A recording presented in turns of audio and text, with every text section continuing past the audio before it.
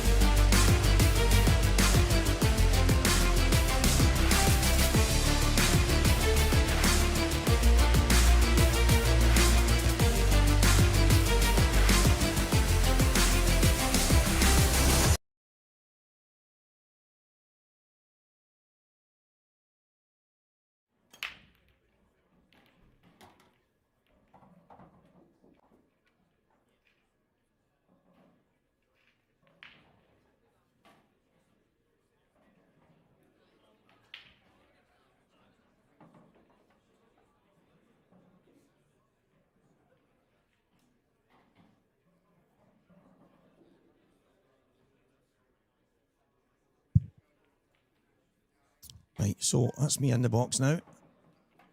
Self and Shepherd.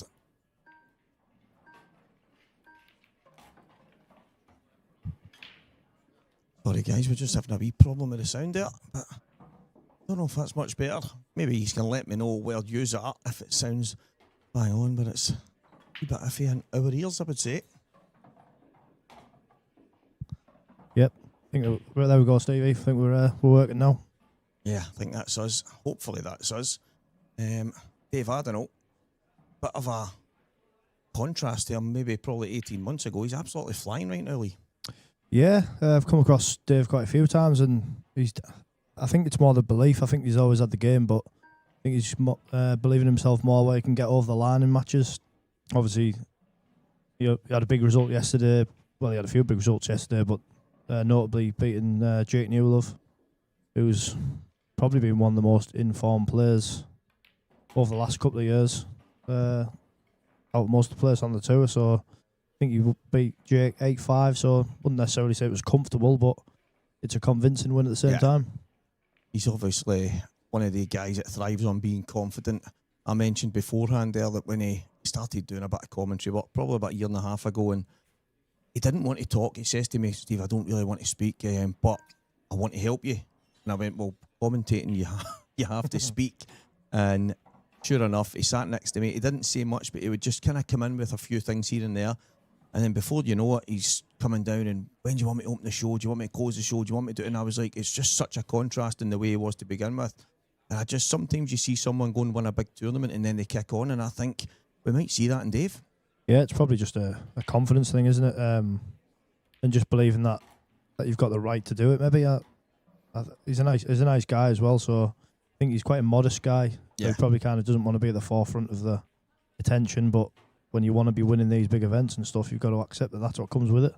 Yeah, one of the guys that has travelled over with him, I think he's ended up with some kind of fan base in the Isle of Man, and he's mentioned that they played on Tuesday night in the Isle of Man Pool League, and Dave played every single shot in the frame with a different cue. Yeah, funnily enough, I played him in Scotland, and I think it was a decider. He beat me in. That was about 2 years ago at the Masters, and he played about 3 or 4 different shots that night with different cues, and there was one at the end that my head was rolling around the floor. I was struggling. I wasn't probably in the best mental space at the time either. And he pretty much had a drop in black, and he changed cues and just dropped it in. I was sat there thinking, like, you've already done me mentally. Yeah. But anyway, he's took a nice little finish out there to get himself started. Yeah, that was a good finish. There's the guys there behind him that's travelled over with him. Fair play. That was a good finish. Some nice work there. Yeah, I think when you're playing these top guys as well, it's important to sort of not necessarily stamp your authority, but just to show, like, I'm here and I'm fancying it, instead of like cowering away a touch. Yeah, this is the final quarter-final match just started, isn't it? The others are in progress.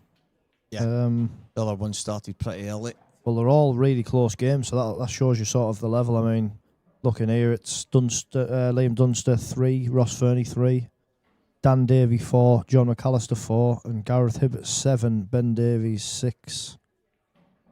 So yeah, they're motoring along. A lot of close games. It's quite a stacked quarter-final, to be fair. There's obviously a lot of the big guns still in there. Yeah, I mean, you kind of... Well, there's multiple world champions left in, isn't there? Gareth Hibbert, Ben Davies, obviously both former world champions. John McAllister, former world champion. Liam Dunster, former world champion. David Adenall, kind of like a current world champion. Yeah. So, yeah, it's definitely a stacked field, and even the guys that aren't former world champions, you've still got high-ranking players. Dan Davy, world finalist this year. The lad he beat in the semi-final wasn't very good. Oh yeah, it was me. And obviously Mark Boyle hasn't won it, but I think there's you'd be pushed to say that he won't finish his pool career without world title, wouldn't you? Yeah. I think one of the things that stands out about Mark, and obviously I'm quite close to Mark, I see him quite a lot, and sets format, obviously when people don't win things, sometimes you look for an excuse and you look for the reason why, and Mark doesn't like the sets format. And obviously the fact that he's not won a title playing it is maybe the thing he's in the back of his mind saying, right, I've won almost everything in the game and I can't win that. What's the reason? Yeah, I know what you're saying. I think with the sets format, I think it allows you to kind of maybe not be that consistent, because you can kind of like, I've done it myself. Well, I've got a pretty good record in the sets format, but sort of you can go missing for a set. Yeah. You know, like if you're playing first to 9 or first to 10, you can't go missing because if you're 4 or 5-0 down, party's over. Yeah, your game over. But I think with the sets, it's sort of being resilient and bouncing back, and you can kind of afford to go missing occasionally and not feel overly punished.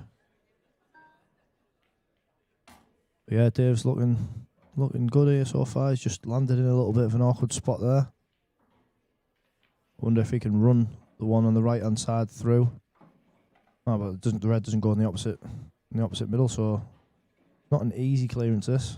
Yeah, he played a decent shot to give himself the chance, but the black still slick. Do you think that black goes? Maybe right behind it? Not so sure. And I think because of where the yellow is, it's tough to get right behind it. Yeah. I think he's happy with where the red on the left, where the bark end is, because that could potentially get back for the black somehow. But the only issue is how does he connect these bottom two now? Obviously, if he plays the middle red, he's struggling. He's played it well, but it wouldn't have been. Oh, yeah. I think he's still struggling here, isn't he? Yeah, I'm thinking, can he push through the yellow and leave it in the middle? See how he's queuing. Like he's digging down a bit. Yeah, he's just running it in. Obviously feeling confident, like, you know, sometimes on them sort of shots when you feel a little bit edgy, you kind of like you look an extra couple of times and you just got down and not really fearing anything. So I think he's just got to drop this in and try and take the black to the top left. Yep, I agree. Take your medicine. Don't get too greedy. Leave yourself a shot. And obviously the way that he's confident to be playing with at the moment, I fancy we get it. Yeah, so do I. He's got an air of confidence about him. The way he's kind of going round the table, he's queuing pretty quickly. He's going down and just banging them in. So I think he needs to be careful. If he plays this really positively, he could go off the side rail, bottom rail, and back towards this left middle.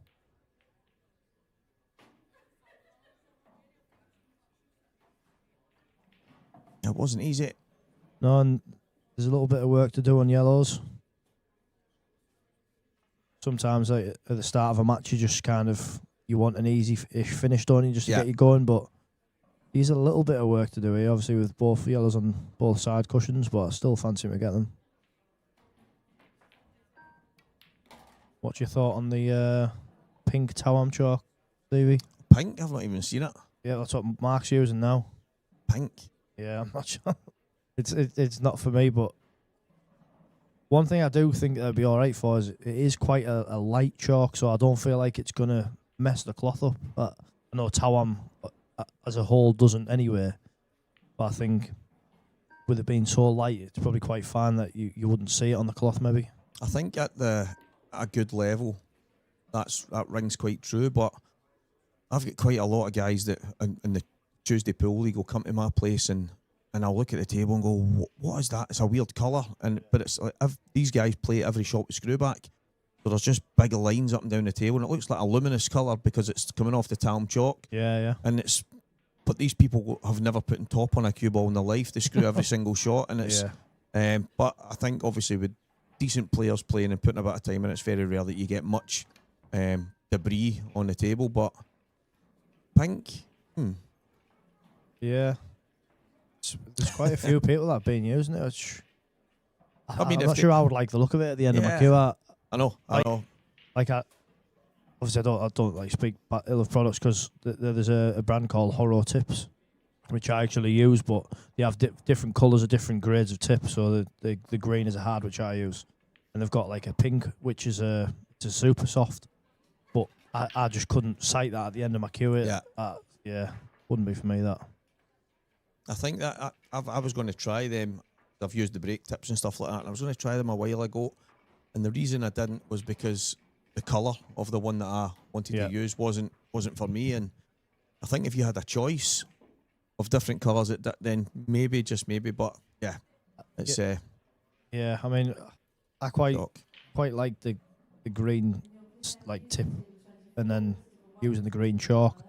And because there was a while where I was using a blue, like you take a blue tip, which was a medium with blue chalk, but putting different, like a pink on a green, or just Sounds a bit like OCD, but yeah, it wouldn't be for me. But he just looks like he's struggling a little bit with the cue ball here a bit, Mark. Obviously, he's just trying to draw back up towards the middle pocket there, play the one down the rail. But yeah, he's maybe going to have to go top, then middle, then down the rail. Just also looking Cutting as his well. back. He's cutting his back. Going back to the side rail. Yeah, so he's kind of play this as a shot to nothing type thing. Yeah. Just looking at one of the other matches there, Stephen. You won the other quarterfinals. Gareth Hibbett 7, Ben Davy 7. So there's a decider there. And there's actually quite a big. Sorry, it's not crowd. a decider. No, my mistake. It's race to 9, isn't it? Quarterfinal. There's a big crowd around that table because it is just at the edge of where the kind of area where everyone can get a drink and talk to each other. And when I was coming through for the opening of the show, it was absolutely rammed at that bit. Yeah, I noticed. Then the Welsh contingent have travelled in the few. I played a guy yesterday, new pro John Price, and he had a good support. To be fair, like there was no sort of like there weren't any barracking or anything like that, but you could hear it when he was sort of winning frames, and there was quite a roar at the end when he took out 2 good finishes from 7-6 down. So yeah, they're all good guys, the Welsh guys as well. Well, most of the people on this tour from wherever. Oh, this is close. Just wide. So I think Mark will be happy to win this frame. Obviously, he's missed 2 balls down the rail, but I do feel like they're not as forgiving as they've been maybe over the years. You have to be very accurate, and they've tightened them right up. And for me, I like it. I think the game you should have more pull to play. It shouldn't 100%. just be pull's not just about pot a lot. There's a lot of things involved in the game, isn't there? Wade Morley was in here last night, and that was the first thing he said. He went, Steve, obviously I've played on these tables, I'll play on certain different tables. He went, but these are not as forgiving as usual. And it's the old thing that I used to say, see when you miss, well, you should miss. Absolutely. And obviously there's a clever way to play some shots with new balls and new cloth. You can kind of slide them in and stuff. And to people watching at home, they might go, oh, that looked terrible, but it's not. That's just the way it is. You see that in the big snooker tables and stuff as well. But yeah, there's obviously been times in the past where you're watching a frame of play and thinking how that's went in is just beyond me. And I think Supreme have done a fantastic job of making these still amazingly playable, but not as forgiving as they used to be. Yeah, no complaints. I think they're playing really well.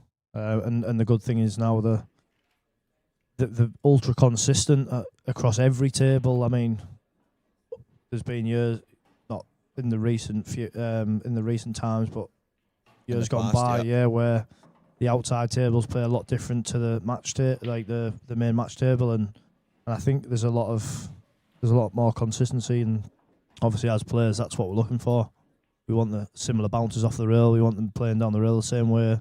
We want the same speed in the cloth, and yeah, like I said, I think they're all very, very similar now. Yeah, 100%. Still no further forward in the Gareth Hibbett game. 7-0 still. Liam Dunster, Ross Fernie pretty close as well, 4-3. Yeah, I think obviously Gareth's been one of the best players on the IPA, one of the best players in the world for however long, and obviously Ben, former world champion. And the first time I seen Ben play, I couldn't believe how good he was for how he played. Yeah, when obviously you cue going back and forward, a lot of people call it a feather, and the first 4 shots, I think he'd had 4 feathers in the 4 shots, and I'm like, most people like a 4 or 5 feathers a shot, and I've just seen Gareth Hibbett wins on 8-7, so yeah, keep getting messed up there. Race to 9 in the quarters. Yeah, but yeah, he's a very, very talented guy, and when you speak to a lot of the other Welsh guys, Marshy and people like that, they always say that they think Ben's the best player to come out of Wales. Yeah, it's hard to argue. I mean, they've had some talent through the years. Say Ben, Marshy, Simon Ward.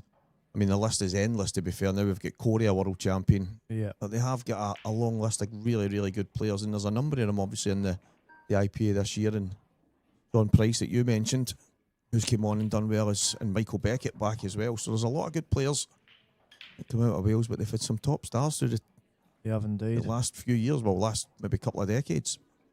Yeah, and I feel like they all play the same. They're just all like ultra attacking, like they're all cueists as well. Like I haven't seen anyone from Wales who's like remotely sort of robotic. They're all just free flowing attacking pool players. I didn't think he could get through to that. To be honest, when he first played, I thought he was hitting it thin and potting the one he's closest to now in the opposite middle.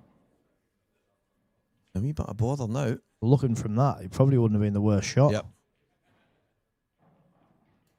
But yeah, I think he'll be disappointed if he doesn't take this finish.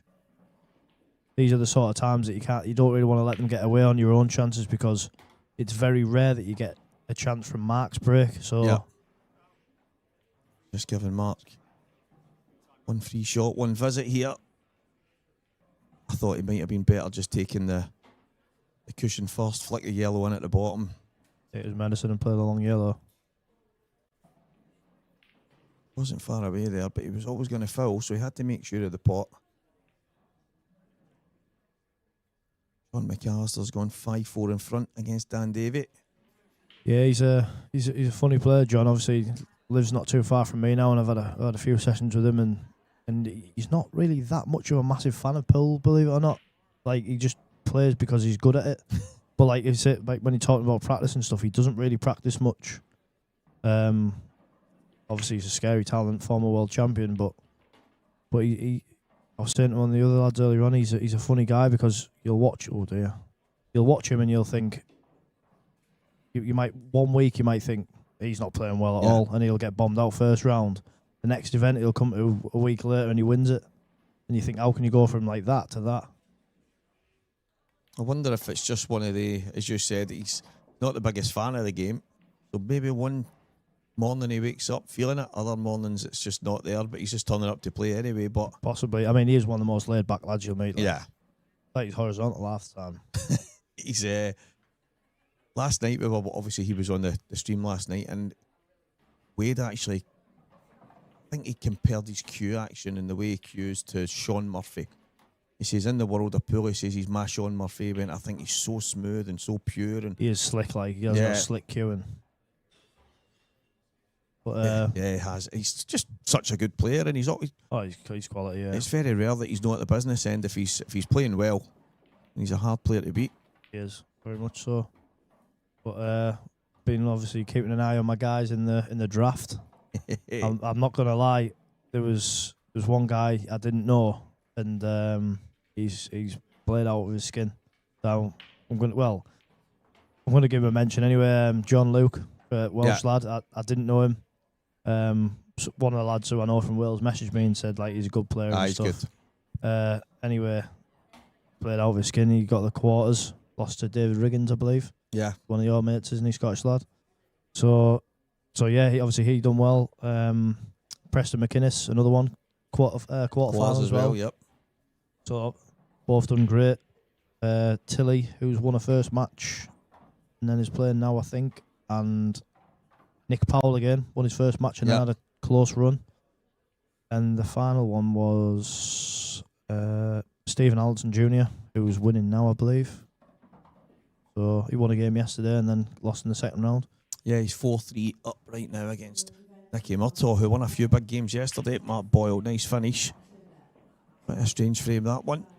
Yeah, I don't think Mark will be overly happy with his start. Let's say, you know, obviously missed a couple of balls down the rail and then missed the pot on the yellow with when he had two shots. Yep. So I think he'll be happy to be going in 2-1 up after the first three frames. Liam Dunster 5-3 in front here against Fernie, but Fernie at the table. And I think one of the things I've noticed from we mentioned in the fantasy draft right now, a lot of people that weren't grasping it to start really, they thought it was like the Sun Dream Team type thing, and I'm trying to explain to them, no, it's a wee bit more than that, but at the same time, kind of like it, because we want it to be where you've not got a wad of stacked teams, and then there's people going, what's the point in us entering it, because we can't pick any good players. And when we were doing the fantasy, or the kind of live draft the other night, we videoed the amateurs going in. In fact, I knew most of them personally. I'm thinking, it's maybe one or two teams, and I'm going, they could be doing me a good one here, and then bang, it would come in, and I'm thinking, a lot of these teams are it really evened up once the amateurs came out. But I noticed that early doors that your team's been doing pretty well. Yeah, I mean, one that I seen was Marshy's team. I thought Marshy had a really good team, but I was in a little bit of a smelly number, really, because I was, I think, the 9th pick on the first lot of round and then the 8th on the second, so I was kind of in the middle between two, but at the same time, you kind of...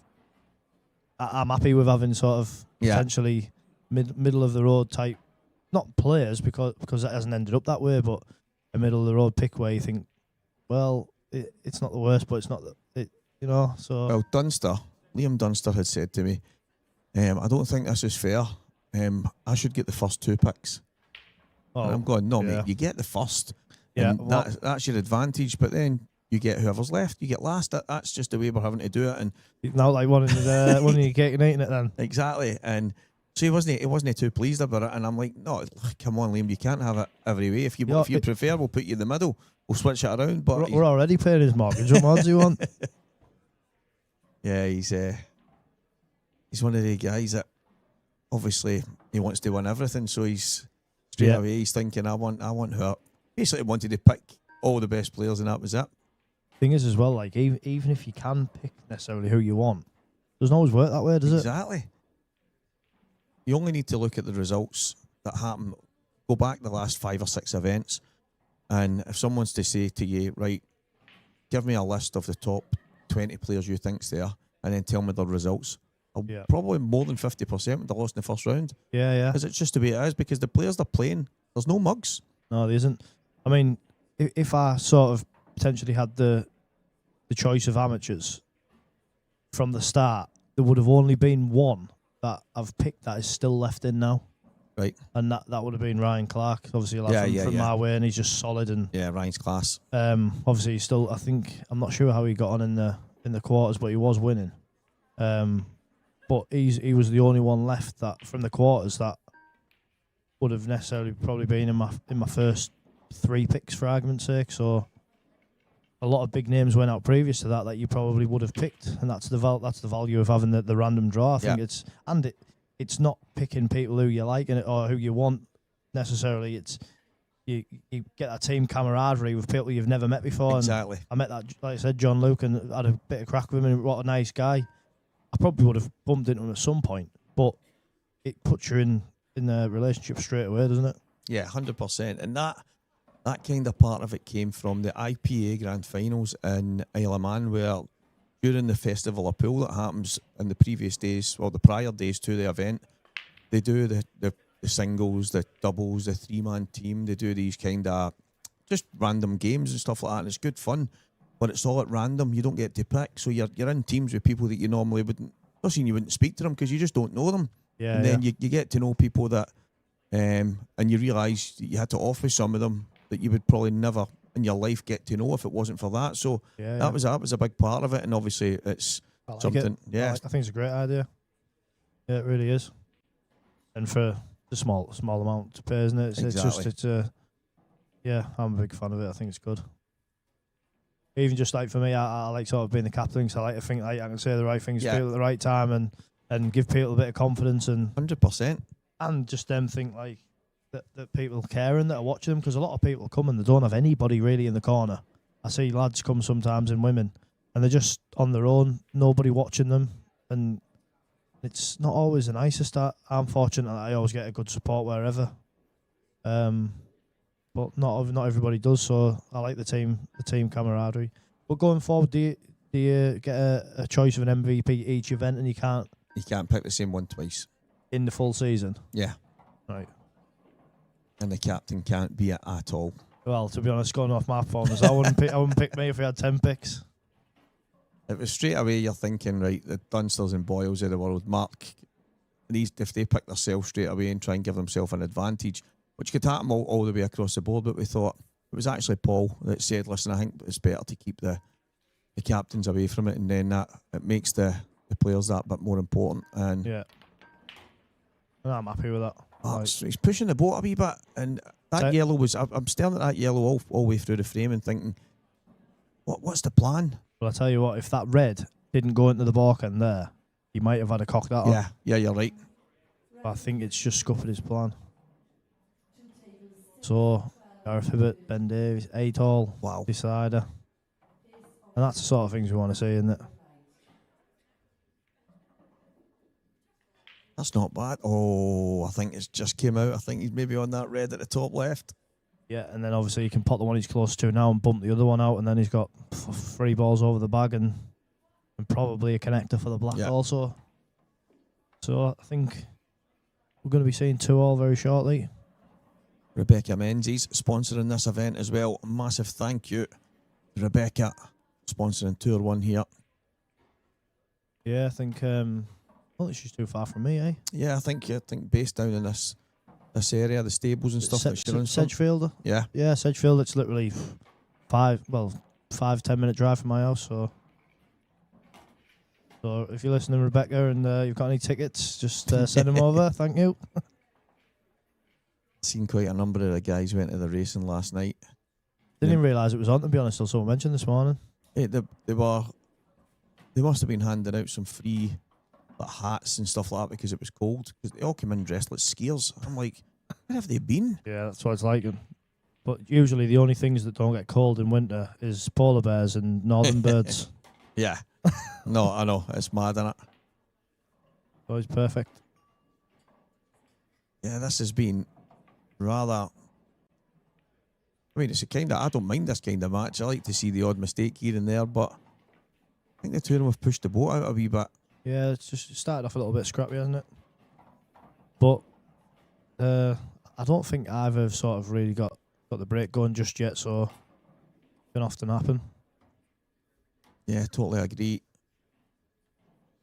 And 2 frames a piece is probably quite fairly. Yeah, I think, definitely. Be nice to see the sort of get the brakes going and speed the blow up a touch.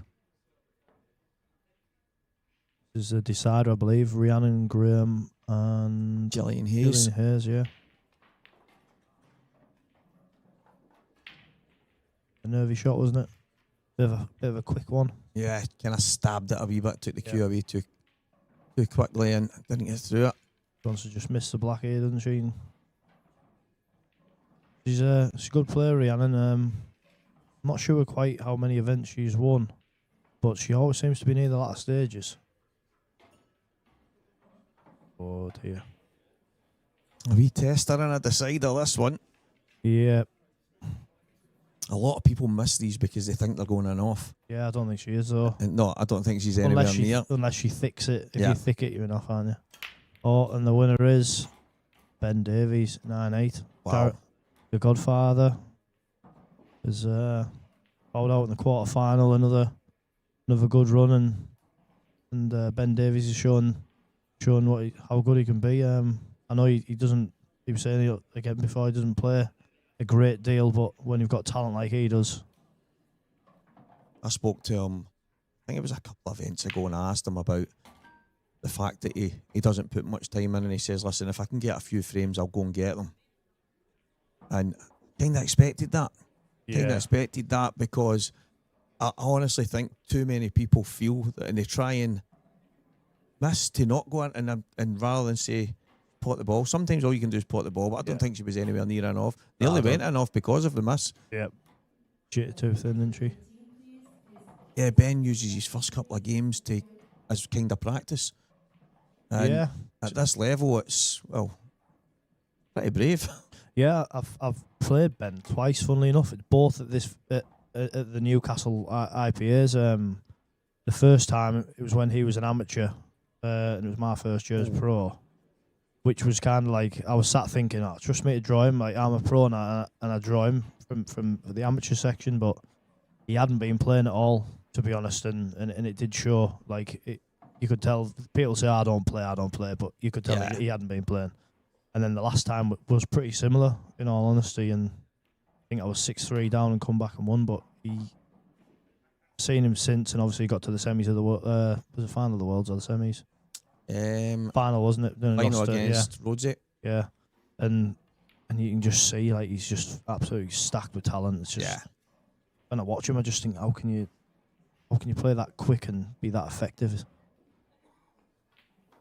Oh, what a black! It's crazy black considering the one that she missed, but that's sometimes what you got to do, isn't it? Regroup and show that that mental strength and go again. 7-6 win, Rhiannon Graham against Gillian Hayes. Dave result. Adenauer goes 3-2 in front here against Mark Boyle, and Liam Dunster about to go 6-3 in front against Ross Fernie. Yeah, so the games are moving on. Just little mention, one of the amateur games, the open games, sorry, one of my good pals, Dan Harris, from the same town as me, both grew up in the same very small town, and he's a very, very good player, Dan Harris. He's beating Luke Vokes 6-3, so he's on the hill. Yeah, looks a cracking player as well. And I've just noticed out the corner of my eye, young Jamie McPherson Jr. So he's a young Scottish champion in Scotland, but he's the same age as my son. He's only just turned 14. My son turns 14 in a couple of months, but he's honestly just turned 14-year-old. He's 5-4 up in his match right now against Jordan Cunningham. I don't know. Jordan could be a kid as well, for all I know. He could be an older man, but Jordan is, I think he's probably about 30 odd, right, because he's from the northeast. But I remember you talking about Jamie McPherson before when we were doing some commentary, because we were picking out a few of the up and comers, and I'm sure that he was one that you mentioned then. Yeah, he's. I was actually not surprised, because he's a cracking young player, and obviously we've spoken about Callum Nichols and young Lewis Wizards here, and there's loads of good youngsters that are plodding away and coming through, and it's great to see them playing on these tours. But I was slightly surprised when I seen the young man walking in, and not because I didn't think that he could come here and win some games of pool. It was just kind of like, he's the same age as my son. Yeah. And I'm thinking maybe just touched too early. But as I say, he's a young Scottish champion. He's playing obviously international A-team pool at his level. And crazy, yeah. And yeah, fair enough. And do you know what? I don't think this can do him any harm. I think his mum and dad have made a really good decision. Absolutely. Because he can only get better from this. And much better off in this environment as well than 100%. Potential other environments. But yeah, you're on about your son being 14. It was actually my son's 14th birthday yesterday. Yeah. So yeah, it's I'm a little bit gutted that he's not really interested in it, but I don't want to push him into it. You want him to do what they want to do, don't you? And just be happy. That's the main thing. But yeah, I love seeing the young lads coming through. But Callum Nichols, obviously, who you mentioned there, I've had a little soft spot for him since sort of first met him. Like I watched him, and his dad was sat in front of me, a little bit known to me. I didn't realise it was his dad, and I was kind of talking about him behind his dad's, stood behind his dad, and I was saying, "Oh, look, like he's a really, like, he looks really good. He's dead calm on the shot, and he looks like a real talent." And he kind of turned round like proud and said, like, "That's my son." And anyway, I've kept in contact with him since and gave him a bit of advice, and his dad had said, "Oh, he's got a new nickname. He's the half pint powerhouse." As like a bit of a laugh. Anyway, he sent me a picture the other day, and that's what he's got on the back of his top. So I felt like quite honoured, you know. Ah, that's class. But yeah, it was, when he sent me, I felt a bit emotional. I thought, it's really nice that. That is, that is absolutely phenomenal. Absolutely. He's the first time I seen him was a couple of years ago, and I thought, yeah, this is one of these wonder kids from snooker that's coming to have a wee bash at the pool. And then when his dad told me that he didn't even play any snooker, I was kind of blown away. Well, he had a few good results in his first year. I don't know if you know a guy called Mark White. Yeah. Well, he obviously played some huge challenge matches years and years ago against like the top professionals in the game, and ran them close. And I think he beat quite a lot of them. And obviously he played Callum, and I would have just assumed it probably would have been a bridge too far for Callum, and he won. And that was the kind of, I already could tell he was talented. But when he was coming through games like that, I thought maybe there's something here for him, do you know? Yeah, 100%. He is, for me, one of the players to watch out for over the coming years. It's just so much talent, and it feels to me like there's a non-stop conveyor belt, and there was probably a period, maybe a number of years ago, where there was players coming through, but maybe not as much. And Mark Boyle, wow. Yeah, that was obviously I want to say it was a better break, but I think it was a better outcome. Yeah. But I still don't think he's quite hitting it. When he's hitting the break, the white is sliding off the cup break. It's going very close to the bottom right corner as we are looking, and it's going back towards the left corner. It's not quite as high as an impact, if you get what I'm saying. Yeah. So then obviously you're hitting that front ball thinner, and he's kind of losing the cue ball a little bit.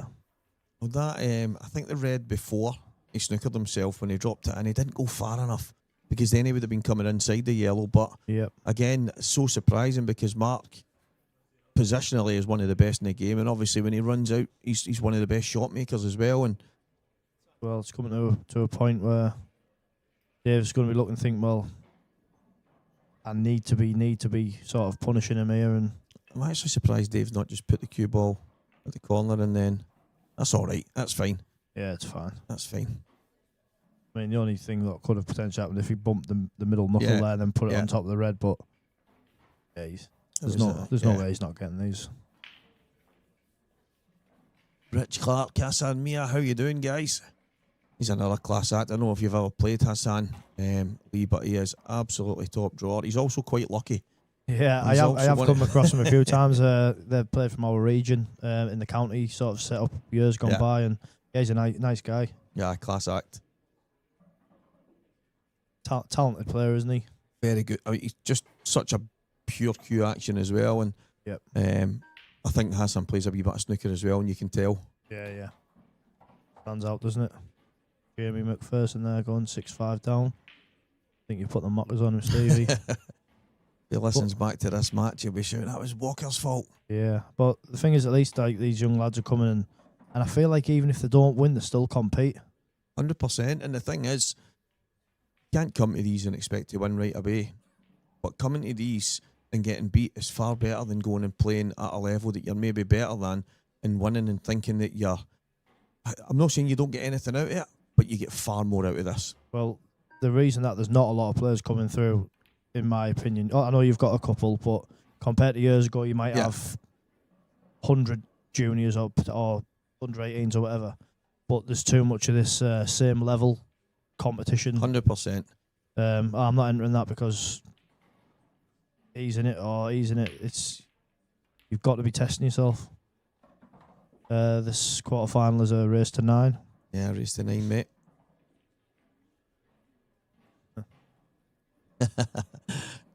Super Ali. I wish I had a tenner for every time someone called you Ali. I'd be on a beach in Barbados. It's weird because obviously I don't hear it. There's the odd time I go, when I maybe say something, but on the most part, I'm kind of like, I'm not hearing it. But actual, I mind a wee while ago, my partner in crime, Claire, my missus had basically said, I was listening to myself, I went back home to listen to, I think it was one of the Lola's pool party things. She's like, why are you listening to yourself? And I mean, I'm watching a bit of this, but obviously at the same time, and she went, and that's what she said, she went in pure trying to sound like Ali McCoist. I'm like, I'm just talking. Yeah, you can't win, can you? Yeah, it's cheers, Richie boy. Here's only one Stevie Walker, you're right there. That's the reason why I didn't call my son Stephen. They're saying, I thought you would have always. I said, nope, there's only one Stevie Walker. Yeah, that's right, mate, that's right. We actually got asked to something like, who was your favourite on the IPA or whatever, and I said, how can I say Stevie Walker? He said, oh no, he has to be a player. Yeah, well, I've not a player, but he has to be a pro. And I said, I want to pick Stevie. He's like, no, it has to be a pro. Like, all right. But you are my favourite Stevie, so. One of the, Billy Snadden got an interview earlier, one of the new pros, and they were asking him all the questions. He said, who's your hero? And Pilney went, Stevie Walker. Yep. And then they went, right, okay, but something. Then he mentioned, like, I think Stephen Hendry and like real top class snooker players. And I'm like, I'll take that. Says to the boys, don't edit that out. Send that to me. That's going on my page. Leave that in.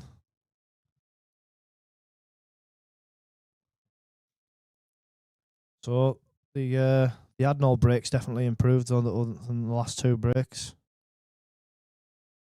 Just a wee bit. Can he get through to that red at the top? Like nice little plant. Going to kick the other one out now, isn't he? Just that red right in the centre. I would maybe play that just now into the middle and then come back. Thing is, you're obviously gonna have to try and get that other red next to the yellow out at some point. I don't think it doubles into the opposite middle. I wonder if he could play the red off the yellow and just get the yellow out of the way. Down at the middle. Not easy from here. No, this is still messy. Wonder if he can sort of go. Right. Down quick there. Feeling good. Is he going to... I'm not sure. I wonder if the double does go, because I wouldn't fancy sort of not being too far from where the white is now and putting it past the black and moving the yellow, because it's little room for error. If you're not on the right line, perfect on the right line, you're struggling. Oh, miscue. Should have changed your cue there, Dave. Yep. Didn't have a screw back cue that time. He actually went, before he came here, he stopped off at Green Bay's and bought another cue to add to his collection. Yeah. Another place that's 2 minutes down the road for me, that. He is absolutely mental. See, just getting a shot of someone's cue, maybe you've not got your own cue, and like, I'll just use yours for this frame. It could be a flyer, it could be just a frame in a league night. It feels alien to me. Yeah, absolutely. And he's changing every shot. I feel like we should bring something in, like golfers are only allowed 14 clubs in the bag. Yeah. You only allow 2 cases in your box and that's it. I honestly believe that they've actually made a logo. Our dad said that a while ago. He'll be the first pool player to have a golf bag full of cues. Yep. And the guys in Isle of Man have obviously, when they were listening to that, they said, Steve, we actually got a logo made up for him, and they've got this pool guy carrying a bag with an 8-ball on it, and it's got all the cues coming out of it. Yeah, I can imagine. Aye, some boy. Yeah, I do feel like I don't want to say he's turned a corner really, because he's always sort of been up the rankings, but I think mentally he's turned the corner that he can get over the line in events and stuff. I think he just... And matches. It's that self-belief, isn't it? Obviously, deep down, you're a good player and you can compete. But knowing deep inside that you can win and you can not just beat one or two of the top guys, you can basically smash through a lot of them on the way to win the title. And that's it. I think when you get your hands on a trophy, sometimes at any level, I've seen it quite a lot, obviously up in Scotland with guys like Jason Shaw and Ants Morrison, and it seemed to be after they won their first trophy that all of a sudden they ended up going on a run and winning 3, 4, 5 trophies quickly after it. So it does make a difference, and I think just a lot of this game, all Cuesports is played between the years. So yeah, funny you say it. I think it's similar with like century breaks at snooker. I think I had my first century after about 8-9 months of playing, and then I had about 5 in about a month. Incredible. And it's like, yeah. It's like breaking through that. I talk to the kids at football about breaking through the glass ceiling. There'll always be times you improve, and then there'll be times you feel like you're kind of stagnating. Well, boy, oh, that is slack. Well, it's just gifted from that. I tell you what, they are easy to play. Them torque shots on these tables, because with the weave they just kind of ever so slightly move and then come back in. By the time it gets there, it's like it can go touching. I mean, not as much as a nap cloth. Obviously, you play that shot against the nap. Yeah, I know. It's a lot. It obviously pulls a lot more, but they're them shots that you sort of can't believe you've done it till you've done it. Dan Davy 7-6 ahead of John McAllister. Now that match is going back and forth. Races to 9. Remember. Yeah, and this game is I don't say it's getting away from Mark, but I can't understand why he's played that. Why didn't he just drop that dead weight and then just just punch across the face? Wow. That was a terrible shot. I think he might still be able to double kiss it though, but as you say, the red that he's behind right now, that should have been last. Yep. And then he's just coming around the back of the black. It's just a chance you didn't need try and to double kiss this in. I think it'll go still. But that double kiss on the white there as well has done me a favour, because that was stuck into that. Doomsday Dunster is 7-3 in front against Ross Fernie. That match getting away from Ross a wee bit. Oh my God. Does he have to do this? This is how he plays these type of shots. He's nuts, isn't he? He's mad as a box of frogs. See when he does the break where he hits the ball into the cushion and... Yeah, I'm not convinced that's not a foul. I think it's a bit of a push. It has to be, yeah, because you can't get... It's touching the cushion, isn't it? Yeah, I mean, have you seen how like it? No. Yeah, I said to him about it, I said, there's been a few people querying that might be a foul, and he went, really? He went, maybe I'll need to get some clarification on it in case it catches me out one day. I'm like, well, Maybe there it is. Our main sponsor for this tour, Rebecca Menzies, How Hills Stables.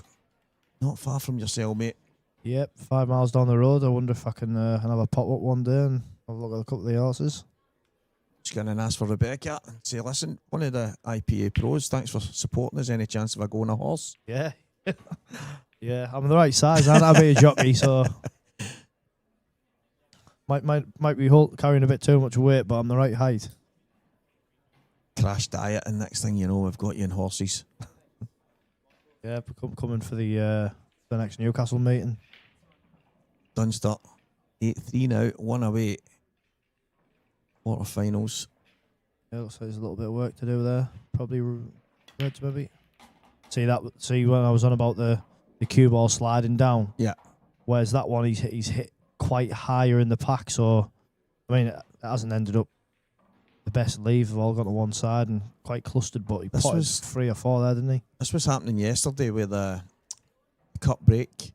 A lot of the times, obviously, probably maybe 40-50% of the time, the balls going in. They were opening up. They were landing quite messy. They weren't perfect. And Yeah, that's a good shot.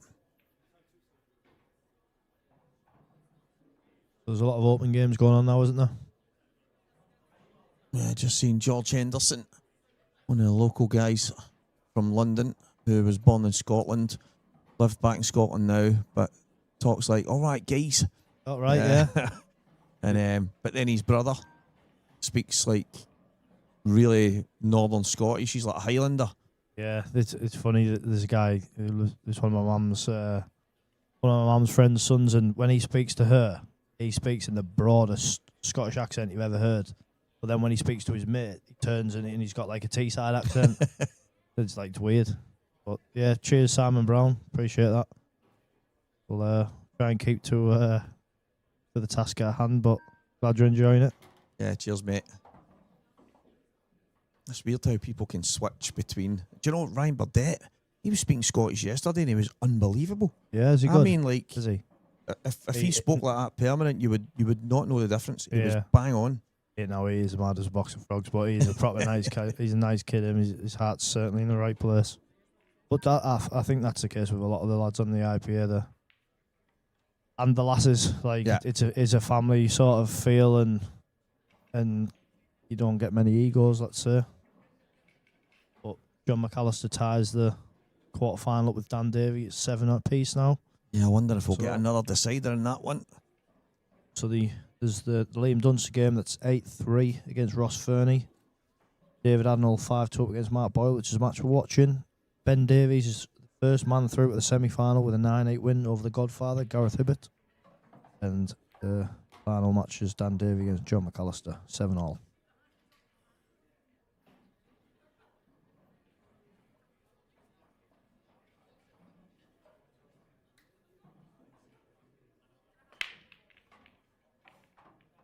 He'd be someone that you'll know well, is it, Stevie? David Riggins. Yeah, so Davy's a former European champion.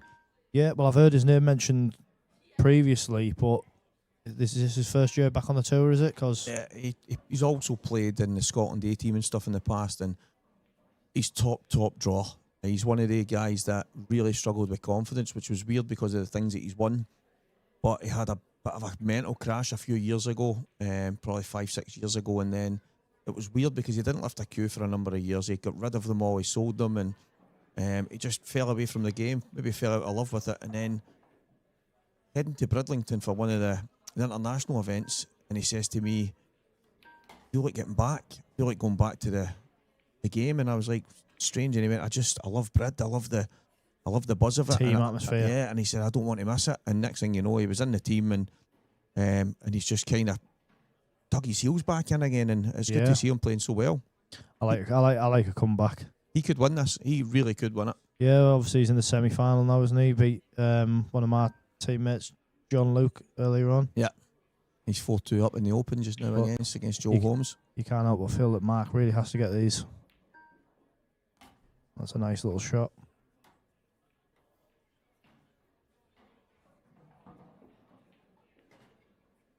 Through on and off, back off the rail, into the bog end. A nice simple black. Nicely controlled. Nicely done. So I think that was an important frame.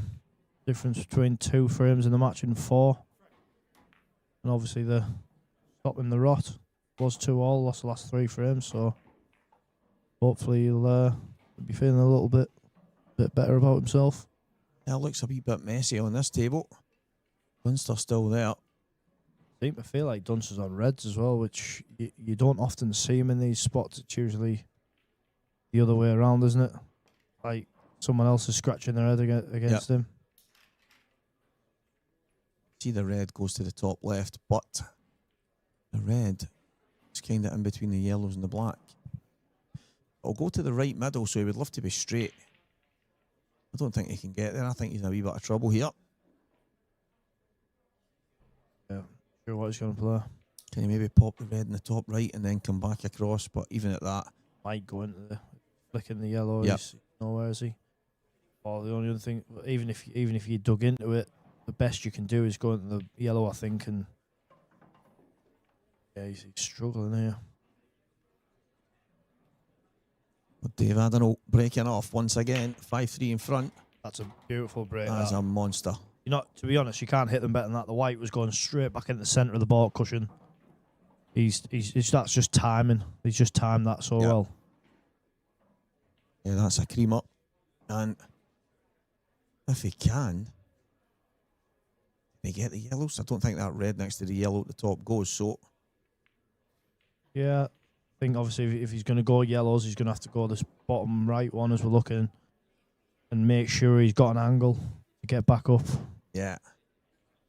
He would have loved the cue ball to be a couple of inches to the left. Yeah. Can he maybe screw on and off the cushion? Yeah, I think if you can sort of get toward the black, like screw on offside rail toward, just sort of below the black, and then that leaves you enough angle just to clip the yellow in and go back up to the back end.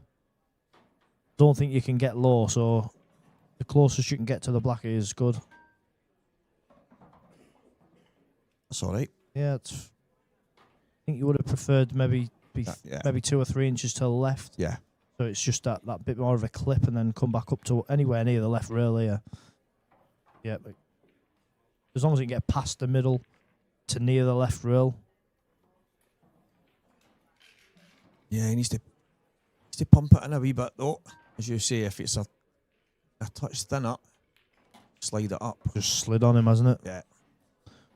And that was the thing, if you were 2 or 3 inches to the left of where the cue ball was, it sort of goes on the rail out of a more straighter angle where you don't get as much slide, do you? Just clipping it up.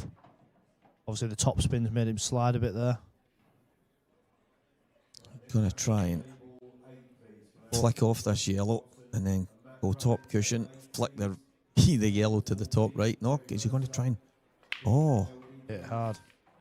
Oh, that wasn't far away. Maybe a wee bit softer. Yeah, and it's not the worst leave. These are the... how have ended up here? Yeah, how's he ended up there? Well, he's took them out to win the match. Just put his name on the title now. But he's one of the best in the world, if not the best in the world, for that exact reason. We thought he was in trouble. I'll show you, boys. You stick to the microphone and I'll stick to the cue. The cue is mightier than the microphone. He's if we were commentating on his match, I think he watches all his matches anyway, but he's the kind of person that if you do say he was in trouble or he's made a mistake, or he'll find you months later and he'll speak to you about it and he'll say, oh, by the way, I didn't get lucky, or I didn't play it and I meant this, and I'm like, what? You don't even know what he's talking about? Yeah. Well, I can't even remember what match it was or who you were playing, or he doesn't forget. But it's maybe why he's so good. He analyses every single thing. Yeah, he's an unbelievable player. He's just, like I said before, if I have to put one sort of player to play for my life, I know you'd sort of want to pick yourself generally because it's in your own hands, but I'll be honest with you, I'll push him in front of me in the queue. I mean, the very first Lola's pool party, and Claire and the kids were saying when they were going to play the light stick game or the raffle and stuff, and you get to put someone back in. And I was like, that's good. I went, that's perfect. So I'll take my cue, and Claire went, Stephen, if I win that, I'm picking Dunster. Nothing like love, eh? And I was like, oh, that's probably quite clever, right? Okay. Yeah. She went, no, I just think there's good money to be won, so I might as well pick the best player. But it's funny, the obviously the draft. I had the choice of the wife, didn't I? And, I know. And mate, when you sent the message over, I was like, oh. Yeah, well, what I convinced her was that we'd be better off in different teams, so we've got more chance. That's a good point. I said if we go in different teams, we've got 2 chances. If we go in the same team, we've got no chance. So there we go. That's a good way to look at it, by the way. That's quite clever. I feel like Mark's been a bit frustrated with a couple of them slow shots he's played. I think the last one just went off touch, but that's all it has to take. It only has to take a little fine roll on these cloths.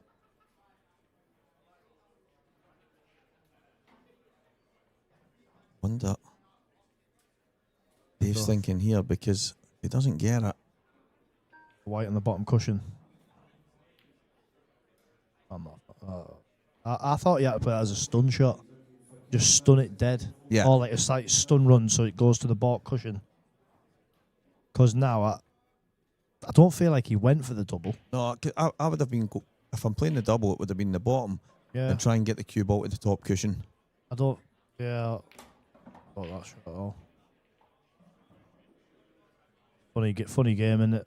Obviously, Mark probably hasn't felt he's been quite at his best so far, but when you get chances like that and when you're playing well or you're 6-2 up or 5-3 up, they just come out perfect, don't they? And yeah. I mean, he's played that as positive as you can play it. But it just, it's tied back up a touch.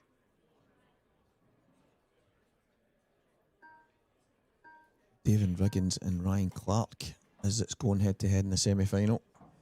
Yeah, I'll be honest. Like I said, Ryan, I think was my choice from the start. Yeah, he's just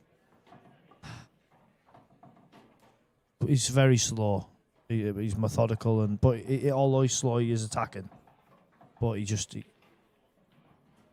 makes sure of absolutely everything. It's like, it's not everyone's necessarily like style that they might want to watch, but he's a very, very good player. There's no doubt about it. Going to touch too far there. If he gets to the final, he's going to be on a shot clock. Would that affect him? I honestly think he played better. Right. I mean, I played him in a challenge match quite a few years ago, and do you remember the old referee, Mel Harley? Yeah. And he said to me halfway through the match, he said, do you want me to put him on a shot clock? And I thought, no. I said, no, I don't. He said, like, he was surprised because obviously I think I play quite quick. He said, what's the reason? I said, just to be honest, I think he'll play better. I'll just let him crack on, and it didn't work out for him. So I do think he'll play better because he is an attacking player. A wee bit surprised at Mark there. Thought he could have pot. Maybe he couldn't pot it and get on the red. I thought it was close, but Dave gets a hit here. Yeah. I don't like this shot. That was a bad shot anyway. That was a bad shot anyway because even if he rested onto the yellow, probably going to leave the one on the left near where Mark is now, but you could have just ran it up the rail and then he's got the perfect angle to move the other one out. So, yeah. I think he had a bit of a rush of blood there. I'm not sure if it was shot clock pressure or he just played it too quick. Yeah, I think I'd be going for the top yellow, and if I get it, I get it. If not, then so be it. Mark's got to open them out, and at least he's away from his work a little bit. Yeah, exactly. But there's quite a few Irish players in this event, isn't there? Yeah, there has been a a rise in the Irish. Yeah, good.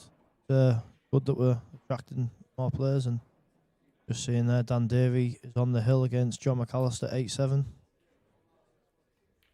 He always gets lucky, Dan Davy, doesn't he? Yeah, Kevin McAvenny and Stephen McGurn, obviously both sides of the border over in Ireland that are going head to head in the other semi-final. But I think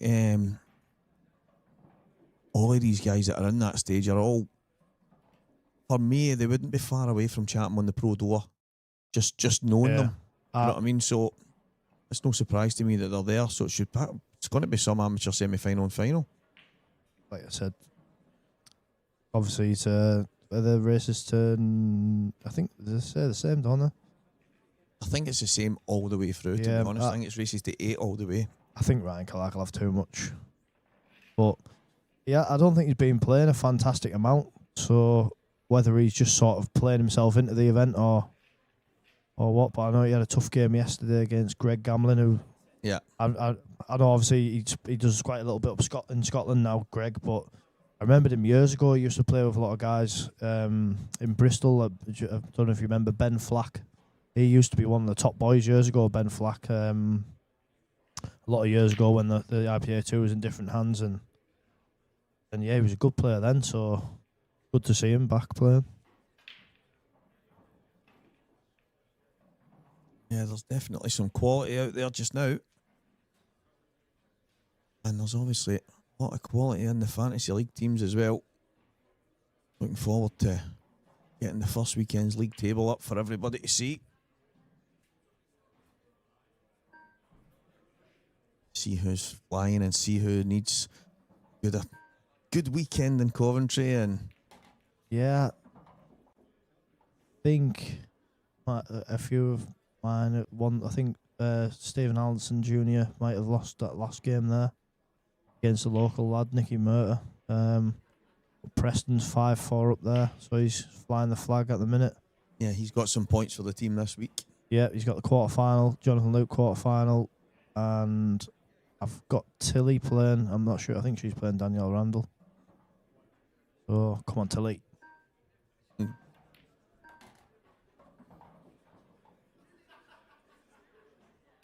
Now, there was a couple of very tactical picks. Liam, obviously, with the first pick, picking Emma.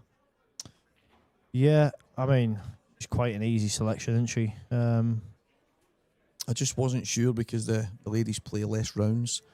So although they can accumulate points. Yeah, I didn't think that, yeah. Yeah, I mean, my first pick was Tilly as well. Yeah. I felt, obviously, I was in a bit of a spot where, obviously, all the likely winners of events were gone, really, in the men's section. Yeah. Which I don't think anyone will probably kind of mind me saying. It's I'd feel the same if they didn't pick me, you know. So, but obviously with the women's, I think Tilly was the likely winner of women's events that was left. Oh, I thought he nailed that there. Yeah, that's what I mean. It wasn't that far away. I think maybe 2 years ago, I think that would have dropped. But they're just not as forgiving, and I like it. I think there's more pool to be played, and pool isn't just about potting a lot. Yeah, exactly.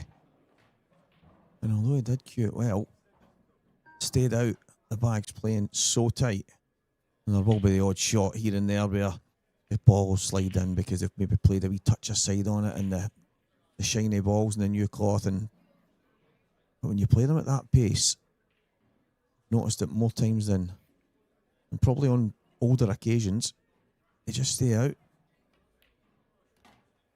Yeah, I mean, these are the sort of frames that you feel do hurt when you lose them, and you wouldn't want to be saying that Mark's going to miss these, I don't think. And David will then be thinking, well, I was 5-2 up 5-10 minutes ago, and now I'm 5-all. And had a couple of opportunities. Yeah, obviously good chance to win this frame, and he had a good chance to go 6-2 up also, so it looks like he's wanting to play the one that's close to the, let's say, the blue, well, just underneath the blue spot. Yeah, the red to float down towards the pocket, doesn't he, for the black, which is sensible, I think. Big margin there, hasn't he? If he can land somewhere nearest the blue spot for the white on his last. He would love to be there. Yep. That would be somewhere in that region just to drop on the black. Yep. I think the third red up will be the second last, just to get a nice little angle. Just needs to be careful on the shot. Doesn't sort of land the wrong side or land too low. Somewhere near the black spot will be nice. Ooh. Bit hard for me, that. He's still alright, though, but he's going to be further away from his work now, isn't he? Yeah, I mean, obviously he could try and run on and off the cushion with a bit of side, but the slidey cushions, Yep. this is not easy. But he's still alright. He'll be still happy, but obviously if you're 2 inches higher, closer to your work. Yeah, he just needs to float this in. Just don't get into it too much, because I think he's going to want to bring the side rail into play. I don't think he's going to go direct. I think he's a bit more margin. He's going to come off the side rail. He just needs to be careful not to land too high. Yeah, he's played it well. Yeah, that's just about as good as you could. I didn't know he could avoid the yellow. I thought he was going to be hitting like sort of just underneath the balk line and going off the one rather than off the bottom rail as well. Yeah, good finish, Mark Boyle. And he squares the match up. But Dave Adenau, he's had a couple of chances. He could have been further ahead. But instead, the match has been squared. Paul Unsworth, just go on to Cuesports, IPA pool. And all the scores are all there, mate. Every one of them. And you can basically click on the new flow chart that's on it. And it'll give it all. And you get to see the kind of tree that the players have played through and who's coming next and what have you. But it is all on Cuesports, mate. Yeah, and Dan Davy, John McAllister, 8 all. So 2 out of the 4 quarterfinals have gone to a decider. So it shows that the level of the players that we've got there. So you can see on the screen, John McAllister 8 all decider. Ben Davies come through a decider against Gareth Hibbert. And that match is on the screen there, and John looks like he's got a good chance. Unless that yellow doesn't go.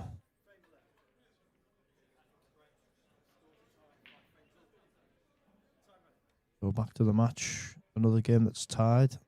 5 all. Yeah, he's hitting that break really well, Dave. It doesn't even look like he's really hitting it very hard. He's just timing it nice. I think he'll be taking yellows here. Yeah, so a wee bit of breaking news is that following this match is going to be Liam Dunster versus the winner of that 8-all deciding frame match between Dan Davy and John McAllister. So that will be next up, and it'll be followed directly with Ben Davies against the winner of this match. Yeah, so it's heating up, isn't it? And then after that, it's the amateur final. And then after that, it's the men's final. It's all go today. Becoming a bit like a championship Saturday. Yeah, we've had Super Sunday, but you got Super Saturday today, so seems like a lot of the events are just the motoring on, aren't there? Yep. There's not many sort of games that seem to be really hanging behind or holding events up, where sometimes you get an odd one on one side of the draw that sort of holds things up, but this certainly isn't. Close to that, doesn't he, from the head camera, the top camera. Yeah, these are the sort of shots that if you just trickle them, they don't go. Yeah. You've got to play them positive, and you've got to make the pocket play big, otherwise they don't go. Bit too far there. Going to take the bottom one now, isn't he, with a bit of right hand side and square it back up towards the middle pocket, somewhere on there. You'll get these though. Would you be going to the right hand side? Yeah, I'd come back. Just go back through the gap. Yeah, just aim to just go just past the middle. Just like that. Perfect. Tidy little finish. And one that I think you needed, obviously losing the last 3 frames in a row. Sometimes kick yourself and feel the game's got away from you a touch, but he's standing strong, the seniors world champion. Yeah, and he could have been forgiven for falling away after what happened in the last few frames. What's happened there? I thought he was going to look to change a glove there. 13 cues and 3 gloves. That would not surprise me if he's got a different coloured glove on in the next frame. It's So I wonder if we can get back on the Dan Davy versus John McAllister match and see what's happening with that. There is all the sponsors: Aramis Strachan, Supreme, EBS, the Smart Rack, Ibeen and Halo from 8 Ball Direct and Onboard Sportswear. Without all these guys, well, we wouldn't have what we see on our screen right now. Massive thank you, and there we are in that deciding frame. Doesn't look in the best position there from where he was. He's shaking his head. The body language tells you the story. Table 18, Stephen Andrews, Cole Bothroyd, please. Table 18. I'm guessing he's on the Reds, it looks like. Is he on the Reds? Well, it looks like it, but I'm sure I could have sworn the last shot he played, he put the yellow. Yeah, that's what I was thinking, but you may be looking at the cue ball through the gap to that other yellow. I don't know, but I thought he was well. He's a very good shot maker, John, though, so keep an eye on that one. Yeah, back to the Mark Boyle break. Yeah, his break is... Where's the black going? Billy's break is often... They're always going to that right-hand side.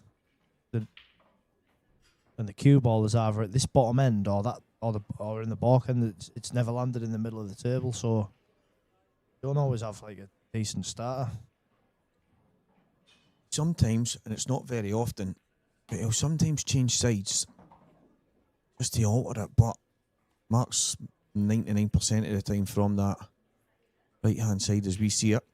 But it seems as if every break is very similar.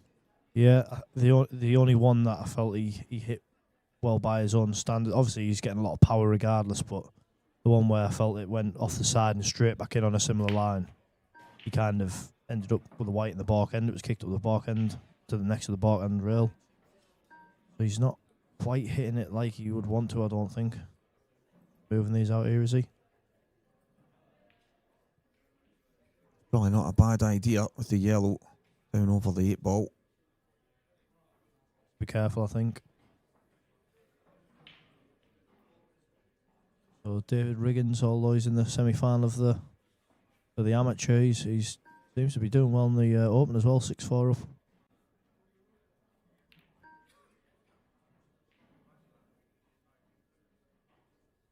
Yeah, not the worst. No, I think Dave will sort of be coming here and thinking, well, what am I even going to do? He hasn't really got a shot, has he? There was one last night when Rob Wilson was playing Connor Davison, and it was one of those times, Lee, where you're looking and there really wasn't many options, if any. And there ends up a miss getting thrown in. And it was one of them where I'm sitting in my chair going, that's probably the best thing. Out with handing, just saying to your opponent, you just played a shot. You'd be as well missing because the table was so bad. Yeah, he's played a good shot there. That is a good shot. And sometimes it's just that messy where there's not many options and you're hoping your opponent does something mad to open it up for you. And yeah, you are. I mean, what the shot he's actually played there, I'm not sure if he's purposely put the yellow down there, but it does go off the black. Yep. So he can have it, well, not an easier shot to cover the black, but he could certainly move the black out and if he decided he wanted to have a go.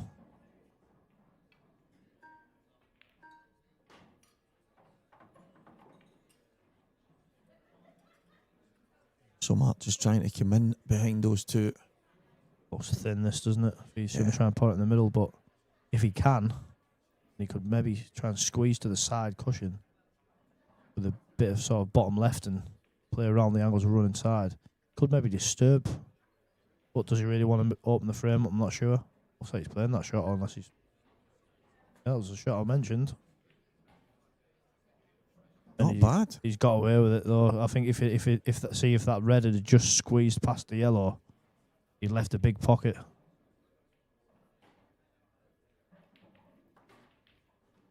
I mean, definitely rather be yellows, wouldn't you? Yeah, 100%. Obviously, with this bottom yellow squeezing off the black, I think a couple of shots time, Dave might be able to have a pop. Good shot.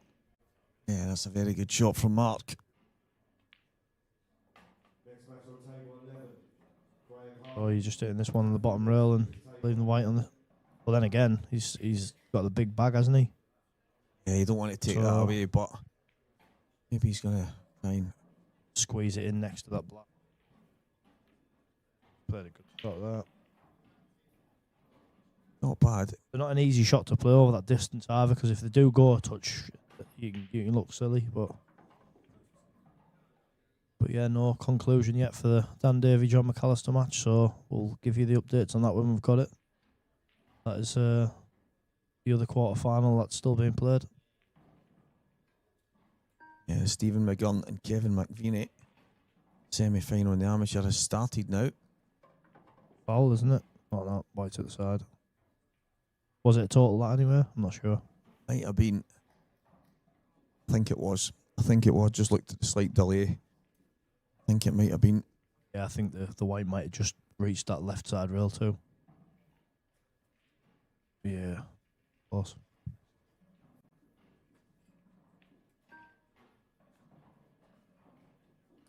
Is that a guy you're familiar with, Keith Keldy? Yeah, so Keith's, although I know him well enough, but Keith was he's been a good player for a long time. Billy Snadden was talking about him last night, saying that years ago in the snooker and stuff like that, he played he had a weird cue action and some stuff like that, and he said, but Stevie, you've never seen a potter like it. Right. He would just bang the balls in for fun, but don't know if, for whatever reason, that he's maybe not played and stuff like this over the last number of years, but he's always been about. He's been round about international setups and stuff like that, and he seems to be doing well this week. Yeah, he beat obviously Ronan McCarthy yesterday, didn't he? Yeah, I think that's it was, right. and I think he only lost to the guy who was in my team, John Luke, yesterday. But he was 7-5 up, and to be honest, he had I kind of looked away. He had 4 balls in the middle of the table in the black. I looked away, and the next thing John was setting them up, so he made a big mistake, I think. But yeah, that's come to a conclusion now. Dan Davy, semi-finalist after getting to the final of the World Championships back in February, so he's obviously hitting a bit of good form as Dan. Yeah, I'd mentioned a few times that Dan was my player of 2024 after he won a couple of titles, and then last year he won in Coventry as well. Then started this year, the World Championship final. Yeah, he did indeed. He had a good few years. Yeah, he has. Who did he beat again? What, in the semi-finals of the World Championship? We won't mention that, mate. Making my drink go sour. But yeah, anyone who's in the comments, if you have any questions or anything, feel free to let us know. No, Ronan McCarthy isn't back for the full tour. He just paid or entered a single event. I think the guys were saying he was popping over to see Mark or something like that, and he decided that it fallen into a good time. So, because I know that they would have loved to have him in the pro ranks, but the fact that he was only going to play one event and there was no rules to stop him playing in the amateur. But I had mentioned beforehand, I know that he doesn't play a lot of pool these days, and I know he went and played Marshy and what have you, but he really doesn't play a lot of pool. And I had mentioned beforehand that I didn't fancy him to go and win the amateur. But he's obviously capable. I'm not saying he couldn't, but it would have been good to have Ronan obviously on the tour fully, but he hasn't. Yeah, I think some people just have too much going on maybe in their own life, don't they? And if they can't commit, that's fair enough. I said to him last night, Ronan, how you feeling, my friend? And he went, old, Stevie, old. Yeah, fair enough. Yeah. Yeah, he's a nice guy like Ronan, isn't he? I haven't come across him too much, obviously. He hasn't been on the IPA for years, but obviously I played him in the Worlds and just thought he just acquits himself in the right way. Yeah. And like even when I was getting sort of a little bit of rub here and there, he never moved his facial expression once and didn't sort of like make me feel I was getting anything I didn't deserve, let's say, whereas other players sort of, they let you know, don't they? They're huffing and puffing and they're flicking the cube out, and there was none of that. It was just, he's a proper professional, isn't he? So, yeah, although he's not a pro now, he still is. Yeah, he's the way he conducts himself and stuff like that. He's got that etiquette that as you say, he's just got that professional manner, and he always will have. That's who he is. I first came across him when he played Jason Shaw in a money match a number of years ago. Jason was only a pup, and he just became that good at a certain point. He was going and playing the best money match players in the game. He played Mark Farnsworth, played Ronan, and he'd lost these matches. I would argue probably mismanaged a wee bit, because he hadn't really played anybody in money matches. Next thing, he's playing two of the best money match players that's ever lifted a cue. Yeah, you've got to navigate them better sometimes, haven't you? 100%. And then once you've played the guys, trying to get easier games isn't easy. Well, even if you just put your name in their category, then Exactly. People say, "No, I'm not playing him because you played him." Doesn't matter if you got battered. Exactly. But yeah, he's managed to dig in a bit here, Dave, hasn't he? After losing the 3 frames from 5-2 up. Yeah, Paul Unsworth's looking good, mate. Hoping around the middle of May, few things to sort out, so we'll be giving a bit more details shortly. But as soon as it's up and running, it'd be good to have yourself and plenty of others hopefully get supported, mate. Yeah, Robert Stephen came over to me yesterday and he went, "Stevie, I'm gutted that's obviously not happening." And I went, "I know, but there'll be another one." I mean, he's obviously, the plans are getting made, and I went, it's not going to really change that. The only thing it's changing is the date and where we were travelling to. That's it. To be honest, where the travelling's actually easier. Yeah. Where the venue is going to be, it's right next to the train station that basically you can get to from London, King's Cross, get to from Manchester. It's accessible from Scotland also, so yeah, from that perspective, it's ideal. Yeah, that sounds perfect. Yeah, we're going to be Oh, mate, see how often I've seen that over the last while, where you break from the left and you get in the top right, and I actually mentioned it on comms last night. It's the first I've seen it, obviously, in this match, but how often over the last while? Actually a high percentage. Yeah, I done 3 times yesterday in my game. But yeah, look, moving this yellow out, can't see anything other than 7-6. Yeah, what a result for Mark there. Sitting in your seat, 7-5 down. Dave breaking. Oh, and 3 shot here for Mark, and as you say, it should Yeah, I can't see anything other than 7-6 here. be straightforward enough. Even though I don't think Mark's necessarily been at his best, I think he's still within touching distance. He's only 1 frame away, and the thing with these type of guys, the likes of Mark, if they're still near you towards the business end, gives people that little element of doubt, and yeah, they end up with results that you think, how's he just won that match? And just needs to be a bit careful, Dave, to keep his foot on the gas, let's say. Yeah, he's going to have to sit and watch Mark for a while now, because Mark, if he takes this finish out, will break off next. Although his break's been a bit messy, it could be a couple of frames in a row for Mark if he takes them away.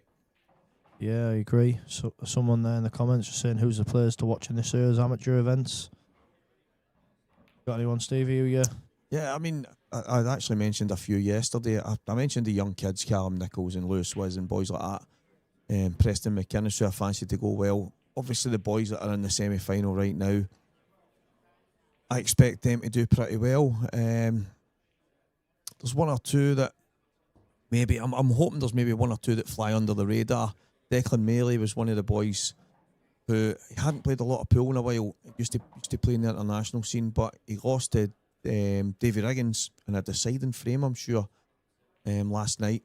And he was one that I thought at the start of the thinking, I hope Declan can do well, because he was around the game for a number of years, and then I don't know if he just fell out of love with it, but he's such a good kid at the same time. But Yeah. Anton Riley, for me, was, I actually fancied him to go and win one. I'm thinking you'll just go and win one of them. He's just that good. But Anton's the guy I played in Scotland, eh? yeah, Yeah.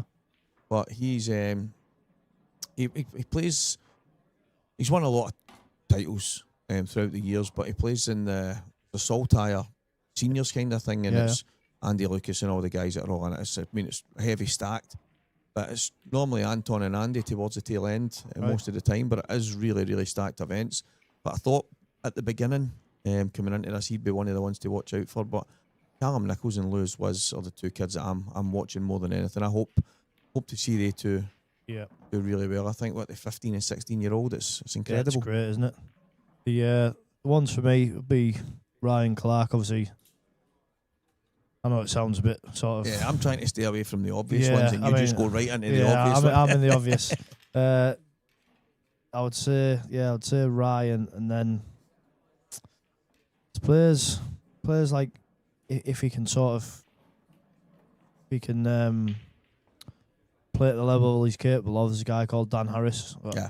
A lot of people know him, and a lot of people don't. But he's from Teesside, the same town as me, and we were sort of like the two up and coming players when I was younger. And he's achieved a lot. He's played for England. He's won I think he's won an amateur event on this year's ago. I'm sure he beat Boyle in the final when Boyle was an amateur. So although he'll be not as well known to some, there'll be a lot that do know him. But yeah, I'm going to stick with two local lads and say Ryan and Dan, and I truly hope that they can achieve what they're capable of. I know years gone by in our area, it was sort of a bit dog eat dog. Like people didn't really want to see each other do well, and it's changed now. I think a lot of egos, they're not there anymore, and we all get in each other's corner, which is the way it should be. I think the fact the amateurs have got the likes of Gareth Key, Fisher, even Burdett and guys like that. Burdett, who won the grand final in Isle of Man last year. There's some right talent in there, and it's absolutely stacked. The four guys that are in the semi-final right now, to me, could potentially hold their own in the pro ranks. They are very, very good players. So, but I'm an underdog guy, so I'm hoping to see a lot of the youngsters do well. Yeah, Callum Nichols would be my choice. I've just like I say, I've got a lot of time for him. He's a great kid and obviously a big talent. But Lucas Bryden, Lucas was playing well yesterday as well. Yeah, he's quite. Is he just hit a growth spurt? Because I'm sure he wasn't that tall last time I seen him. I think over the last while he's definitely put a few inches on, that's for sure. But yeah, could. I used to talk to him at eye level. Now I'm calling him high tower. Yeah, I bet he is. But he's another class act. He had a couple of big wins. Looking really good. He's definitely one to watch. Yeah, I just want to give a guy a mention from our way he's lost in the quarterfinal today to Ryan Clark, a guy called Simon Muir. It's his first year on the tour, and to be honest, that I don't think you'll mind me saying, but he was sort of a pub league sort of player. Well, not necessarily pub league level. He was obviously at the higher end of that, but he's only entered like a few local events, and he went to the World Seniors. That was sort of his first big event, and I think he won a couple of matches. But to come here and get the quarterfinal on his first outing and lose to someone who I think will probably win it, I think he's done absolutely unbelievable. So well done, Simon. Yeah, big shout to Simon. And I think one of the things that stands out to me with these is there's a lot of good players. I've mentioned some of the guys that you'll see when you're up playing in Scotland and the Grand Prix and stuff that you've come up to. Davy Markey, David Kadir. There's a few guys that are just top draw. They just don't get to come to these kind of events, and it'll be the same around your area and further down south. Trying to get these guys involved, even in single events, can make a huge difference because they add quality. Really good players. I've actually played Doward at the Masters a couple of years back, and I didn't know him, but you could tell he was a very good player. And I've heard he used to be a really good nine-ball player. Is that right? He plays a lot of that right now, and he obviously had a real snooker background when he was younger. Yeah, and the same as Keith Robertson. I didn't know Keith, and I played him, and luckily I've played really well. But I come off and I said I didn't know that guy, but I tell you what, he's pushed me to play really well there, and I just didn't realise he was as good as he was, which I think was probably for the better for me, really. But yep, Boyle ties it up again. So this next break would set the tone for the climax of the match, I think. That's probably Mark's best break in that one, and he still had work to do. He's had to drift round the angles. That's Davy Riggins at the table. So the semi-final. Are you backing your boy, Stevie? The thing for me is, if you've got a David Riggins who is hungry and determined and putting time in, then he's the kind of guy that could compete. Honestly, this is not me bigging him up. He could really compete at the high end of the pros. He's that good. But as I said, as I mentioned earlier, Dave goes through so many ups and downs, and like he could literally go home after this weekend or any weekend in a tournament and decide that's him done, and you won't see him for a couple of years. It's crazy, isn't it? It's just, but when he's on it, he's top drawing. I know Ryan's different class as well. These two, and David's quite methodical as well. He's quite a good tactician, and he's the type of player, if things aren't going his way, he'll tap the pack, and he's one of the guys. I've got a feeling that could probably end up on a clock at some point then, because, like I say, Ryan's a very good player, but yeah. No, they might struggle to amass the regulated amount of frames then. Yeah, I would think so. It's not a bad break. One kind of dodgy yellow. Yep, that's it. Then the reds. I know it's kind of, do you really want to try and get in there now? But I think you can. I think if he puts the middle of the three yellows, goes off the side rail, I don't even mind going towards the black, because if you got the black out, I think you could potentially land on the yellow later. Or if you miss the black, cannon in the black, you're going to kick the yellow out. So it's a bit of a 2-in-1 potentially. Or does he just think, I'll land on the yellow and then go for a double? Depends how how confident you're feeling. He's screwing into it. He looked like he was like gearing up there, didn't he? But then he just winding up and then just took everything off it. I think the sensible shot is to just land on the yellow and double the black, especially while the yellow's close to the blue spot. If you land straight on that in either the middle or either corner and just stun it dead, that's a perfect angle for the... Is he going to play into the gap right now? I think he is. Yep. Too hard. I don't know why. Oh, that's good. That's shot actually. So you can get the black out. Yeah. I mean, I think he played it like that because how hard he actually played it. Yeah, he's put a lot on it, didn't he? Yeah, that's a really, really good shot. Yeah, I can't say I've seen it either. So, double kiss here rather than pushing it up. Beautiful. Yeah, good stuff. From where they were and where they are now, that is a bit of a back to the wall finish, and what a fantastic response.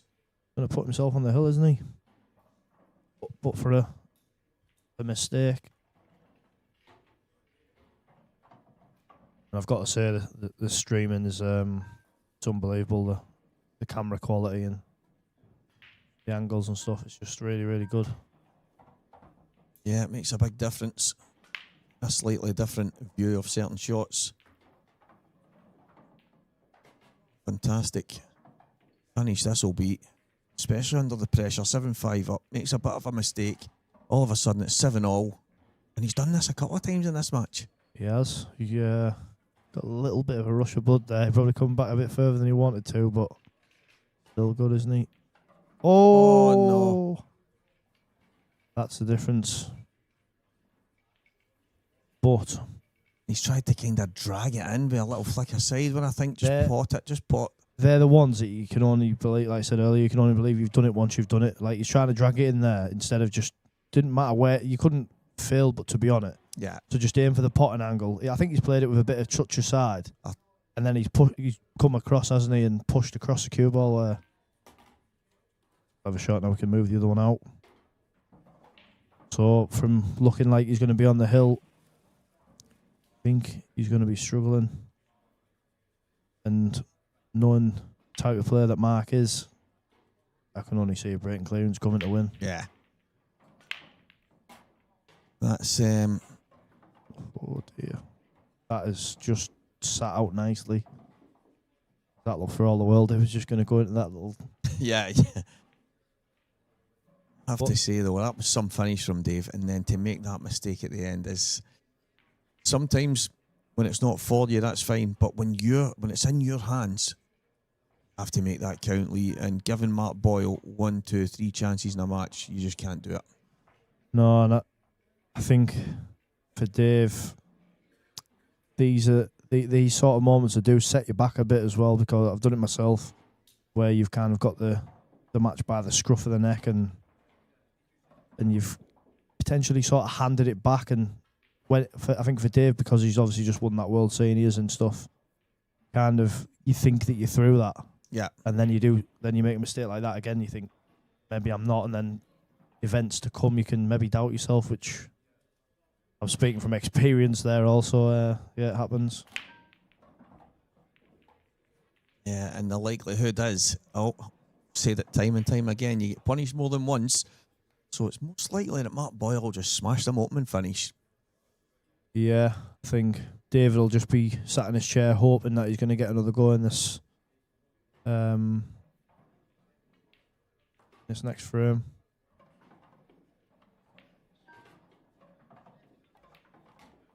These are the kind of times when you, obviously you're Boyle, you feel like, even though you're not over the line, you feel like this is where the sort of balance has shifted, don't you? And you think, it's the only time I've sort of really been ahead in the game, and it's right at the business end. Yeah. Now the winning line just feels so far away for Dave.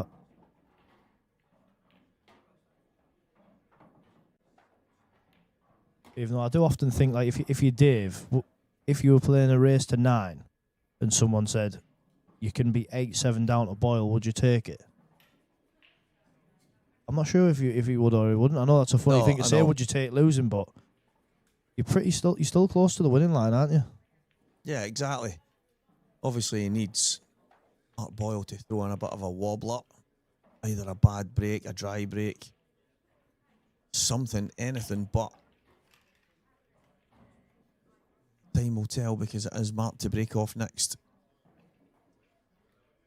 Yeah. So looking like a very, very, very stacked semi-final. Liam Dunster versus Dan Davy, which will be the next game on the stream.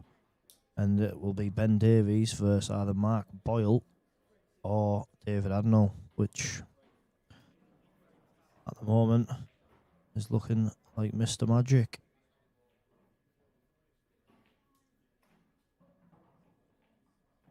So he's potting 4 off the break.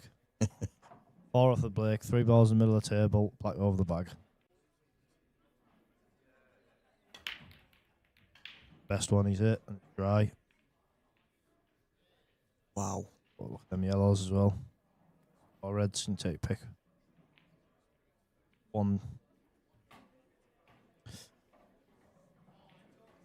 I think the bottom yellow actually goes past the red, so I'd be taking yellows. Yeah, it does. I actually think the 2 yellows, or the yellow just above, goes in the bottom left as well. So yeah.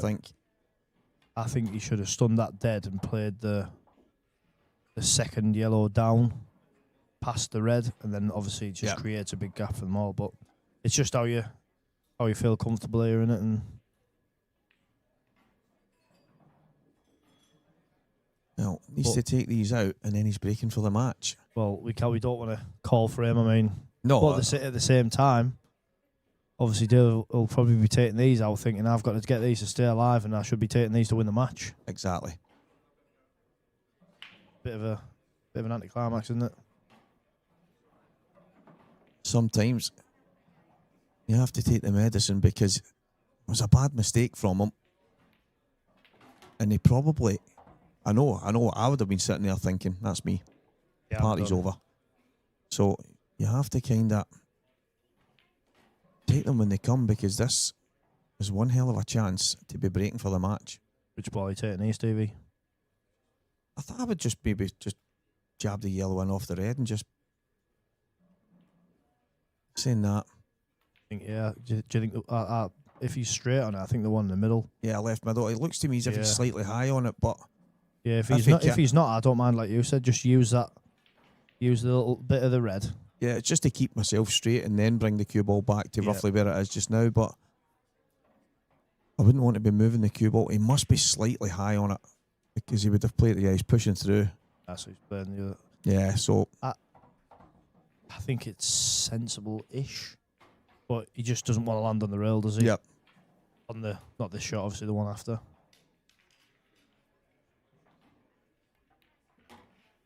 That is scary standard there, Nathan. Yeah. I expect nothing else, though, because they're just both absolute machines, aren't they? And it shows how good the IPA is. Matches like that. 14 dishes out of 17 frames from Ben Davies and Gareth Hibbett. That is frightening. Yeah, that's scary. And as you said, it's not really surprising. Yeah, he's got there. So, another decider. Is this the third decider of the quarter-final out of 4? So Yep. we've had Dan Davy win 9-8. So decider against John McAllister. Ben 9-8. Yeah, Ben Davies 9-8 against Gareth Hibbett. Is it going to be David Adenall or Mark Boyle 9-8? Put in the comments. Where's your vote going? David Riggins 2 up on Ryan Clark. Rise of Bone. Chance on Reds there.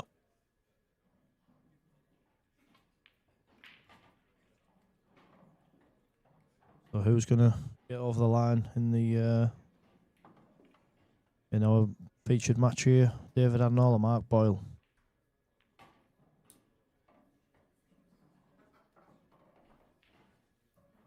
Dave Adenall breaking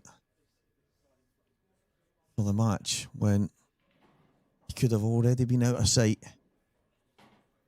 I think that's a positive Mark Boyle will probably take, is he's not been at his best, his break's not been great, yet here he is in a deciding frame.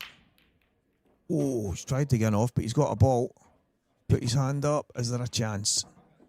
He is a chance on yellows, yeah. Yes, but there is. He, to be honest, it's a good chance as well, but he butchered that. Every yellow goes. I think when you Dave there as well, yeah, and I've done it, it's in your mind, you're thinking, just please one time don't going off. Just please one time don't going off. And then the white careers towards the middle and you're like, yeah. Well, that's one of the things I spoke to one of these mental guys. He was just in passing. He was in McGoldrick's number of years ago, 3-4 years ago. And I had said to him, I went, oh, mate, my head's messed up. No point talking to me. And he says, no. And he mentioned, like on a table when you say, right, as long as I don't go behind that ball, I've got the whole table, and you go behind that ball. As long as I don't go in off, as long as I don't. And he says, the minute you say that, you've actually just programmed your brain to create that shot. And I'm like, and he said, because you've no idea the percentage of time that happens. But you might get lucky and you might now get away with it at times, but you always end up close to what you're trying not to do. And I'm like, that's actually mad. So he's like, what you need to be doing is just deciding where you want to be. Yeah. Make that decision and play for there. Yeah, rather than not there. Exactly. It has to be there. That's it. And he says, and the likelihood is most of the time you're going to land in that spot. But it kind of did make more sense than... Yeah, I get it. So, looking at this, I feel like he's going to play the one across the bottom rail on his second last ball. Yep. Corner, middle. It's a good angle, isn't it? Like, he'll have a good angle from where he is.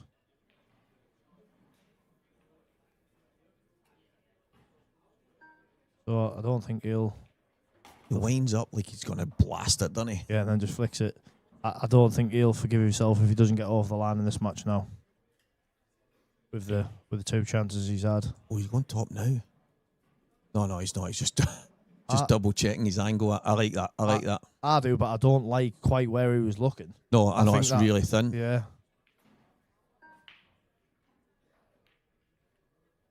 Right, okay. Oh, one good shot. The thing is as well, will it be in his mind that he's already missed an easier one than this in the last frame? I think he gets this. Because it's just pocket weight, aren't you? But the queuing isn't the easiest. He's getting it though, isn't he? Yep. Perfect. Yeah, Dave Adenall will be in the semi-final. Yep, he will. And I think he might be pushing me out the top 10, so well done, Dave. Congratulations, Dave Adenall. Mark Boyle is out. Yep, good Dick there. I think on the balance of it, I think he was probably slightly the better player in that match. But well done, Dave. Yeah, well done, Dave. Massive thanks to Lee Shepherd. And guys, I'll be back in a few moments with a few words from Dave Adenall. Thank you very much.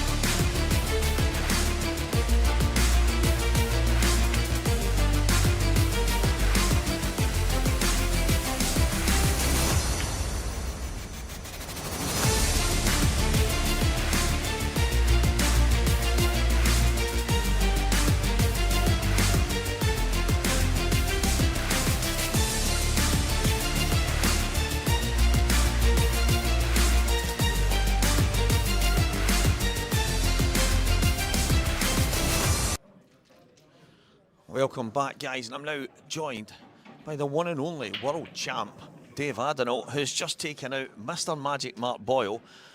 It was a wee bit up and down there, mate, but you done the job. Yeah, it really was. I felt pretty good at the start, to be honest, and a couple of chances that were like a little awkward. So I mean, I could have been 3-0 up, just the way the balls landed, if they were like just a half an inch of away or something like that, and that awkward black I missed in the I think it was second frame. It wasn't easy, but like if I get them, it's 3-0. But I just said to myself, I'm playing well, and hopefully just keep that going. Yeah, you look as if there's an air of confidence there, and there should be. You've obviously been around the top end of the game for a long time, but then when you get such a big title, you hope that kind of kicks you on. You could have, I think it was at 5-3, you maybe could have went 6-3, and then Mark gets back to 5 each. Yeah. And in that middle section, you're going, you hope you don't kind of just fall away, but then you kicked on again. Yeah, it's just don't give up. It could have been easy just to go, right, okay, it's not going to be my day, and at times it did feel like that, but you just keep going, and like even that chance I missed to go 8-7 up, Yeah. And then it was just awkward cueing. I think it was obviously a bit of a twitch as well. You were kind of bridging over, and I think Yeah. you dragged it with a wee bit aside, and but it's Yeah. one of the things. It's just one of them. I had to get the cue ball past the other yellow. If that top yellow went, then it wouldn't have even been a problem. It was just one of them, so you couldn't underhit it, and I just left it in awkward position. But so I thought, maybe it's not meant to be my day. But you just keep sticking in there, and I think when he got back, was it 5-3 or something? I went straight in off the break or something. I was like, you screwed in the top bag. Yeah, I was like, I've hit them too hard, so I took the pace off the rest, and so yeah, that definitely helped for the rest of the match. But that can be a 3-frame swing, and Yeah, exactly. you don't want to be given that, and that's what actually happened. So No, it was mad towards the end, because when obviously next thing you know, you're chasing after being ahead for most of it, and you think, get that frame. If you get that frame, then you're breaking for the match. And it ended up an absolute monster of a break. You nearly went off in the middle. It wasn't far away. It ended up with a bit of kind of top spin kind of. I think so. Yeah, I think I might have miscued that. Yeah, it just seemed a bit zippy and mad, but all of a sudden, and when every yellow goes after that, it was just about finding your pattern, and you took them well. Yeah, no, I felt good. Obviously a little bit of nerves coming near the end, but I felt pretty much relaxed anyway, and I feel good. And I was just like, the way I felt I was playing and how I felt, I was like, I'm not going to be too far away here. So Yeah, well, congratulations, mate. Placing the Thank you very semi-final. Who knows? Maybe there's another title coming. well, it's I've been also called Decider Dave, so it's nice to win a Decider. So Helen Sanderson kindly nicknamed me that. So yeah, thanks, Helen. But, it's nice to win one. Congratulations, mate. Next up, we've got Liam Dunster and Dan Davy in the first of our semi-finals, and what a match that promises to be, guys. So please stay tuned.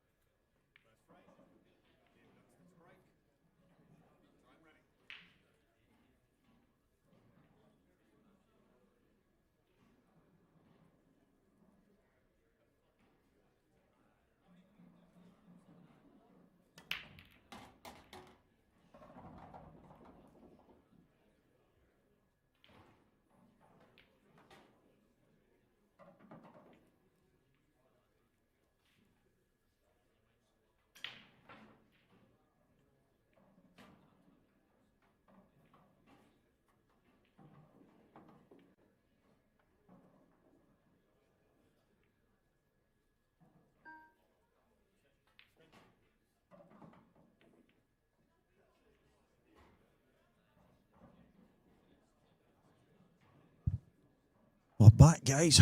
Just a touch late here, and I'm delighted to be joined by, back on the pro scene, Dan Wiley. Good to have you back, mate. Switch the button on. Thanks, Stevie. Brilliant to be here. Liam Dunster, Dan Davy, you know these two pretty well, mate. You've played enough games against them. Should be a good game. Should be. Liam seems to have came through his results pretty comfortably. Dan's had a few touch and go. He played really well against Billy Sneyd in the first game, and I think he struggled in the start of his game with Ryan, but came back strong.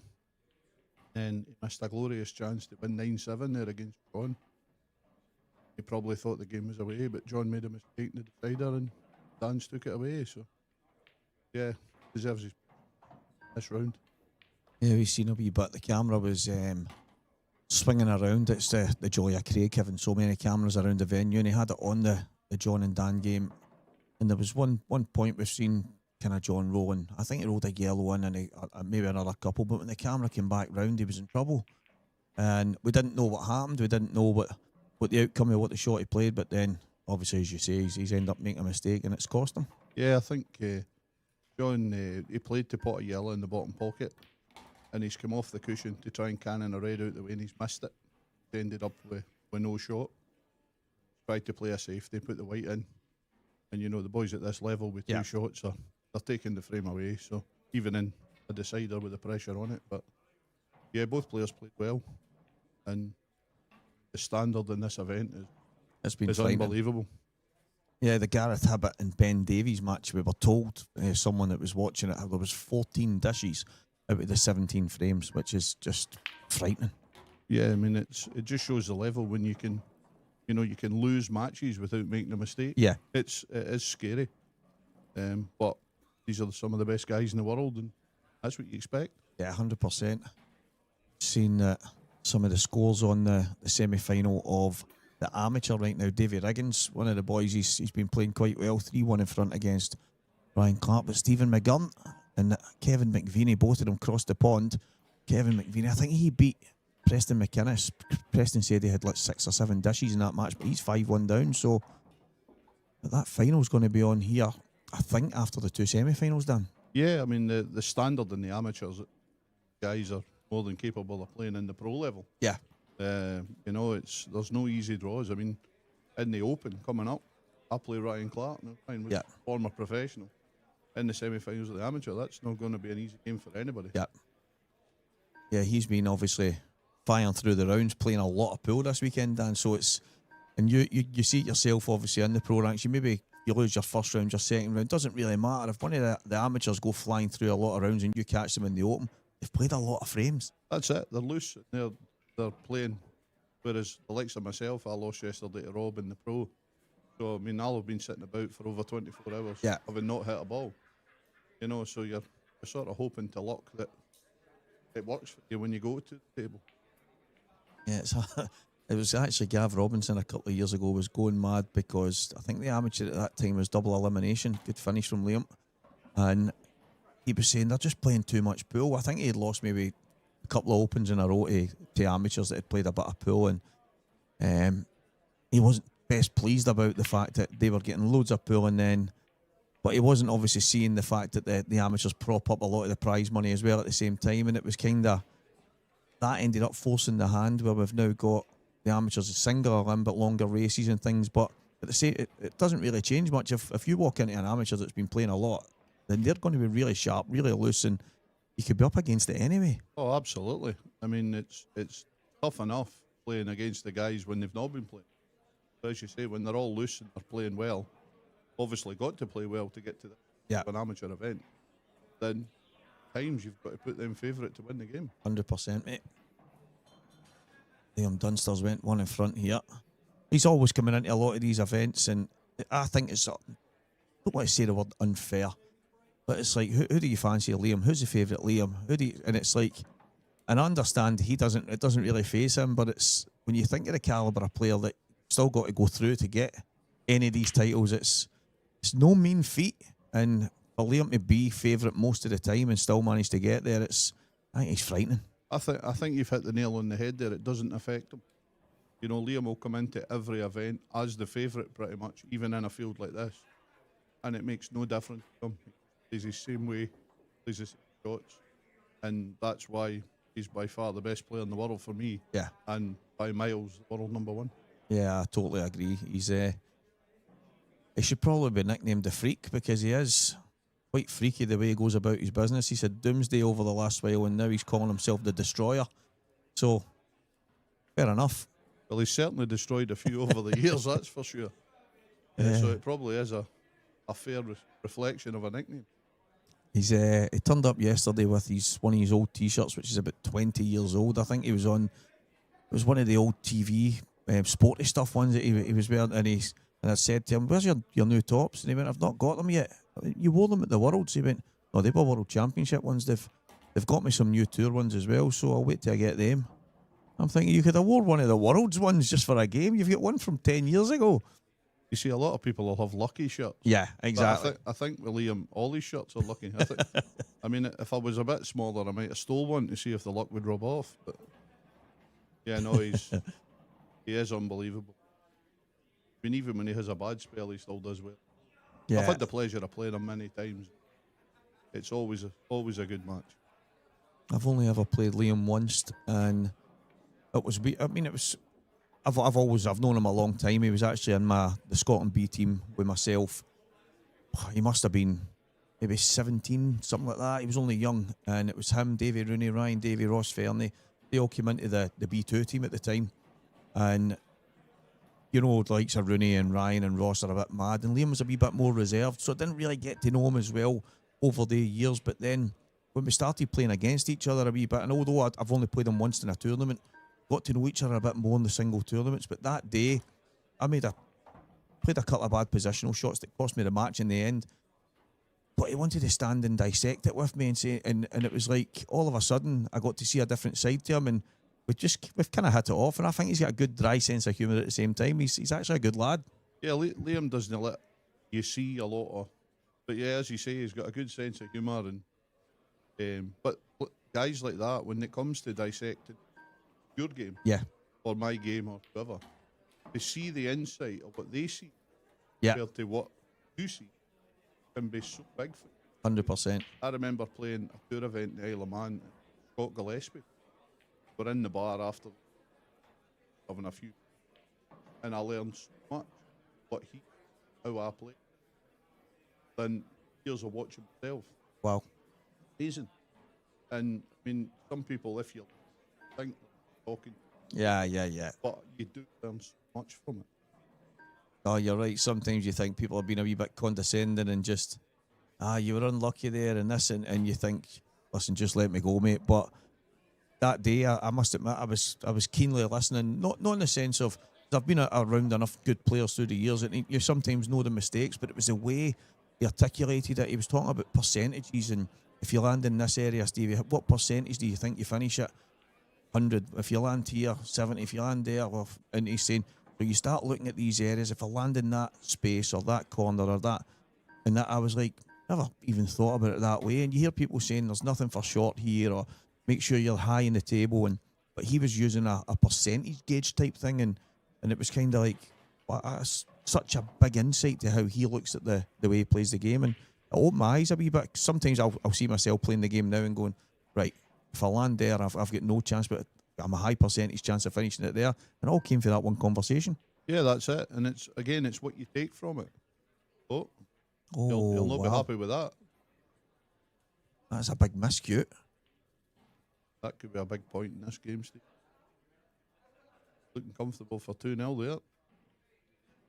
Dan's now favourite to go one each. Wow, that was a massive miscue. Not like Liam to do that. Yeah, it seemed like he was just going to run round the angles and play the black and the yellow in the same pocket, but yeah, Dan will be delighted with that. Dave Adenall beating Mark Boyle in that last match, Dan. I don't know if you've seen much of it. Myself and Lee Shepherd were in here, but I would say he was a worthy winner. Mark didn't really get his break going, which is insane to say about Mark. He was catching them pretty well, balls were going in, but it just seemed like the table was always messy. It just didn't seem like the Mark Boyle break you're used to seeing. But from what I've seen on a few shots, this table looks as slidey as probably I've ever seen.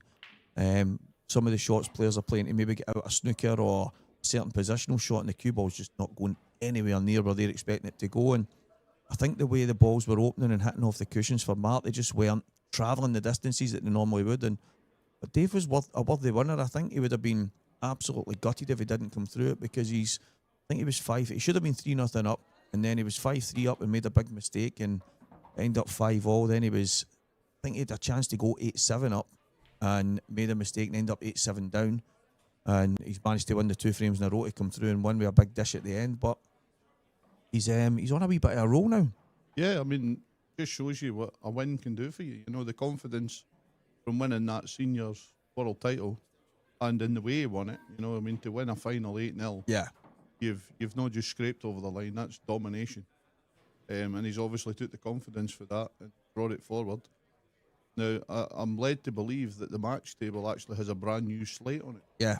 So that's possibly how it's slightly different than what the guys are used to. But we strive for the best conditions, the best playing facilities, and we can't complain when we get them. No, that's exactly it. And you would complain more if they weren't good. Mark actually, I think, did Mark play on the table earlier maybe yesterday at some point? I don't know, I might be wrong, but I heard them talking outside about the fact that the break wasn't really, and it was just really messy every single time there was work. And I'd probably say that maybe 7 or 8, I mean, of his breaks, he's ended up playing a safety after the break, maybe half of the time. You tend to see that, maybe not so much with Mark or Liam that play the cup break, but a lot of times with a cup break, you see it go messy. The balls are all going lost to the side of the table. But they seem to have this ability to keep the balls in play. So it's maybe just, as you say, if he's not catching it right, he's breaking like an average cup break. It's just the balls are just not opening up. Something's happened. Having a word with the referee for something. I wonder if maybe he's got an issue with his tip. Yeah, possibly, yeah. After that miscue, maybe took a chunk out of it.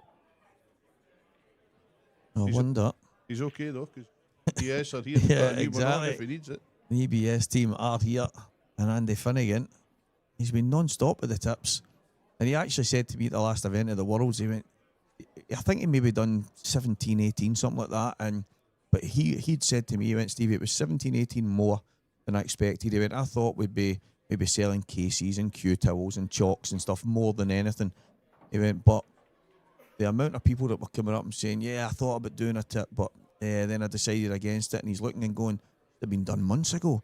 And these people are coming into tournaments and just not fully prepared. And then the fact that Andy's there, they're deciding to then get it done. But I find it incredible. I couldn't dream of turning up to a tournament, Dan, without my tip where I want it to be. And if it's slightly off, getting changed.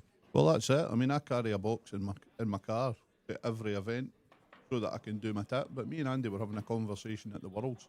And again, this weekend, the number of players at the top of the game can't put their own tip on. Oh, yeah. I mean, they're trying to tell somebody how they like the tip, but they can't do it themselves. You know, it's phenomenal. They don't have the ability to do it. I watched John Brownlee a number of years ago. I think I'd only been playing the game a few years, and I was watching him do the tips, and I was thinking to myself, there was loads and loads of really good, I'm saying really good, for a pub, we had a lot of people would say, listen, I don't use that cue anymore. There was a lot of handy cues, but maybe a wee bit better than the ones you would get in the local snooker clubs and stuff. And I thought, you know what, I'm going to try some tips. And the first time I was doing it, I didn't really get it right. I had made a couple of mistakes, and I said, John, what was it you did again? And he showed me once again, and then after that, fired through so many tips. And I was doing all the local guys' tips and all the guys that played in the pool teams, and I got pretty good at them. And I would say I'm very, very good at doing tips. Dan, I still don't do my own. I don't do my own tip. Chick McCaig does mine, but I will do a tip for anybody. And honestly, people will say, Stevie, that is immaculate. I don't know why, but I've never ever done my own tip. That doesn't say a lot for your ability, Stevie, if you don't trust your own tip putting on. I've got a funny kind of OCD, and it's like strange stuff, like if stuff sitting on a table, I like it sitting a certain way, or when I maybe put my clothes in a cupboard. I'm talking a lot of nonsense here, but there's certain things And I just think I've been stuck in the routine of check doing my tips that long that it's the only tip I don't do. And it's weird. People come to me every week and go, Steve, you do a tip for me? No problem. I'll fire up the road, and I've maybe got some tips, and I'll say, look, I've got ones there. You want me to just put something on it, or have you got something yourself? And I'm pretty good at them. I mean, I've done them for a lot of years now, so I should be, but never ever done my own tip. See, a lot of players is like that. I'm a bit OCD with my ferrule, mainly. My ferrule's dirty. Can't play. I have to. And then you see players playing with a dirty ferrule, and it really annoys you. I agree. You know, there's guys, Dan, that they'll cue exactly the same every shot, and a lot of people cue maybe screwing back 90% of the time, and you see their tips kind of lopsided, but you also see a kind of mark that goes down the ferrule, and when you look round it and it's shiny for 3/4 of it, and then there's that, and if I see that, because the lights that shine down, it takes the look off it, and that does my head in as well. So I could imagine you if that really bugs you. Well, I mean, the thing is, Stevie, for the likes of yourself and me, you want your ferrule to shine more than your head, you know. Exactly. You're wanting the glare from the other end of the queue, you know. But yeah, I understand what you're saying, and I mean, everybody has pet hates. Yeah, I think that's one of mine. It's got to be. Yeah, I totally agree with that. To be right. It's sometimes the thing that stands out with some of the maybe call them local players or pub players and whatever, and when they'll say, do a tip for me, and you look at some of the ferrules look as if they've been thrown at walls and the shapes of them, and I'll say, are you sure you don't want to just take that and get a new ferrule and get it tidied up? No, that's fine. What's up with that? They don't even see the difference. You hand them it back and they go, you sure that's the same cue? And all it's done is been cleaned up, and the tip's been put onto a dodgy ferrule, and there's not much more you can do. But yeah, I think some people, I think maybe the higher the levels you go, you get a wee bit more maybe pristine with the equipment that you like to use. But yeah, I find it mad, Dan, the conditions that some of them are in. Well, I've done a couple of tips for local guys, and like, I've done it twice, told them in each ferrule, and like part of the wood's missing the inside of the ferrule. And you're trying to stick a tip to nothing. Like still sticking it to fresh air. But they obviously don't see that and think you can work miracles. Well, here we are back. Just as we come back, get AJ Poole shouting, let's go. And Billy Snadden, seems you've bought him some lunch. Well, you've got to look after the legends in this world, don't you? You have. It's always a pleasure and a privilege to be in the company of Mr. Snadden. So you're more than welcome, Billy. Yeah, I enjoyed Billy's company last night for some comms as well. That was good fun. He was getting some mad questions. One of the questions he got was, who's won more snooker matches, you or Barry Pinches? And Billy's face was, if you could have seen it on camera, it was quite funny, and he was kind of taken aback with the question. But I mean, Billy Snadden, when I started playing junior snooker, he spoke about you, Billy, last night on the snooker scene. And you know, he was always one of the legends. You know, you wanted to go when you went to Spencer's in Stirling. There was Henry's table and there was Billy's table, and you always wanted to be drawn on one of them. Yeah. And if Billy was in, it was always a pleasure to meet him. And now, obviously, I'm lucky enough to call him my mate. Yeah. Can go for lunch and just the other side of the coin now. Yeah, exactly. And he did mention that. He mentioned that you used to go up to the club in Stirling, and we had obviously talking about a few different things as the match was going on, and some of the questions that were getting asked on the stream. But he did mention yourself and some of the other guys like Lewis and stuff that used to play in the snooker scene, and but he mentioned you going to the club with Henry and himself. Yeah, I did listen to a bit of the comms yesterday when I knew Billy was on, and I listened to a bit of the comms, and it seems to be that my pens seem to last longer in this tournament. They're amazing, and it's not. I was about to say to him, they're actually good quality. So I used.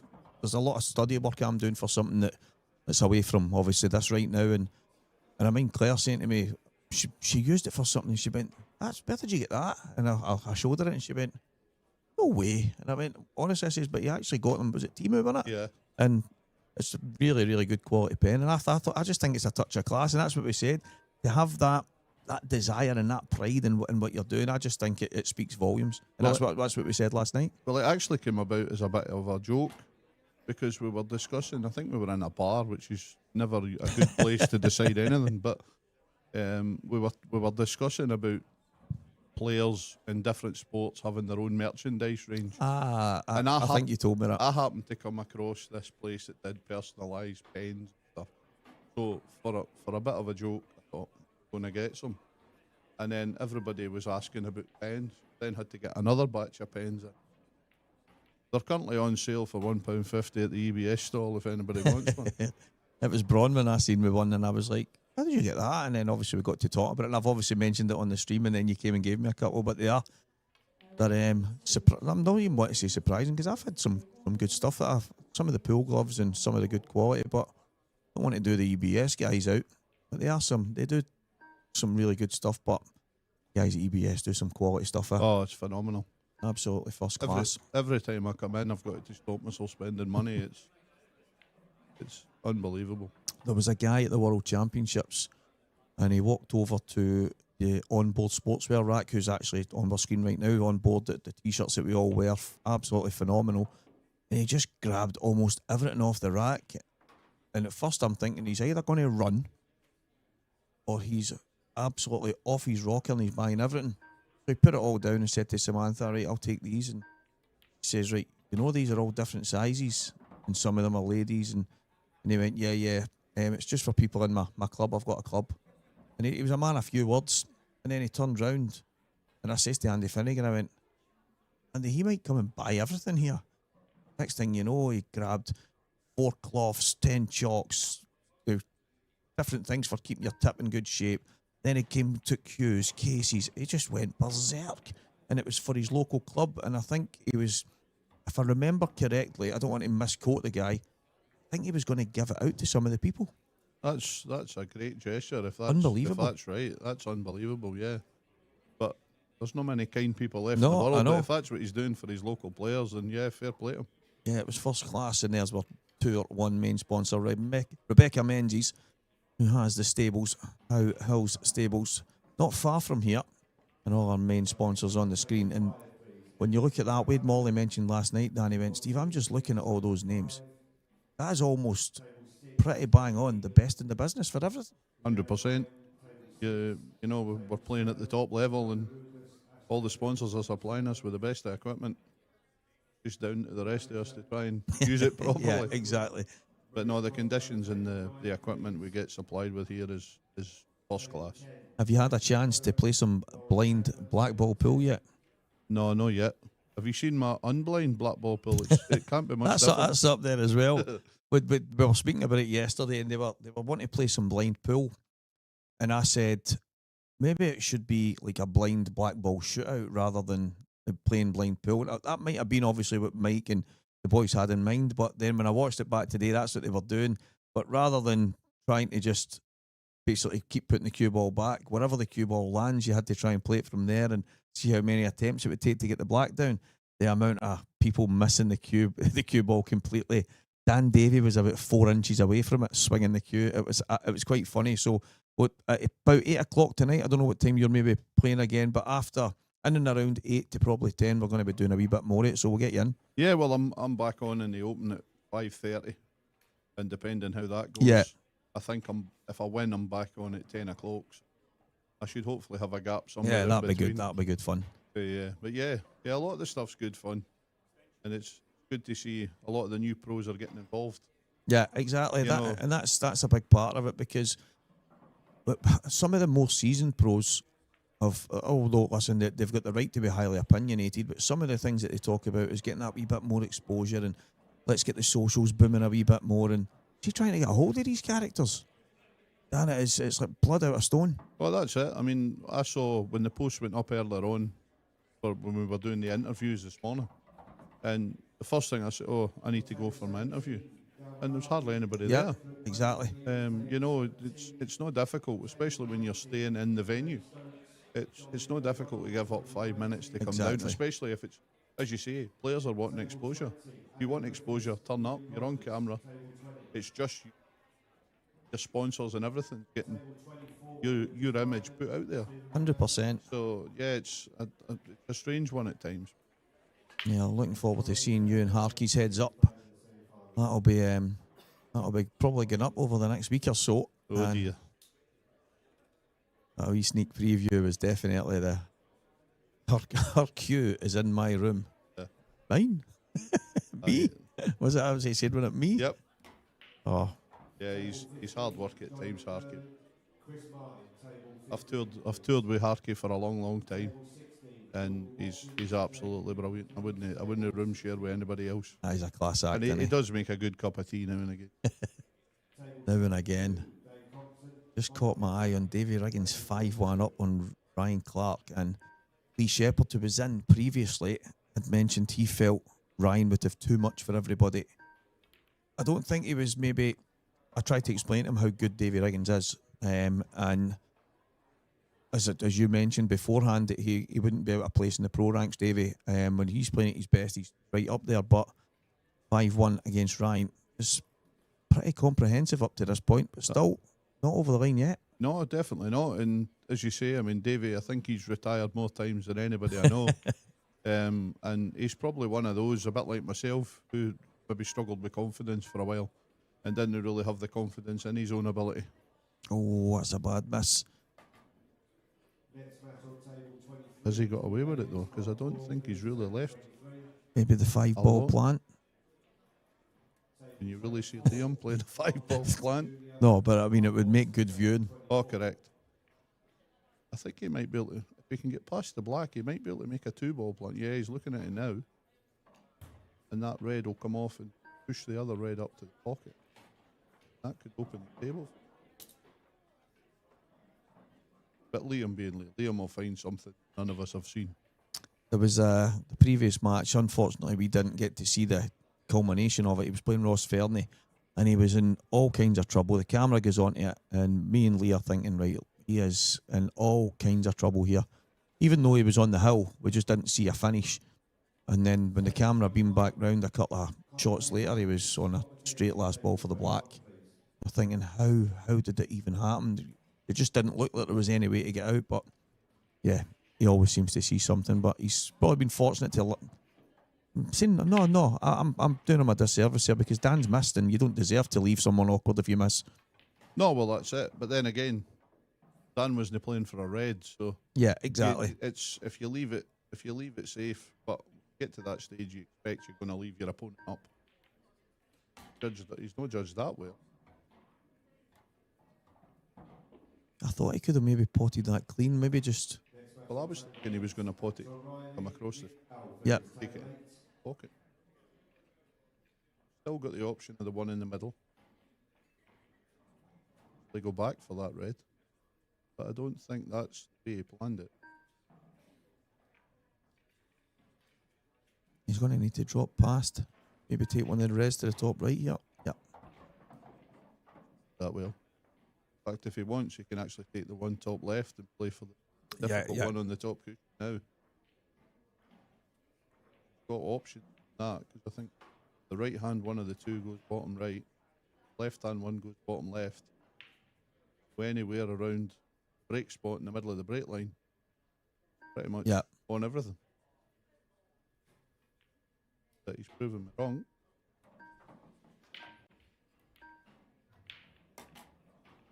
Right, so is he going to take the red at the top last? No, he's going to... It's not like him to go up and down, but... And I don't like leaving that red next to the yellow at last. Yeah. Don't get perfect on it. Unless it go right middle past the yellow. I think he's just about okay. He can play it into the left-hand side of the pocket, but... Yeah, he could have done with another couple of inches on that cue ball just to make this a certainty. Yeah, I think he can still punch it past the yellow. Yep. Maybe just drop the red in and slide off the left-hand cushion. But he has had to punch it in, Dan, just as you pointed out. And the thing is, Stevie, the ways that this finishes went, that'll annoy him. Because it's not perfect. Yep. But he's still got the job done, which is the main thing.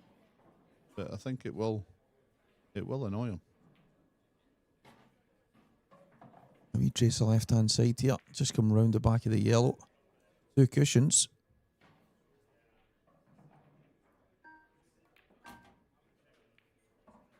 Yeah, perfect.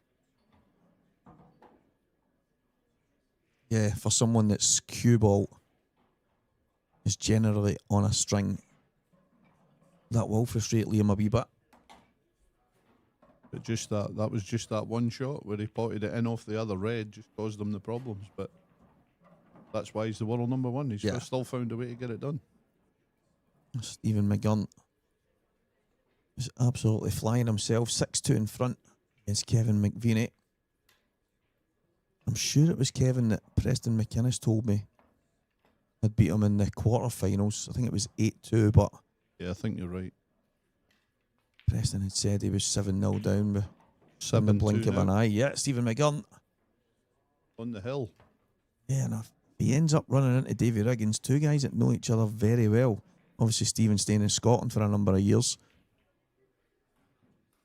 And there's Davy Riggins, just went 6-1 in front. Yeah, that'll be some final. McGurn was looking for some money match pool over the last while. I've seen the pint-sized powerhouse offered them. Stephen thought, I can get better games than that, which he's probably right. Never been my scene, Stevie. So. That's something I've never done.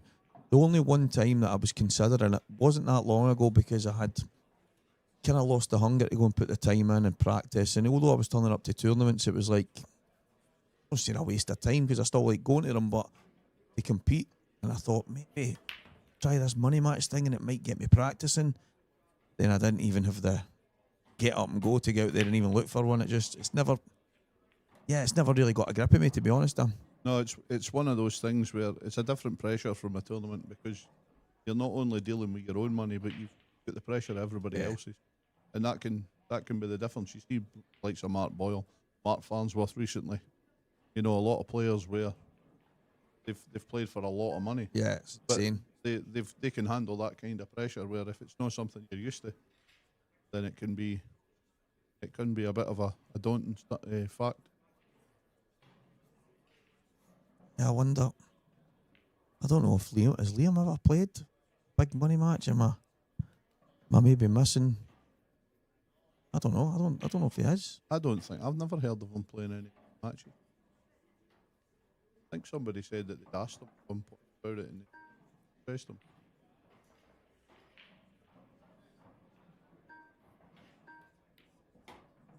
Yeah, I think it would be.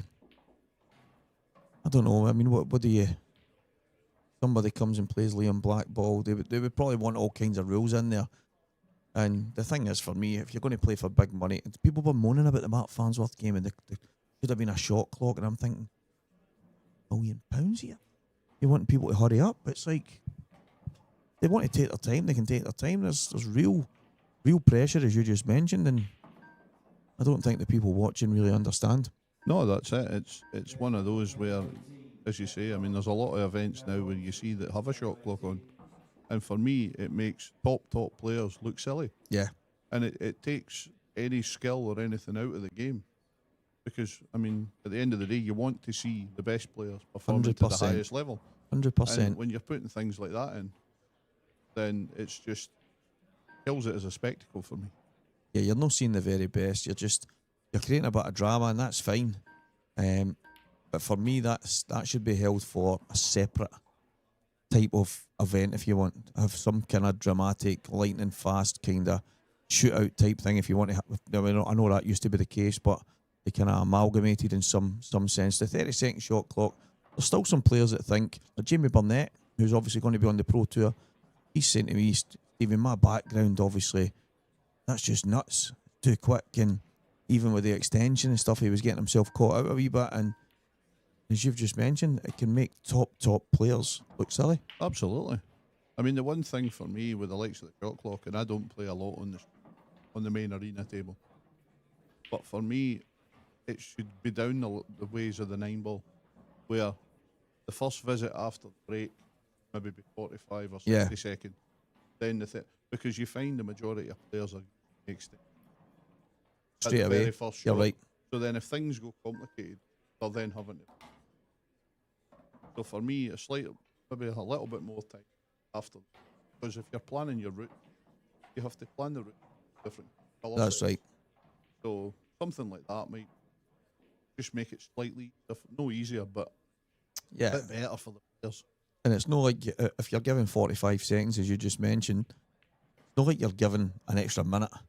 It's literally 15 seconds, and we know how fast the time goes. Even sometimes when I mentioned to Chris White, who played that final against Dave Adenaught, and obviously the shot clock, and I've been lucky enough to play on it a couple of times myself, and I think the fact that I used to play really quick probably helped me a wee bit. But Chris, I said to him, try not to use the shot clock in your first visit every time unless you really need to. And he found himself just extension. He just get caught up a wee bit in it. And I said, that's the only advice I can give you, because there might be a point where you do really need it. And from that break, the obvious shot might just be the obvious shot. And but he said he couldn't get the shot clock out. He said he felt like he was watching it and the time was just speeding up. But it can do it. It does that to the very best. Yeah, that's it. And I mean, you look at the likes of Liam. Liam's used to playing on it with a 30-second shot clock, and he's down to 2 seconds. Yeah. 2 seconds before he hits the ball. No panic, no worry, just does it. But that's us got our first finalist in the amateur. Yes. Stephen McGurn through 8 frames to 2. Fantastic performance. And a lot of ranking points for Stephen on the tour this year. We might see a wee bit more of him, especially today in that final. Yeah, that's it. And David Riggins still sitting at 6-1. That will be his opponent in the final, which will be coming up after the next semi-final, I believe, Steve. Yes, I've just seen Billy Snadden's post, the young Lucas Bryden it was, Stephen McGurn beat in the last 8 as well. So, Lucas Bryden, a good weekend for him. Mentioned them earlier. It's just heavily stacked now, Dan, the amateurs as well. Some real quality in there. Anton Riley, seen him in the... I actually said to a few people, I went to Q's a bit mad, but don't be surprised if you see him at the tail end of the tournament. Oh, absolutely. Like you say, you could look through 20, 30, 40 players in that draw and not be surprised to see them in the latter stage. And when you look at some of maybe the new pros coming on, some exception, you know, the level's no different between the top amateurs and the bottom end of the pros. So, yeah, it's going to be a tough ranks, especially if we're going up and down pros, going into the pro ranks, etc. It's only going to get harder. And it's kind of, but there was a wee chat a wee while ago about what the changes would be and stuff. And I mean, we were travelling from Wales, myself, Mark Boyle, Dunster was in the car as well. And it ended up, Mark was kind of mentioning, maybe we just go to 128 pros. Maybe we just do that.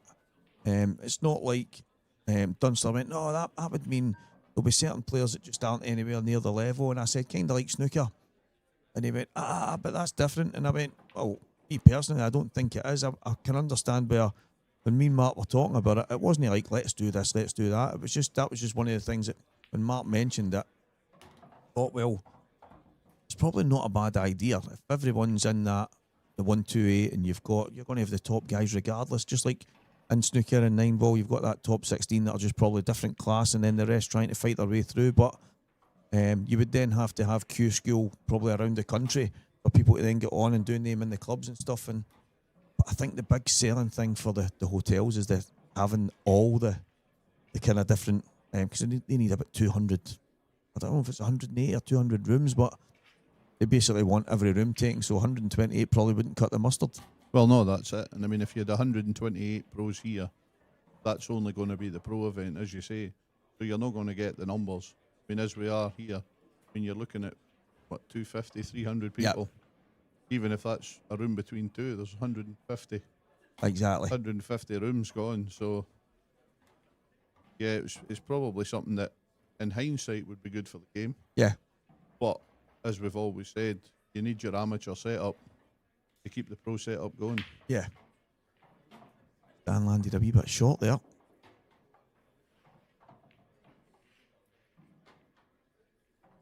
Four 1 down against Liam. That's a snatchy one from Dan.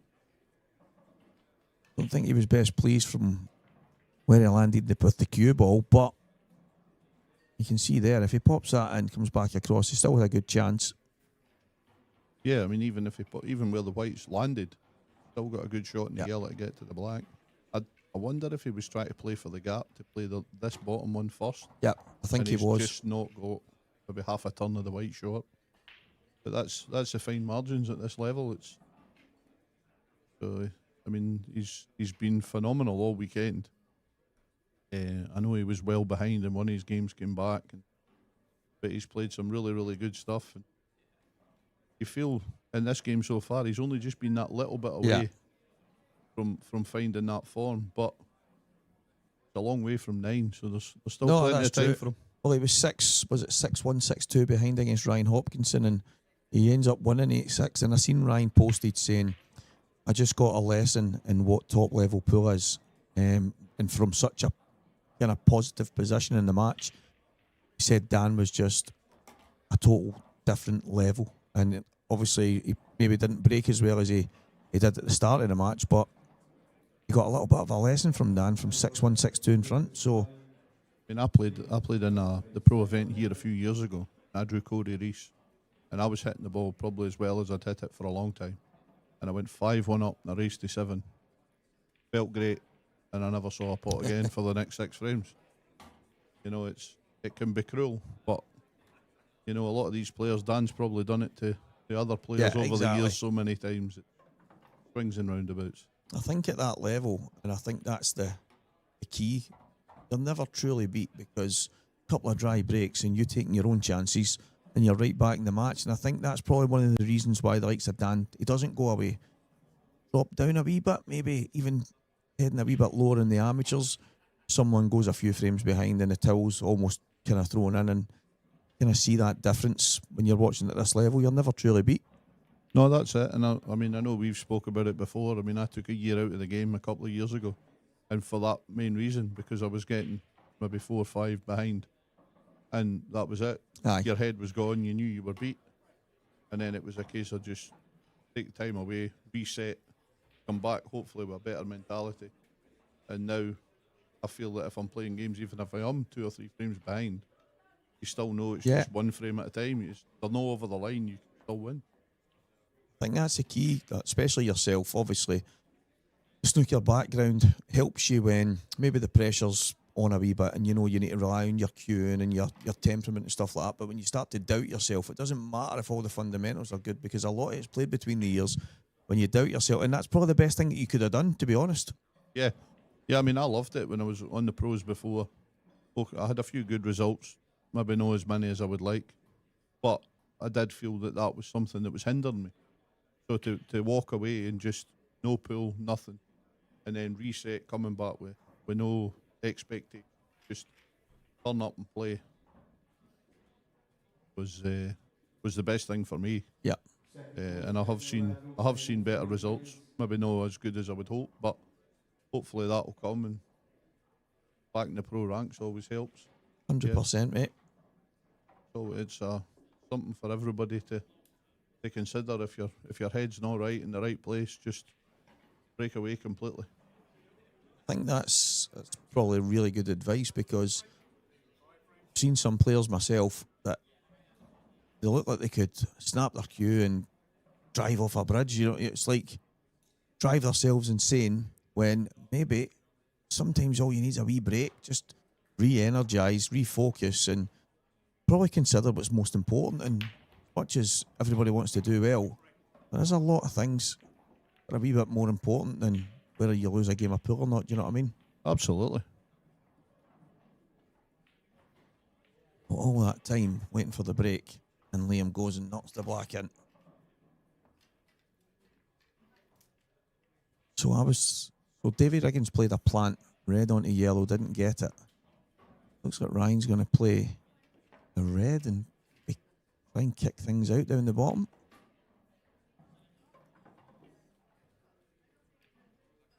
It is a very, very messy table.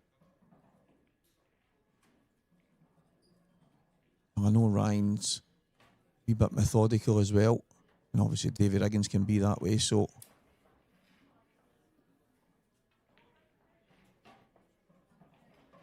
very good shot.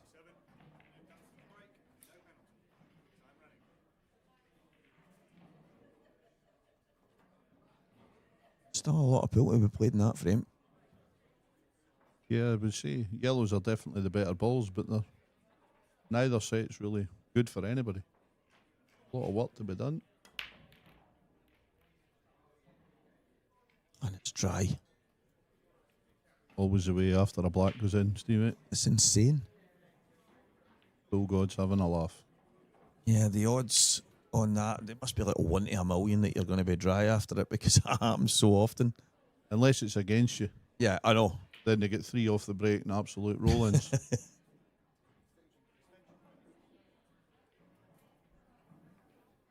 Probably take either set here, to be honest. Yeah, I would probably favour yellows Yep. slightly to clear the bag for the black.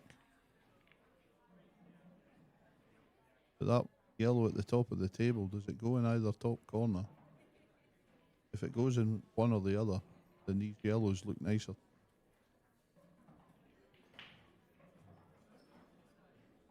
See, for that camera angle, they go in both. Yeah, maybe just passes. Go on reds. Yeah, he's obviously heard us talking, Stevie, and decided to go the other way. Maybe have the red just above the black. Maybe can take that off the yellow, Dan, and clear the bag for the black. But yeah, that's probably the only. I mean, he could maybe. I don't think he can play it off the one he's about to drop in. I think you're better doing it off the one just above the black, but.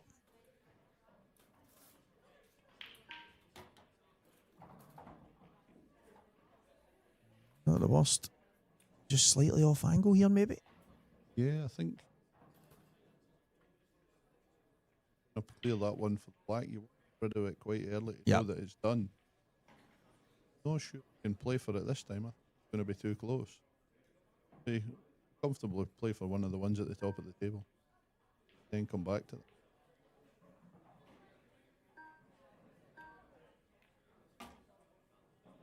And that's not bad. Yeah, he's judged that really well. I thought he could take the ball to the top left first and then play that same shot. Yeah, that's the way I was looking. I thought just top through and play the top ones first. Yep. But I think he's went with our method, Steve. He's wanted to try and get this one away early Yep. and make sure everything is open. Then clear the. But that's his only one tricky ball. Feel if this goes in off the yellow, the rest of them just join the dots. Yep, exactly. So what's he playing on next? The one to the bottom right, maybe? And then top left and black? I don't know. Can he roll this in and sort of put the white in the gap, the can and the red Yeah. and black together, just to separate them? Putting it in.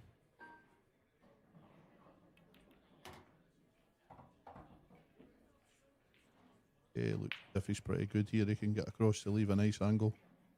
The top left for the black. Yeah, he's got a wee touch there. Little bit of angle. It was a way of playing it that could have went wrong, but he has played it really well.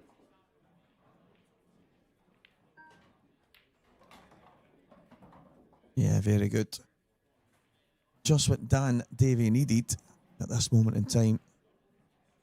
It's already a big gap to get back to Liam, who doesn't make many mistakes, so you need to limit your own.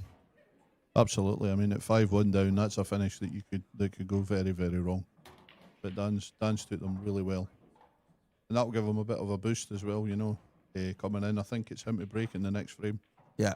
So you'll be hoping for a good break and a chance to cut it back to 2 frames. Danielle Randall. Tilly Edwards going at it. Tilly actually dished me a monster on Thursday night's lowest pool party.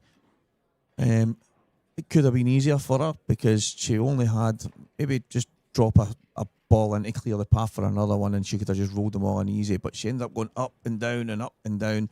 Some of the pots, Dan, that she fired in were world class, and then I've broke, so I get a chance to break and dish back, and I've broke. The table's a bit messy, nothing's even going close to her pocket, and I gave her a cuddle and went, well done, and everybody's went, whoa, whoa, whoa, Stevie, and a ball drops in.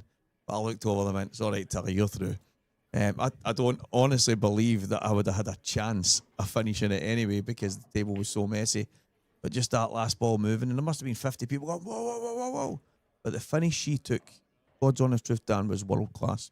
I mean, some of the standard in the ladies' event now is unbelievable, in both the elites and in the amateur. You watch some of them playing when you're in and around the arena, and you know the standard is just getting higher and higher every time. Yeah, they pot them off the lampshades, to be honest. Some of the single pots that I've seen, Rhiannon Graham today against Gillian Hayes in a decider. She missed a not easy black, but she missed an easier one, and then the one she nailed was an absolute worldie after it, and it just didn't even touch the sides. So definitely massive improvements in the ladies' game, and it's good to see. Absolutely, and you know it's great in you know in these events where you have the variety. You know, it's not just the men's playing. You know, you've got to see different sides of your amateurs, professional, and obviously in the ladies you've got the elites and the amateurs as well. You know, it's given a lot of people a lot of opportunities. 100% to play to a very high level. And, you know, with some of the players in it, Amy Beecham, the world champion, Emma Cunningham, many, many more. Some of the amateur ladies who are just starting, it's phenomenal for them to play and compete against these ladies. Well, we've heard that Amy Beecham couldn't make it because she's fallen and broken her arm. Well, that's deliberately. I said, did anybody see a couple of IPA tops running in the opposite direction? But we heard that was actually late last night. We gave that. Now, I'm not 100% that's where it came from. I think Bronwyn had said she's fallen and apparently a suspected broken arm. So yeah, that's not good. I mean, after the result at the World, she'd be hoping to kick on for more tours. But yeah, it's not good that she's not here. But everybody here will wish you all the best, Damien. Very much. We hope to see you in Coventry in a couple of months, even if it is with a plaster on. Exactly. I had a wee chat with her before the final, and she mentioned that she's playing Cuesports full time, and she's obviously doing a few different disciplines and trying to do as best she can, and obviously get some kind of living out of it. And she goes and wins a world title, and then has a bad fall. So yeah, get well soon. Could we not send her to get coaching for wee Frankie? You know, the guy cues with his teeth. Then she could still play. Wee Frankie. Seen some of the videos of that. That's just insane. Oh, it's unbelievable. This is really awkward for Liam here. You know, it's one of those finishes you look at that because it's Liam, you still fancy him to get it. You know, it's weird. You'd look at this and go, a lot of games you think, oh, they might struggle here. But with Liam, you still fancy him to take the game out.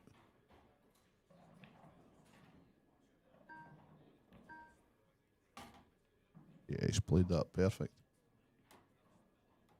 Yeah, it looked for a moment he was going to be a wee bit too close to it, but he obviously had good distance, just a little jab in. I think sometimes the camera angle can be deceiving. Yeah. It looks as if they're touching ball, but there's actually maybe an inch or two between them. It was actually a match, I think it was last night, Connor Davison and Rob Wilson, and one of the shots just did not seem like it was just to slide off a ball, but they did look like they were, and on the camera it looked like it was going to be a push, and he just slid off it nice and easy. And even sitting here, I'm thinking, he's right over it, surely that. But it was, you watch it back and then obviously spoke to him and like, no, there was loads of space, but it just looked like it was so close. I think it was there was a touching ball on the red, and then the black was right next to it, but it was maybe the white and the white part, white of the cue ball and the white of the black. He's missed it. Oh, Liam made it look so close. Well, it can be deceiving, and that is very uncharacteristic of Liam Dunster. Yeah, that's definitely not a Liam. Although he has had a little bit of fortune. I think he has covered the pocket. But Dan's got a chance here if he takes the top red to kick that bad ball out. It may slide past, but I was going to say that. The pocket. Wonder if it'll just nick in, but Dan might play the kick it. And it was one of he had the gift toss there. You might as well just go and play the shot. Nothing to lose for going with that, and it's come out really well for him. So looking likely Dan could get this back to 2 frames again. Yeah, and the break after this frame as well.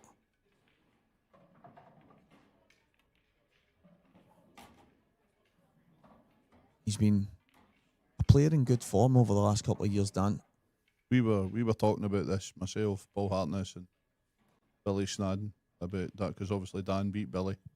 Yeah, that's right. And, you know, Dan was one of those, if he won a title, you weren't surprised. But he was never a name before that you would put as one of the favourites to win it. Yeah. But I think over the last maybe couple of years, he's just lifted the level another few pegs. 100%. And now he's one of them that you look at and go, yeah, he's one of the ones that could win this. Obviously, the run to the world final. Yeah, exactly. He's won, obviously he had a win last year in Coventry, and the year before I think he won a couple of titles at the same time, and I think maybe 2 or 3 runs, the semis and finals as well, so he was always in the mix. And I think over the last couple of years, you're spot on, he really has stepped up, and you're now seeing him more and more at the tail end of tournaments, and done more so than the World Championship final.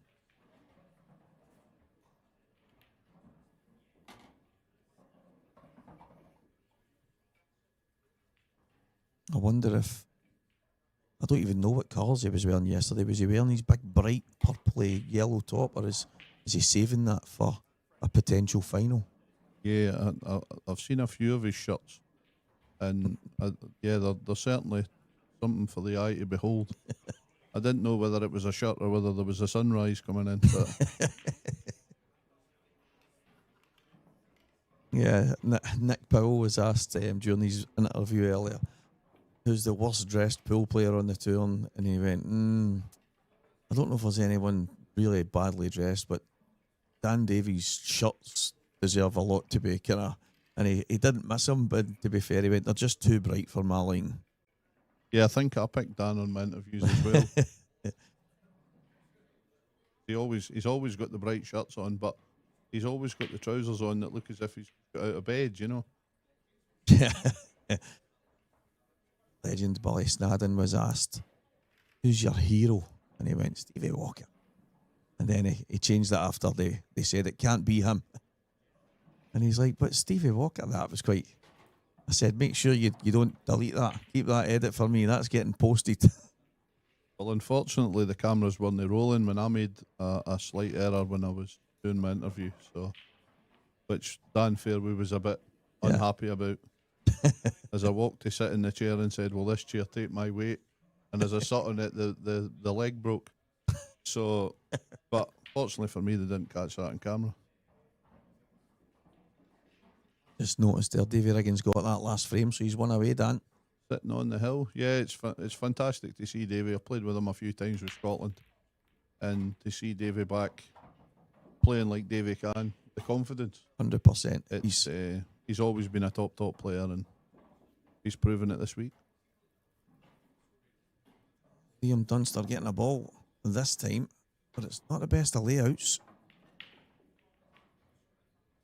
I'm not even convinced he's got a shot, Davy. I don't think that yellow passes. Can he cut the red? Maybe really thin nick it in. He won't have much control over the cue ball, and it'll be going close to the right middle, I think. He maybe pop it in with loads aside and kiss the other red, I don't know. But Liam doesn't, he's not a big fan of playing those kind of shots where he's not got much control over where it's going to land. No, he's never been a wild child when it comes to shot selection. But yeah, that's the only shot I can see, Stevie, is if he can cut this in. Even if he can just go top side of the middle pocket. Oh, he's judged that really well. Good run into the red, good shot. You feel here, Stevie, one good positional shot and this frame's over. Play for the one up the left rail first, I would think. Yeah, the same pocket that he just missed on. Yeah. And that's the kind of thing that there was one of the players playing the other night, one of the amateurs, can't mind it, I don't really know the guy that personal, but he's missed a kind of easy shot, and after it he said he's like, I'm just really annoyed with myself because I was too busy thinking of the shot I missed in the previous frame into that same bag. And there's a lot of players that's guilty of that. I don't know if Liam's one of them. I think he just kind of regroups and goes again, but he could be forgiven for thinking about it. I would imagine Liam's probably one of those players who he will remember that he missed it, but he'll be so determined to make up for Yeah. it that this time it's going straight in the heart of the pocket. But he's not perfect here either. I mind he told me he used to go in, I don't know if he still does, but he used to go into the club on the Monday after a weekend, and if there's a certain shot that he's played that was bad, that really, really fried his nut, he would go in and he would get that one shot and he would set it up 25, 30 times. And then once he'd finished playing that, he would put the balls away and leave. He would just punish himself on that one shot, make sure he got it right, and that's that's some discipline. That's very disciplined. I don't think I could do that. I mean, I've tried to bang your head off the wall, but I don't know that 30 times at the same shot. I tried it once after I spoke to him about it, and I think I lasted 5 times. And when I nailed it after the 5th time, I said, I already know the mistake I made. I'm not doing this anymore. Started smashing the balls open. The problem with us, Stevie, is there's that many shots that we play badly. You would need to take a week off your work to try and do that. Yeah, I need a couple of notepads. I need a secretary. Right, can you tell me what one it was in that minute? And an extra £200 to pay the fee of the table. Same bag he's missed in before. No mistake this time. I have to say, that was a tougher shot. Yeah, he's tried 2 or 3 times to get onto that red, and he's never got it perfect. This will be another frame that will annoy Liam because his cue ball's been everywhere. But again, he's finished the frame. Yeah, 6 frames to 3. Davy Riggins at the table. I think possibly on yellows. I'm sure Ryan was at the table the last time we looked, but I could be wrong. Lining up the red. Yeah, he is actually. Wonder if he can drop through the gap and take the red long.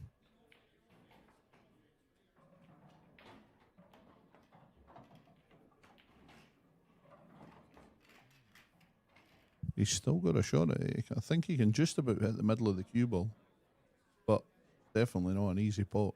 But if he gets it, it's a match winner. I'm probably thinking, even though there's pressure, this is my black. This is the 8 ball.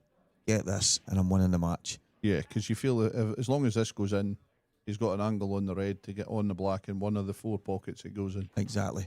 So yeah, this is your black ball. Let's hope the referees take a bit of time on the main table because this is a bit of drama. And then Dave decides to stand up and basically say, nope, you ain't watching me, guys. Dan Davy to break. Got one. Not a bad chance. All the way. That's there. All the What way. a great shot that is, Davy Riggins. And you know, the only thing that's wrong with that, I think he's just landed too straight. I think he can screw back through the gap anyway. I think he's okay, but that shot's telling me, because I've not seen enough of him this weekend, but that's telling me he is really feeling it. Well, I know talking to Davy at breakfast this morning, and he has been putting a lot of time in. Yep. And he's, his sisters sponsored him for this season, gave him the opportunity to just come and play. So there's no pressures or anything on it. He can just come and enjoy it, and yeah, he's certainly reaping the rewards of that. Most definitely. It's good to see him back, really putting it in. He's taking this. Yeah, that's a shot through the gap, and he's actually getting it too much. But here we go. Davy Riggins. Always a crowd player, Davy Riggins. I'm chuffed for him. Chuffed for him. And he'll play Stephen McGurn in the final if he drops this black in. Well played, Davy Riggins. Fantastic. Never in doubt. Played in a lot of teams with Davy through the years. Played with him and against him, and we've had some great battles, and we've also had some magical wins together. But I have to say, I am very, very happy for Davy Riggins, Dan. And I don't know if you noticed there, just before the screen cut away there, which is very unlike Davy Riggins, the fist bump at the end after the shake of the hands. That just shows exactly after all these years what it means to him. And yeah, it's fantastic to see Davy in the latter stages of a massive event again. Yeah, absolutely sensational. And he'll play Stephen McGurn, which will be live on our main stream table after our second semi-final. So, if you want to watch Stephen McGurn and Davy Riggins, make sure you are set. It's not going to be far away. Another few hours and that match will be upon us. Pretty sure that'll get us some viewing figures. I would imagine so, Stevie. But I mean, the standard of the next 3 matches coming up. You know, the winner of this, to play the winner of Ben Davis, Dave Adenall, and also that amateur final. Very, very popular as Dave Adenall and Ben Davies. Good to see Ben back viewing properly and playing well. He's a joy to watch when he's in full flow. He put a wee post on Facebook, you might have seen it, and he said, it's been a long time since I've done one of these, but he basically posted about his matches, his results, and he's went, won this match, won that match, and on again tomorrow, like the way a lot of pool players will do every time they're in a tournament. And his dad commented and said, just phone me when you win. And that was it. Just that old winner's mentality. Don't talk nonsense, just phone me when you win. That's it. And I mean, when you look at the likes of Ben, who for the last few years hasn't played in a lot of events and hasn't had the results he's used to, and then, you know, he just turns up and switches it back on again. Yeah, exactly. You know, it just makes even more players more dangerous at this level. Because Ben's obviously slipped down the rankings slightly. Nobody wants to draw Ben Davis in the first round of an event. No way. Just got a wee standout scoreline there. Dan Fairway 7, John Luke 4. John Luke had a run to the quarterfinals of the amateur as well. Won some big games. Very good player, the Welshman. And then if we look at some of the women's games that's on, I mean, the phenomenal standard. Emma Cunningham against Yvonne Ewing. Kelly Egan, Ryan and Graham. Jonah Lucas, Ashley O'Neill. To mention a few. Yeah. The standard is unbelievable. Right through the whole ranks here at the IPA. It's getting better all the time. And one of the girls that I tipped to do quite well was Tatiana. She's, for me, she's kind of come out of nowhere in the last couple of years. But I watched her practicing with some of the guys in McGoldrick's probably about a year and a bit ago, and I was like, who's that? I didn't really know her, and obviously she'd been floating around in it, but I thought she was just one of the local girls that went in and played pool with her mates. Didn't realise that she actually played the game, and obviously maybe played at uni and whatever else, but very, very talented. Yeah. There's a lot of the lady players, and the only thing that you feel holds them back, confidence. Yep. They don't believe in their own ability. Rhiannon Graham was a perfect example of that. For years, didn't believe in her own ability. Now she had that switch where she believes what she can do, and she's riding high at the top of the rankings and winning events. Confidence can be a big, big thing. I like the way that is that switch. It's that light bulb moment in it when you realise when the penny drops and all of a sudden you think, I can do this, I can win at this, and the moments come at different times, and obviously for some people when they do, it can make a massive difference. And then I've seen other people when they realise that they can mix it, sometimes the pressure they end up putting themselves under just because they can, and they realise how good they are, and it can kind of go both ways. But I love to see when somebody that puts that effort in and start getting the rewards, and none more so than a lot of the ladies. Yeah, that's it. And as you say, you know, that the switch flicking, for a lot of them, 1,000 people can tell them how good they are, but until you believe it yourself, Exactly. it means nothing. Dry break from Liam. Couple of dry breaks so far. A chance for Dan here. Reds aren't bad. The two at the bottom right, Stevie, seem to be a little bit awkward. Yep. But if he's got an angle, possibly now, he takes the one nearest the right middle and drops down the right hand side cushion. Both reds go to the left hand side. That would open the frame right up for him. I quite like that, dealing with it early.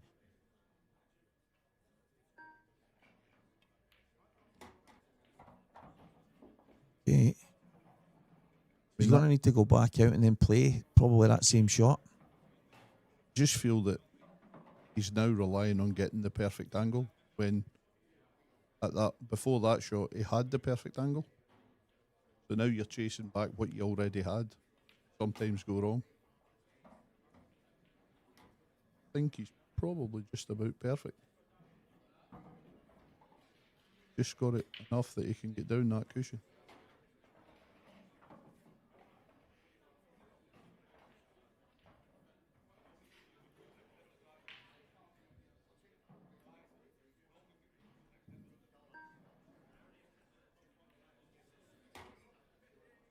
I think he's left the plant. At first I was thinking, is he just decelled? But you're spot on, he's played the plant. Now, the plant's an easier shot, but it's a more difficult positional shot because you don't know where this second red's got to go. But he's judged it well. Right, so big bag for the red at the top. Take the red at the bottom first and then come back. Is he not going to play it now? Yeah, so take this and then try and get as straight as possible. Yeah, I think the red's too high to the yellow for it to go in the middle. So yeah, I think he's got to take it top left. Oh, no cued that. He's more kind of played like a dead stun type shot there. It was just no reaction at all. I think he's just come up through that cue ball a little bit. He's got it in the middle of the white rather than getting.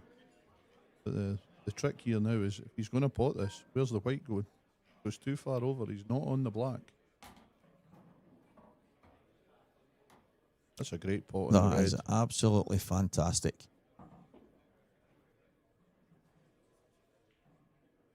In black off the yellow when he comes off the yellow with the white. I don't think the in off's in the bottom left, so I think he's okay. Just to concentrate on the pot. He's obviously scared of it. He's digging down a wee bit.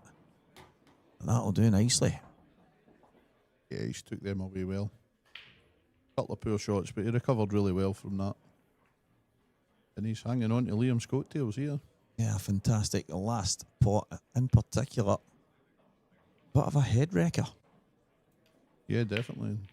Liam doesn't look very impressed there. I was wondering if the camera had frozen there because he just didn't flinch. But there was people moving in the background, so maybe get someone to go and check on Liam. As you can see, all go here in the venue. The ladies, the amateurs, the open, in fact, amateurs and pros going head to head. The amateurs are down to the final now. Stephen McGurn and Davy Riggins. We are getting to the business end of a couple of tournaments, and none more so than the professional event.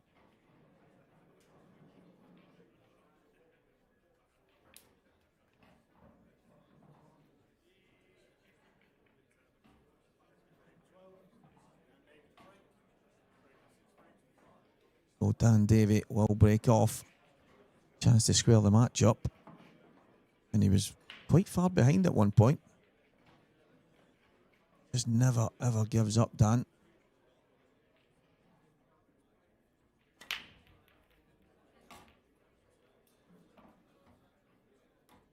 Got a ball.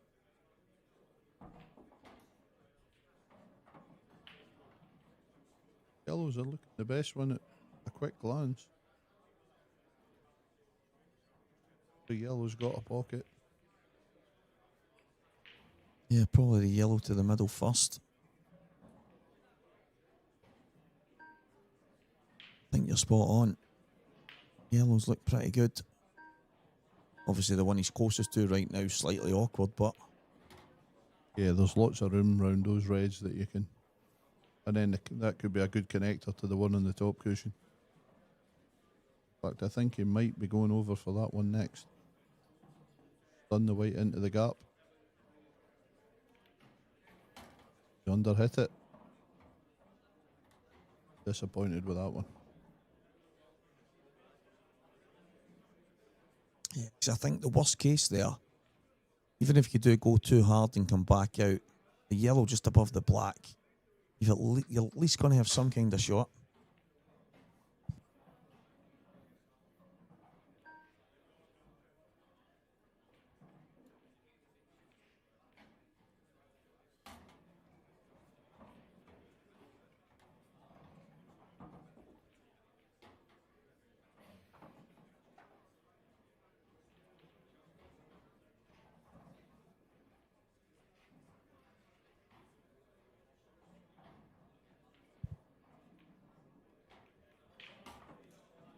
he's put a couple of good shots here. Yeah, he's managed to get himself out of a little bit of trouble there.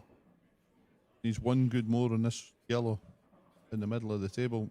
Fancy him to finish it if this goes. Yeah, we tested a pot in here. Digging down a wee bit. Absolutely nailed it. Yeah, that'll keep the confidence up, straight in the heart of the pocket. I like to be a wee bit lower there, so I'm probably playing it through my fingers off the end, but he's cued that fantastic. I'm always worried that I slightly jumped the cue ball, jacking up a wee bit, but cued it like a dream. No see, Dan's. I think that's a lot of times you find that, you know, the players that play with a really small tip. Yeah. You know, I play with 9.1, quite big for pool, but it kind of takes that out of the equation. Missed that one. Yeah, the bigger tip does make a difference. Means is what, 8.7?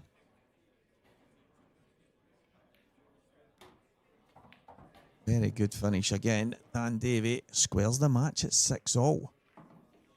And obviously, my good friend, yours as well, Niven Adams back home. Yep. He plays with a 6.5 Oh, mil mate. tip. And he's hitting century breaks I on the know. snooker table with a 6.5 mil tip. It's no normal how he can play. I used to use, mine was down really, really small, and it ended up at around about 7 mil. And then I got a wee bit of work done, and it was getting smaller and smaller and smaller until it got to that point. I'm thinking, and it's getting a bit like a needle. So it then slowly went back up. I got a wee bit of work done, but then my cue ended up, it had been chopped that much, it was just too small for me. So I then got a new one made. Granted, Prestige Cues has made me one, and I'd slowly keep back up. But the strange thing is, I don't know what came over me to go all the way down. Although I never played bad, I played some good stuff and done quite well. It was like, when I'm playing with the 8.7 right now, and I keep wondering why I ended up a way down as far as I did. But something just came over me, and then I look at Niven, and I think there's obviously, I don't know what makes you go that small. I don't know what difference it makes, but it is insane. Yeah, I mean, a lot of players, you see a lot of players, not many go below the 7 mil. Yeah. But usually somewhere in the 7 to 8 mil, you see a lot of players. And I mean, I've always played, obviously, for the snooker, somewhere between 9 and 9.5. And it's what I'm used to. When I started playing this, it's what I played with. So I don't see the point of changing something that works. But as pool players, we're all criminals for that. Yeah. Changing tips, changing. I think Scott Gillespie is one of the ones that stood out to me. I think he still uses his snooker cue, or maybe not his old snooker cue that he had many years ago, but I think it's the cue that he uses is pretty similar to what he plays snooker with. So, and I think there's maybe a few others. I think Boyle started off like that, but now he's at maybe 8.75, something like that. But I think in a lot of snooker players did stick to the same type of cue that they always used, and there's not really a lot of. When I bought into if you can put more side on it and you can do this and do that, and I think of the size of the table, not a whole lot of moving the cue ball. So this tiny tip for zipping it all over, yeah, I mean, as I say, I don't know what made me do it. I suppose I listened to some of the explanations on why you could use a small tip, but for me, don't know how Niven can play as good as he does with the size of tip he's got. No, it's unbelievable. And for me, if you're if you're used to playing with 8.5, 9 mil, and you feel you need to change it to get more side, more screw, surely that's an insight that you need to improve your game rather than the size of the tip you're playing. Because you watch Liam rolling balls about the table, he never plays anything bad, No. deep screws, anything like that. So if you improve your game, no matter what size the tip is. I think the misconception, Dan, and obviously I never played any major competitive snooker when I was younger, but I played a lot of snooker, and I wanted to be good at it. I had a Steve Davis book, and I would look at how you stood and the size of cue you should use and how you should play certain shots, and I tried to learn, and I was no too bad. But when I see a lot of players putting side on the cue ball and they're hitting like the very end of the cue ball, and I think you only need to be a touch. It really is a tiny touch to get the kind of side generation that you need, and I think that's where some of the problems that when someone says putting side on it, they think you need to actually hit the side of the cue ball. Yeah, they don't realise, especially in these conditions, with the new balls, slidey cushions, slidey cloth, the tiniest bit of side can have a massive impact on the ball. But they, as you say, a lot of people seem to think that it's one extreme or the other, which can make it fun to watch, right? Yeah, of course. But yeah, it makes the game a lot more difficult than it needs. That's where Liam comes in, because if there's a player out there that simplifies it, there's not many that do it better than him.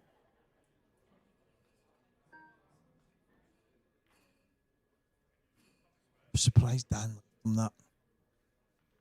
Does he run slightly too far and leftish? Can you see the yellow?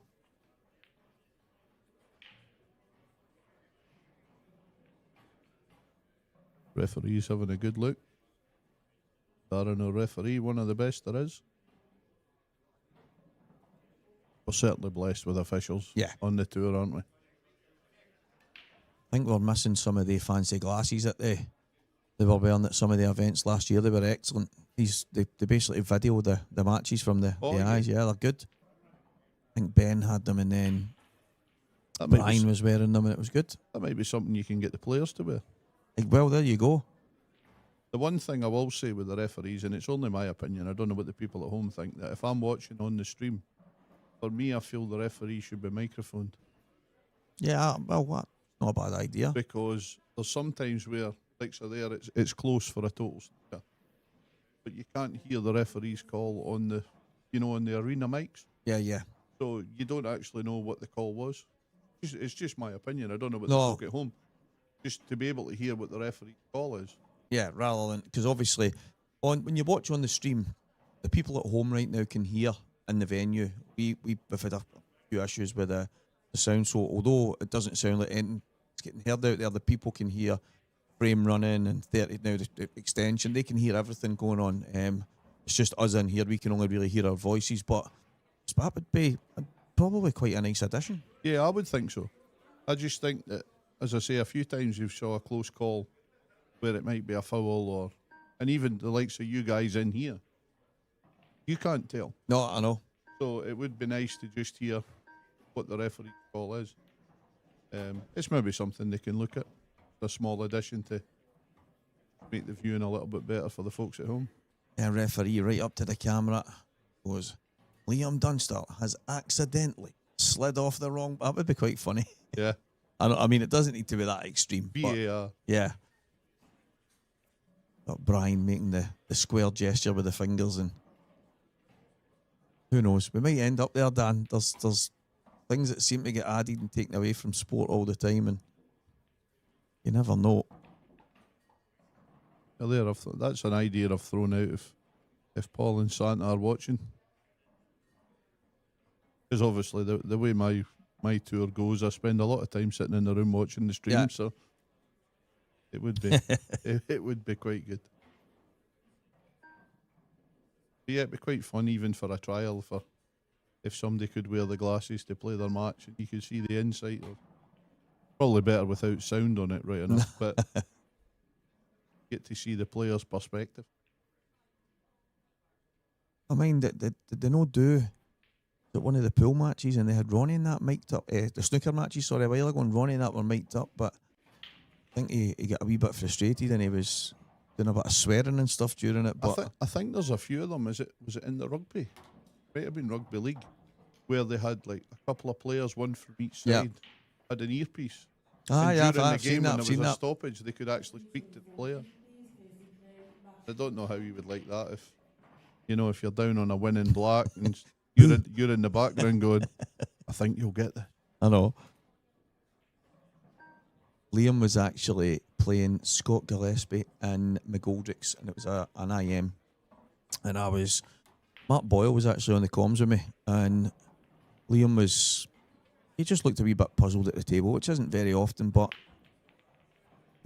I personally thought, he's hearing every word I'm saying, because he turns around at one point and holds his cue out towards the commentary box. He says, "Hey Stevie, come on, show me what to do." And I went, we must be too loud in here. But I spoke to him after and he went, no, he went, I couldn't hear a word you were saying. He went, you could hear people talking. But knowing that, he said, I just didn't know what to do. So I thought, every time I watch, you've normally get a good answer on the comms kind of thing, and or something maybe a wee bit imaginative. Maybe he could just smash this and get around it. And he just kind of handed the cue out to the fresh air. Here, Stevie, come and show me what to do. Well, of course, at the end of the day, Stevie, you've never missed a ball sitting in this chair. Exactly, and I never will. No, that's it. So it's not a bad idea. A lot of people, I get a few messages, they're saying, oh, you must be screaming and shouting in there. And I'm going, we actually thought the same, because I'm going, oh, no, we must be too loud. But it just turned out that for once, Liam Dunster didn't know what to do. You really think that was right, or he was just trying to make him look human? Exactly. Andy Neil all the way from the Isle of Man. I'm sure you'll all be supporting your main man, Dave. I don't know what a couple of months it would be if he could take down the first pro event of the year after winning a world title. Still got a bit of work to do. Get the main man, Ben Davies, next.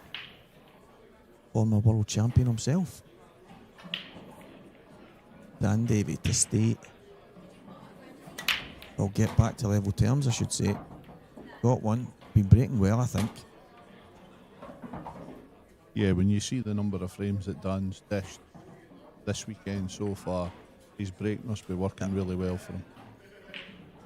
He actually mentioned, obviously, when I interviewed him, and he mentioned the guy that broke into his car and stole his cues and stuff like that, and he said it's probably done me a favour because I feel amazing with the new cue and break cue and stuff that the guys at EBS had sorted him out.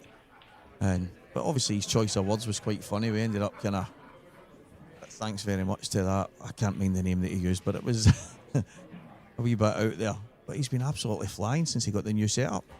Yeah, it's probably a harsh way of putting it, but it's possibly been a blessing in disguise for him. No, I know. You know, for it to, you obviously don't want any of your stuff stolen, and there'll be sentimental value in the cued stuff that he had, but sometimes a fresh start with a new piece of wood is just, you know, the boost you need. Exactly. And the thing is, that can set a lot of people back. You're not maybe mentally strong, or I don't know. Me personally, I'd probably be a wee bit more gutted. I think he was gutted at the time, but the way he's took it in his stride, there's a lot of people that would. Stephen Hendry, and I know we're going to one extreme to the other, but that guy's career just flipped in a heartbeat after his cue. Was it get snapped or something? Didn't it get broken? Yeah, I think it got broken on a flight coming back from Thailand or somewhere over there, and it got smashed into 4 pieces. I mean, the thing is, he's always said it was never an expensive cue he had, but the sentimental value and what he won with that cue, it could never be replaced. And a lot of people who are not involved in the game just think, oh, it's just a piece of wood. Yeah. But it's like an extension to your arm. It becomes a part of you, doesn't it? Afternoon, Colin Hardy. Somebody was telling me, you might know better than me, so there was 2 cues that were the exact same specs and everything. Obviously, they're not going to be exactly the same because they were made, but the same cue maker, same specs, same joints, same everything. And it was the same as the one that Hendry had. Well, one of the guys, whoever it is, they're saying, I'm not getting rid of it, but you can use it. Yeah, it was on his YouTube channel. Yeah. Dominic Dale. Yeah, so Dominic Dale, she's allowing him to use it, and he's going to, apparently his first visit where he knocked in 100 and whatever it was. And yeah, I mean, you can see on his video where that Dominic Dale's bought the cue that he now uses from John Paris. John Paris made 2. Hendry took 1, Dominic Dale bought the other. And then Dominic Dale had also bought a replica of Hendry's original cue. But Hendry didn't want to buy it off him on the video. But I think Dominic basically gave him free rein to do what he wants with it, play with it, change the tip, whatever. Yep. So yeah, it'll be interesting to see if he does use it and practice with it. And have a go. What he's going to do. That's a bit of a loose one for Liam. He's nailed that in the top left hand. I mean, it's a fantastic pot. But he only had to come back a couple of inches, and he would have had the yellow and the middle right, and he's come all the way back. Is he still on it? If he is, he's got a wee touch of fortune. That's nowhere near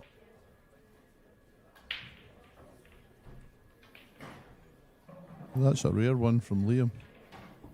Normally he's so tight with his cue ball, but that's just a little turn of the ball there's just cost him position.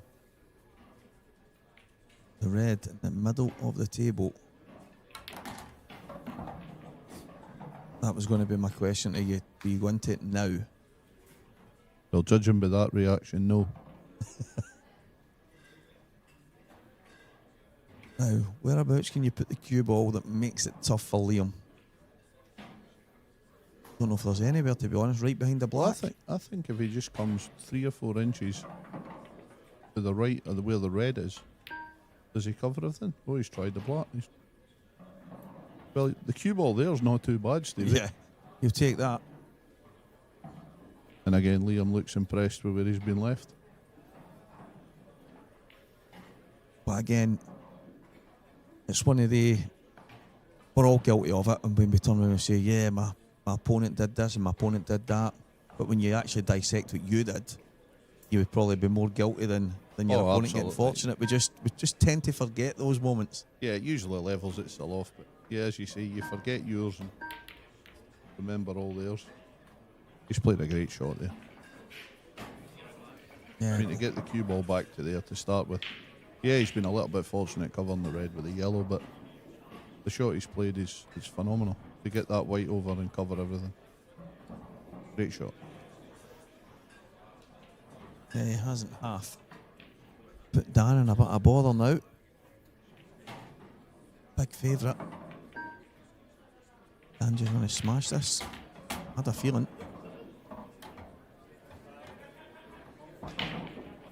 Didn't fancy the kind of torture that Liam was going to bring down on him. And you know the torture's inevitable, it's always going to happen. But yeah, he didn't really have another shot on, he just hoped for the best. Sometimes all you can do is hit the ball as hard as you can. Yep. About to get on the hill, I think, yep. A lot of players use that tactic. Just hit it as hard as you can. There's a lot of players that are quite good at it, which is quite frustrating. I think Anton Riley's one of them. No, he doesn't hit them hard, he just doesn't try and put the white anywhere. He just, wherever it lands, he'll play the next shot, and he can frustrate the life out of you. But for the quality he's got. The worst bit for me is when they walk round the table after they've smashed it as if they've played that. And you look at them waiting for a hand of apology or a little smile or something, and no, nothing, I played that. 7 cushions off, 6 balls and in.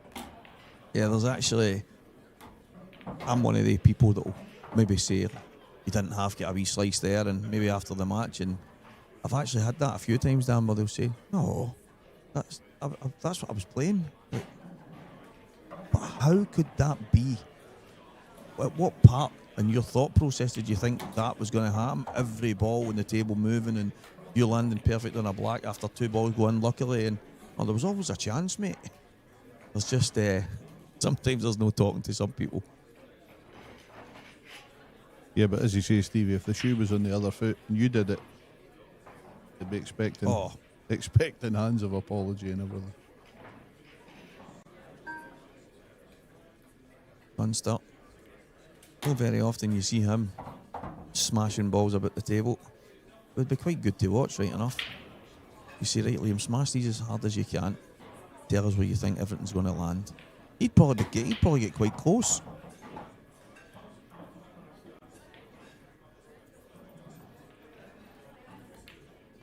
Dunster, one away. Yeah, on the hill. Dan Davy's done well to fight back into this game, but a couple of mistakes in the last couple of frames, just you feel it could just cost Dan at the crucial time. But again, Liam being Liam, he holds on for his chance and he just takes them. There is the tour dates. Coventry next, and then the Normandy Hotel back up to Scotland. No matter what, you've got a wee bit of travelling regardless, Dan. Yeah, there's going to be a few miles on the new car, I would think, Stevie. All worth it, though. It'd be better if you showed it. Who's that coming? There's Dan, and you just turn up in a big bus. That would be better. Pick everybody up. Aye, On the way, let's go. Yeah, there could be money made at that, you know. Hey, there you go. Get everybody at Carlisle. Get yourselves to Carlisle, guys. I'll get you, and off we go. Be good fun. Absolutely, the party bus. Oh, us Scots don't party, do we? I mean, one year going to Bridlington, we were all on the bus. And as much as it was unbelievable, I think most of us ruined our entire week from that bus journey. It was just a 5-hour drive, and it was just, or 6 hours, whatever it was, to Bridlington, and it was chaos.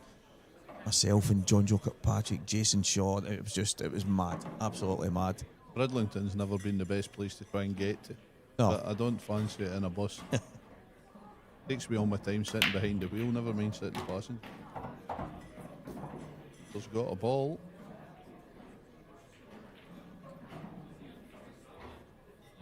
Yellows, maybe. The one close to the red in the middle will go in the bottom.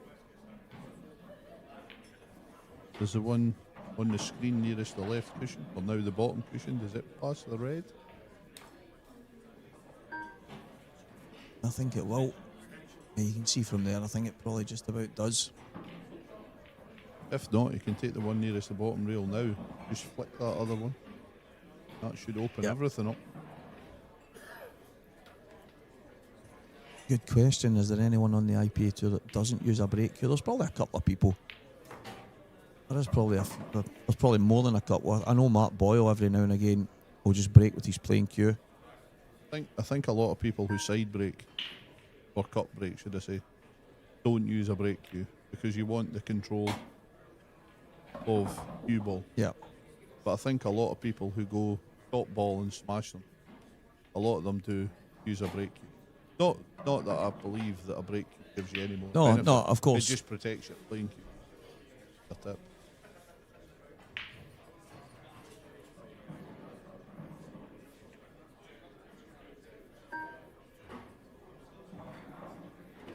On comms with me is Dan Wiley, professional player, and Scottish international, former snooker player, and he's been about the Cuesports world for a number of years now, Dana. Yeah, a lot of years. A lot of good years. A lot of bad ones as well. But You still doing a bit of coaching? no, kind of. When I stopped for the year, I kind of gave everything Yeah. up. Just put everything away and just left it. Concentrated on playing when I got back. And to the other part of the question, Paul, the guys that sponsor this event, and they've got a pop-up shop down here as well, EBS, which are located in the Rutherglen area, just on the outskirts of Glasgow, so you can pop in and see the guys. There's obviously loads of places and online and everything else, but if you want to go and have a wee look, then EBS, that are one of the sponsors here at the IPA, one of the partners I should say, and they've actually got a pop-up store in the venue. Yeah, fantastic quality stuff from some of the best makers in the world. Yeah. I nearly came out of darts retirement after I was in a wee while ago. Started throwing some darts, and a couple of sets reminded me of an old set of mine that got stole. I could throw a dart down it, but I think when you kind of throw up the pubs, you can do a wee bit of everything. And I've walked over and I went, "Watch this!" It was Santa and Chick. Bill, straight in the middle of it, and I went, "Oh, put them away from me." I'll end up, you'll be binned, and I'll end up in the dartboard again. I was never great at darts. I always had the athlete's elbow. That's a better name for it. You know, tennis ankle. You know. Tennis elbow. How did you get that? Painting. What? You've got that housemaid's knee, and it's also called carpet fitter's knee. I'm thinking, how did it become housemaid's knee to start with? And it's, I think they're all saying they're all some kind of bursitis, but Took up knitting and got athlete's elbow. athlete's elbow. I like that. Well, I think this could be coming to a close, Stevie. I don't think the black is in the middle. I think he's got the perfect angle to come under it for the Yeah. top left. If it think you're doesn't right. go in the middle. Don't it go right middle? I don't think so. I think he's went too far. Yeah, I think. I felt he could just have dropped it through the gap and took it top left. Tried to get on it top right. Again, there's been a few Dunster-like shots in this match. I think the shot you called there, Dan, he's just dropping it in and just coming straight back out in the same line. Even if he wanted to come off the bottom cushion, without the side, he's still on it perfect at the top left. Well, this is thin. And it's in. Oh, it's not. No. It's not. The commentator called it early. I thought you'd never missed a ball in these. Just missed for the first time.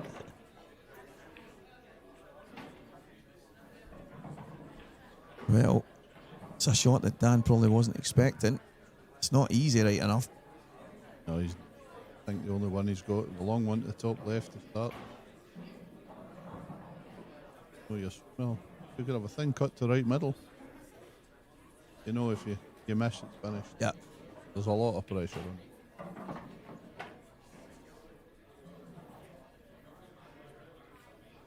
And he could play a snooker, bring the cue ball back an inch off the one he's closest to, but he's going to leave the cue ball on the top cushion. Oh, he's thin cut. Oh, he's nearly knocked the black in. Wow. I thought the red to the right middle, the yellow to the right middle was the... Yeah, I thought that was the right middle was easier. If you were playing that one, personally, I would have went to the top left. Yeah. But everybody's different. One good pot here, and fancy them to take the frame. Well, there you go.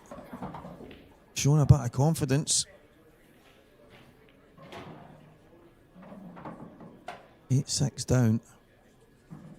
Big mistake. Or bad miss. Well, it was a big mistake from Dunster positionally. Then a miss. And all of a sudden...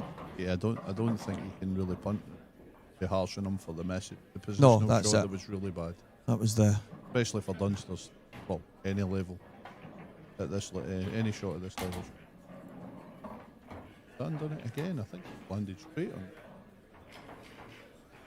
Up and down. Screw off the top cushion here. And he power it in. Oh, Yeah, nice. nice and easy. 2-1. You know, not like his opponent's on the hill. Come on, Dan. Bit of magic. The right line. I was about to say that. I think it was on.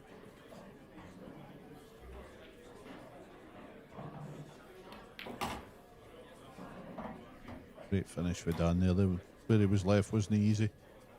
But yeah, back to one behind. And he's got the break in the next frame. So hoping for a good break. Get the balls open. Again, Liam still doesn't look impressed. Yeah. He always get that stony faced look. He always means business. His emotions don't really change, or his facial expressions don't, whether he's up or down. Maybe that's the way to be, switched on inside and just picture of pure concentration. Yeah, I don't think Liam ever gets angry. I think he just gets annoyed. Yeah. You know, he annoyed at himself, really. He knows that he should be sitting talking to you in the studio now. Yeah. With the game done and dusted. But he's still, obviously, depending on this break, he could have to hope to break well for a decider. There is Anton Riley, 5-4 in front against new professional Nick Powell, who's just went 5-all. A good match that. But back to the main table. And can Dan Davy square it up and get to another decider?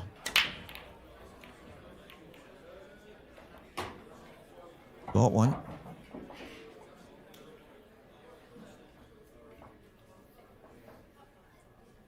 Chance on reds, maybe. You would say reds over yellows. We've got one awkward red in the bottom half of the table. Going to have to play a good position, get on it. But obviously with the yellow at the top of the table, tied over the pocket. Yeah, he's got to reds. He does have a few link balls to try and get good position on this ball on the left hand side. Take it to the left middle.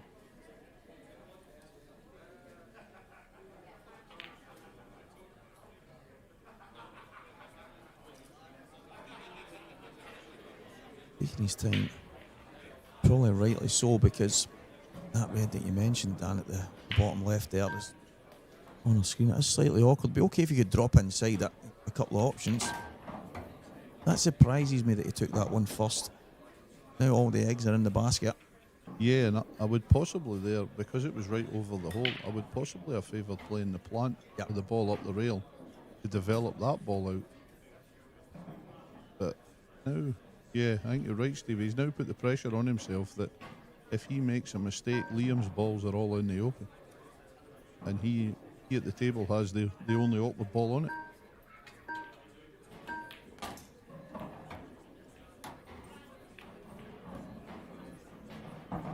That's... I don't know if that's made it much better. I think he's made Liam's balls a bit more awkward. Yeah. Which sort of gives him a little bit of lead.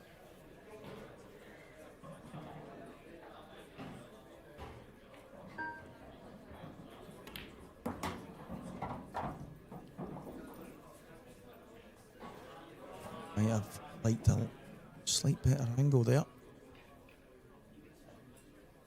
Maybe going to play a double on that red. Yeah, possibly. Yeah, look at the room. Thing is, you want to get the white roughly where the black is. Yeah. To make it as easy as possible.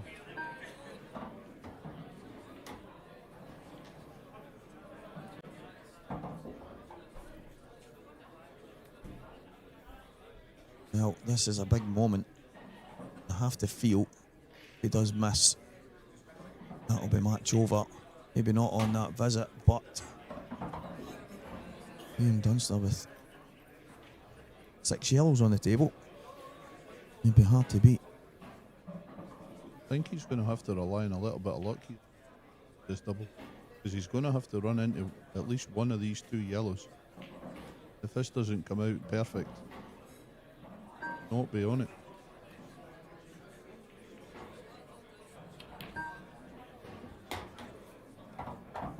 That's a great shot. Absolutely fantastic shot.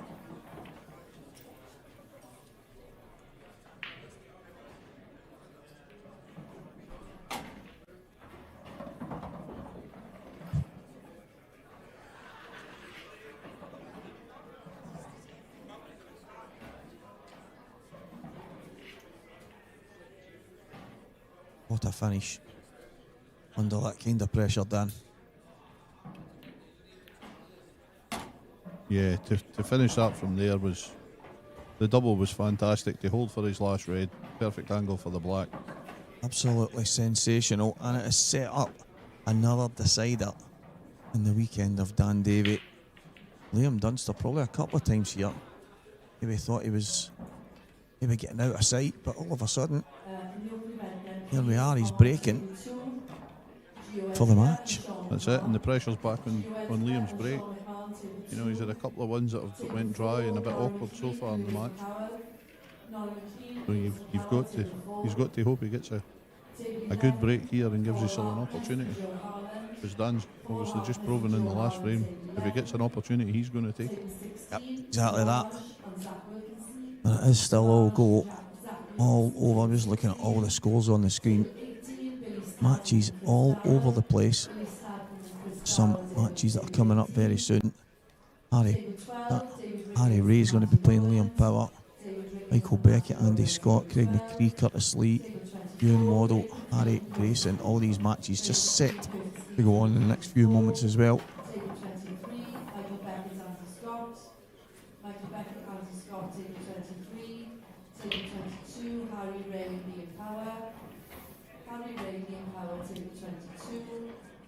Shona Lucas 6-2 in front against Ashley O'Neill. Kelly Egan 6-3 ahead of Rhiannon Graham. Lucy Woodward 5, Marie Cosgrove 3, Rachel Sherritt 6, Lauren Chandler 4. Some of the ladies' games, but here we are. This break is huge. Yeah, a lot of pressure on this. He needs to get a ball. Give himself an opportunity here. Got the first bit right. And look at the reds. Does that go to the top left? from the overhead, it looks like it flies in. And if it does, well, If that flies in the top left, that's obviously his last ball for the Black. So if that goes top left, they're gone. Right middle, bottom left, bottom right, top left.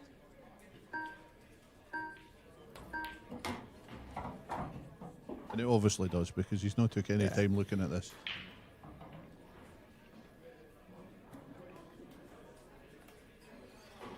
So if he's going to play it for there, that worries me. yeah. I'm hoping that he's just looking at the line there rather than the distance, but pop this in the bottom left. Then, as you said, mate, just bottom right. Treacle up, maybe just up past the line. Yeah, he's got such a big gate between the two yellows in the middle of the table. Anything, any angle on the red to the top left is guaranteed to get through the Black.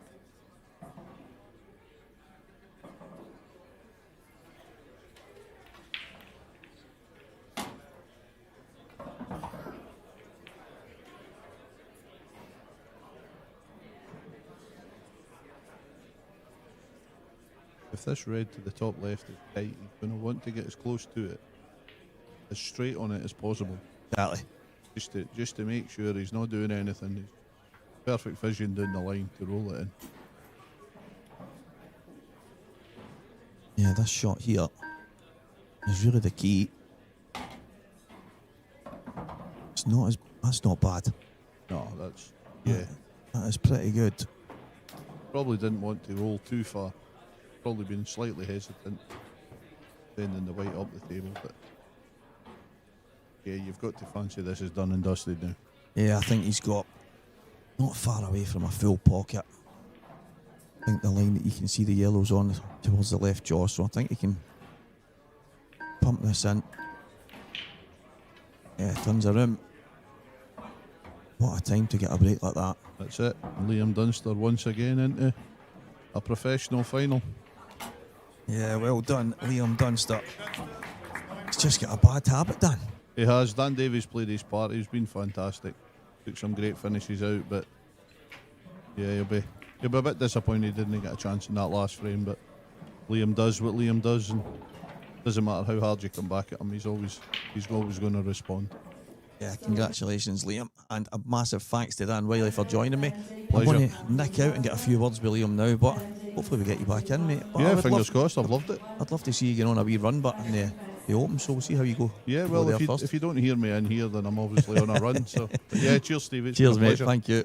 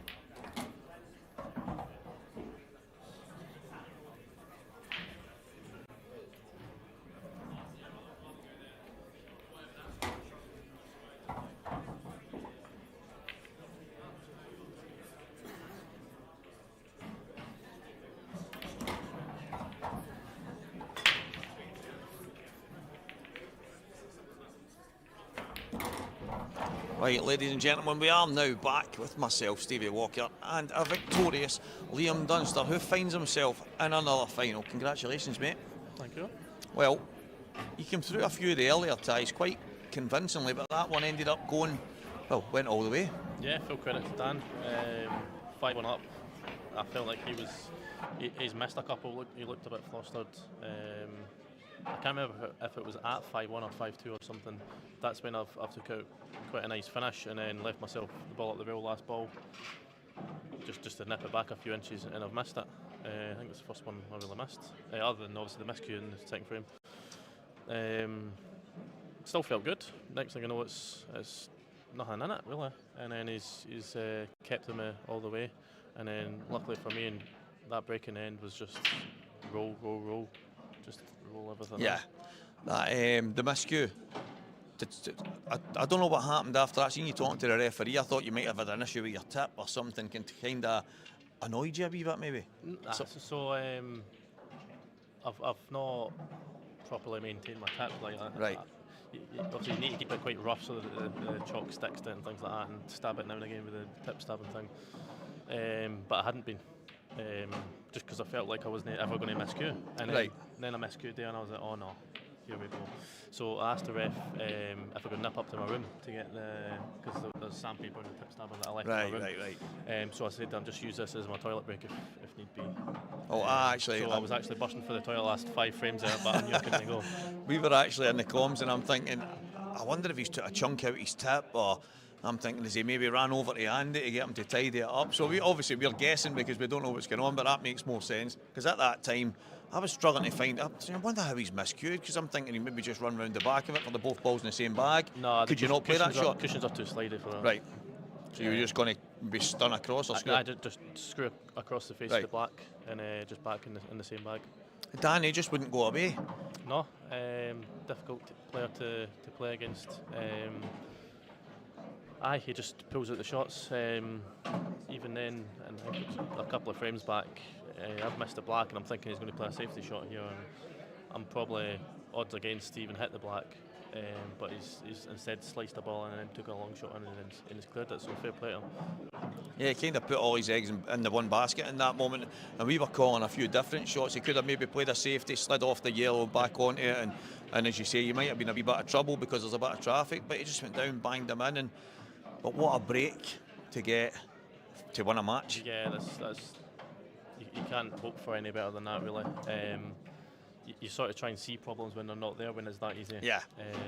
Because I was going to use my extension for a shot. I'm like, well, why? I'm always just on this, and I'm always going the same route. The only bit I had to sort of really take care on is making sure I got the angle on the second last ball to bounce up to get relatively straight on the last ball, because that last ball didn't go the full bag. Yeah, I've said on stream it looked like on the camera you had maybe 3/4 of a bag, maybe 3/4 of the bag. And so you're just playing it into the high side, but that's a tough shot if you're not right behind it. It's one that you want to just stun in, but I couldn't stun it in because obviously it'd be snookered on the black. So that's one you just sort of just below centre, just cue it in, but you can't cue it too good, otherwise you're stunned it. So just trickle the way through, and then happy days. Well done, mate. Congratulations. You're in the first final of the year here in Newcastle, and you're going to play either Ben Davies or Dave Adenau. And guys, that's coming up in a few moments, so please stay with us because that match is about to get started.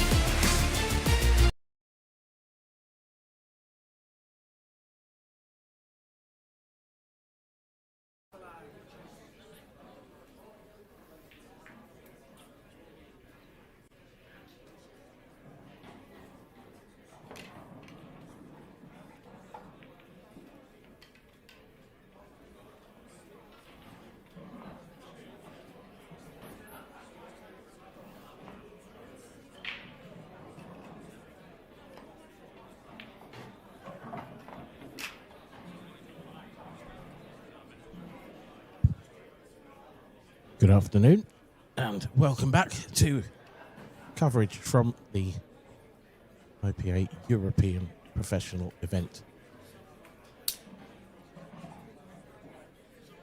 here from Newcastle. IPA European Professional event semi-final match, race to 9 frames. First frame, David Adnall will break first in this clash with Wales's Ben Davis. The Manxman will start us off. Great run he's having so far, and that is a great opening break. What a split that is. And if he can play the plant on the yellow to the left centre pocket first off, this is an absolute dream opportunity for the opening frame.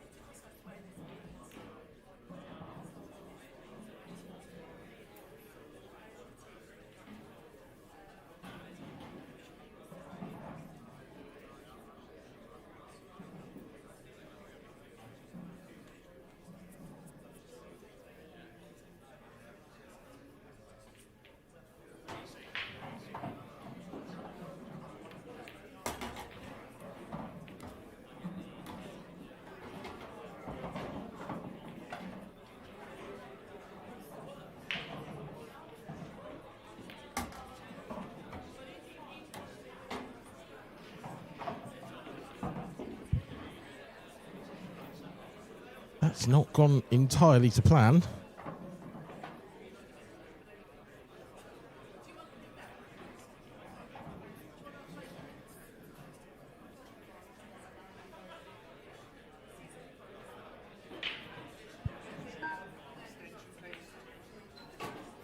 And Davis in a spot of bother here.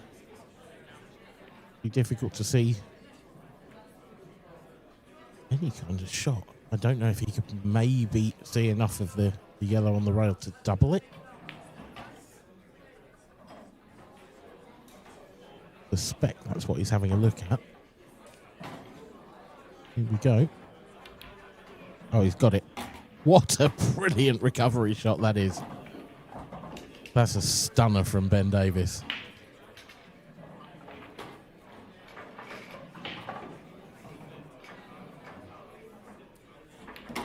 Dagger through the heart of David Adnall, I suspect.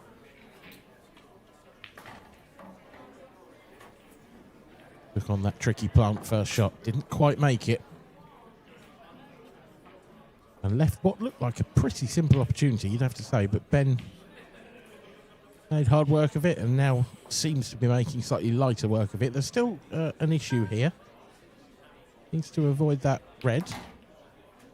Didn't avoid the red. And he snookered himself.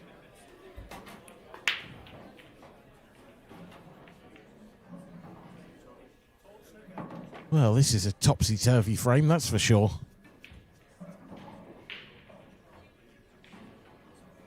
Hard to see any shot on here other than the swerve. I don't know quite how much of this yellow, if any, he can see, but it looks like quite a big swerve to me. Has he got it? He's got it. Oh, he's pulling everything out of the bag here. This is such a tough black, but what a finish this would end up being if he takes it out.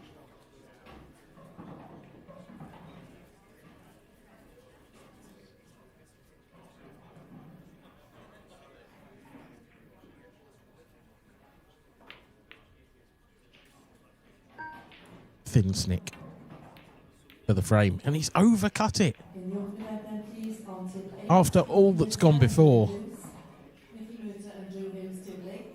I can't quite believe my eyes. How do you overcut that? It looked so thin. Now then, a second bite at the cherry at last for David Adnall. He'd been sat in his seat fearing the worst in this frame. I'm absolutely certain of it.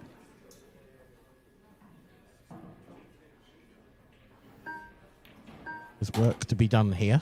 I do think the red closest to the left centre would drop in there, so it doesn't actually look too bad. That is tight on the rail and it doesn't drop in, then you choose to move it, choose to nudge it out into open play using the other red closest to that pocket.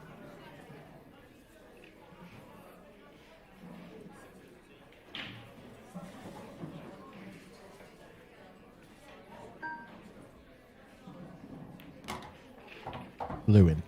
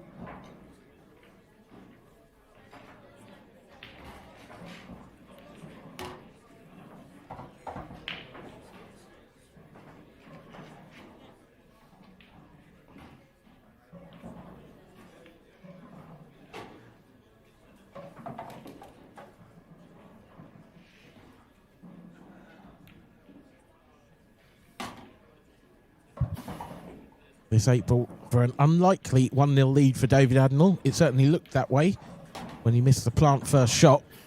But Ben, despite scrapping his way round what would have been a world-class finish, ended up missing the 8-ball and turning the table back over. Here is our sponsor for the IPA European Tour here in Newcastle, Rebecca Menzies Racing. And the remaining sponsors that we have throughout the season: Aramith, Strachan, Supreme, EBS, Onboard, and the various brands under the 8-Ball Direct umbrella. Our thanks go out to all of those sponsors.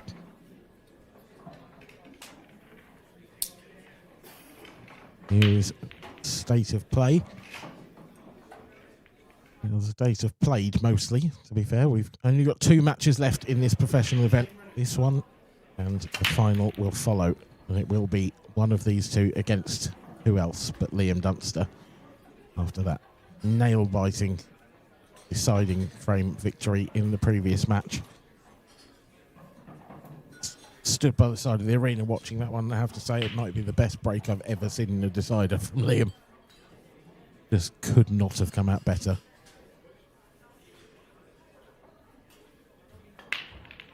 Another man whose break is normally very reliable is Ben Davis, but not this time. So, an early opportunity for David Adnall to break serve. Sneak this yellow into the centre pocket. Come down table.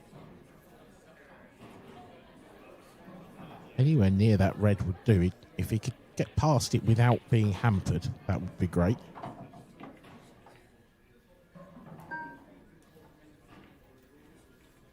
Looks to me like the 2 yellows up to the top left pass each other as well, but he's overdone this. I expect him to run that through, but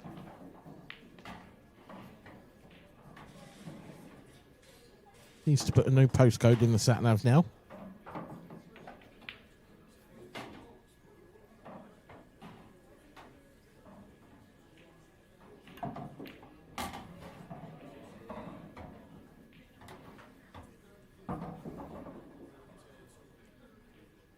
Half expecting him to screw that back a bit more and still play these two at the bottom end of the table next. He still can from this position. He's got quite a nice angle. There's just a fair bit of distance involved.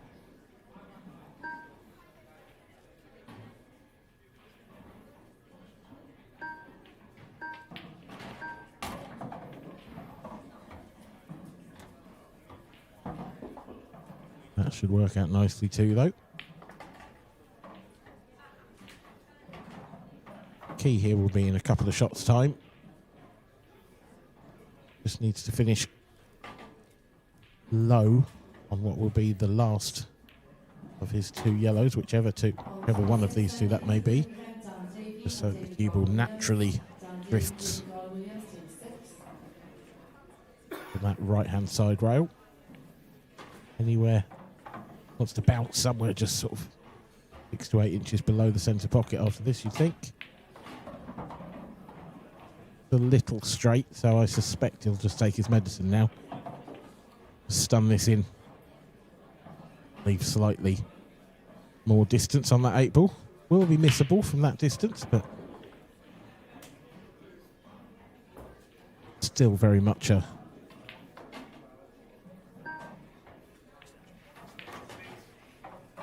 easy enough shot, you would suggest.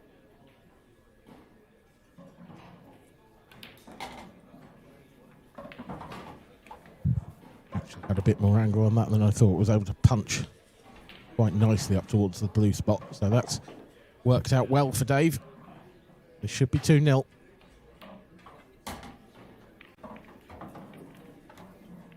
Perfect start for the man from the Isle of Man.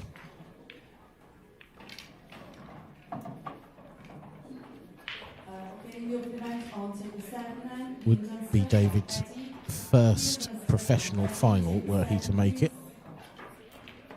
Has been in an open final before, and he is, of course, the current world seniors champion, so he does have 2 previous IPA finals to his name. His opponent, of course, a slightly longer list of accomplishments. Highlight, of course, being the World Championship title, which Ben took down a few years back.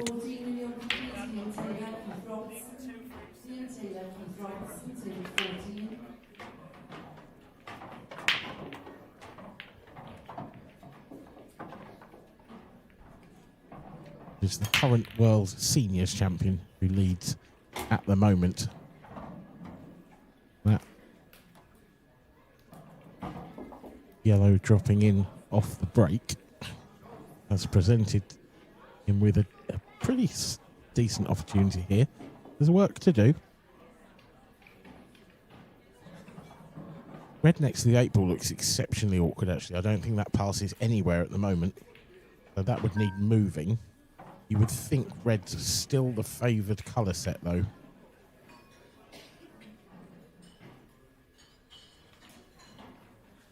But there is a case for yellows, but no, it is red. Referee, please, to table 3. Referee to table 3, please.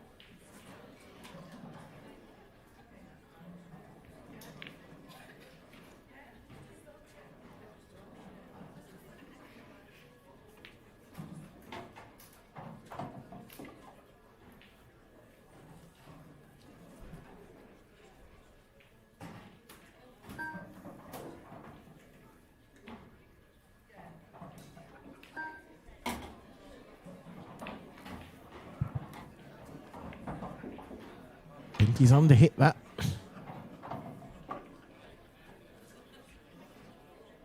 Love to have had the angle now to run that red in above the 8 ball and red that are close together. Split them apart, but now he's going to have to come round, take that same red to the right centre. This looks good. This looks really good, actually. Should just be able to punch this in. Just flick off that red. Open up the red and the 8 ball. Stay on the red that's near the pocket. That's Okay, I think. Tough to tell from here whether that red passes the 8 to the bottom left. I don't think it goes left centre. Oh, that's very tight.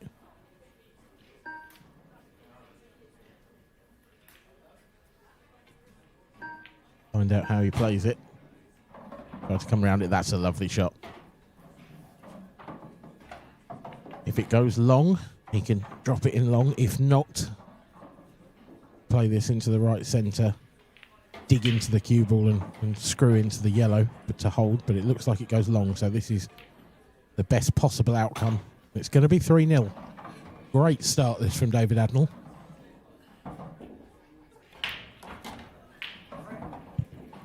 He looks as confident as I've ever seen him look on a pool table at the moment, is Dave.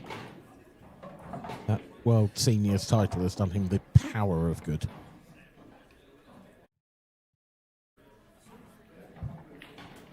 Take a look at some of the latest scores. We are, of course, just beginning the Open event now, which will reach its conclusion tomorrow. We are also getting towards the business end in the Ladies Elite Final.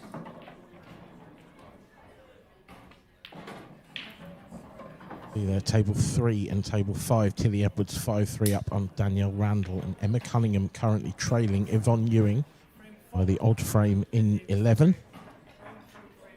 Earlier on, Kelly Egan knocked out Rhiannon Graham by 7 frames to 5, and Shona Lucas knocked out Ashley O'Neill by 7 frames to 2. So the ladies' semi-final lineup is Kelly Egan versus Shona Lucas, and whoever wins out of Emma Cunningham, Yvonne Ewing, and Tilly Edwards or Danielle Randall.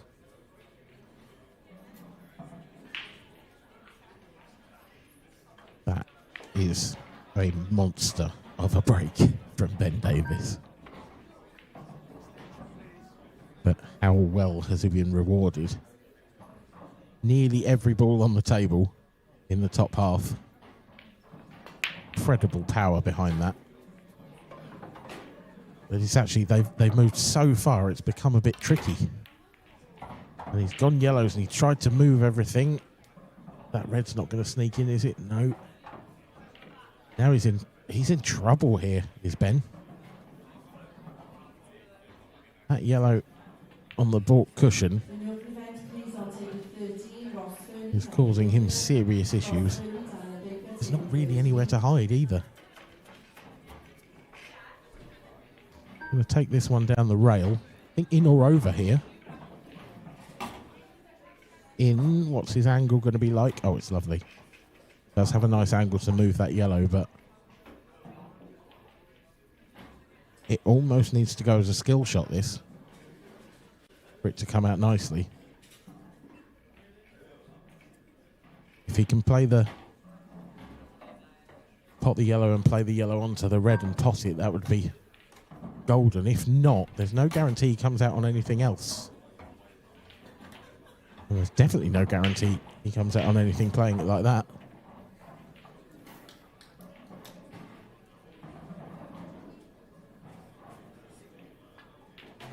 I can only assume he was planning to land on that in a couple of shots' time. He was just going to take the one into the centre, take the one up the rail and try and push through and land on it, but all gone wrong at the moment for Ding. And it's not getting any better, because these reds, quite frankly, are sitters for David Adnall.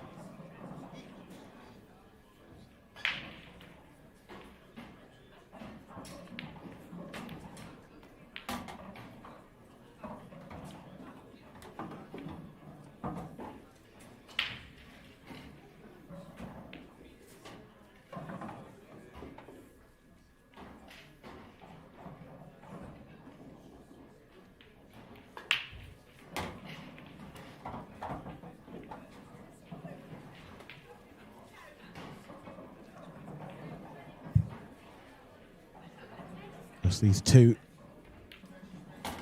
final reds.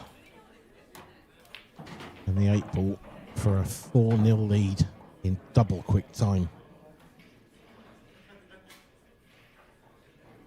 Things have very much not gone the way of the Welshman at the moment, and David Adnell has taken full advantage. He's looked excellent so far. Very good value for this lead.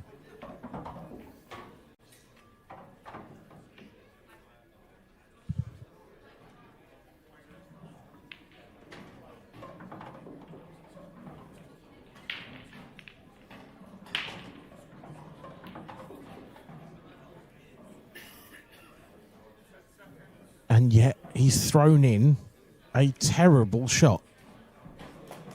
I can't believe what he's done.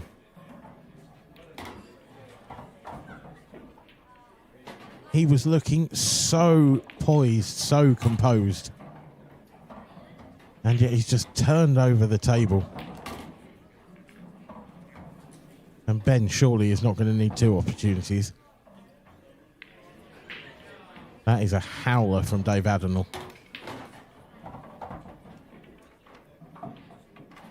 Just took it for granted almost. Either way, it's 3-1.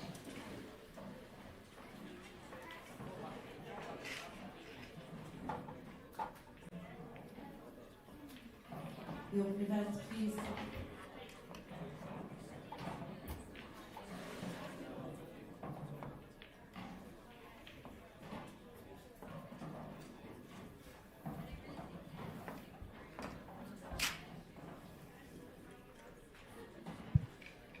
Well, I am gobsmacked by that miss from David Adnell. It wasn't an absolute gimme, but given the way he's played, the way he's looked around the table, you find it hard to believe he's missed that.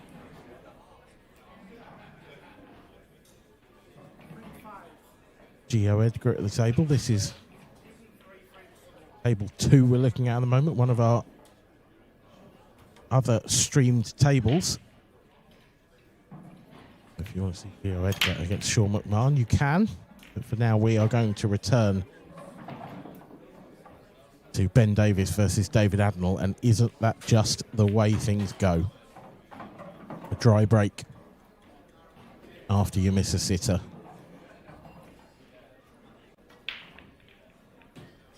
It is always the way.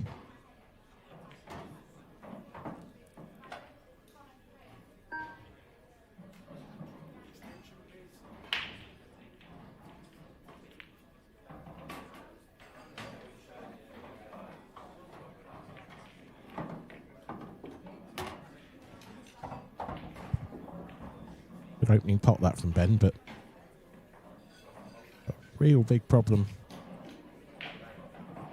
That red and yellow straddling the baulk line. The red is a real issue for Ben at the moment.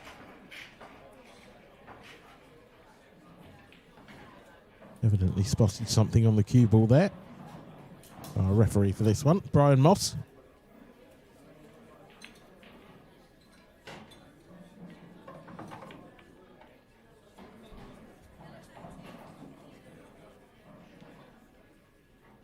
Will take charge of cleaning that one.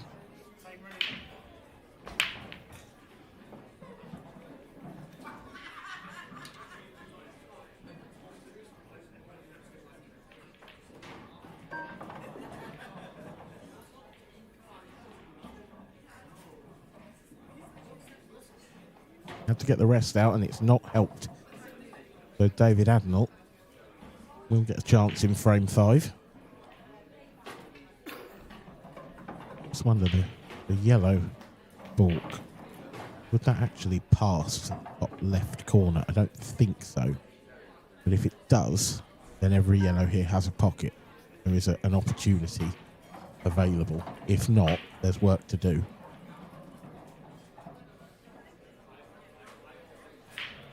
If you could manufacture a position where you could just drop that in and then drop the next yellow in, it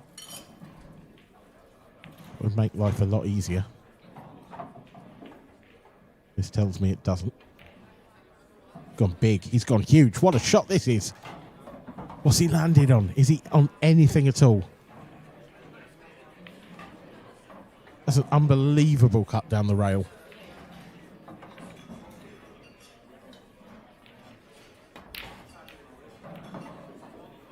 Oh, wow. Well, maybe his luck is in.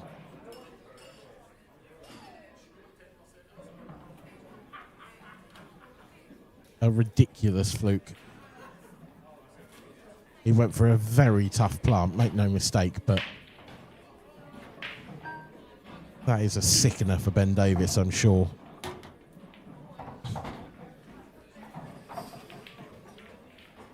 And yet, the mistakes keep on flowing.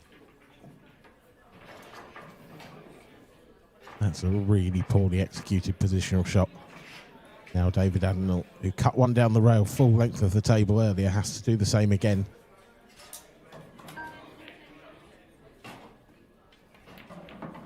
And this time he hasn't made it.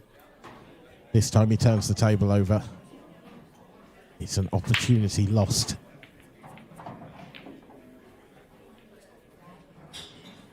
Should be a frame lost as well, you'd have to say.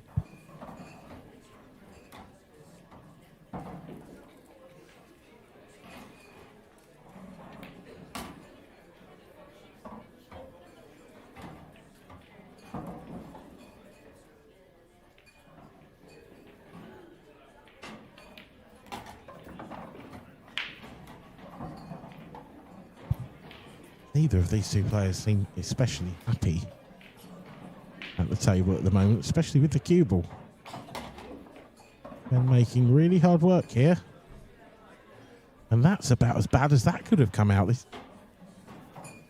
off angle, whichever way you look at it, going to have to play another really good shot here. You could cut the red in closest to the rail. That is an option. We'll be careful of the in-off. He's played it really nicely. Really nicely. But which way is the cue ball running here? Can he top this through and play the 8 ball into the right centre? Looks to me like that's the shot.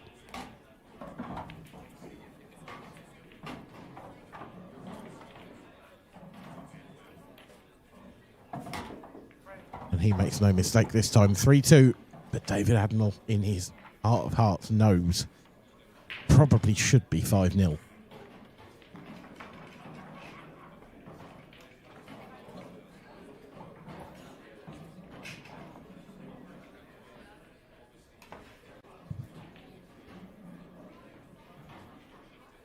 Looks like we have our third ladies semi-finalist. It will be one of Yvonne Ewing or Emma Cunningham. Yvonne was 6-5 up last we looked, but Emma has taken the final 2 frames of the match. So she is through to face the winner of Tilly Edwards or Danielle Randall. Currently 5-4 to Tilly in that one.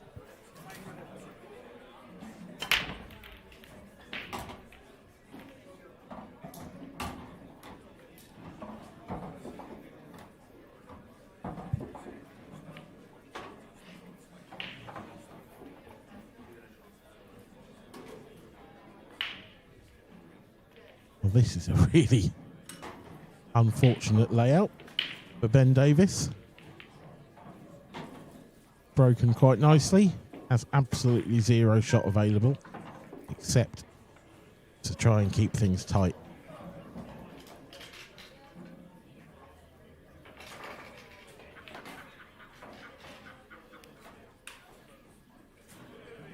Expect we'll have a fair bit of cat and mouse at the beginning of this frame.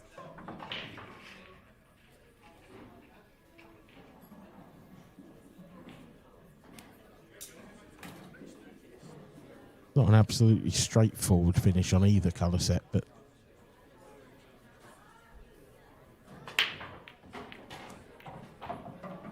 they're sort of both as bad as each other at the moment.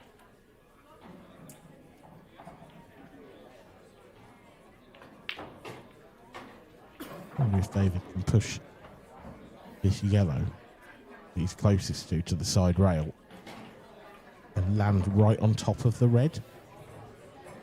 If he could, all of a sudden, reds would be the absolute dominant colour set. Wouldn't leave Ben on one, but that's a pretty good option too. Ben has to hit this yellow he's closest to now, really. Has to hit a cushion after contact as well, let's not forget. So David's played that well.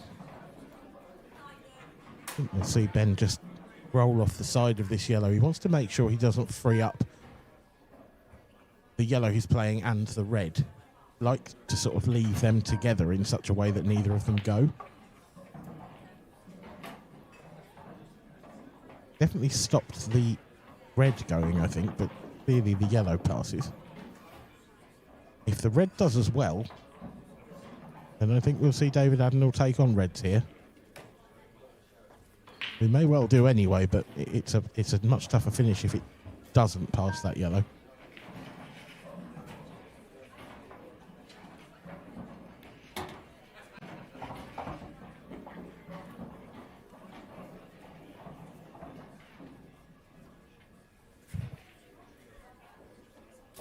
Difficult to see what sort of angle he's got here. He's going to have to screw this, right? So, oh, that's nowhere near.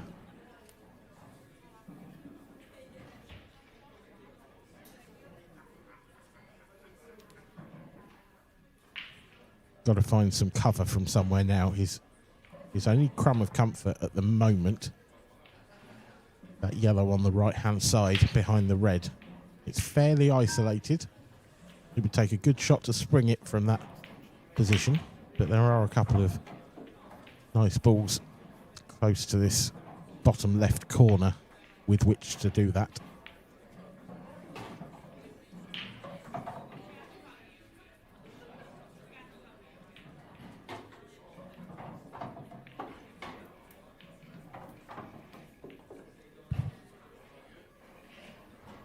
Potentially a good shot there from Dave, but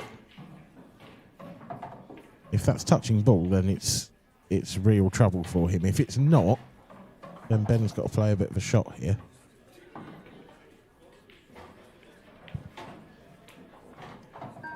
Although from that overhead, it looks like the red in balk doesn't pass.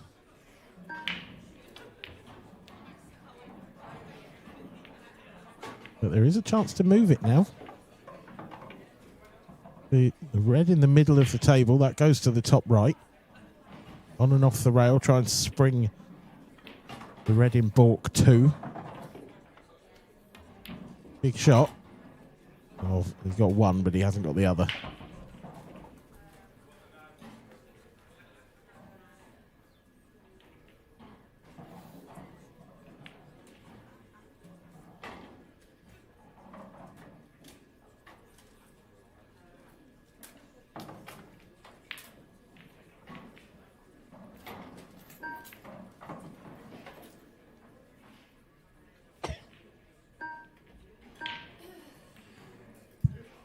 Really tough to see what David possibly could have done there. He still has left Ben a problem.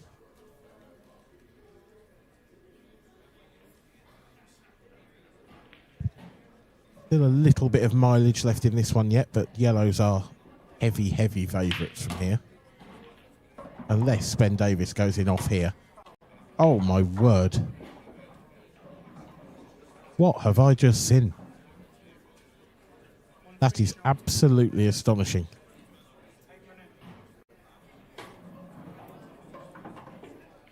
Now this is interesting because David Adenall's not even looking at the red in balk, which suggests to me it does actually go.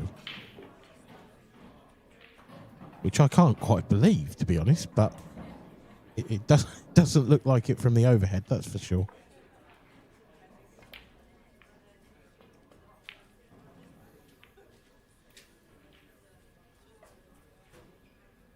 Well,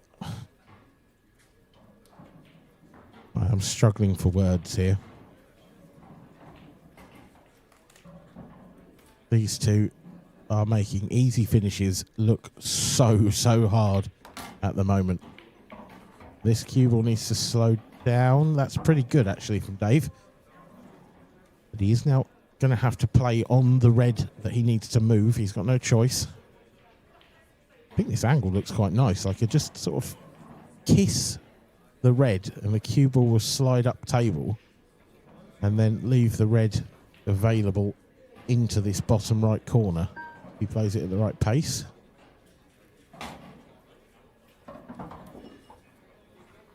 It's clearly a little thinner than I thought. Is he on it? That's the next question. It looks very tight. If he is, that was a good shot.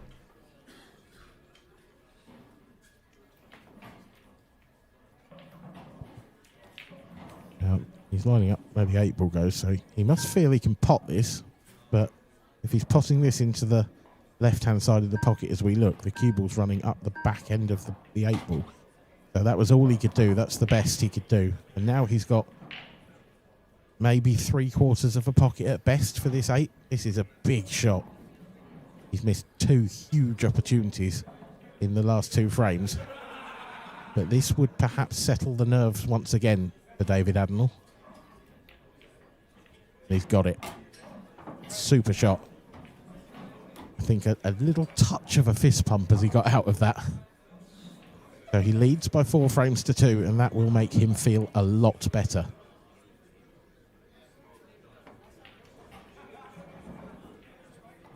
Our last remaining Elite Ladies quarter-finalist, and Tilly Edwards won't thank us for jumping to it at that particular stage. 5 each with Danielle Randall. On her return to the IPA tour.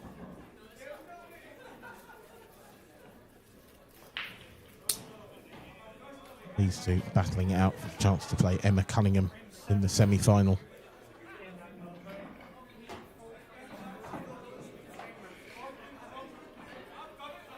Lily's overdone that, but she's sort of got away with it because that's a nice, easy safety shot available.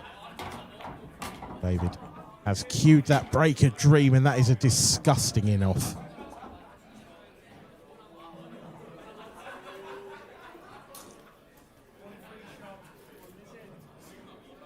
Just when you thought things were turning back in the favour of David Adnell. Kicked in off horribly.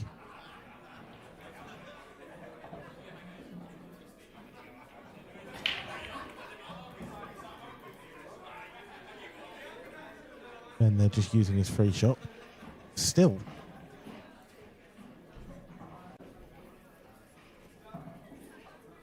Easy enough this, but it wasn't the greatest first shot ever, I don't think, that one.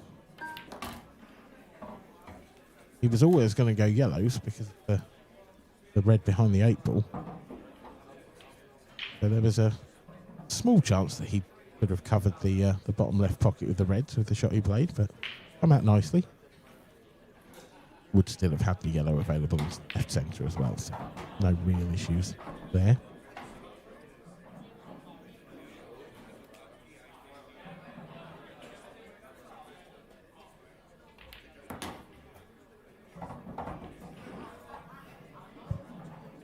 These pockets haven't played generously this week, so this is a big shot for Ben. And that's never going to drop. No, not in a month of Sundays. David Adnell does have a chance in this frame. It's a surprise that he has.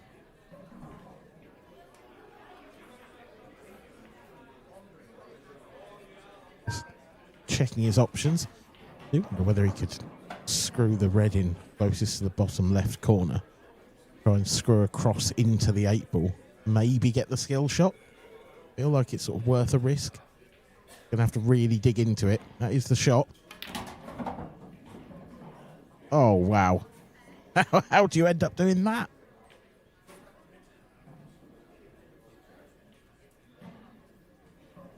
Missed the yellow and then caught it on the way back off the jaw, I think. That's...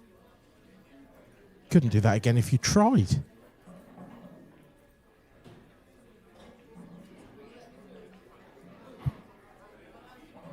I think he might have to find some safety here now. He's going to pop this red. Go up table. Oh, this is enough. Is it? Yes. Disaster. The red staying out could have been a bonus, to be honest, if the cue ball had stayed up somewhere near that top right corner. But alas, wasn't to be. So Ben now just needs to break open the 8-ball. Should be quite a simple finish. What's he done there? That is awful. I'm amazed. I thought he'd go cushion first and into it, so that the red would sort of fly up table. I know you'd have to play it with a bit more pace, but you're bound to be on the yellow. Does he have enough angle here to come back across? Or is he going to have to play this into the top left? Top left it is. Quite frankly, he may have had a result with that not going in.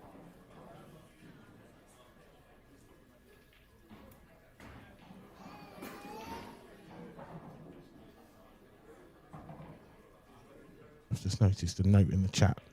The live scores for all of our events are available at Cuesports.com/IPA pool. You can choose your event from there. All 6 events have scores available at the moment.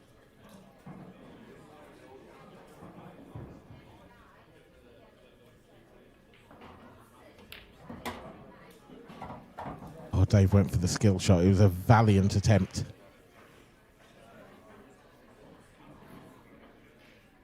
But with that not going in, he has painted himself into a big corner here.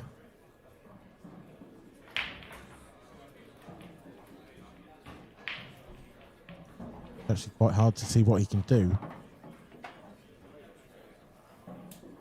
Potentially drop this one in and try and push his remaining red. I was going to say over the last yellow, but that's not going to work, obviously, from this position.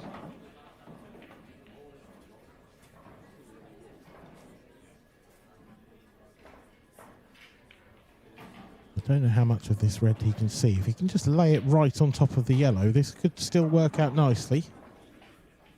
Or is it going to drop in? It's not.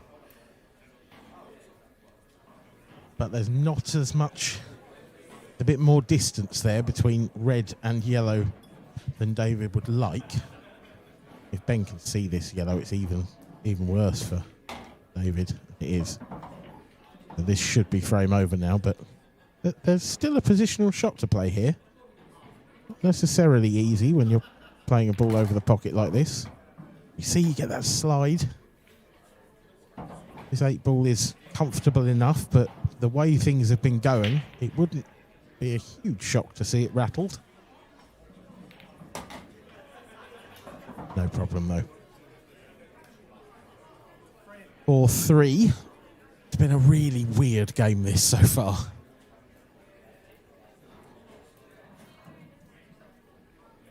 Almost every frame, both players have had a good chance in. So it's probably roughly a fair scoreline, but I think David Admiral, the way that he came out the blocks, missing that 8-ball for 4-0, might still just be haunting him.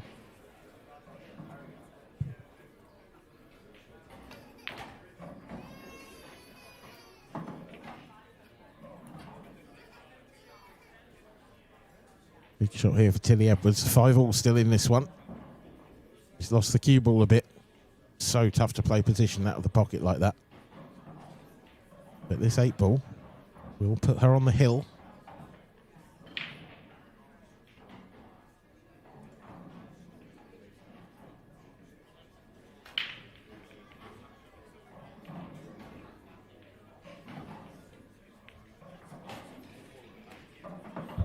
That's a very good shot.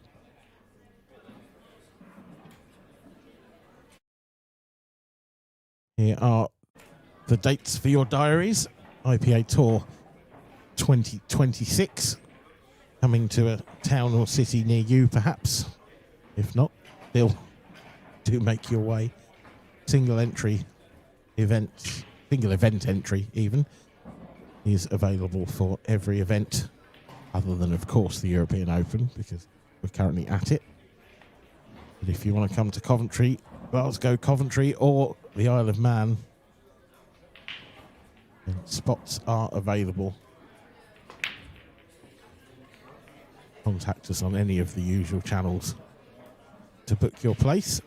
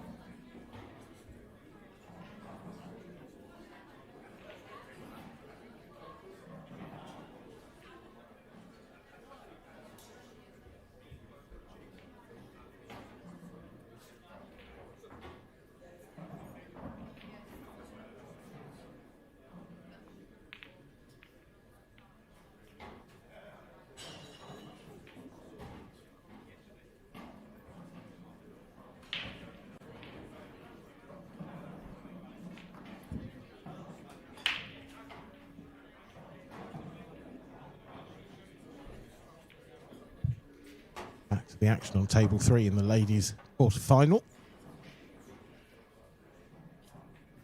Tilly Edwards has first bite of the cherry in this frame to get herself over the line. Decent opportunity this on yellows.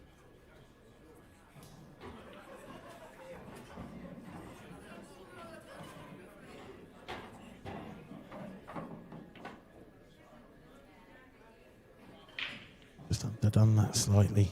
Love to have been on that one on the rail next.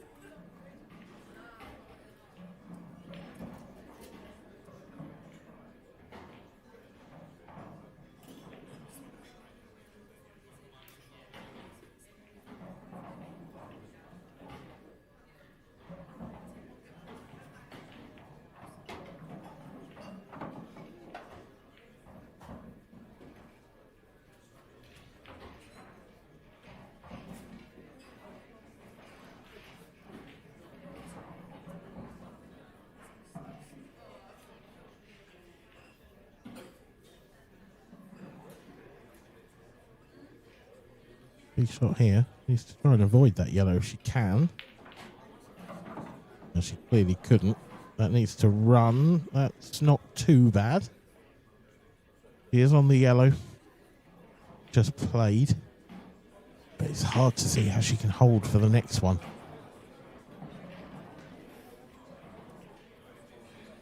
And because she wants to be straight on it so that she can drop it in and then land on the one on the rail, but I don't think she can possibly dig into the cue ball enough to hold on the red. So we'll have to see what happens here. Nothing easy about this at all. Maybe if she comes off the side of the other red. Just like that. What a shot from Tilly Edwards.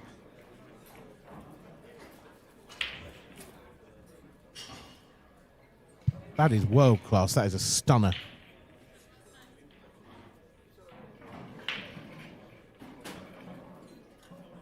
Now just has to be careful to get straight enough on this one on the rail. You don't need to get close to that 8 ball.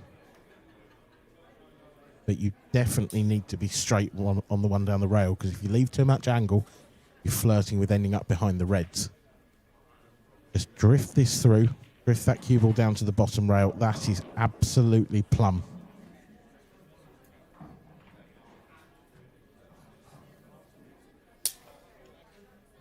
Roll this in. Nothing silly. She's not screwing out, is she? She could do, I suppose, actually. She's got a nice angle to do that too. Yeah, there we go. As we catch up, Ben Davis and David Admiral are back. But we can see there, Tilly Edwards is through to the semi-final here in Newcastle in the Ladies Elite section, where she will play Emma Cunningham.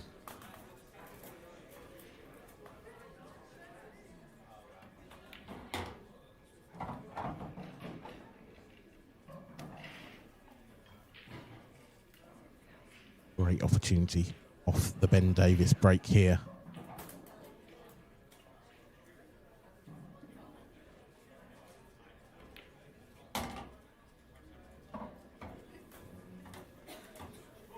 Green split. No issues at all on the table, and you would expect this to be 4-all in a matter of moments.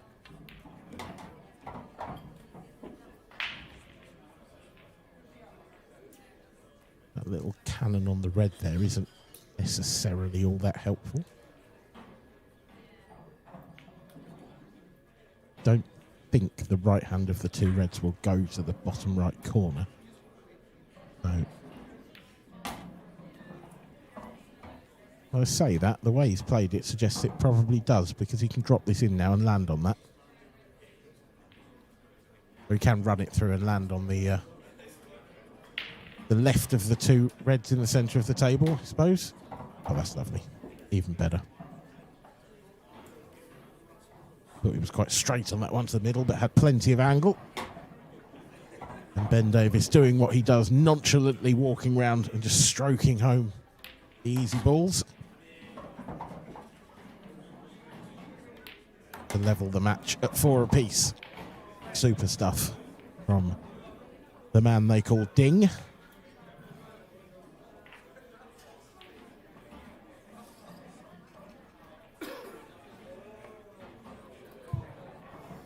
Few interesting live scores on your screen. Table 20, catching my eye. Snaky. Steve Thompson up against Harry Peart. The firebrand young professional who takes no prisoners. It is Snaky, who is 6-5 up in that one at the moment. Table 10, Tom Barley and Jordan Cunningham. That's a titanic battle by the looks of things. 5-all in that race to 7. Slightly more one-sided. Bang centre of your screen. Ross Fernie 6-0 up on Daniel Baker. We will keep you up to date with the Open as it progresses through this evening and tomorrow to the conclusion tomorrow night. Now David Adenell breaking off and breaking off beautifully. What a chance this is.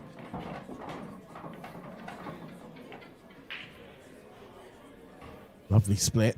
Has the opportunity to play red onto yellow first off. If he's going to play that and stick with the reds, and he's just got to play it in such a way that that yellow goes away from that pocket. So he can probably play the yellow off the cushion first into the red, so that the yellow flicks up towards the balk line, and then he could probably screw out of it with that angle as well, and stay on the remaining red in balk.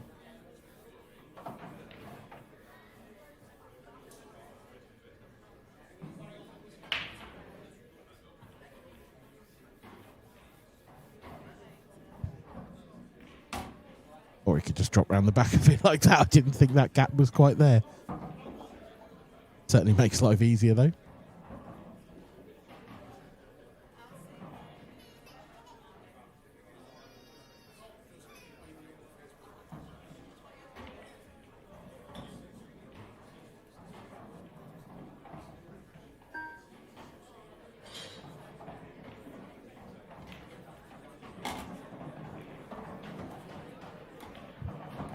That's a lovely weighted shot. Had to be careful of flicking off that yellow there, going in off.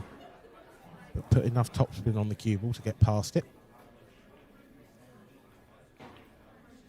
Very nice indeed. Would perhaps have liked another roll of the cue ball. If he was dead straight on this one to the centre, that would make life a little easier. Now has to just be careful with the bounce off this side rail. Play this with a trace of running side just to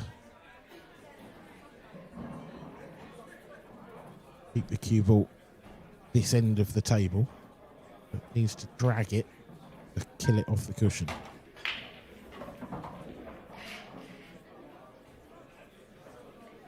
will do nicely.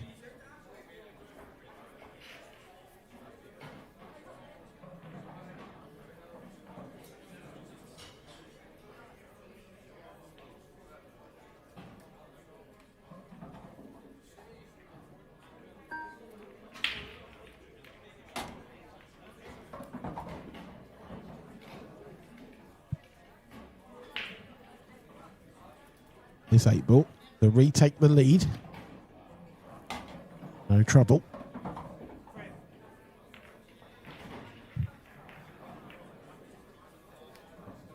A match that has swung one way and then the other swings back into the favour of the man centre of your picture, David Adnell.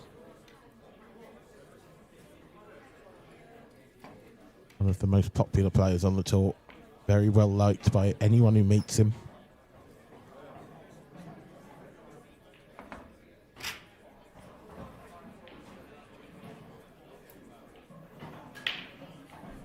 He would be a very popular winner, both among his fellow professionals, everyone involved on the tour, and of course anyone watching at home on the Isle of Man, a little nation that is absolutely pool mad. We do love our visits there here on the IPA.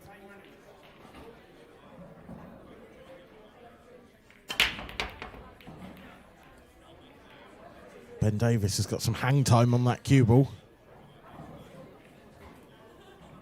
But gravity hasn't helped him anywhere else. David Adnell strides to the table with a decent looking chance on yellows, I think. The yellow to the left of the balk line there from this overhead. The one on the right hand side of the table now, just below the balk line. I'm pretty sure he could land on that. So I do think all these yellows go. There you go, he's looking at it just to see how easy it is to get on that, and of course be able to get the cue ball back out as well. That's the other key part of the shot when he gets to that part of the visit.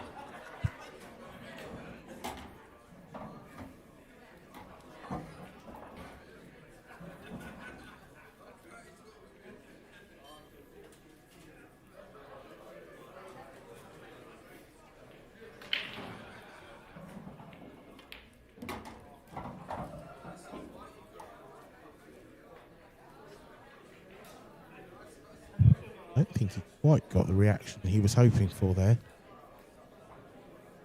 This is a thin snick down the rail now. Cue ball's running into the red as well. This isn't easy. Oh, he's got it though. He's played it a dream. That's a lovely shot.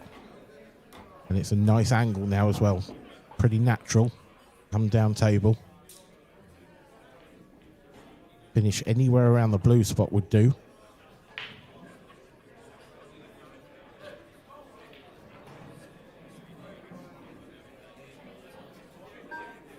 Obviously be hoping to be able to leave that yellow close to the left centre as his last ball. He's overhit this. A little flick on the red is very helpful. Very, very helpful indeed. If that had carried on travelling, he may have found himself in a spot of bother there. And like I said, he wants to leave the yellow to the left centre until last, because then it's just natural, just drop it in for the 8-ball. But I think he's going to have to reroute here, and he is. If he can play that as his last ball, this 8-ball's easy. But now, probably be playing the 8-ball into the left centre. Probably won't be a dissimilar shot to the one that he missed to go 4-0 up earlier. Whether that will still be in the back of his mind, you'd have to ask him.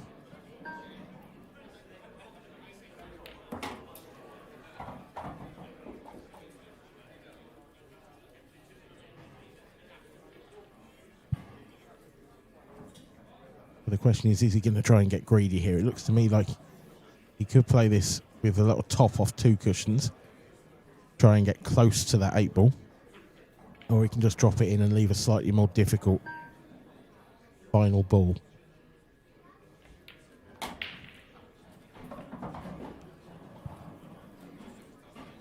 Yeah, just the 1 cushion.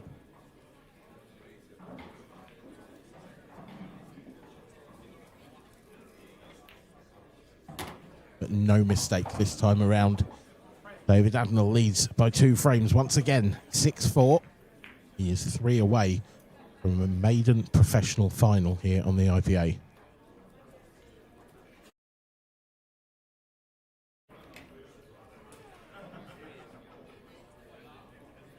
Slightly empty looking scoreboard at the moment around the grounds.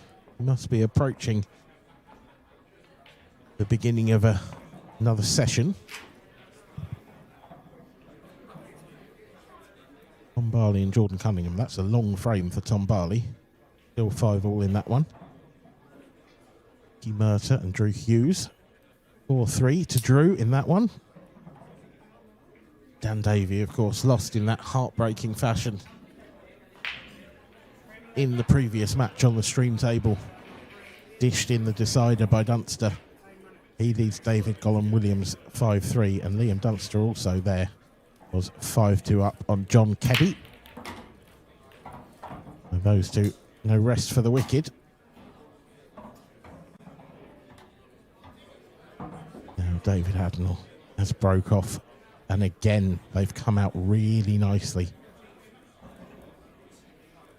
Got the opening red over the pocket. Then the pattern is fairly natural between the remaining 4.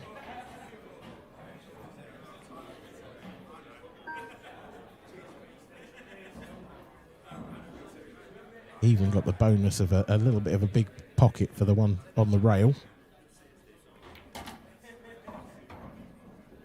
It's tough to see any real problems here, but he has overdone that first shot. If he was straight on this one to the left centre, then they're just drop-ins, but there's a bit more travelling for the cue ball to do now. I think the angle he's got. He could still take that one to the left centre and then bring the cue ball back across the table for the red nearest the blue spot to the bottom left. Or he doesn't get far enough, he can take the one on the rail now. That's not too much of a problem either.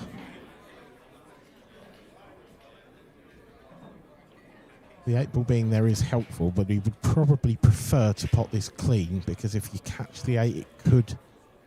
The pace is going to have to play this at. It could get tied up with the yellow below the racking line.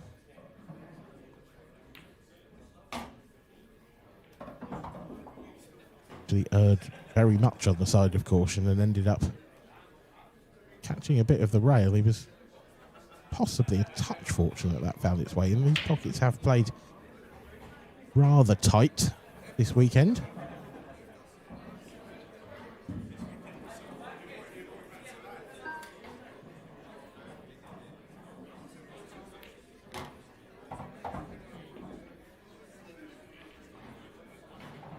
Slightly decelerated on that one as well.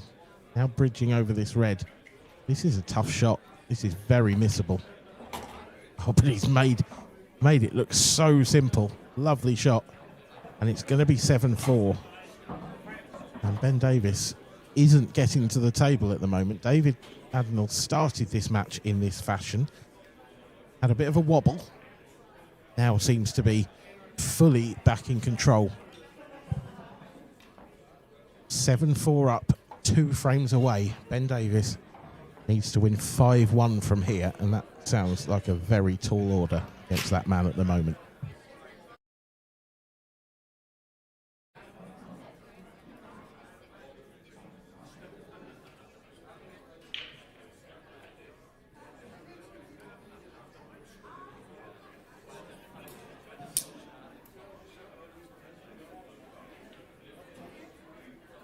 Frame 12.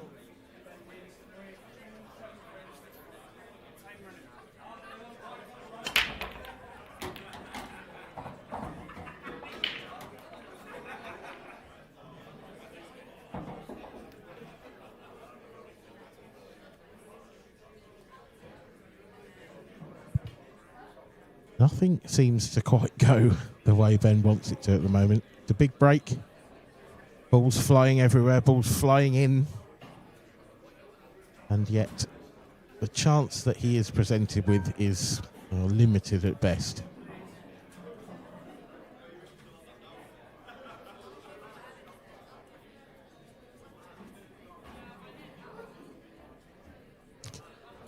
Well, if you get through to this red, that's a bonus, but I am 99% sure the right hand of the two reds in balk doesn't go.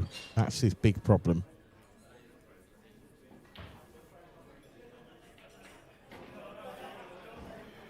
The thing is, by going reds, he's kind of limited his safety options now. It's almost... You almost feel like he's going. He's almost painted himself into a corner immediately.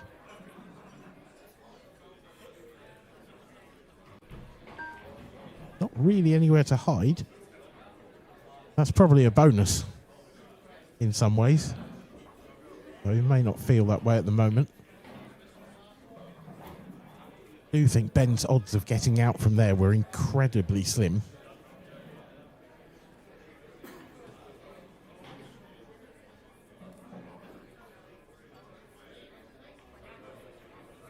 Now David Adenor has a decision to make.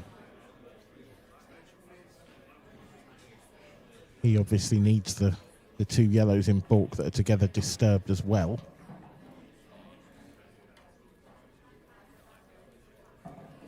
But he does have an option to do that.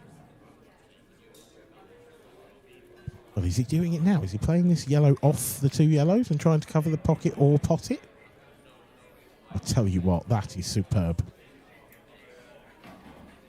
That could well be a frame winner. Ben has one option here. He does have a cut on the bottom rail to plant the red in and attack that area. I suspect this will be hit quite hard. Getting that red out otherwise is very difficult.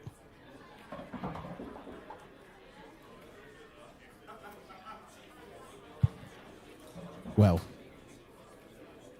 how far off the cushion is the red and how far off the cushion is the yellow? Because if the skill shot is possible, then he'll play it, but I don't think it is. I think that yellow's too far in the jaw. Ben's in trouble. Tried to land on it now. This is a terrific effort. Needs to not bounce too far. I tell you what a shot that is. That is absolutely unbelievable positional shot.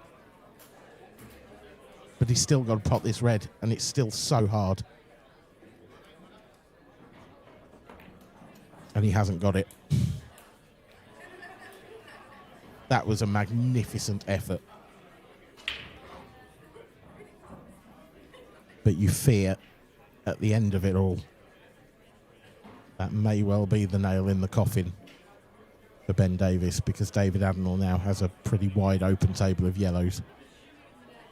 I think the yellow on the right-hand side below the middle pocket will go past the red as well, into the right corner.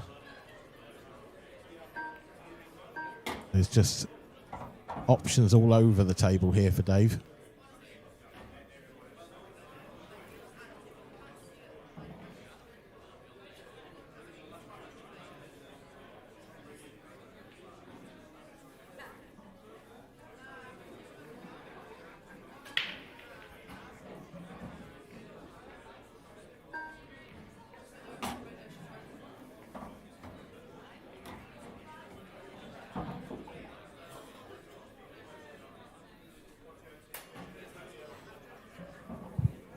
It's not necessarily perfect. I don't think the yellow closest to the cue ball sneaks past the other yellow without touching it.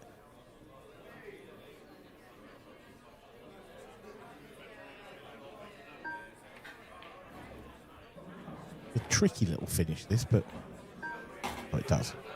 That does make life a lot easier. But now it's all about this cannon. Wants to almost catch the yellow and the cushion at the same time after contact here. That's pretty good.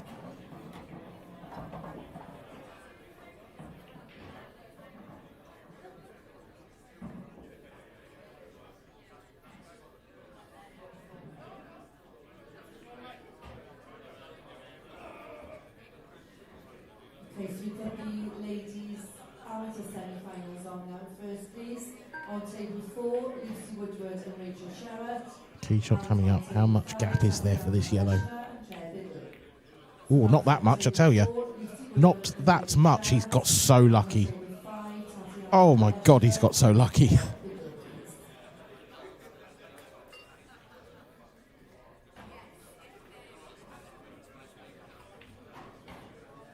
It just doesn't seem to be Ben Davies' day, does it? But he's at the table. If anyone can come up with a bit of magic, with a rabbit out of the hat, it is this man.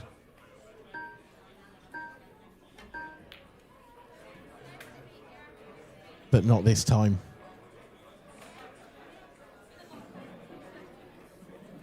But it's not over. David's fortune could still be his undoing. That red on the left-hand side that pushed safe in with the previous shot. And he's moving now. Has he got the angle here? Can he catch this yellow thick enough? Didn't try to. So is he playing the double plant? This can go wrong. Got to catch that yellow pretty full. Doesn't want the yellow he's hitting first to squirrel away from the pocket.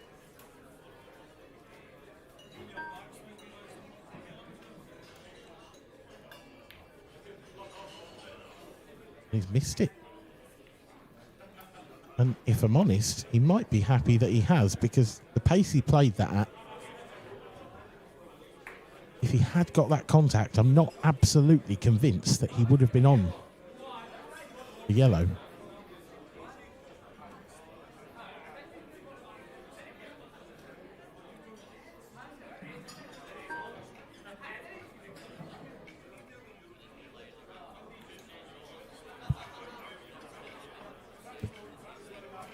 Then with the little safety. I think he's done enough of a job there to cover the one over the pocket. There's a couple of options here for David. He can just sort of play safe and leave the cue ball on the bottom rail. He could try the plant. He could try the carom. He's on the plant. This cue ball needs to slow up. It needs to slow up, and it hasn't. He's not on this yellow. So now it will be the up and down.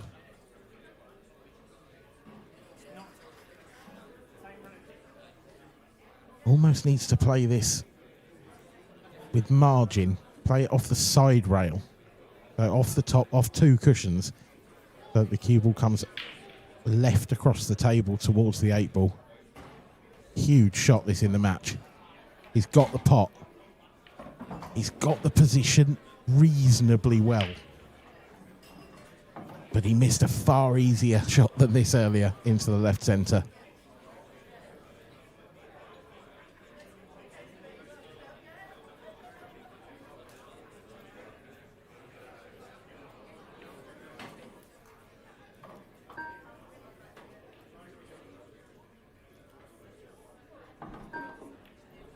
Has he got this one? Has he got it? He has. It's crept in. Brilliant shot from David Adnell. He's had his fair share of run in that frame. But he is over the line. He leads by 8 frames to 4 in this race to 9. He is 1 away from a maiden professional final against Liam Dunster. Ben Davies, 5 frames on the trot from here on out.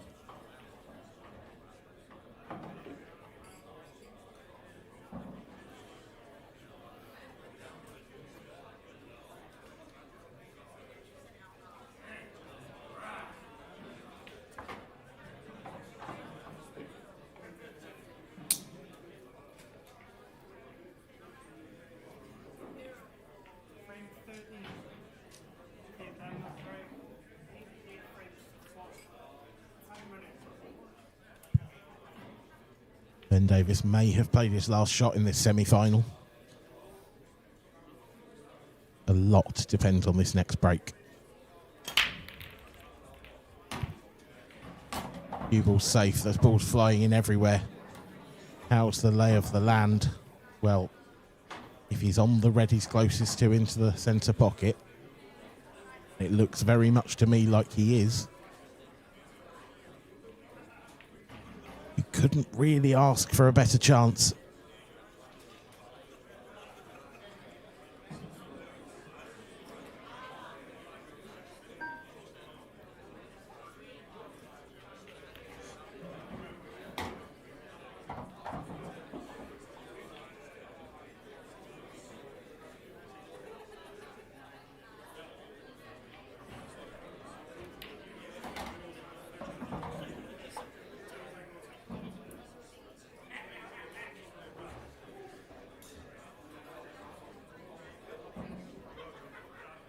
There's very little that could go wrong here, you'd think.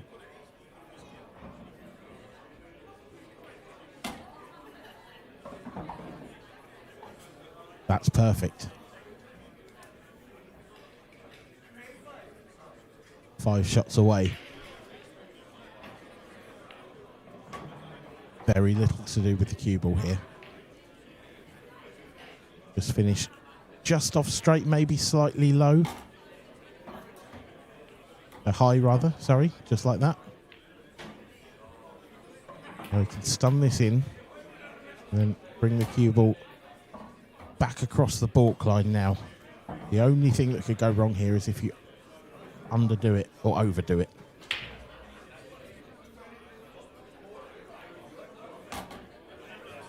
But he's found perfection. It's been a superb performance, this, from David Adnall. Ben Davis has been a bit unlucky. David's had the run at times, but he will take it all day long, and he's been the better player. David Adnall, 9-4 winner over Ben Davis. A superb performance, peppered with the odd bit of run, it has to be said. You have to feel for Ben, who didn't do too much wrong after the first couple of frames, but ultimately couldn't live with David Adnall, who makes his way into his very first professional final in probably his maybe 7th or 8th year as a pro. As we said, it would be his 3rd IPA final overall, has made an open final, and is, of course, the current World Seniors champion. And you can see why on that performance. He will go off and get himself ready for the interview, as I'm sure will Stephen Walker. So hopefully in a few moments we'll bring you that. And then I believe the amateur final will be coming up before we head over to the professional final later tonight. So plenty to look forward to still today, and then of course the Open tomorrow. But for now, I'll sign off and hand you over to Stephen Walker in a moment or two.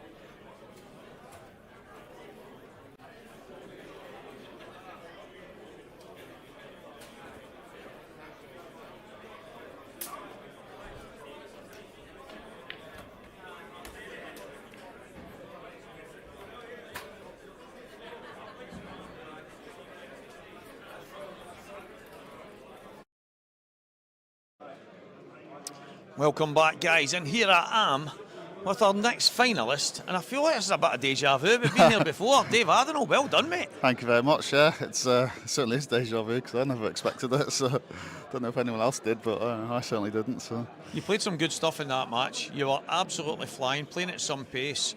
Greg McMillan was actually watching in the room, and he said, "Stevie, I think he's unbelievable. I love to watch him. He's mental." But he is unbelievable to watch, and that's something that is consistent by all accounts. Some of that was exceptional. No, thank you very much. No, really pleased with that. Obviously, the result first and foremost. So there was some stuff from both of us early on that were kind of struggling, and a few mistakes. So I was wondering if it was going to continue like that, but thankfully, once we got to the second half, it did start playing a bit better, and he made a couple of mistakes and didn't really get the chances as well, just where the balls lied. But yeah, the Blacker missed early on. I think it's to go 4-0 up. Yeah. So obviously, I've missed a couple of them this weekend, and I just struggled to cue them. It's probably one of the few shots I struggle with this cue actually, but on the whole, I'm really happy. A lot happier with it than I have been in the past. So. Well, that black, actually, at that point, there was a message in one of the chats that said we might have to rejig the schedule here because Dave's absolutely flying, and then that black gets thrown in and they said, hold up, it might be okay here.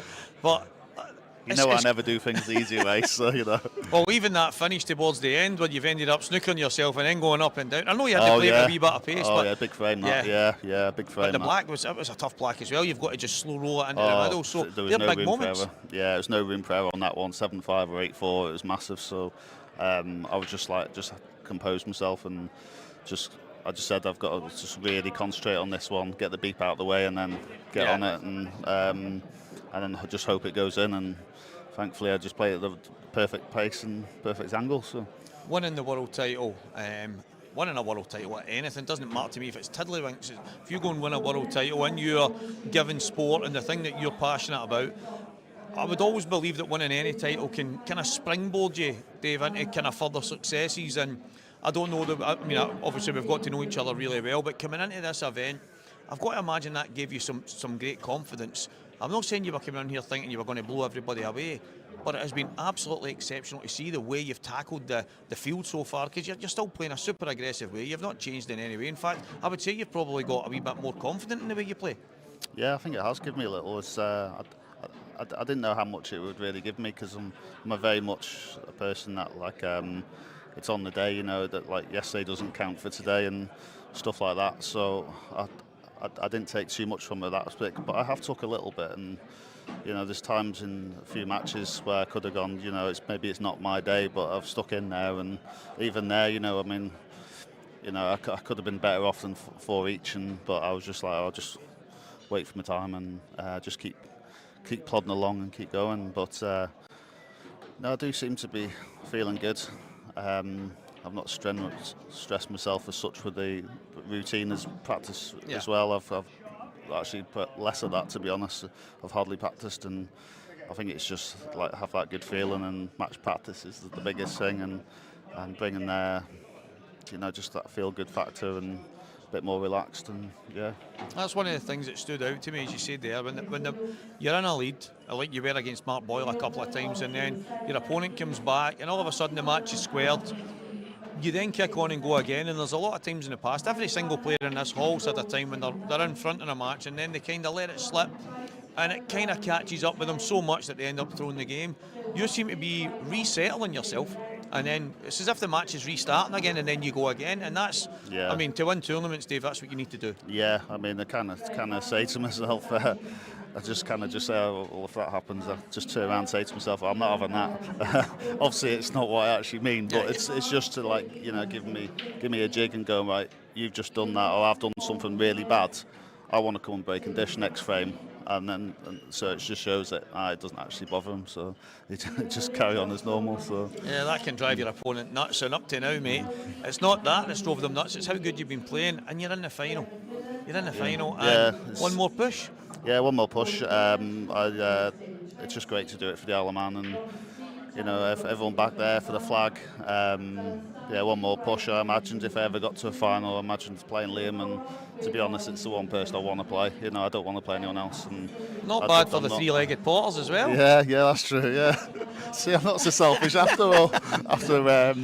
After skipping commentary duties, so yeah, I'm not so selfish after all. But no, I just want to play Liam out of anyone as well. Obviously, I've not much choice at this point. Yeah, exactly. But if I'm going to win one of these titles, I'd rather play Liam, regardless of the result. So, well, you are going to be playing Liam, mate. Congratulations, Dave Adenall, who joins Liam Dunster in the European Open final here in Newcastle. The IPA's first tour event of the year, so that'll be coming up soon. But next is the amateur final, and that amateur final is going to be David Riggins and Stephen McGurn. Guys, that's coming up very shortly, so please stay with us.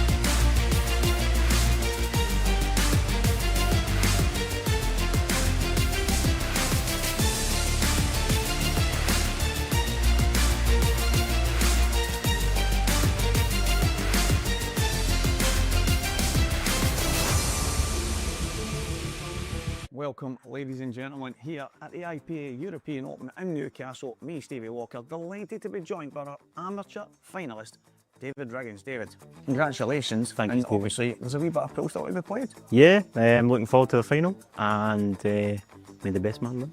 Yeah, so you've come through quite a tough field, and a lot of people down here that maybe don't know you that well. You've played a lot of international pool, you've played at the highest level, and you've won some big titles as well along the way. Yeah, every competition's a chance to show your stuff, and the results I've had this weekend is amazing for the year going forward.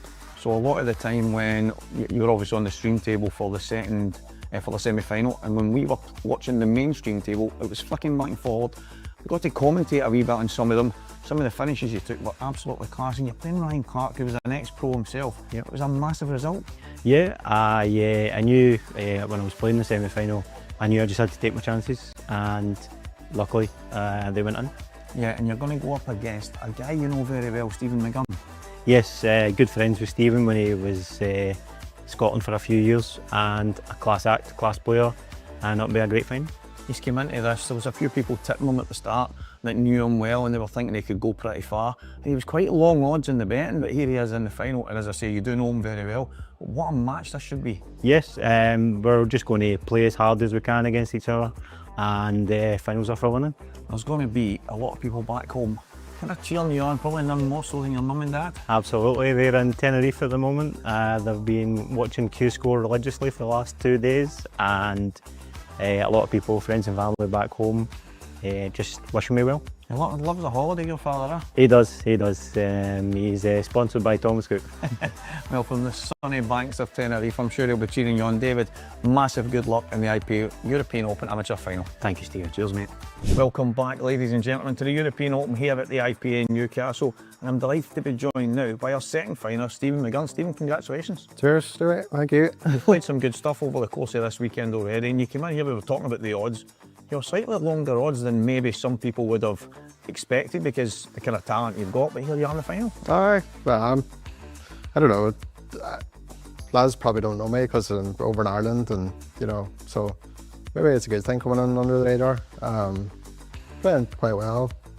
That was my best game in the last session against Kev. Very good player from back home. So hopefully I can step it up again in the final. I think that's probably the thing that stands out is we've been, a lot of us have spoken about you because you played in Scotland for a while. Yeah. You lived there, obviously. I think was at university you were over at? Yeah, it's there for uni, yeah.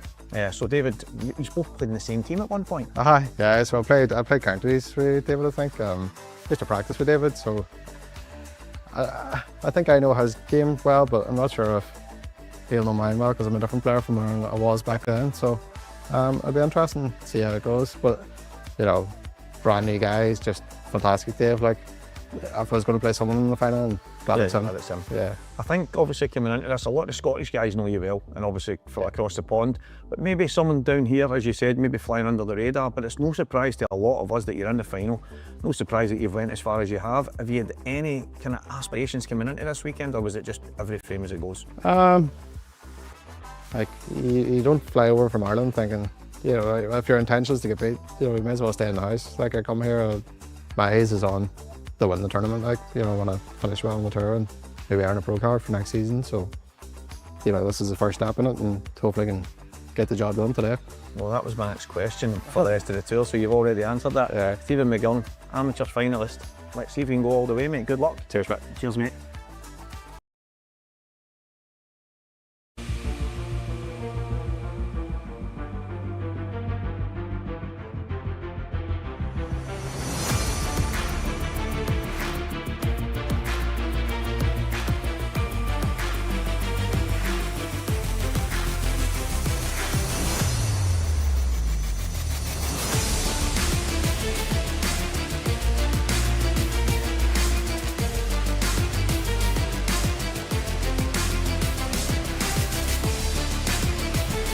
Here we go then, the amateur final here at the Rebecca Menzies Racing IPA European Tour event. Dan Fairway, I'm delighted to be joined in the commentary box for this amateur final by the banger, Tom Barley. You all right? How are we doing, Tom? All right, yeah. Nice to get a win on the board. Feel like you've had your weekend then, don't you? Yes, actually, I know the feeling. Funnily enough, there's nothing worse than a bagel of a weekend. Yeah, joining me for the amateur final, we have two brand new players to the tour. Stephen McGurn of Northern Ireland versus David Riggins of Scotland. It's the Northern Irishman to kick off proceedings. He will break in frame number 1.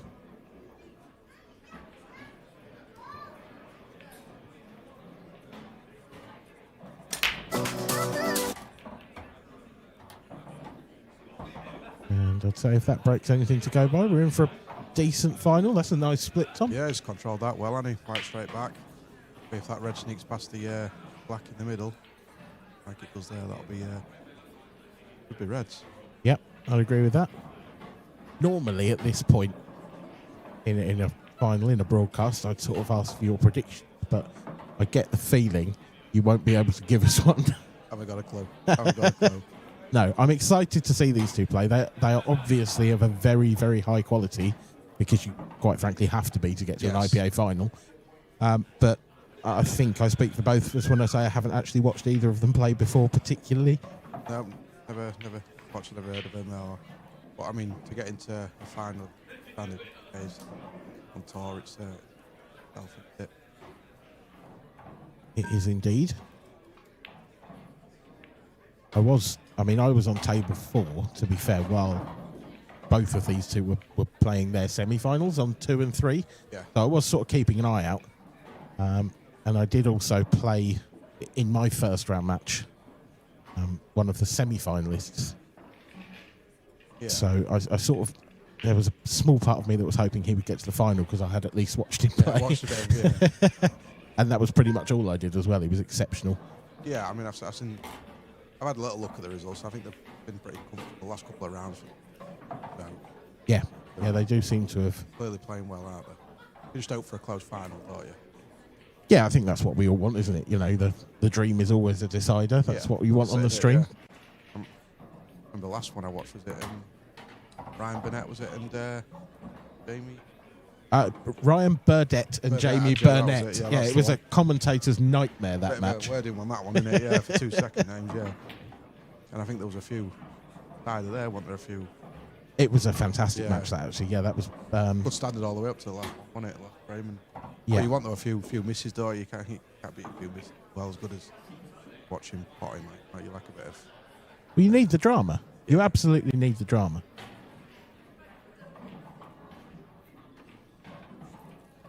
Carefully don't overhit this.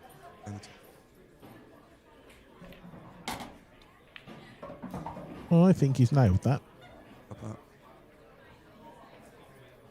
Good little recovery, actually, because he was slightly out of position. Had to play a little swerve a couple of shots ago and has recovered it nicely. Needs to be careful not to underhit this as well. Understood that, yeah. Yeah. Nice first frame settler for him. Quite easy with those ones where you top through to massively underdo it. Yeah, especially on match table. Pushing to a bit soft. Yeah.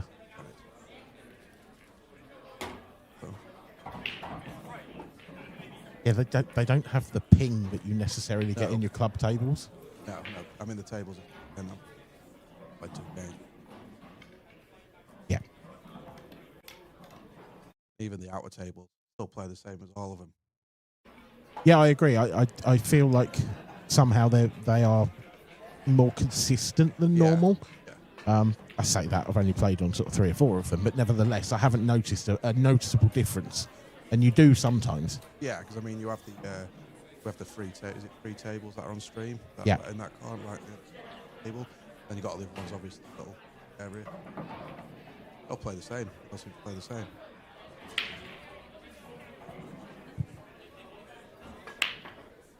Well, Stephen McGurn with the perfect start, a break dish. He leads European amateur final by 1-0. What can his opponent do? David Riggins with his first hit of a ball on the IPA stream.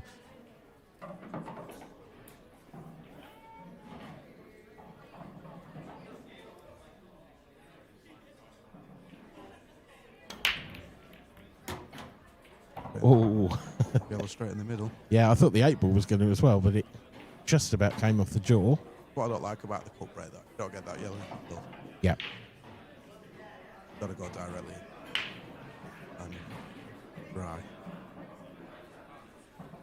Fairly nice looking table this on yellows. It's not quite as easy as I think as Stephen's chance.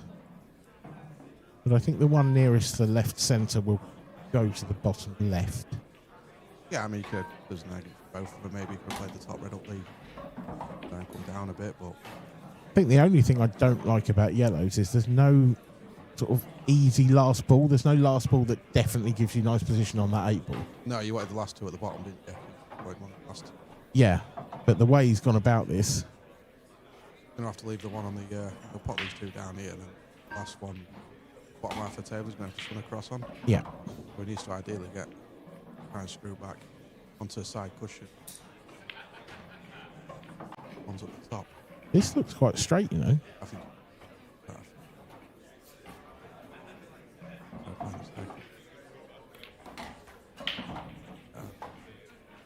I mean, it goes on the one in. I still think it's a little bit short, isn't it? Because to pot this and hold for the one on the balk line looks tricky. Yeah, it's one of them you want to be right behind as well, because it looks like I've got a full bag at that one. No. Like a half bag of all.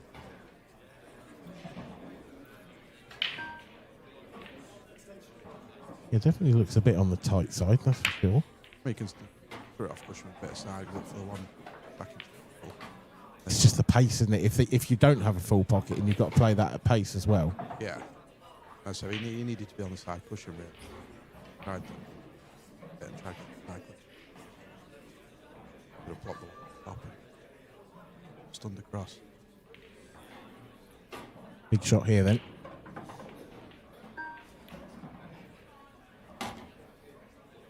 He's played that. I mean, it's a good pot. He needs to try now. Is he far enough across that he can play the one on the balk line now? It looks tight. Yeah, he wants to play the one that, play a bit of drag as well, because you want to be half ball on that yellow in the middle to go across. So, and if Down on it. well, I'm not convinced. I mean, you played the right shot, but you didn't play it with any drag. You played it with a bit of drag, you'd be able to hold it where the white is, but it'd have been. But he caught it so thick as well. Yeah. That I do wonder if he actually could see enough of it. Yeah. A bit of side, maybe. Yeah. But, like I say, it was a shot a few before he tried to side cushion. Didn't quite get into it enough. Well, this is a great opportunity for 2-0 now. For the man from Northern Ireland, Stephen McGurn.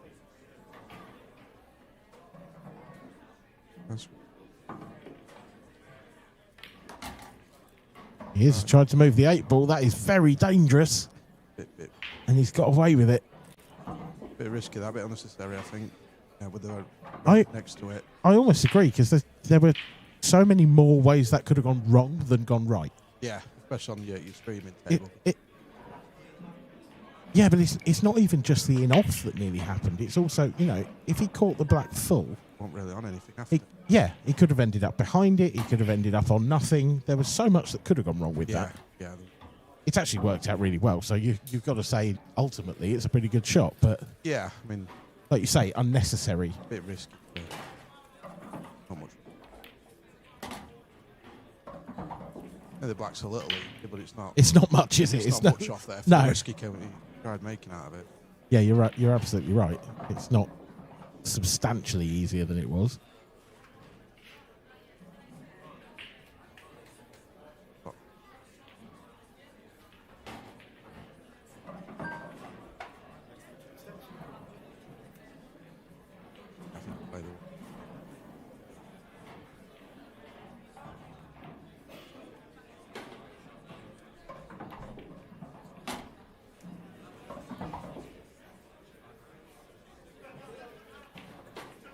He's okay.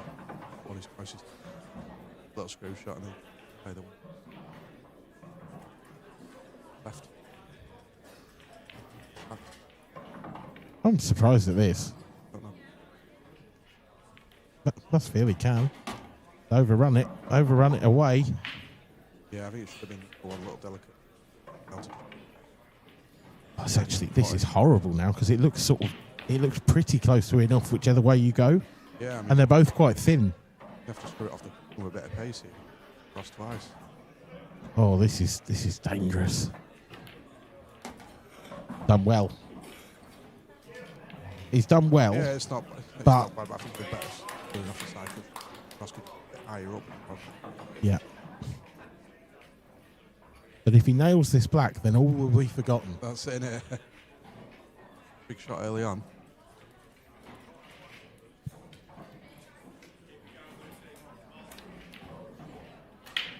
Oh, well, it was mighty close. But ultimately... Yeah, it was good effort. I think he played it well. Right. I think he was fully committed on it. Played it well. Nice. Right back down the table. I think that maybe there was a sort of slight hint of worry of in off. Maybe. Normal ball, I don't think. That's a good shot. Cracking bit of cueing from David Riggins. Probably would have been fearing the worst when he missed that yellow earlier in the frame. But he's back to the table. Great chance to level the scores.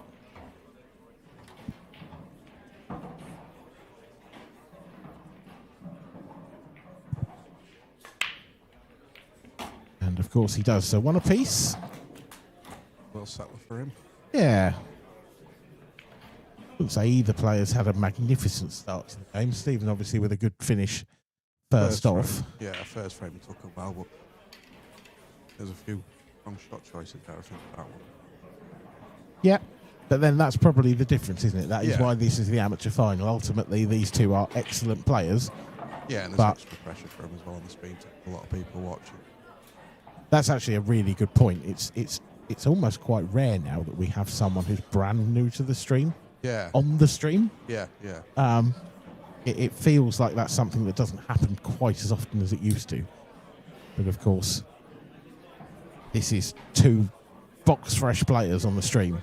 I think it's the amateurs normally played on a Sunday morning as well, innit? Where it's played on the Saturday night as well, innit? So Yeah, there has been a scheduling change. a few more, obviously. Oh, that is dirty. Yeah, That is dirty.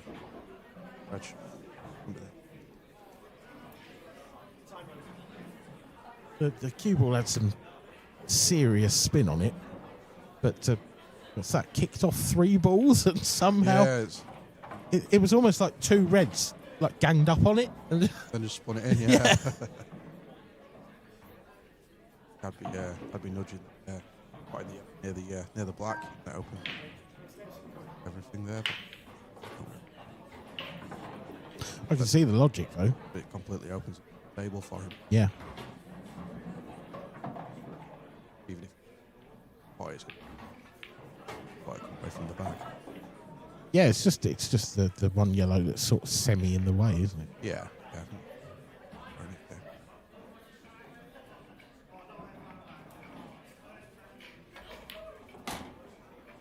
Yeah, that's the back one. Anyway, well, the yellow could have caused any problem. I think the only thing I would maybe change about that shot is where I put the cue ball, because I feel like if you could have played that but then landed on the red between the black and the other red. Yeah, he could have made it stunned across, like, but was he? Yeah, I just think those 2 reds are just slightly awkward. There's no real problem there. No, I mean, if you cleared the middle of those 3 balls straight away, then it becomes absolute dot to dot. Yeah, I mean, if that one on the pink spot, it makes it. That is true.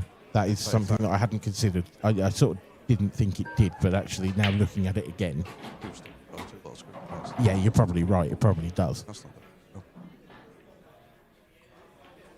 But he still should. Right, well. Is he going to have to run into that ball now? Yeah. That red? He maybe sort of It could go wrong this game. hold on the 8 ball maybe rather than the middle red.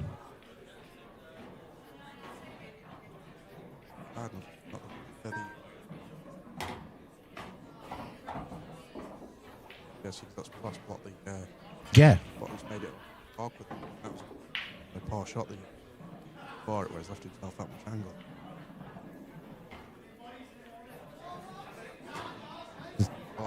Presumably going to have to play the plant now, the centre. Well,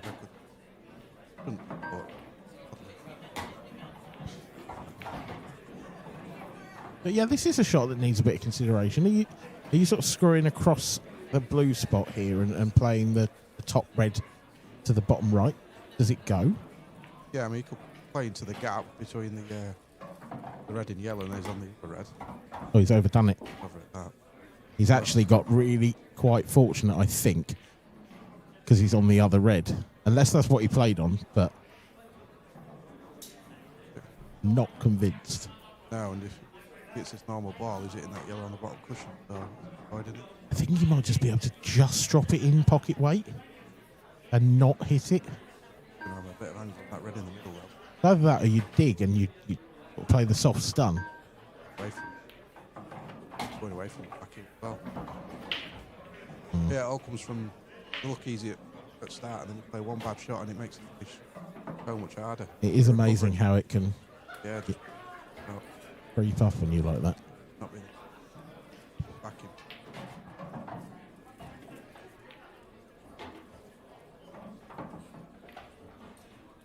Oh, he's got it. At first, I thought that was near jaw. But he has left this 8 ball pretty tricky. He hasn't got to do anything quiet though, because you're not going off, so you can actually get her. So concentrate on the black. Not going to. Don't think there's just enough gap past that yellow.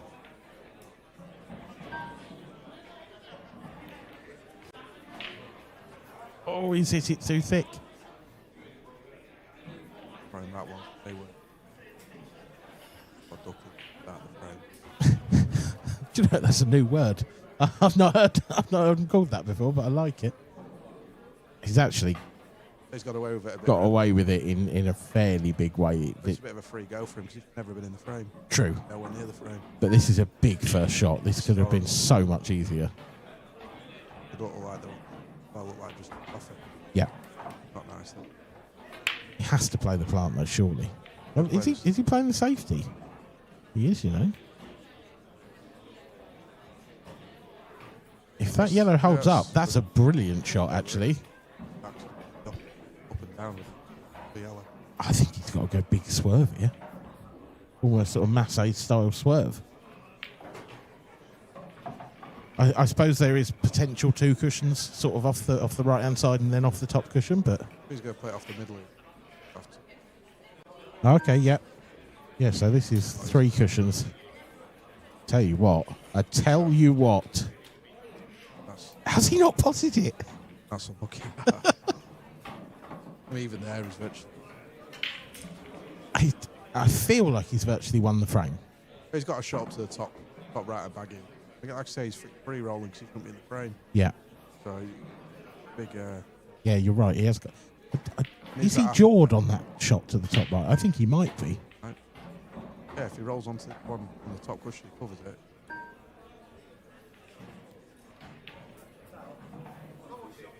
Yeah, that would be a foul because there was no cushion hit after contact. It wasn't a total snooker. So. Yeah, I think when you're playing this table, you've got to play a bit to the slide as well. Not a massive slide, but there's always a little bit on it. I do feel like there's less than there used to be somehow. Oh, yeah, I mean, they've had the first day to the second day, innit? But I mean, I sort of mean historically. I feel like, say, a couple of seasons ago. Oh, yeah. This cloth was slidier somehow. I don't know. Or at least this table played slidier than perhaps it does It's now. nowhere near as big as it. Yeah. Not tiny. Yeah. And like when you come on the first day, like your first pro event, round, first one on the stream, we used to do tables all the time, didn't we? Yeah.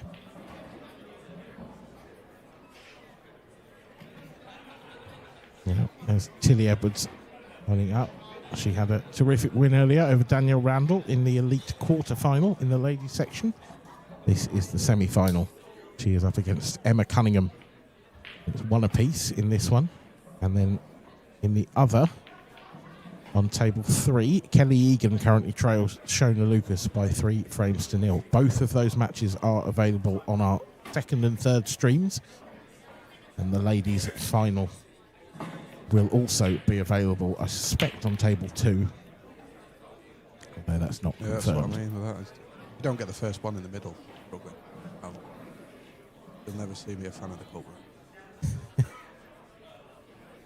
cup. I feel like, I mean, some people use it to devastating effect. Oh, I mean, but that's a boil. Yeah, I mean, that was incredible. And Dunster as well, actually. Yeah, I mean, he's learning more. I mean, it'd be scary if you had a front ball break. But basically. But yeah, I'd always go front ball. Very rare. Each to their own, though, innit? It's whatever you feel comfortable with. Absolutely. Left a reasonable chance here on yellows. Not sort of absolutely straightforward. He's got 3 seconds on the clock as well. He needs to hurry up here. That's perfect, actually. Play that one in the yellow. Yeah. Not guaranteed. Come out now. It's a full ball. He won't, that yellow full ball. He won't be on. Anything. So he's got to hit this for a bit of pace. It's tough to play this with pace as well, isn't it? But you're absolutely right. It's actually, the more I look at this, the harder I find it to see this coming out well.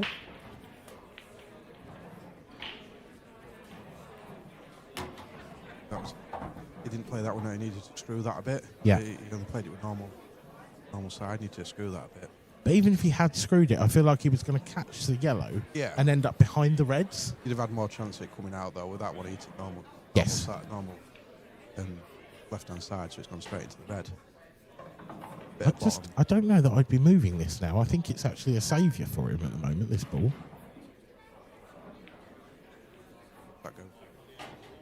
Or it's not touching ball, is it? Middle, not nice. No. To be fair, Thing is, if he can find a red from somewhere, the reds actually aren't that bad because you can play the red sort of above the middle of the table, off the yellow to the top left, and that would open everything up. So the reds are okay here. He just needs to find one. If he jacks up a bit, he can leave the white on the bottom cushion or stuck on the yellow. He won't leave the other lad. Much there.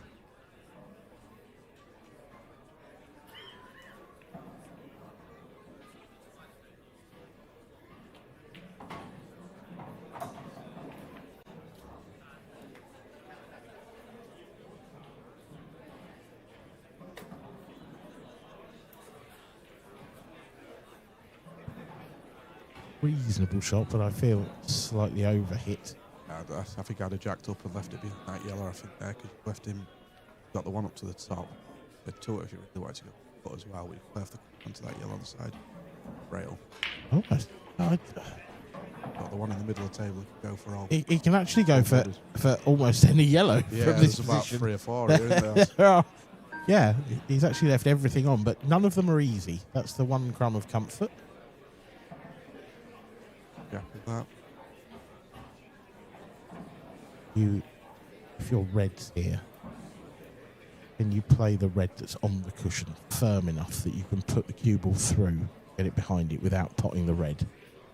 Because if you could do that, you could actually get a really nice safety here, but you've got to not pot the red. Yeah, it makes it scrappy for him. That's not bad. If there was a way that you could have played that a bit harder, and the cue ball just topped through an inch, he'd be in real trouble here. Yeah. But the risk was you might pot the yellow. Yeah. So you can understand why he hasn't played it. Especially with these clusters as well, because the white delays a little bit, about a second. Action. That's not the best. Not the best at all, actually. I don't think he's got cover on that pocket. We could roll this one into the bottom right and have the half ball for one in the middle and go into him. Yep. Got a few options for me here. Yeah, there's lots of Gotta go game, I think. attacking options available. Play this one into bottom right and go, maybe. It looks that way, doesn't it? You've got to be careful not to overhit this because the throw on the cue ball could end up hitting the red above it. I think it's too thick, that for having Yeah, just as long as you don't big sort of target. larrup it. There we go. What a shot.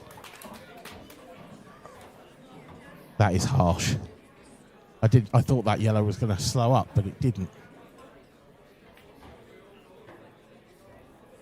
Could try and move it now. He could sort of up the one he's closest to in and If he's got, try and go into it. if he could pinch it, play the one over the bag and run off the side, pushing it into him.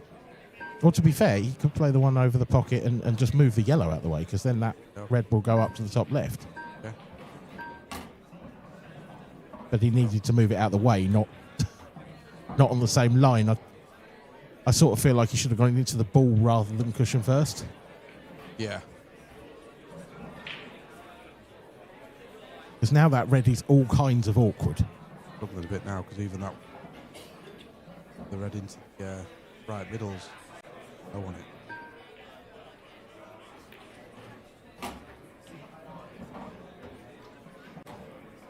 This looks very straight as well. I don't see how he's getting an angle here. No, he needs a bit more angle. Gone across and half a ball, red into the middle and gone into him. A bit straight there, he's going to have to punch this. It's not easy to do on a reactive.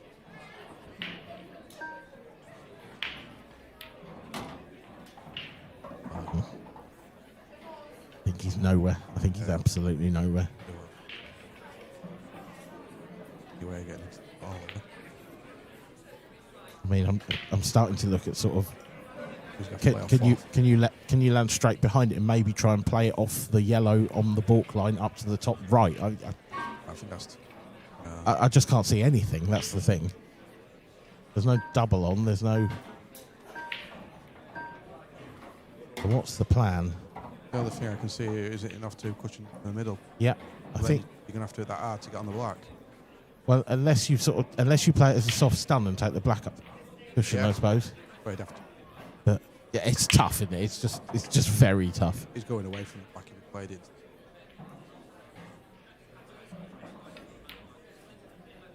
Gone round. Well, that might have been fairly close, but I think it probably would have hit the yellow into that corner pocket. So Stephen McGurn comes back to the table, a chance to level the scores.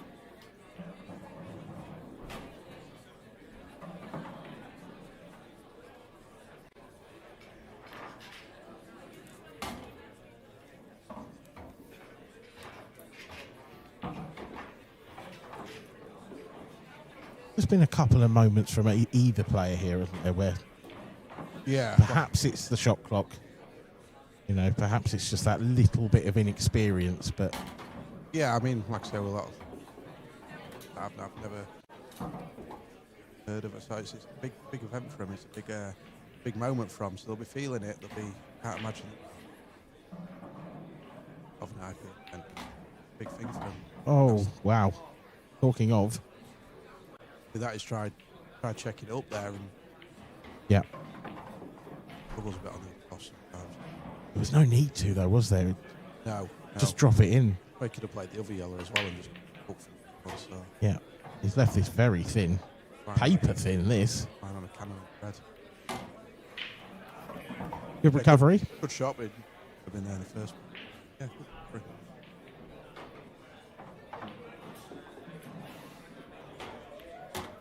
Two apiece.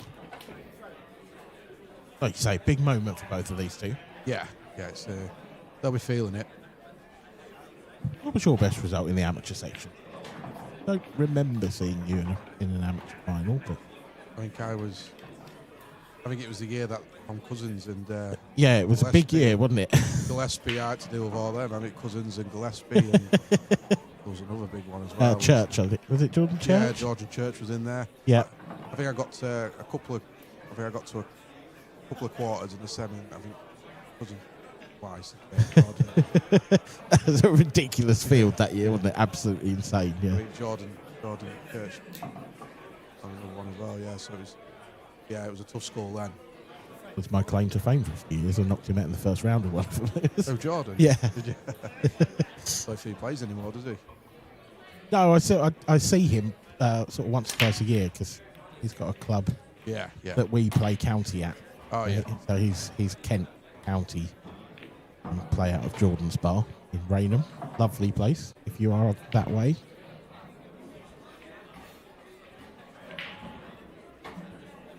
He's a nice guy as well, Jordan. Really, really top fella. And the best one-handed player I've ever seen. Yeah, I heard that. Yeah, I heard he's really good. Ridiculous. So this is an embarrassing story for me, but I'm going to tell it. I played him in a comp once, and it was something silly like race to 2, but he told me he'd play me one-handed and he beat me. And the way that he beat me, it was 1-1, and I put him in a snooker, and he played a one-handed swerve and potted. Where? He played a one-handed, like, dart-style swerve shot. It was absolutely extraordinary. Good talent that, because I can't play a shirt. I swear with 2 hands. Right, back to the action here. Stephen McGurn is at the table.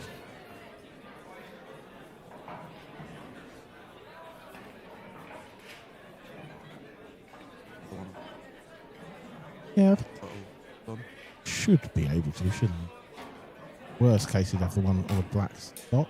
He's gone into it. No, that's not great. Yeah, look at it. I think it's hard to tell for me, but I don't know if he held it or not. Did he play enough? Can you see the one over the pocket? Is this a little bit side to throw it in? Yeah.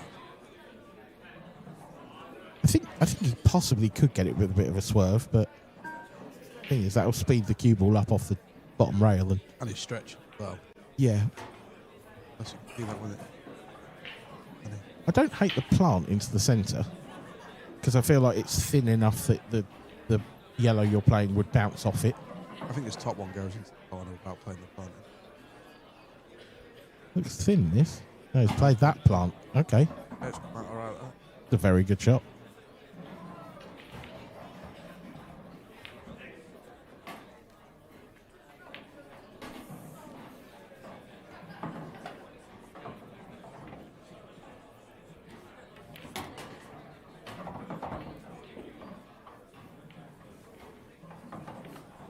We'll make sure he lands straight or low. Yeah, because it lands too high.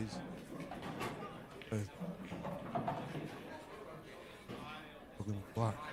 We'll land straight on. Oh, as you said. Well, has he got the angle to slide past the 8 ball here and play it into the bottom right? That middle baggy. Yeah.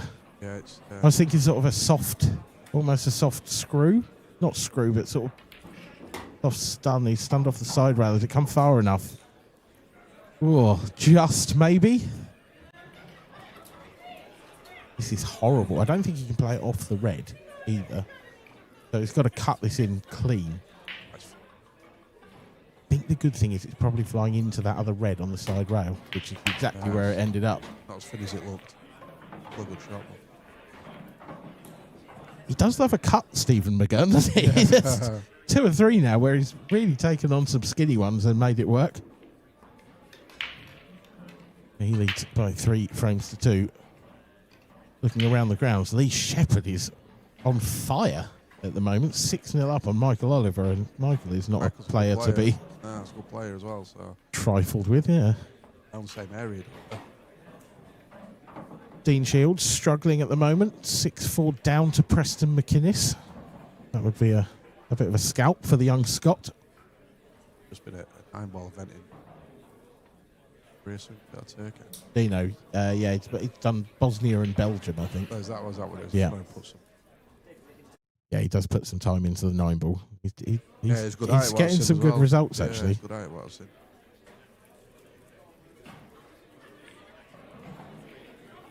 David Riggins trailing by the odd frame in 5. Breaks off this time. Oh, again. It's that cut break, isn't it? That is. He's made balls, but. Yeah, I mean, he got one straight. Yeah. I mean, that's a horrendous layout. But you find with foot break as well, a lot of bottom go to the whatever side. They go to that side. Yeah, they fly across and then back, don't they? And they sort of almost like a wave across the table, and they all end up together. Yeah, I mean the way the ball's split on these IPA tables, I don't always stick with it. Oh.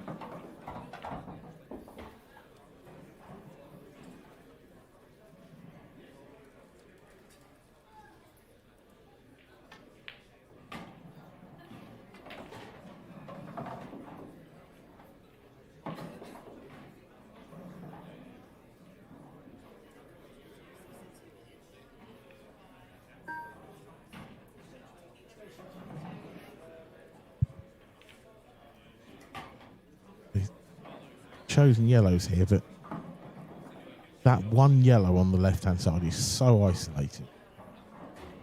Right, flick, can you?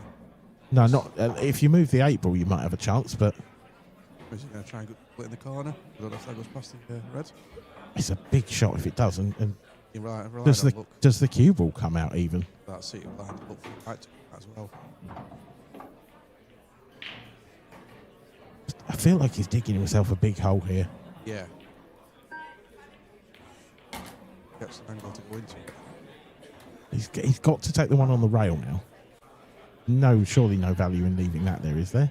I mean, you can play this one, leave an half ball onto the yellow and go into him, but again, you line on what I look for them to. It's going to take You have to hit them hard to an get them out. unbelievable amount of luck to me to get that yellow out. Yeah, because even if it's them two reds just above it, they're not going onto the yellow. By the look of it. No, that's exactly right. It might catch it thin off the cushion afterwards, but I don't see how this comes out. That's it. Unless, like I said, doubles. It doubles. We might have to eat an enormous slice of humble pie here. But Yeah, doubles. Drop it off the cushion and leave the double. if it does, yeah. I mean, why not? Yeah, you've gone this far. That's the plan. Needs to not end up behind the 8 ball. That's good. Get that, yeah, because it's going to be on the black where the reds are. Yep. So this double. Got to play this hard enough as well that you don't end up stuck behind the reds, because when the cue ball comes off the cushion into the red, that red might pop back in front of it. Go into the red. Ooh, no. Nothing like, I'm afraid, that one. Worst news is it's gone tight on the rail, so Stephen's got an opportunity to just play a nice safety. He's in no way going to leave that on. He could have gone gay. He could cut the one in the middle and leave half the ball on the red next to it and go into him if he really wanted to. It's a bit of a free go where the yellow is. Does that go without moving the other one first? I think I prefer this. Free go at it though. It's off the bottom cushion, the side cushion. That is true. It's a free go. I don't know if Yeah, the red next to the black spot there on the right hand side of it, I feel is in the way of the natural angle.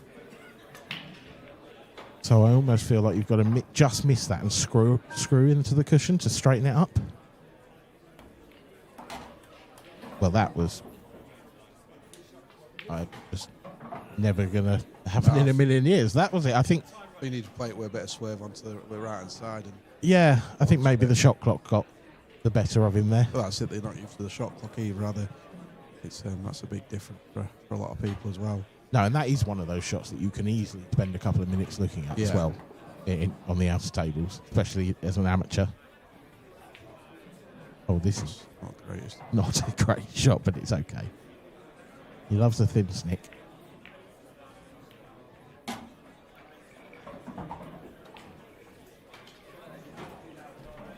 will say this, dude.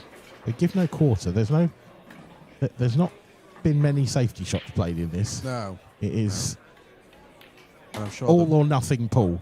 Yeah. Very good one.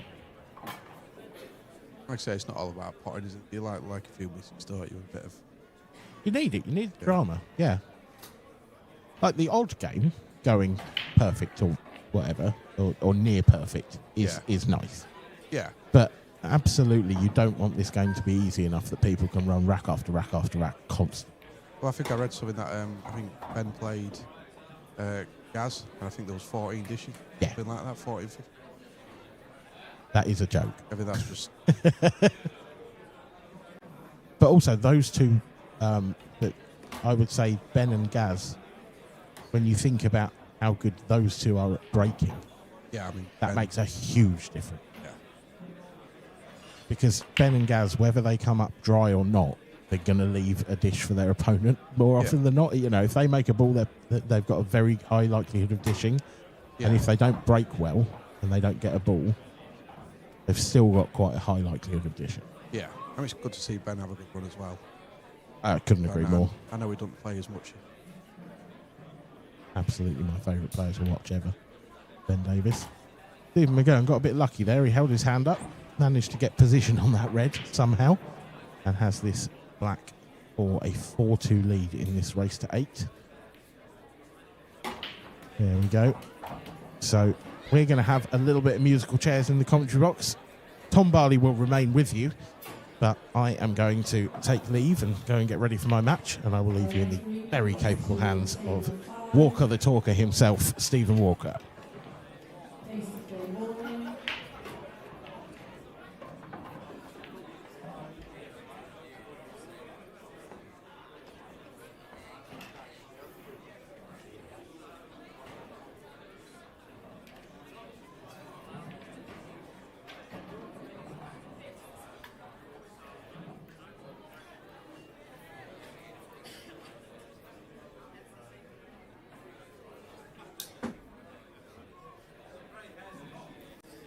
I'm now in. Good to see you, Tom boy. You all right? I'm all right, mate. Keeping well. Yeah. Yeah. Good. Won a game this weekend, so I'm happy.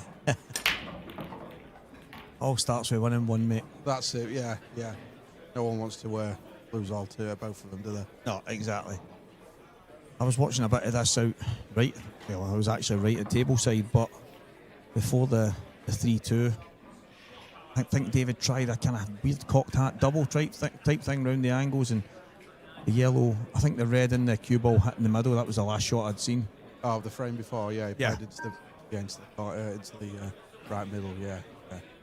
He had me wondering what he was doing at that time. He was just potting everything else, and I Yeah, thought left that it red with- must go. At last resort, what it can be.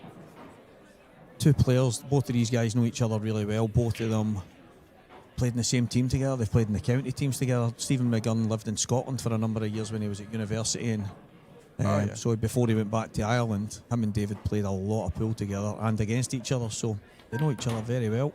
Two new lads on tour, I guess, are there? Yes. Great start. First event for him. David is so I think it was I don't know if it was a European Championship that he won at international level, or at the Nations Cup or something, but he won one of the big individual events as well while he was away playing for Scotland. He's won a few big titles in the past, but he spent a bit of time away from the game, and it's good to see him back. And Stephen McGurn, it's just good to see some guys travelling across the pond and giving it a go. And I think these two towards the end, Tom, I wouldn't be surprised if they're in the top end of the rankings and probably chat them on the door of the pros next year. Yeah, I mean, you need one or two good events. You're normally up there, aren't you? Top Exactly. 16, normally one event win normally gets you top 16. And is it top 16 that get pros, or is it top 4? I think so. When they've went to the 64 and they were planning on going top 8, but that'll always change depending on.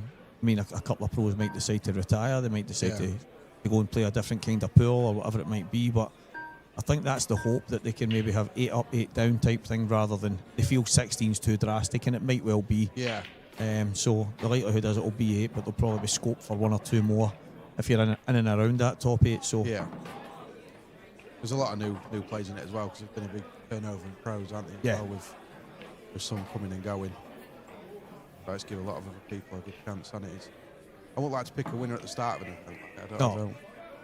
We were speaking, I think it was myself and Wade. Wade was in last night and spoke about the fact that almost every tournament you get into, who do you fancy at Dunster? Who's your favourite Dunster? And it's like, and although a lot of people would maybe be forgiven for thinking it's a lot of pressure to be putting on one man all the time, it doesn't seem to faze him. And I think if you take him out of it, and again, that's me doing him a disservice, because he can't win them all. It's not fair to assume that he can, but he just always seems to be there, and obviously he's in the pro final coming next. So yeah, I mean he's done well. I mean I didn't see the semi, but I mean again a nice split in the decider, didn't he? I mean, did he get 3 reds or something like that? And yeah, and he took him. I mean, even at 8-all, it don't matter how easy that. There's always pressure on it. Yeah. And but yeah, I mean, he puts the time and effort into it, and he gets rewarded for it. Isn't it? Puts 100% in. Yeah. No matter what shot it is, over the bag, or might put 100% into it. So he does everything he gets. Just watching David there, I think he's maybe been caught with the shot clock a few times, but he's playing a lot quicker than he would like to. David's really methodical, and he likes a little wander around the table and pick and choose his shots. And 30 seconds, he's played a couple of shots that I've seen early doors, and then right there just now, just quite uncharacteristic of him. They'll not be used to these clocks, will they? I don't imagine on the Scotland setup or anything like that. So 30 seconds isn't long. Even I'm a quick player myself, but even 30 seconds, it can fly by. You only get one extension, and if it's a tactical frame. I think it's Stephen McGurn is probably a bit more seasoned to playing quicker. But as you say, 30 seconds is still not a long time. No.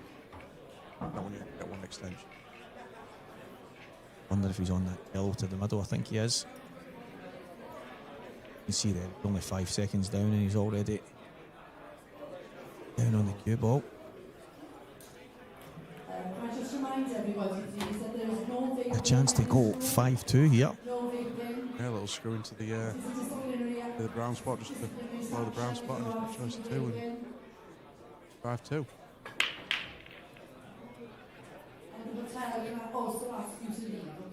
Big opportunity to get the first title of the year in the amateurs. Spoke to both of them before this, and Stephen had mentioned to me, a lot of guys will say, listen, I'm only caring about my next frame, my next match, and my next ball that I've got a chance of potting. And he says, well, I've not flew over from Ireland to just get beat. I flew over to try and win the tournament, and hopefully by the end of the year turn pro. Yeah. So he's set his sights, and that's the attitude you want. Yeah, 100%. It's not an easy, like I said, the amateurs, so many that come in here, it's not an easy. Played that well, got to play that a lot of check. They controlled that very well indeed. I've seen Ronan's in it as well, isn't he? Yeah. I think Wade's back in it. There's Wade. I'm trying to think of lads I really like. There's quite a few. I've seen Luke Vokes and Luke, Nathan Davies. And also Ryan Clark, who lost obviously to David in the semis. So he was a pro before as well, wasn't he?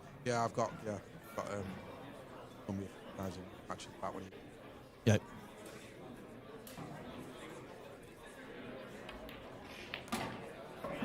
Yeah, good finish. Stephen McGurn, 5 frames to 2. Starting to get going now a bit. Yeah. I don't think David's played as well. He probably has the rest of it. In different areas. Still playing him to get used. Probably back at. Yeah. It's a lonely place out there as well, as you know. You've been there a million times, and when things aren't going your way, or you maybe feel like you're trying too hard and you're trying to force it, and whether there's people watching around in the arena and people at home, and there's nobody else that can do anything for you. You wish that sometimes you would maybe get swallowed up, but yeah, that's same with the Dan. It's the amateurs normally played at 11 o'clock on a Sunday, isn't it? Yeah.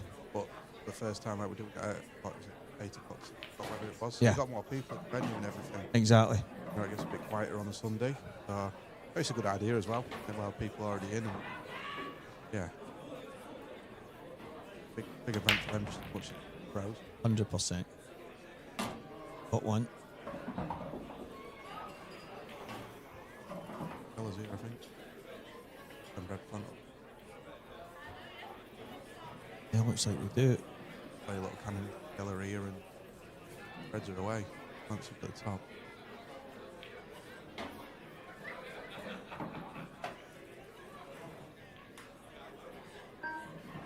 Yeah, I think it definitely does plant, but I think obviously you pop the first one onto it.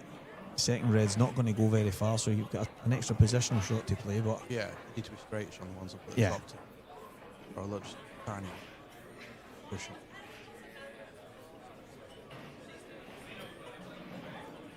And if he gets on them, black's not easy to get on.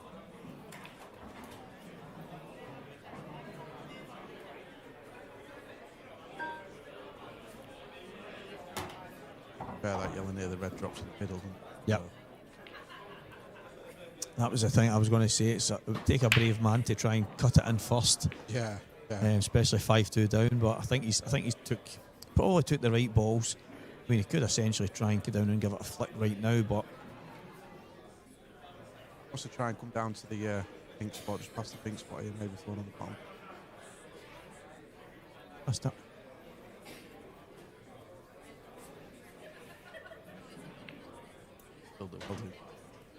I actually think he was going to play it last. Yeah, I think actually I'd have come down. I'd have come down for down here and play that one into the middle of that little. Yep.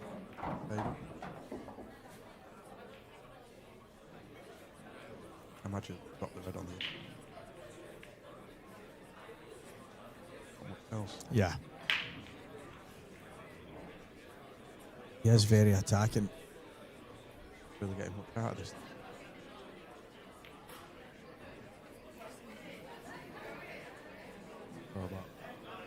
I mean, if he got it all the way down, fair enough, but yeah, I think he had to put the red on the yellow there. 100%. I don't even think he looked at it, Tom. He was already fixated on the other red and then just went down and played it. I mean, he was only maybe 6-7 seconds in. Yeah. I mean, if he gets it on the bottom cushion, it's not too bad, but screwed.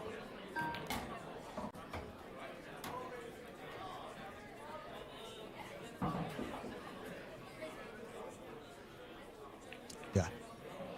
That ready to fiddle up on black, can't he?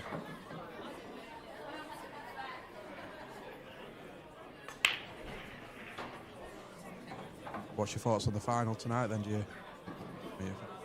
I actually said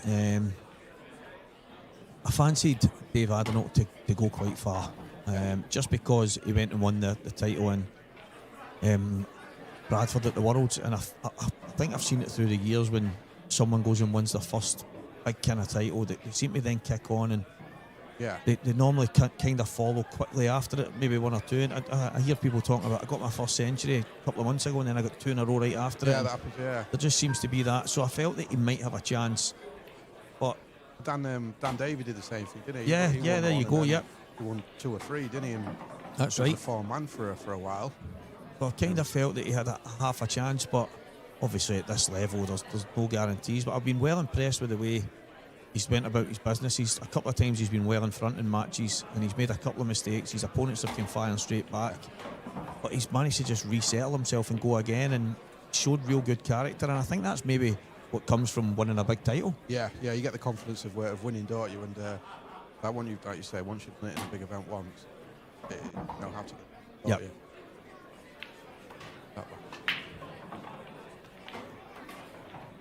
Yeah, I think it'll be a good. David plays the right way as well. Very, very good at it. And David actually for everything. Gets one. Yeah. I think a long race though, and a longer race. Obviously, the two of them have probably got the most. They couldn't be further away from each other styles wise. Yeah.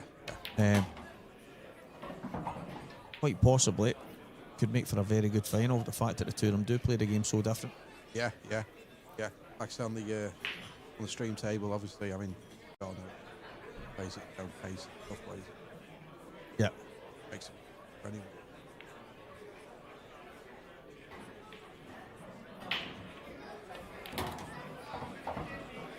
That was a big miss there from David Riggins. And I think he was thinking if he just misses the red, that's the potting angle, and he's ended up playing it. I say for the one who played on the bottom cushion, he had to play it with a bit of 100%. You want to be right behind that if you can. Yeah, to land straight through. Always out. Left him ball, yeah.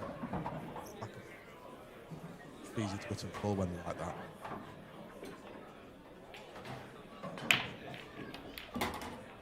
Big ass from here, I think. What is that, 6-2? First to 8? First to 8, yeah, 8 all the way, so. Asker's having to find his feet, isn't he?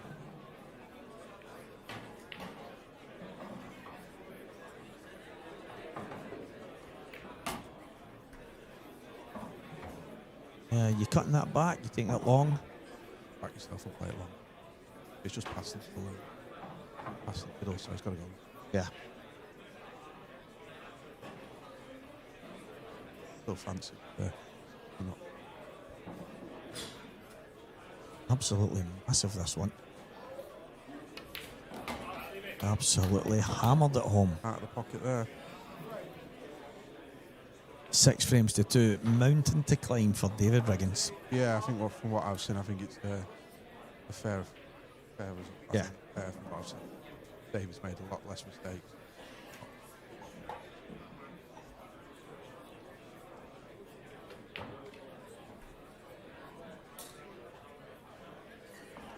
Oh, now look, it's 5-2 in front against Kelly Egan.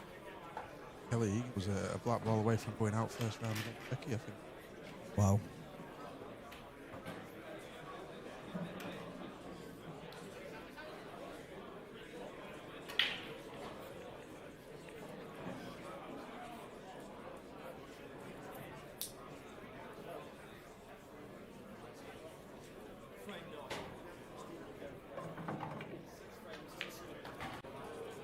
Kelly won a title last year as well.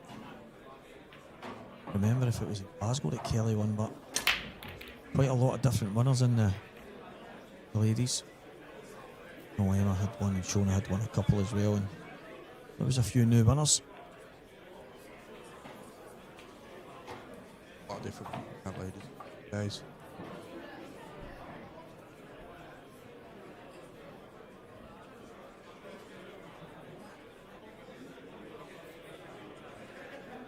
Yeah, this is a good chance. He used to take these for a bit of confidence. He's lost 4 on the trot, is it? Was it? Yeah. Or maybe. Right. Yeah, that's right.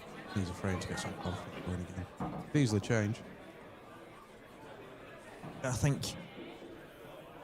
probably years ago, Tom, I was maybe guilty of when I was behind thinking that's it, done. But then started to think. It's just one guy said to me one day, if someone can win 5 frames in a row against you, maybe you can win 5 against them. And it started to stick with me thinking, right, okay, not done till it's done. And I think watching the likes of Liam Dunster probably more than anybody, when the chips are down, you don't actually see him any different. No, plays to the end of it, no matter what score it is. That's it. And I think it started to kind of sit well with me, thinking, well, okay, what's the worst that can happen? You lose another frame, or maybe you win it. And yeah. I suppose that is, it's the old 1 frame at a time thing. You can only play 1 frame at a time, so.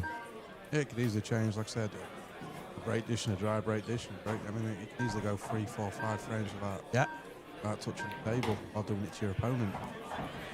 That's the standard we're at nowadays. Yeah, exactly. So many players that can do it to you on pros and amateurs.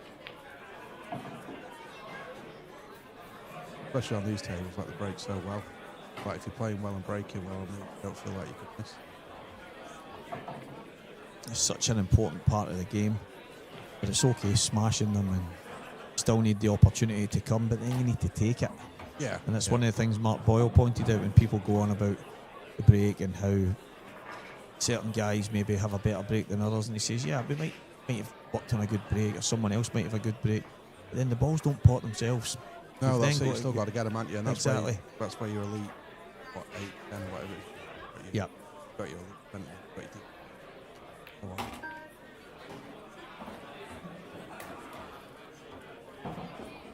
We just pop this back and then maybe red go down towards the yellows for it in the middle. Has to be. Yeah, a little stun shot, half ball on the red. It just drops down onto the rectangle.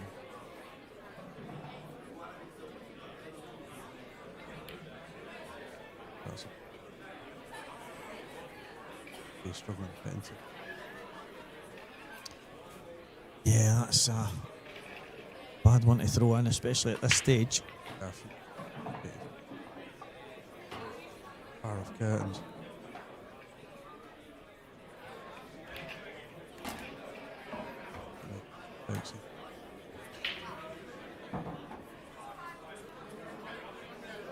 He just seems more assured in the arena and on the clock and everything.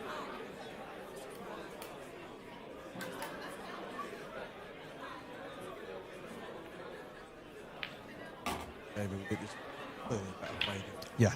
what he's shown. I mean, don't get to the final. No, he's played some cracking players. He's also played some good stuff, and there's no doubt he'll be disappointed. He is more a methodical, thinking player, and I'm not blaming the shot clock. I'm not that way inclined. It's the same for everyone. But if we weren't playing here on a shot clock, there's a few shots there that David might have taken 2 minutes over. Yeah, you feel rushed, and I think I bet he's feeling really rushed. But like you say, you got to play on it to get experience from it, haven't you? 100%, mate.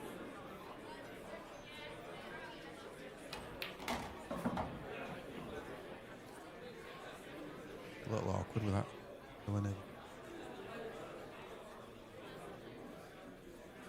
Yeah, that's not. Unless he's on it now. Is he on it now? We can drop it in the middle.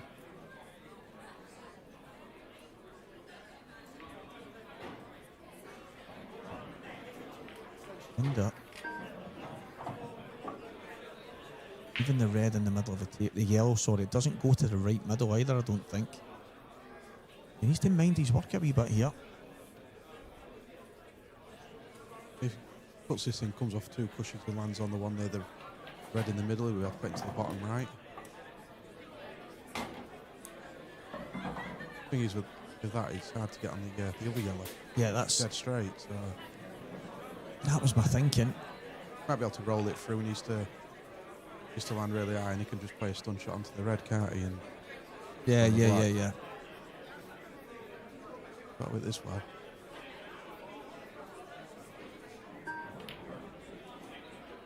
Oh, first bad one I've seen him. Yeah, but that's came from the shot before when he's obviously.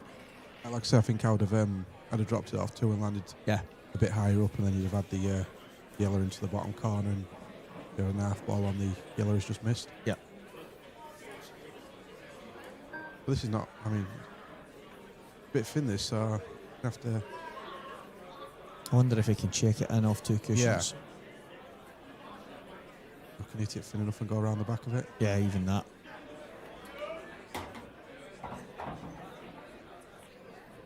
I don't know what he's. Oh, I don't think he really played it with check either, did he? Really? He just hit that normal ball. It was more in between. Yeah.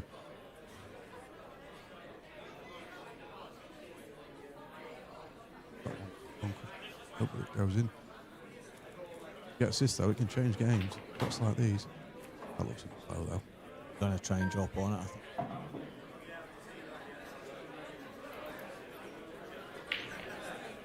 That was the only issue. Didn't get right behind it. You were always going to be in a bit of trouble the next shot. Yeah, I think at that pace you had to go for it off the cushion. The red was always staying behind the black. Yeah, but it's a free shot from here. Just stuns this off. On, snooker. I don't think it's a snooker, so I think he might have left, hasn't he? Is there an inch? Yeah, because even if it's at the wrong side of the yellow, white goes across, doesn't it? So definitely not total, so you can't just come off the bottom. If you can see half of it, you can hit it really soft and drop on the bottom cushion. But Yeah. hard enough. I think that's what he's going to play, Tom.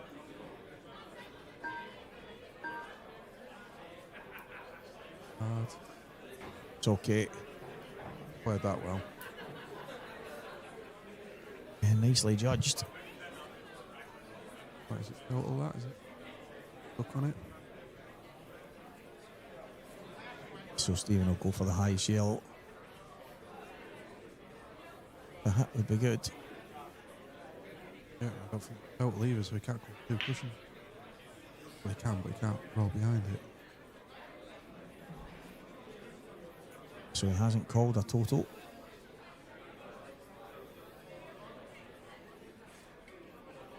Somewhere near a bit. I think you just got a bit of a. Let's see how you can get it safe. If he comes off 2 cushions and hits it full ball, the white will stay at the bottom half of the table. Oh, that only happens if you do down there. Yeah. That. It's actually insane how often that happens when you're miles behind and chasing it. Yeah. If the other way round, that probably rattles and goes on the top cushion, sticks on top cushion. Yeah, that's how it goes, doesn't it? But you make your own look in this game. If you don't play well, unfortunately, you get punished. So it's how it goes. He had a good chance in the frame. Yeah. And then Stephen obviously tossed in a miss up the top left and gave him another chance. And can't say the opportunities haven't. Yeah. No, he's had a few chances. Not his last couple of frames. I mean, he's had this one, but like the first 6 frames, he could have had more than 2 frames. Yeah.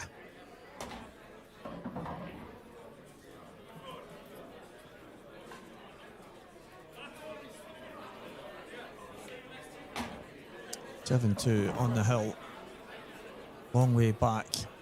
Probably no way back. It's happened before, hasn't it, where they've come back, but unfortunately, I don't think they're playing well enough to make it happen.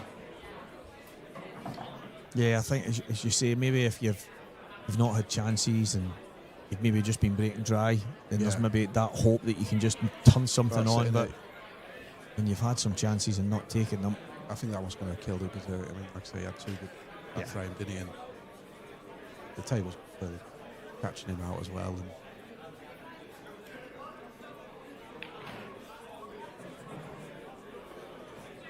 everyone's spot on at the minute, isn't it? I mean, we've got 3 tables and everything. That's it's absolutely going flying. well. Well, they obviously made a few changes to the schedule to see if it would make a difference, and it seems to have done so. Yeah, I mean, the 3 pro games in one night's a good idea. Because you're getting straight onto the quarters, aren't you? Yeah. Then there's no real pressure of the getting through the scheduling because you've got 2 games. Exactly. Is it 1 at 3 and then 1 at 6 or whatever it is? Then you've got the final at 9. And yeah. Got time to get this on as well, haven't you? So, yeah. Running well.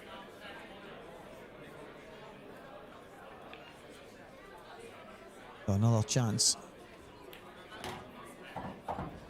Hopefully lets his arm go a bit and forgets about the stage. And It's actually quite unlucky there. He's landed dead straight in the one to the bottom. yeah, He would have loved a little angle to get the other one to the left middle, and or maybe even get out and take the one between the black and the red. But if he stuns this time, he's got the one in the middle. Yeah. He could just drop it off the top cushion. Otherwise, you don't it's too hard. You should hang behind that red. I think we kind of free rolling now at exam. I'm guessing back in. He thinks it's over. yeah, Disappointed how he's played. Clearly a lot better play than what he's shown. That's great. Hope for that.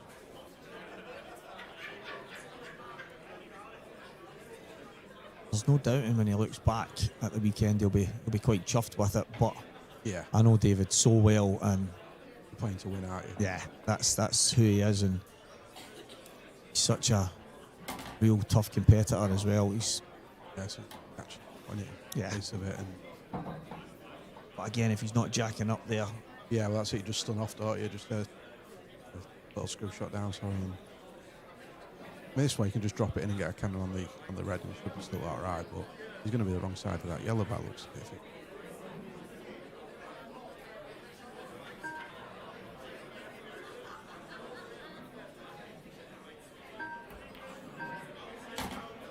Elephant. Another thing I see, you just have to screw it back off the cushion and come back down.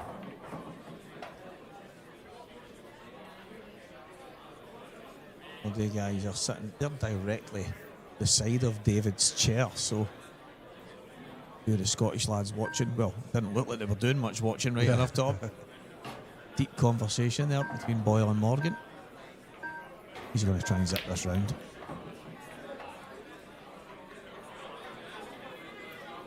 Yeah. Yeah, Yeah, look back, he has had a few chances. But I wondered happens there. to us all.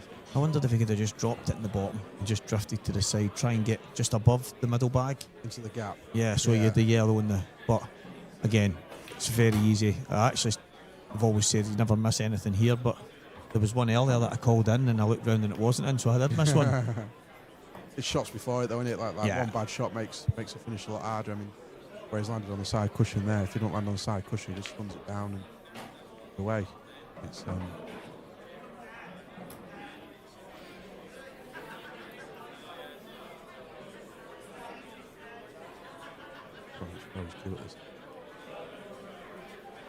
Yeah, I don't think it's. I don't think it's much tactical.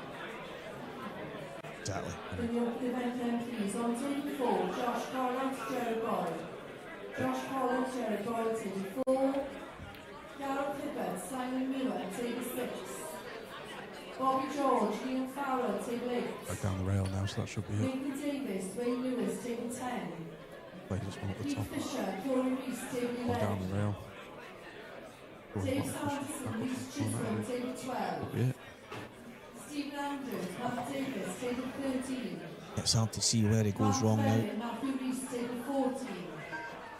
Dan Fairway, A Steve little Wall, jab back table then. 15. Jake Newler, It's just exactly as you called it, Tom. I think he just needs to keep his head here, and he's got the Hampshire title in his hand. Yeah, I might say only 5 frames in front of his opponent. No pressure on him at all, is he? I mean, he's playing alright himself, and his opponent's going to win 5 clear. And Alton Griffiths, Stephen McKern, table 21. John McKinley, John Watkins, table 24.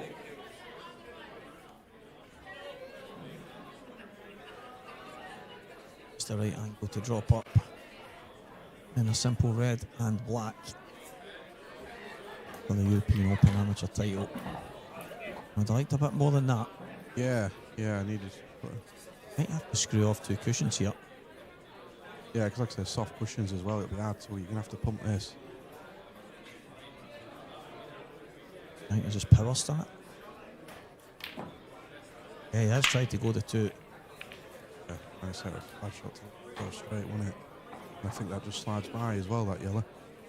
Yeah, and that's. And these can turn. Like I know it's 7-3 and it's a tough shot this, but if he gets these, and it can means a couple of frames, then you doubt yourself out. Yeah. At 7. That's the thing. It's. He's a turn. This will give him a bit of confidence in nails as well, because and he's got this. That was half a bag.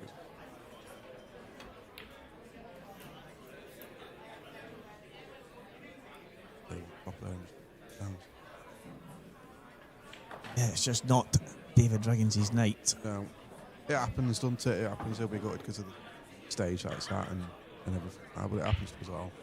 Yeah, I mean, as I say, I think he'll look back, Tom, and he'll be pretty pleased with the weekend's work. Yeah, definitely. And he should be. But I know him personally, he's obviously a winner and he wants to come and compete it with the very best. He's not the kind of guy that wants to just come and have some fun and take part. That's not his thing. He's not a drinker, he's not a partier. He comes to play pool and that's it. And yeah. Well, he will be disappointed, but good signs and good things to come. Yeah, I mean, for anyone that gets to a final of these events, that even, I think better player on the days one here. Stephen McGurn has been fantastic. Congratulations, Stephen. You are the European Open Amateur Champion here. Tom, cheers, mate. Even though I was only in for a short time there, a few frames. I'm going to head out for the presentation now, guys, so I'll be back very, very soon. But Tom Barley, what a guy. Thanks, guys. Yep.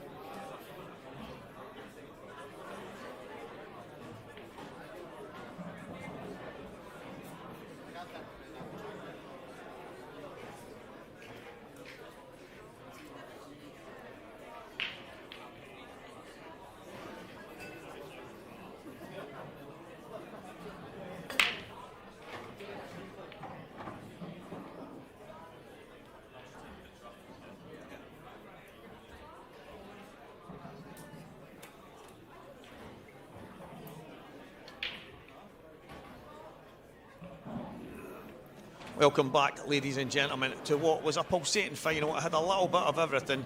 And ladies and gentlemen, please round of applause for the players.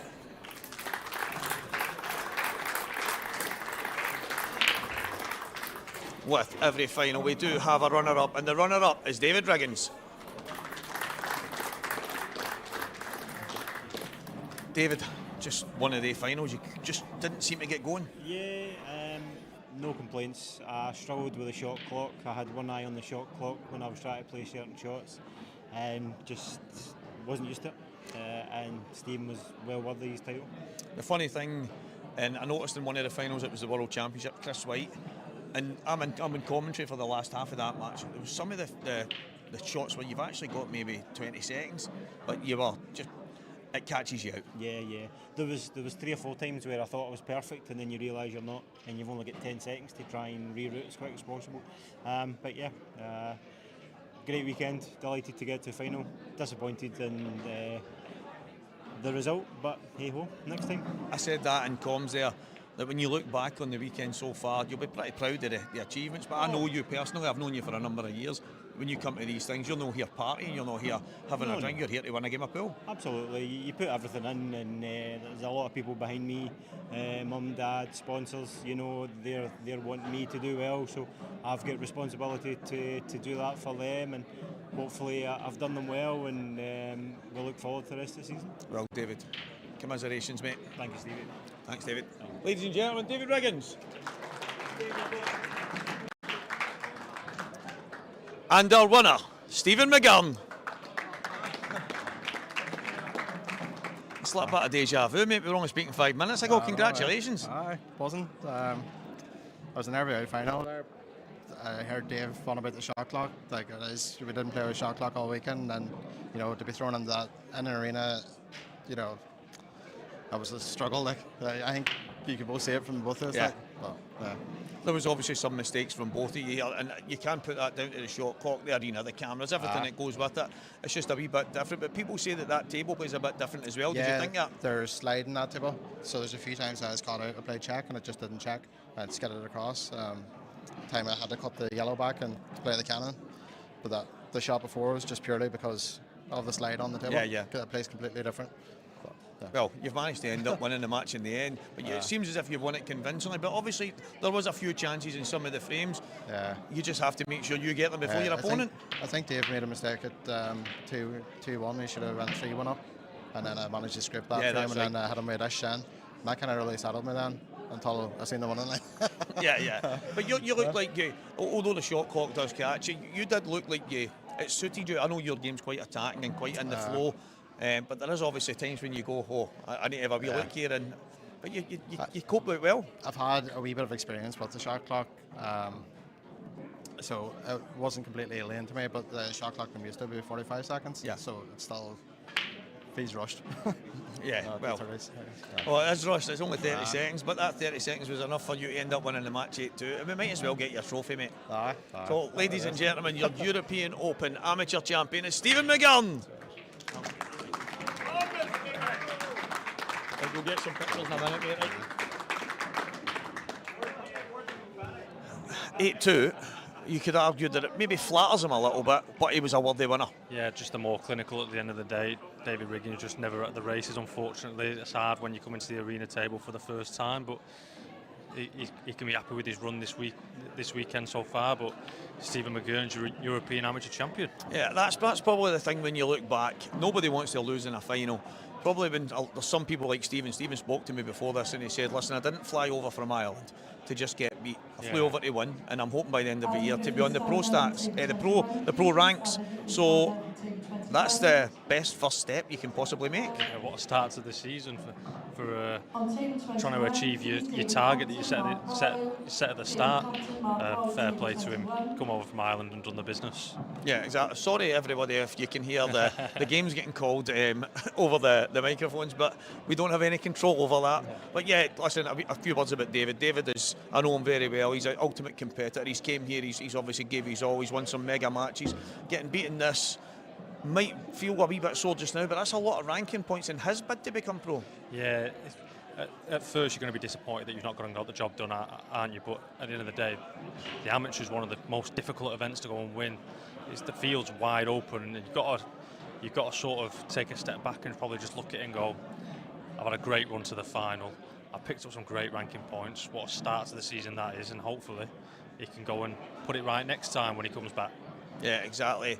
And it doesn't stop there. Stephen McGurn is the European Amateur Champion here at the wonderful IPA in Newcastle. However, it's not the end tonight. We've still got another final to come. Yeah, we've got the number 1 Liam Dunster taking on the World Seniors Champion David Adenow. Obviously, we're used to seeing Liam in finals, but I think David Adenow said to me earlier in the day that he's not been past the quarterfinals more than once in the last 3 years. And you said it, the catalyst might be that he's won that World Seniors title and he's just kicked him on. So obviously on paper Liam's going to be the favourite, but David's had some great results this weekend. Could he cause the upset? It's the style of play that David's been throwing in there. He's been banging in crazy finishes. I said to him that Greg McMillan was watching in his room and he said, I love Dave, I love watching him, I love everything about him, but he is mental. But that is what we love to see. We love to watch that. Liam's a bit more precise, Dave a bit more kamikaze if you want, but it's going to set up a phenomenal final. I think when you speak to anyone about any pool match, you sort of rely on a bit of luck, don't you? And you need it on your side. And if you've got that sort of kamikaze style, it might not work all the time, but you've got more chance of it running in your favour when you're being like that. Whereas someone like Liam is just more methodical, a strategist when it comes to the table, but can run a clinic as well. Yeah. So it'd be an interesting final to see. I can't remember the last time they played each other, but who knows who might win.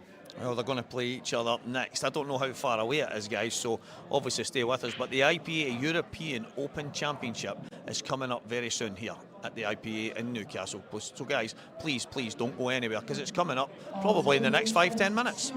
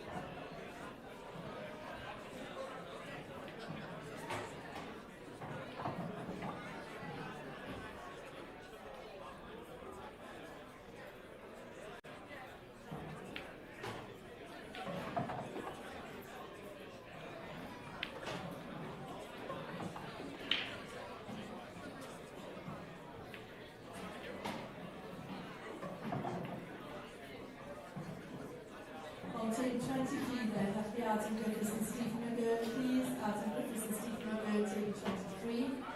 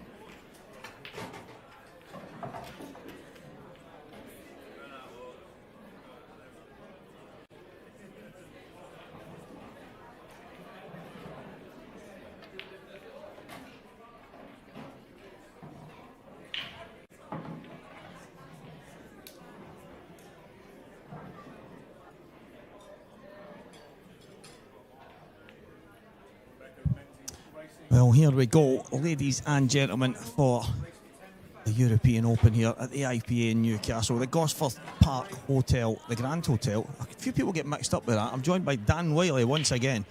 Massive thank you, mate, for jumping in to help out this lonely commentator.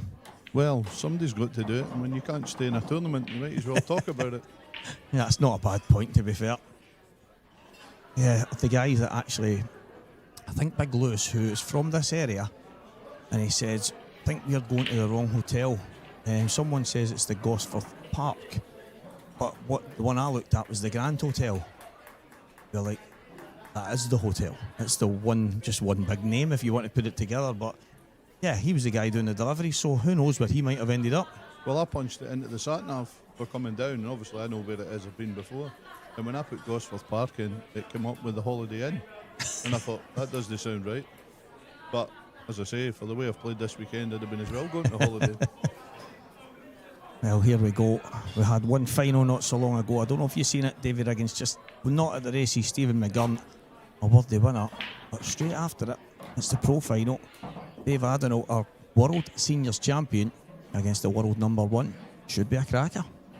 Could be. I mean, Dave's obviously been playing really well this weekend to reach the final. And again, like we touched on earlier, Stevie, the confidence it gave him winning that world title. And, you know, Dave's always had the ability and the talent to do it. But now he's obviously bloomed the confidence in him. And yeah, it's nice to see him. He puts a lot of work in, a lot of pressure on him from the Isle of Man being their only pro. So he's delivering for them all back home. Yeah, it's good to see that a few of them have actually come over with him. So the support is growing. And he was actually on, I don't know if, I'm assuming you heard that when he shared the radio station interview that he done over there. And who knows, maybe his next one will be on live TV. He might end up in Sky Sports. Well, you never know. Has Isle of Man got their own Sky Sports? I don't know. Has the Isle of Man got sports? I think they've only just got electricity, they're not still. Well, that's it. It's new. You still see them burning the coal at the back corners, but yeah, they're getting there. But no, Isle of Man's a fantastic place. Always one we look forward to going to every year. I think he's looking at a plant here, Dan. Oh, take it left pocket. Oh no, he is. I just seen him coming around and looking at the red to the bottom corner. I thought he was going to cut it. Yeah.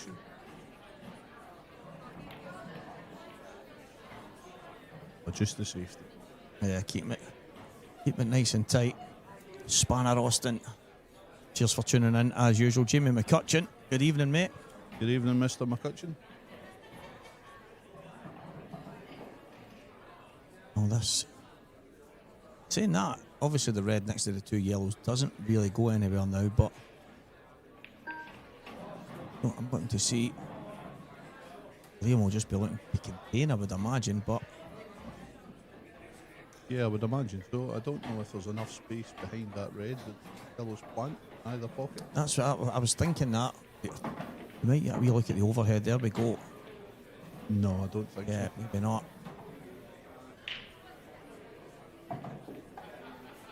Probably going to be reluctant to play it, even to take a pocket, because he's going to open that other red up. Goes wrong. Yeah. Easily. So Liam Dunster, I would say it's a slight advantage. That's not great. No, he's left them the perfect angle to try and bring this red out. Yeah, that's very unlikely. I think he's tried to just go behind the other yellow, and he's just got it a bit too straight. Maybe didn't get the wee flick aside he was looking for, but didn't seem to get through the cue ball. Yeah. Sort of desailed.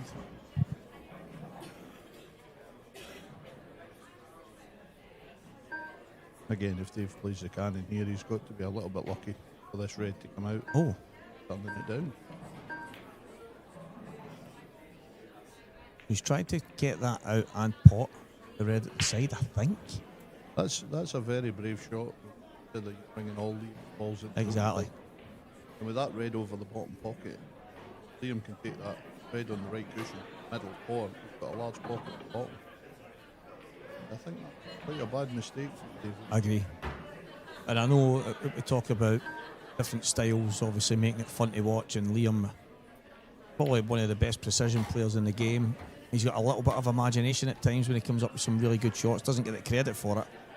But most of what Dave Adenall does, basically full of imagination. And a couple of the shots he's just played have got me questioning my imagination. Yeah, he's, unless it's maybe just a touch of nerves at the start of the match. Yeah, that certainly seemed to be I mean, he seemed to have a perfect angle to pot that red and play the cannon to get his last red out. Very strange shot to play. I'm talking to him earlier, and this is the furthest he's ever been in the Pro. So he's been in a final of the Open where Johan Attard beat him in Coventry, I'm sure it was. But in the actual Pro itself, this is the furthest. He's never been past a quarter-final, so here he is in the final against Liam Dunster. I mean, maybe doesn't get any tougher than Liam, but if you're going to go and win these, you know yourself, mate, you're in there with them. You want to get there, you need to beat the best. Absolutely, and I mean, after his result in the semi-final, Ben, I didn't get to see it, but I mean, Ben was playing really well. Blew him away 9-4. So he's obviously not felt it in the semi-final, but again, as you say, a final, he's obviously had the breaks. Semi-final, probably had time to think about it, and then to come out for the final, that little bit of nerve. Yeah. Which is understandable.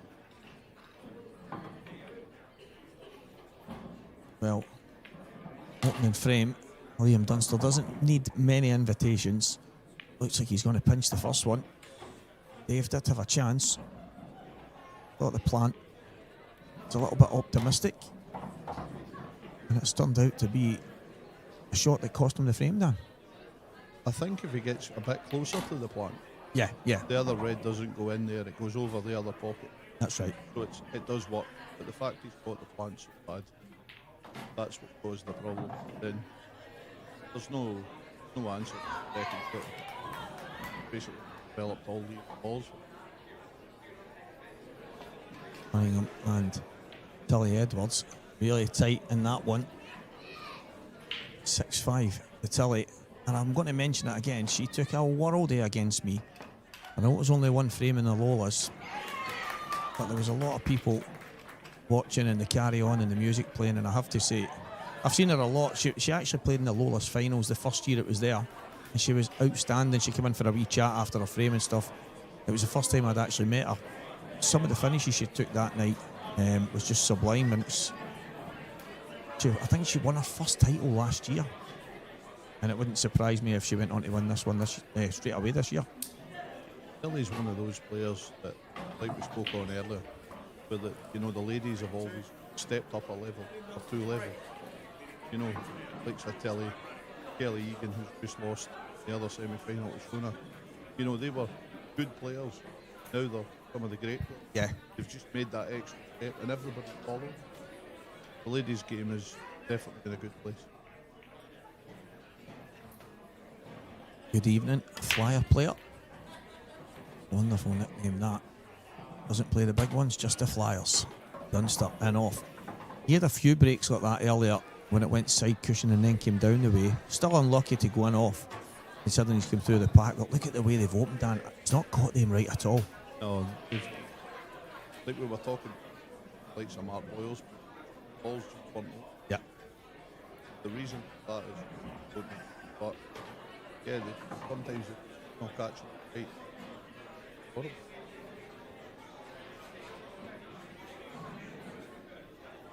Chance for Dave Adenall here.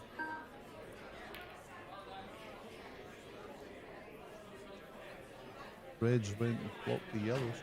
Problem. Both colours. We were going to try and flick the yellow on the way past here. Loads aside. Not bad. Yeah, that looks good. The red at the top of the table, does it pass the yellow into the top right pocket? That, if not, that's a problem. But he does have a breaker right at the Yeah. table. But if it goes, too many problems here. I've got a sneaky feeling it might go. Knowing Dave, he might play the one in the top right and then play it to the opposite bag, but yeah, there you go. The only problem is going that way is he's on it top left, trying to get out past that other yellow. Yeah, exactly. he would need to play it pretty early for that. No, I totally agree. I think you're. But then again, you might have to go upstairs right now. The fact that goes at the top, I could be forgiven for going upstairs.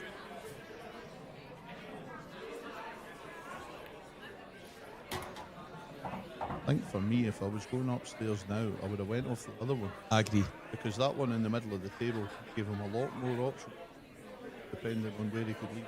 So, this other one here, not like that one. The other one further down, they're more precise. They're on it. Yeah, that definitely surprised me, because I totally agree. He could have, if he's left here and then he's coming by that, he's got a far better option. And I mean, he's missed that red, but no, it's a difficult shot from that red back to the black. I think just a touch of nerves with Dave at the start. Confusing, but I think yeah.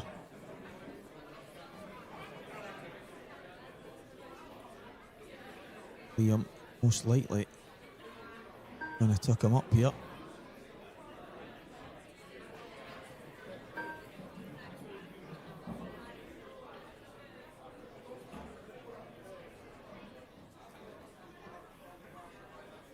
Just looking to see if he leaves an angle.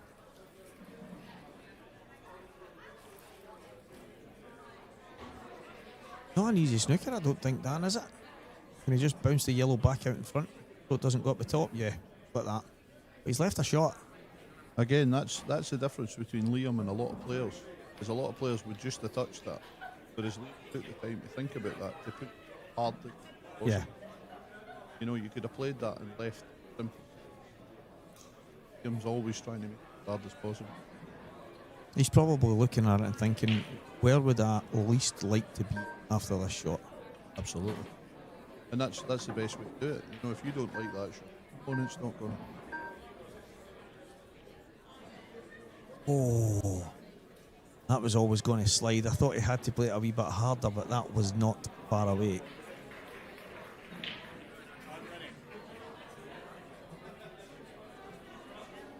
But very likely, 2-0 Liam Dunster is what it looks like. I won't try and curse him with the commentators' predictions right now, but you see Liam taking these out probably 999 times out of 1,000, and the other time because he fell asleep or something. It's not because he missed. Yeah, you generally. Any problem.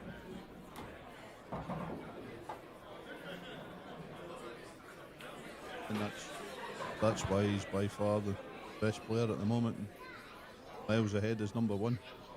Makes everything as simple as possible there. Yeah. Yeah, when it comes to simplifying.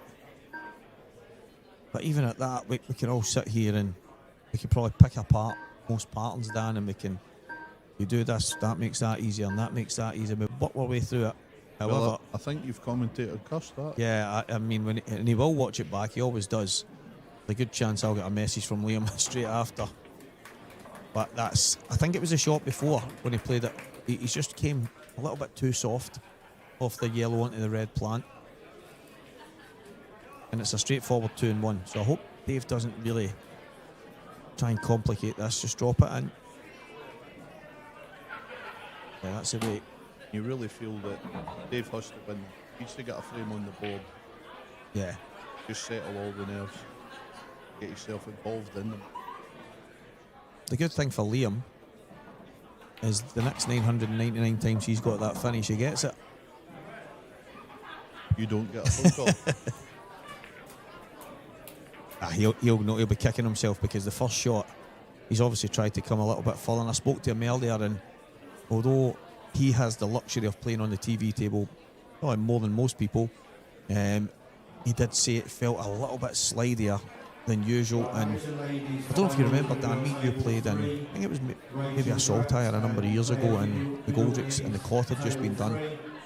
I'm on a finish and I've got ball in the bottom right corner, and I'm just trying to just basically a little bit aside just to come back out for a black in the same bag, and it's just went off the cushion and came out and spun in the area and I wasn't on it. And after the match, we'd spoke about the fact that the new cloth and when it slides, when you put that side on it, and I mind scratching my head thinking, I've played that shot a million times. What has happened there? And probably more than maybe in a pool club, the cloth gets done and it's really good for a short while, but then it changes, so you don't really get that kind of, well, you don't get that kind of table, that type of cloth and brand new balls and stuff very often. Whereas in the tournaments, the guys will put brand new balls out, the cloth's brand new, and it caught me out. I'll never forget that. Was me and you was playing. We were playing close to the bar tables. It just stood out like a sore thumb, and how often I see that here by guys that play on it a lot. It's frightening. You find that, especially as you say with the brand new cloth, that if you try to play a shot with check side, it has the opposite effect.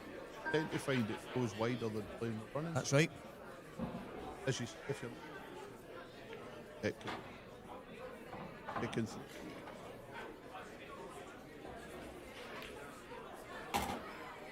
I think that was it really that stuck with me, because after that my actual table plays like that all the time now, and the balls are always clean and polished. The table plays immaculate.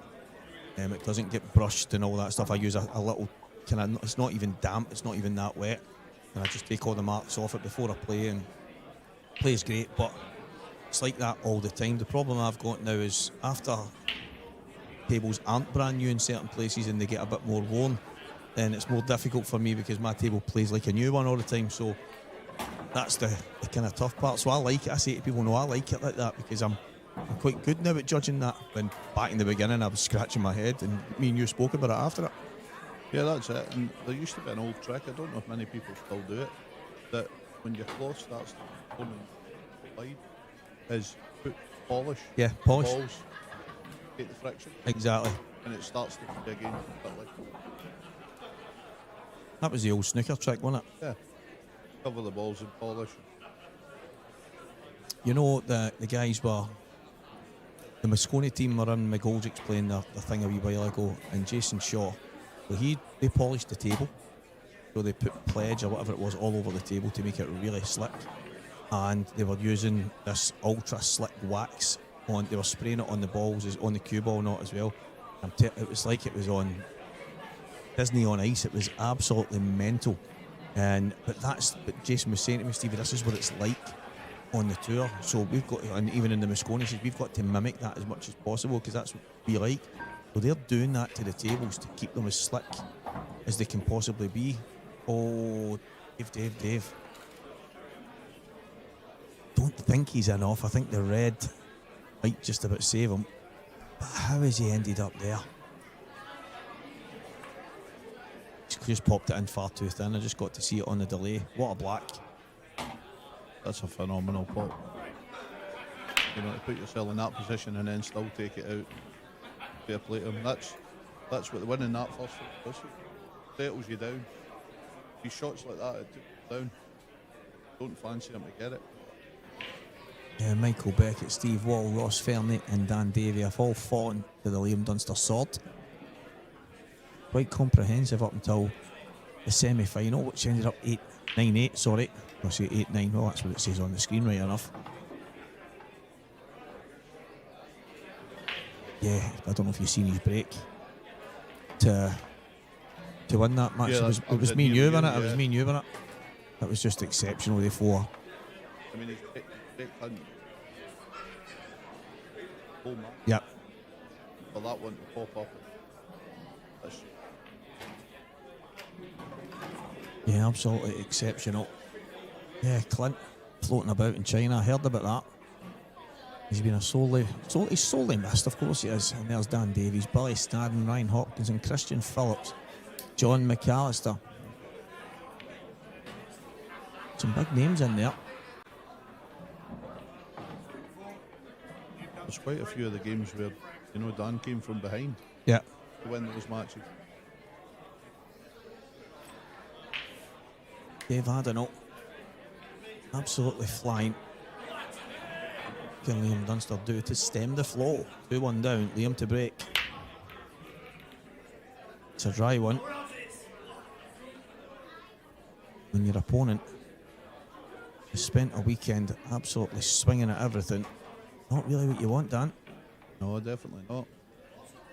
I think the yellows are looking pretty fast. Pocket start.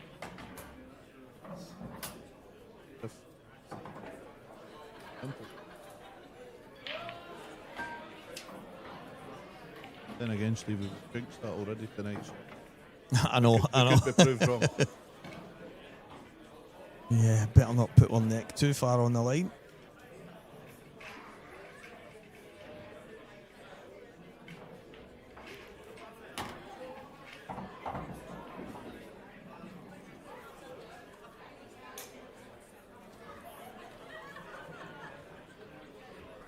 Bit surprised he played that. Thought he might, if he could get through to the other one, he might have just dropped that and played the plant down the cushion. I don't actually think that's. Do you think that goes through the gap? I think if he takes one that's bottom left now, 2 yellows up near the middle pocket, both side. Yeah. Rid of that now. That open that pocket up. I think he's going to play the ball in the middle now, then maybe drop the plant in. But I agree with you, it would have cleared it up because the red there makes it quite a big pocket at the same time. Problem with playing the planting, you don't catch the ball in the pocket right. Actually, yeah. I wonder. So I think it looks to me as if he's going to pop the plant down, and then the yellow that lands over the pocket, he's maybe going to play next, and then the 2 balls into each middle pocket. But plant could go wrong. I mean, unless the outside yellows goes to the left middle. Well, it does now. Nudge that out. That's landed perfect.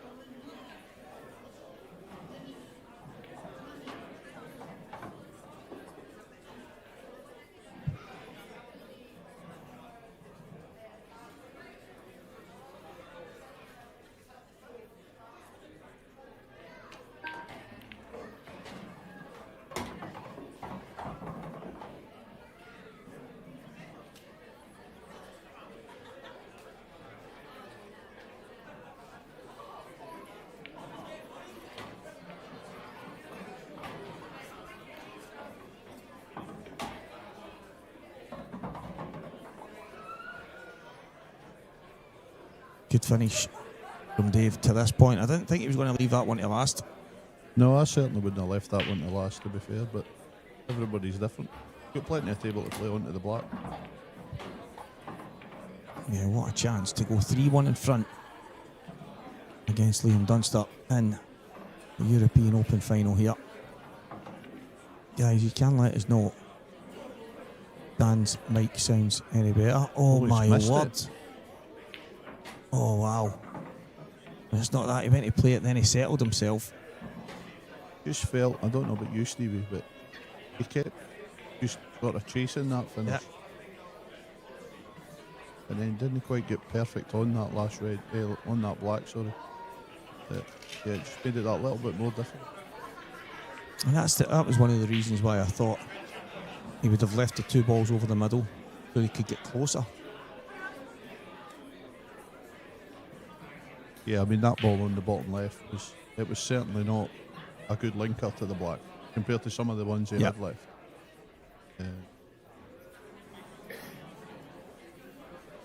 Cheers, guys. Well, a chance that Dunster was not expecting.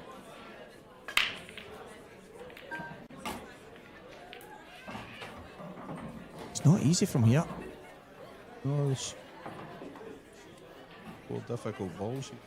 I don't know what he's going to go for next.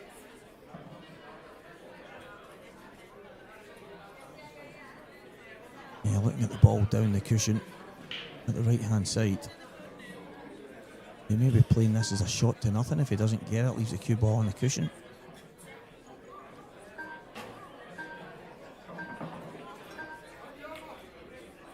Yeah, it's exactly what he has played. And you know yourself, Stevie, after that black that Dave has just missed, you think each fancy is going to rattle this one straight in the middle of the hole. It's absolutely insane how often it happens. And I think I mentioned earlier about Rhiannon Graham's one earlier. He's missed quite a simple one and then went down and slammed in a world-class black after it, and it's just absolutely insane how often it happens. Well, it's not going in at that pace. That seemed to be a little bit of lack of control there for Dave. He just seems to, you know, he's had an opportunity, just take your time. Unless it was shot clock pressure. Yeah, maybe. But you think just get down and stroke that in. He's played that so fast and so hard. You would swear someone had bet him to try and take the pocket off the corner of the table, but I mean, there's obviously the argument for playing it positive and maybe not trying to dolly it in, and I think somewhere in between is what you're looking for there. Just run it in. Probably the way you would take a penalty. You don't really see many people slamming the penalties in. No. And as you say, if you just put a decent stroke on that rather than hammering it, you give it a better chance of going in. You know, if you do get close to the pot, the chance the pocket might take it at that pace, it was never going to go.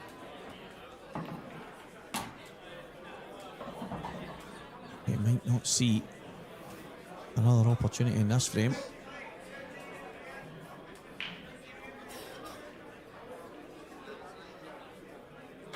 He was a long way off. Wonder if that red still goes down the cushion, the bottom left. I think it just about does. Liam is just making sure by taking the one to the bottom left first. Makes sense.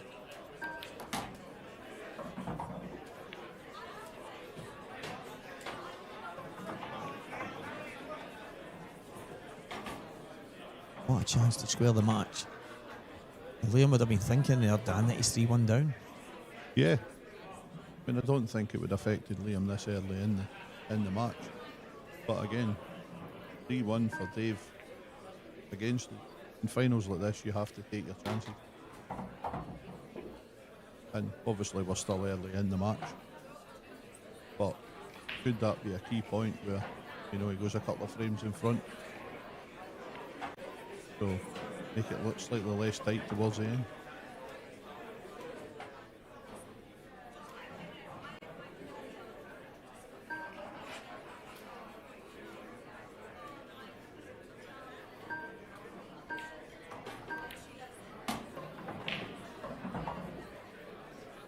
Just about perfect for Liam Dunster to square the match up. I don't want to say Dave, he will be kicking himself for the first black he missed. The second one, maybe just a rush of blood, maybe still frustrated at the fact he missed the first one. But the one thing that he's done well so far this weekend, he's got it out his head quickly and then kicked on again. Can he do it here against Liam? Yeah, you would think the first black he missed, he's going to be more angry at he didn't get on the black well. You know, if he plays another 6 inches up the table, the black's unmissable. There's the ladies amateur final. I've just clocked that there on the screen. Dan, sorry for butting in. Claire Biddle and Rachel Sherritt. Both of these ladies are involved in the Fantasy Draft League. Claire actually messaged me and said, Stephen, put me in that, but be prepared for 100 questions of what it is when I get there. And I'm like, I really love that. In it and not get a clue what it is. Brilliant. But now they've all figured it out. Everybody's absolutely buzzing with it, which is good. But good points for their teams. Both of these two guys getting to the final. Just the same as Dave Adenall, who his team, the three-legged Potters and Dunster's Destroyers, getting some very much needed points as well. But the winner will get 3 points for their team. All other players get 1 point a match, so not too bad. Well, a lot of guys will be glad that I'm not in their team this weekend with no wins out of 2. I wonder how Harkey's team got on. I don't think they did too well. I think he's been pacing the room most of the weekend trying to work out. The good thing for him is, and I said that to him the other night, he started off, he was thinking, right, where are we going to get some points? But then he ended up getting a fantastic few amateurs into his team. He got Wade Molly, got Anton, and you're thinking, right, here we go. But those two have struggled this weekend. Yeah, I think in the amateur event, I think out of the 3 of them, they only won 1 game between them. Yeah. But then he got lucky because he drew Mark McAllister. They were both in the same team. Exactly. So he was guaranteed points. But yeah, he's been pacing the floor, trying to work out who's who and who's won. Yeah. It's been good. It's been good listening to all the guys like Dean and stuff, checking and messaging their teammates, Ross Fernie, he's the writers, Dean's the shufflers, and Marcy's Muppets and stuff, and they're all of a sudden, I seen it earlier in the room, and there was a few people over and kind of talking away, and I was like, I came by and I said, how are you getting on? Well, that's the first time I've met that girl, and I was just giving her a wee, come on, let's go, now get some points for the team. He's like, it's the first time I've ever spoken to her, and I'm like, it's amazing. Well, Harkey was the same. We were sitting trying to work his points out before I came down here tonight, and he's sitting there. I've got a female player. And he says, how did she get on? I says, who is she? He went, I don't know. Well, how can I see how she got on if you don't know who it is? This is what Dave's done well. This is what Dave's done well. He's came back after kind of letting a couple of mistakes. A lot of us, Dan, I don't know about yourself. I've obviously known you a number of years now, but some of the mistakes can fester, and I've been guilty of it for years myself. But I noticed in the last few matches with Dave, it just seems to disappear to somewhere else. And I think that win at the Worlds has made all the difference, because when I spoke to him after his semi-final, and he said, normally that would bother me. He went, but I don't know what it is. He said, the thing in my head now is just try and go breaking dish. And that's what a way to think about it. Yeah, absolutely. If if it's not affecting you, missing shots, because we all do it. But if missing the shot is not affecting you, and you can just move on as if it didn't happen. I mean, I always remember a guy who I played snooker with, Joseph. He used to always say, like, if you ran out of position, didn't get on the ball, the way to think of it is your opponent put you there, yeah, not you, because then you think of it different. Not played a bad shot, opponent did it. Sometimes that can be quite good. 100%. And that's one of the things that you need to look at. Say your opponent misses a black and he rumbles it in the pocket, and you're left absolutely nothing. I've seen people coming off their chair, shaking their head, throwing their arms in the air. What's wrong? Well, look at what you left me.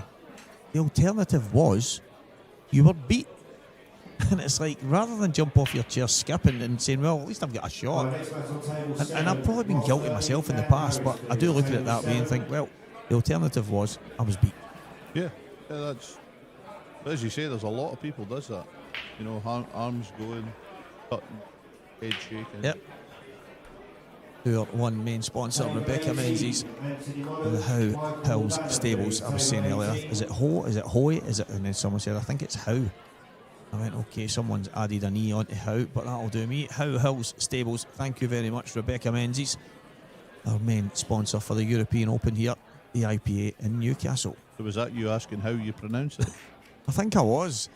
I actually said Ho at the start, and then I was corrected, and I don't know, but massive thanks. And all these guys, actually just speaking to Alan from 8 Ball Direct, who gives us a smart rack, I-beam and halo lights, absolutely fantastic. RMF Strachan, Supreme, EBS and on board. Without you guys, we're in a little bit of trouble, so a massive thanks from every one of us. Dunster. Oh, Dan, I know it's slightly off topic, but there was a match earlier between a young Scotsman called Sean McMahon and Gio Edgar. It was on the stream table, and I can't wait to have a look at this. Can't wait to do a voiceover commentary on it, because Sean had 2 shots. Gio sits down, Sean takes the cue ball, places it roughly where the black is on the table right now, and then thinks, nah, that's not good to me, moves it down further, and then plays a ball and ball, bounces it out the way, goes for a finish and doesn't get it anyway. Nobody flinches. A couple of frames later, he's on reds and just going to pot a straight red, miscues, flicks the black in, tosses a yellow, carnage all over the place. Gio's like, I haven't even seen any of it. He's playing against him and he's like, I never noticed any of it. He went, looked up and seen that the black was gone, and the other one didn't even know that he took 2 shots from wherever he took it from. Oblivious. But it was quite funny at the time, obviously, watching. I can't wait to, obviously, people have been sharing it all over the place, but I don't know where he got just putting the cue ball where he wanted. Mental. Oh, that's definitely a strange one. But as you say, the fact that nobody noticed. That's even worse. Probably worse.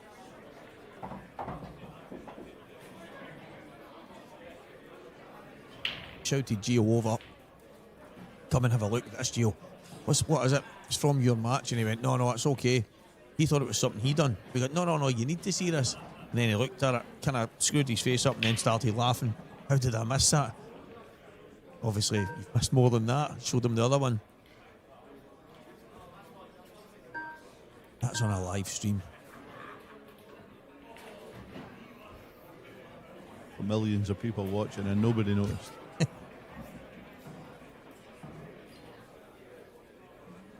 It's mad sometimes what you do and some of the things that you miss.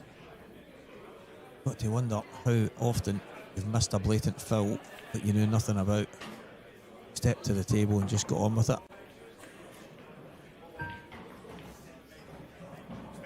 I hate the guys that you maybe break, you might miss, whatever it is, you pot a ball, but from the break, so you've got a shot, you miss.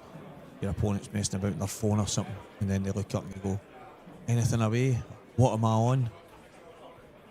So many times I've been tempted to say, I don't know, mate. And just like, whether they are on something or whether they aren't, and those small parts of etiquette that quite frustrating. And obviously, you from a snooker background, you would probably understand that. It can be frustrating. Absolutely, but I wonder. I don't know if there's any referees on here tonight, but I wonder what the rule is. Are you actually supposed to tell them if they ask, or can you tell them? Yeah, if your opponent doesn't know, especially if they're on their phone, that's just bad manners. That's the good thing about the IPA now, that you're not allowed on it. You can have it there, and if there's an emergency or something, fair enough, but you're not allowed to be on it, making calls and stuff like that, which is, for me, absolutely phenomenal, because some of the instances that happened to me at the IPA, definitely one of the better rules to come in. But yeah, I wonder what the rule is. If someone asks you something that they don't know, I've heard people say that when both of you guys are playing each other and there's no ref, essentially the player not at the table is an acting ref. But why then in instances do you have to shout for a ref then to watch certain shots? And I don't know. I really don't know. I would love to know. Yeah, it would certainly would want to. It might be worthwhile one of these days getting a referee in here on the comms and just throw questions at them. I mean, I know they work hard all weekend, but we spent a while there having one of the referees in here, Renzi. Yeah, that's true. I think he's not. I hope he's watching, but he's one of these VAR refs now. He can't be bothered making decisions. He says, let's go and check the footage. Yeah, good hit.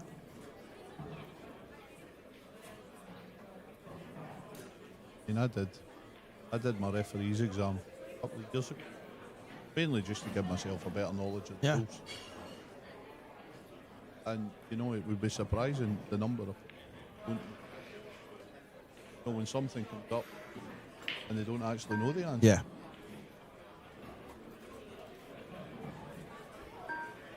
Oh, what's he thinking here? Okay, he winds up like he's about to smash the balls, doesn't he? And then it's just a little kind of delayed, kind of decel in it.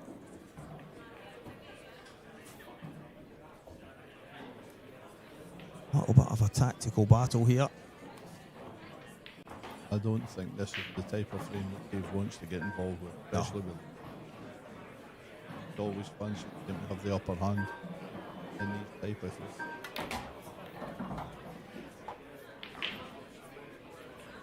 Not bad. Not bad at all. He's certainly in full control now for that bottom left pocket.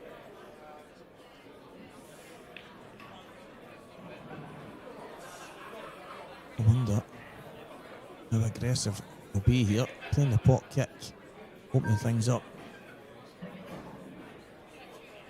I like this. Just bounce that out. Take the cue ball, side cushion, bottom cushion. That's good enough.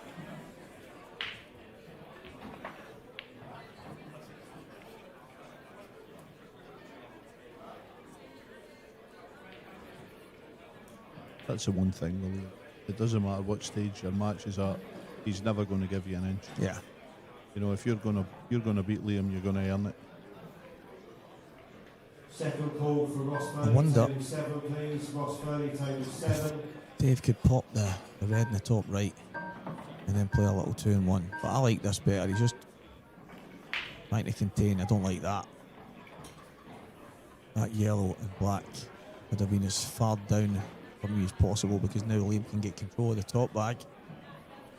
Table 11, please. Yeah, and once Liam gets a yellow in that top Thomas corner, McHenry, please. you know, Table Dave's 11. going to be seriously chasing this way.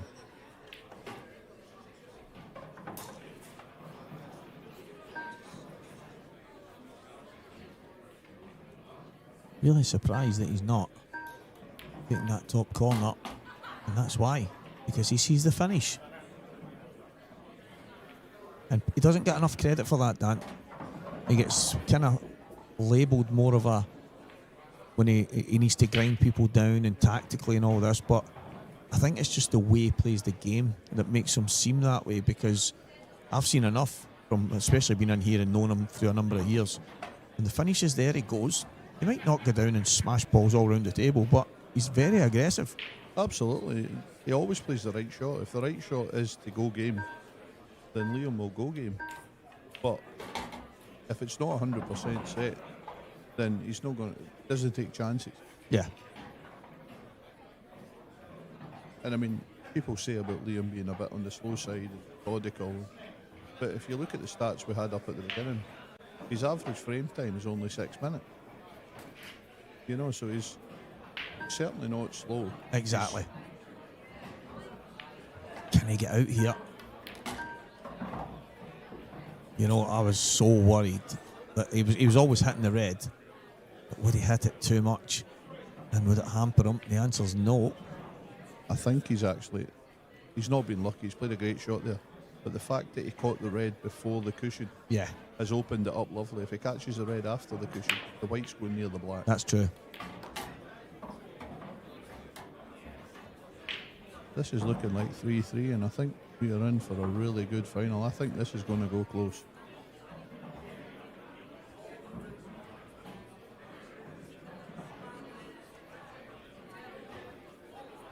Heading for 3-0 here. 3-all. 3-0. Must have fell asleep for a bit there, Dan. 3 frames apiece. Liam Dunster, Dave, I don't know. It's certainly been a long day for you, Stevie. Yeah, too long, mate. Need to get a wee bit of help here, I think, with the comms. Can get the campaign started to get Renzi back. We need some help. I need to eat. Someone help me to eat. I need to stop eating. Can somebody help me with that? Stevie Ferris. Yeah, I mean, I don't believe for a minute that that's not something that's getting looked into. Getting the right venue, getting the right rates, and I think then getting the event supported is the main thing. But obviously, if something can be done to create something that's part of the tour, then all tour members are paid up and everything else, and then having loads of single entries from Northern Ireland would be absolutely fantastic. Just about getting the right venue. I was fortunate enough the year we went to Belfast. It was a fantastic event. Probably, yeah, one of the best. I mean, for me, I think the best venue I've played in is the one we had in Cardiff a few years ago, right in the city centre. It was a really good venue. But as you say, everything's got to be right for the tour to go. But yeah, it would be nice to visit different parts. 100%.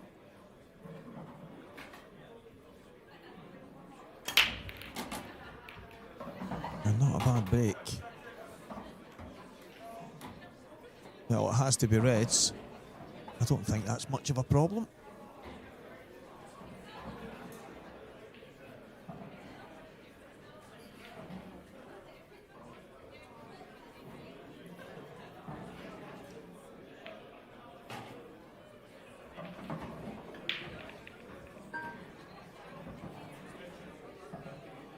Take the one to the top right.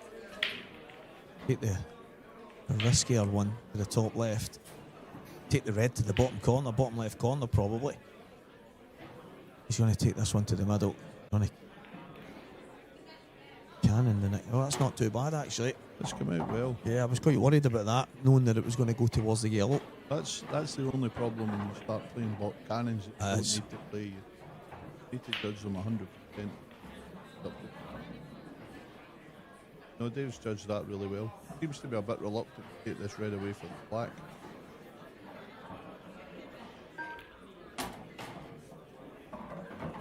Yeah, good chance here. So it seems to me like the red closest to the black is going to be his last ball. I don't like that.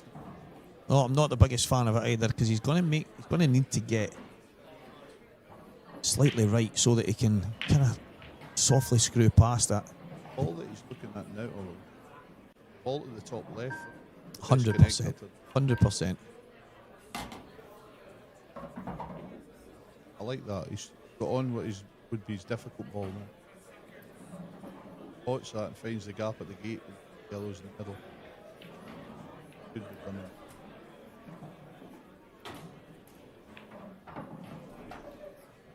Yeah.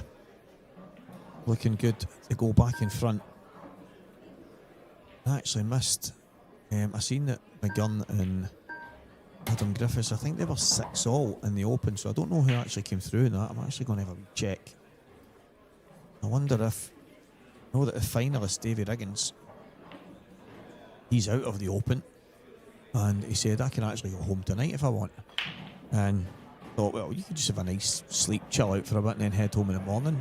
Normally a wee bit better, but even McGunn could arguably do the same if Adam Griffiths managed to take him out there, but I'm not sure. Double check.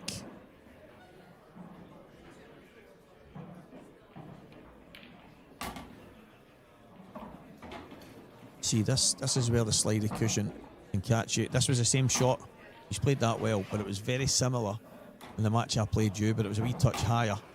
Off was brand new and a bit more distance, so I'm playing it with loads of check side just to come back across, and it just spun in place, and I'm like, what just happened there?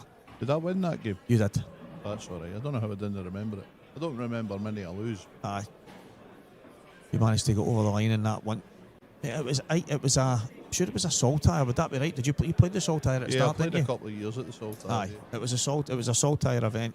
When we were on that day, when it was actually a good match between the two. I think you ended up beating me 7-5. But that was for me, I'm sure, to go maybe 4-3 up or something at that time, and then you kicked on. But I remember that shot, and I remember our conversation after the match, and you saying about the slide and the side and stuff. You kind of educated me on it a wee bit.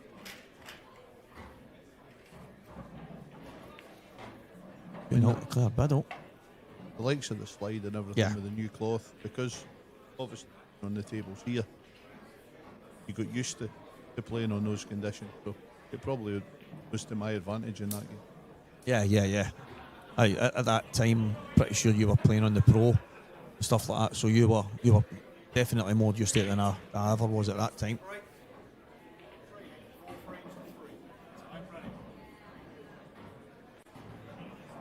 7-6, Stephen McGunn. And Liam is changing his break. He's going the opposite side now.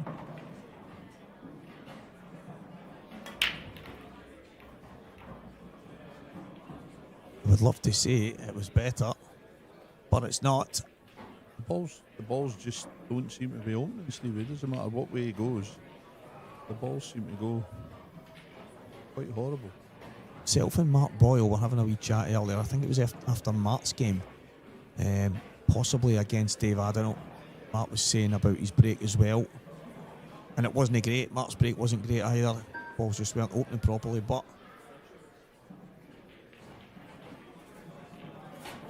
wonder if that red passes the yellow. He can maybe drop inside these two reds and play the two bad reds out of there. Looks so tight though. Looking at it, I don't think it goes. Or does it sneak in maybe? Off the jaw, I think.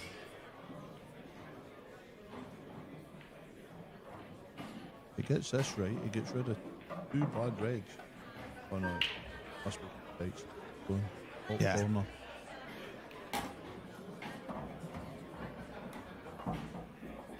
Knowing Dave, he might go for a 5-ball plant or something here. He's going to pot this in the bottom and try and nudge into these and hope that they come out pretty. Not like that.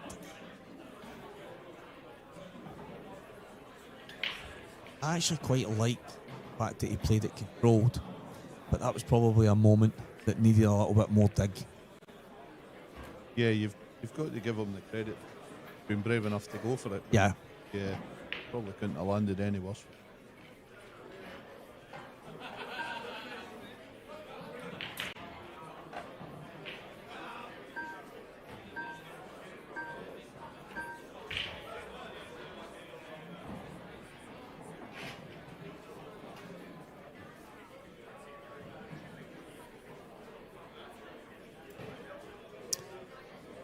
Little bit of bad news there. It's just been sent over to me that the ladies' elite final will not be played this weekend. It's going to be played on the Friday night of the next event.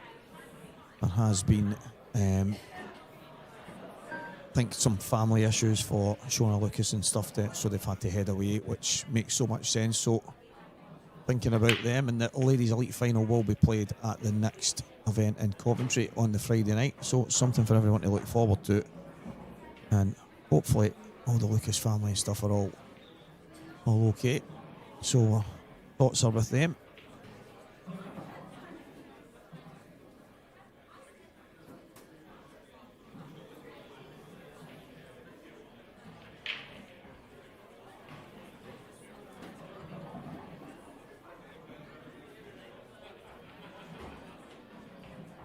Now, from a position of power, Dan, it's in a bit of trouble now. Is he going to take this to the left middle and try and open everything?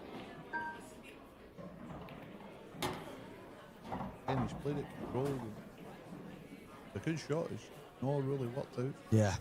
I think the one issue I've got here is obviously the black. Right, that goes without saying, but he's got a lot of control at the bottom right. The only problem is Liam can kind of pick the yellows off whilst the black is up there, so kind of seems like it's Dave for me that needs to make something happen.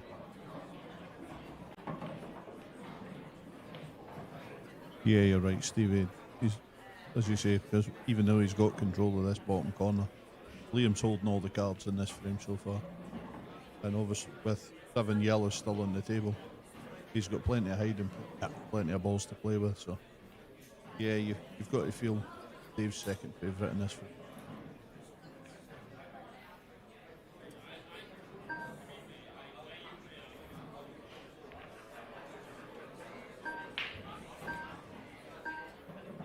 Yeah, just like that. Slowly getting his balls into position. One more to go. And he knows fine well that Dave needs to play down into this area.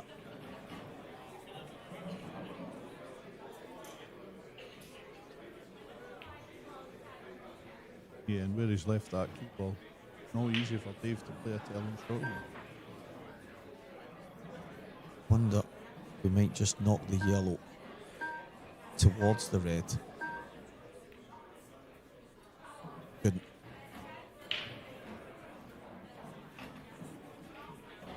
Sure, if you could play the red onto the yellow and nudge the yellow down, but you can see there, you'd only see really half of the ball. I'm just wondering, the ball, yellow ball, right middle. Keith Can you play sort of half ball table into that 22, and please. right behind the back? Dave in a whole lot of trouble. Obviously not want to try and move the yellow pocket.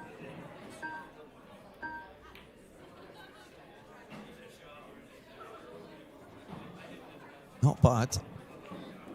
But yeah, I know what you mean. So basically playing that yellow into the knuckle, into the jaw kind of thing, and just drifting over. Yeah, the big target in behind that black. And obviously gives him a better chance of getting the 2 shots to open the table up in his. But as we say, Dave has to force the hand here. Yeah. If he's going to win this frame. So Liam can just nudge about all day, and Dave's got to make them. Not bad. I think Liam will just slide off and maybe put him back up in that corner.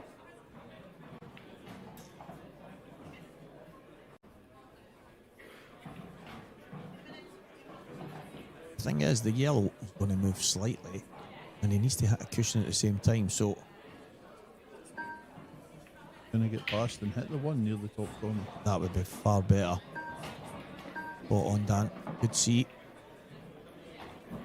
Bit of vision there. Aye, eyes were painted on. I thought he was almost stuck to that yellow. And Mark Boyle has just beaten David Compton, a new pro for this year. 7-5 in the Open, so Mark is through to the next round.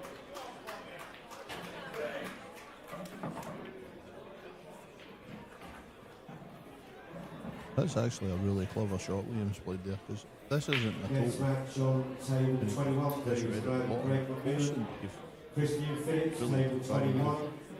Oh, Lauren Chandler, top table. referee with very steady hands there. Yeah. I think that if that was us, Stevie, the balls would be everywhere. I don't even know if he's called total snooker, but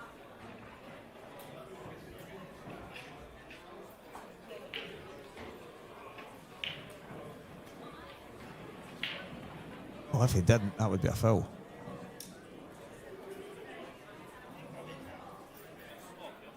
This is back to what we were talking about earlier about this mic'd up. Yeah. You know, everybody would have heard the call. See, I think the people at home might be able to hear it. We just can't hear the referee in here. The microphones on the speakers and that are working, but when we were listening, when we had it turned up in here, there was a massive echo coming through the mics, and we've just had some issues with the sound. So obviously that's you see some of the guys struggling to hear some things back home as well. So hopefully we can get that fixed for the next events.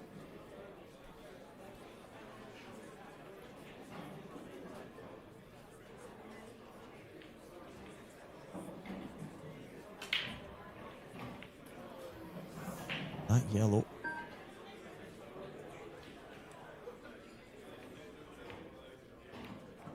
Still the problem for Liam. Can bounce it out now, but obviously giving Dave some kind of bash on the black is not something he's going to want to do. I think he would like to get that yellow out, Dan, and a good cue ball. I think he would, but where Dave keeps leaving the cue ball, he can't sort of get a good cue ball and yellow out. You know, Liam won't lose patience. Liam will touch him until he does get a chance where he feels he can get them. This going in the middle of the yellow. Ah, very good. Again, showing a little bit of imagination. He probably doesn't get the credit he deserves for some of the shots he comes up with, because we're that used to seeing him playing simple shots. Yeah. Cue ball shots. It's one I've mentioned that a million times on comms, and people at home are probably going, here we go again, but he played a shot, it was kind of running round the angles, and there was a tiny gap, and the gap he landed in, myself and Mark Boyle said, oh, he's got really lucky there, because we're thinking the shot he's playing is just to give a little nudge, come round the angles, a little nudge on the ball, he'd be on the one to the middle, and then, but the way it landed, he just landed perfect between them, played the ball down the cushion and popped it in, and he's got pretty fortunate there, because if he lands the wrong side, and we've said that, but a couple of months later he gets me in the corner pocket and he's shouting at me, and I'm thinking, well, I've just played a match, he had played a match, and he said, I meant that, and I'm saying to him, I don't even know what you're talking about. I was playing, I never seen your game. He went, no, 3 months ago in McGoldrick's when I played, and I'm like, what is going on? But he's obviously went home and watched it, and he's pacing the house thinking, I meant that shot, and they've said I got lucky. But it's one of these shots probably at that time I was not giving him credit for, because to play the shot, to have the imagination to try and drop into this gap, it didn't seem possible to start with, but I'm not convinced. But who am I to argue with Liam Dunster? Well, this is it. It sounds as if you're top of his hit list after every weekend. He did actually say to me one time, so I honestly feel sometimes like you've got it in for me. You never, and obviously we have a laugh and a joke about it, because he's one of the players that you might think it's dead simple to assume what he's going to play, but I don't think he gets the credit he deserves for the imagination he shows. I really don't. Big shot, Dave. I don't know. Going to hit it this time. I mean, there's an insight into Liam Dunster there. Now, he was on that yellow for a thin cut, the top pocket. How many players would have refused that pot? It's a low percentage, isn't it? Knew that his cue ball was going to be everywhere, and that just didn't. And he's certainly not shy to tuck it up. He's going to go off the yellow and back in that corner, and a lot of players are playing the plant.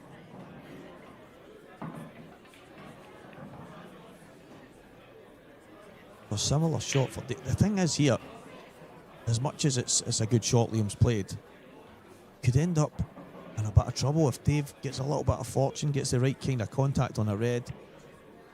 It put Liam in all kinds of trouble. Just judging the slide of the cushions. You can judge them. This is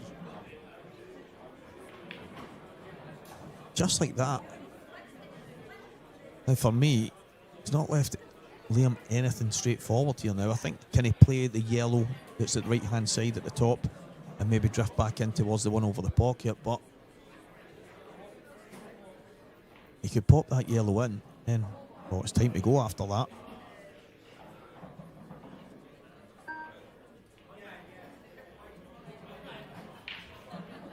Just like that. And it is now time to go. I'm not convinced he's played the pot. I think he's tried to hide. I think you're right, Stevie. But it's came out okay, so. Patrick McAllister. Wonder if he's been hovering about the beverages tonight. I think there could be every chance, Stevie. No, it's time to go now. And I think the only reason he wasn't going is that yellow. Maybe not as easy as it looks. I think he's going to play a double, Dan. And I think he might have to, because if this is landed dead straight to the far pocket, he can't get on. I don't think he ever liked it to the middle, and probably the reason why he refused to finish earlier. Now he's going to have to pop that in the bottom and then play the double. Not seen him miss many doubles, I'll say that much. I mean, on that camera angle, it looks as if it flies in the middle. It does.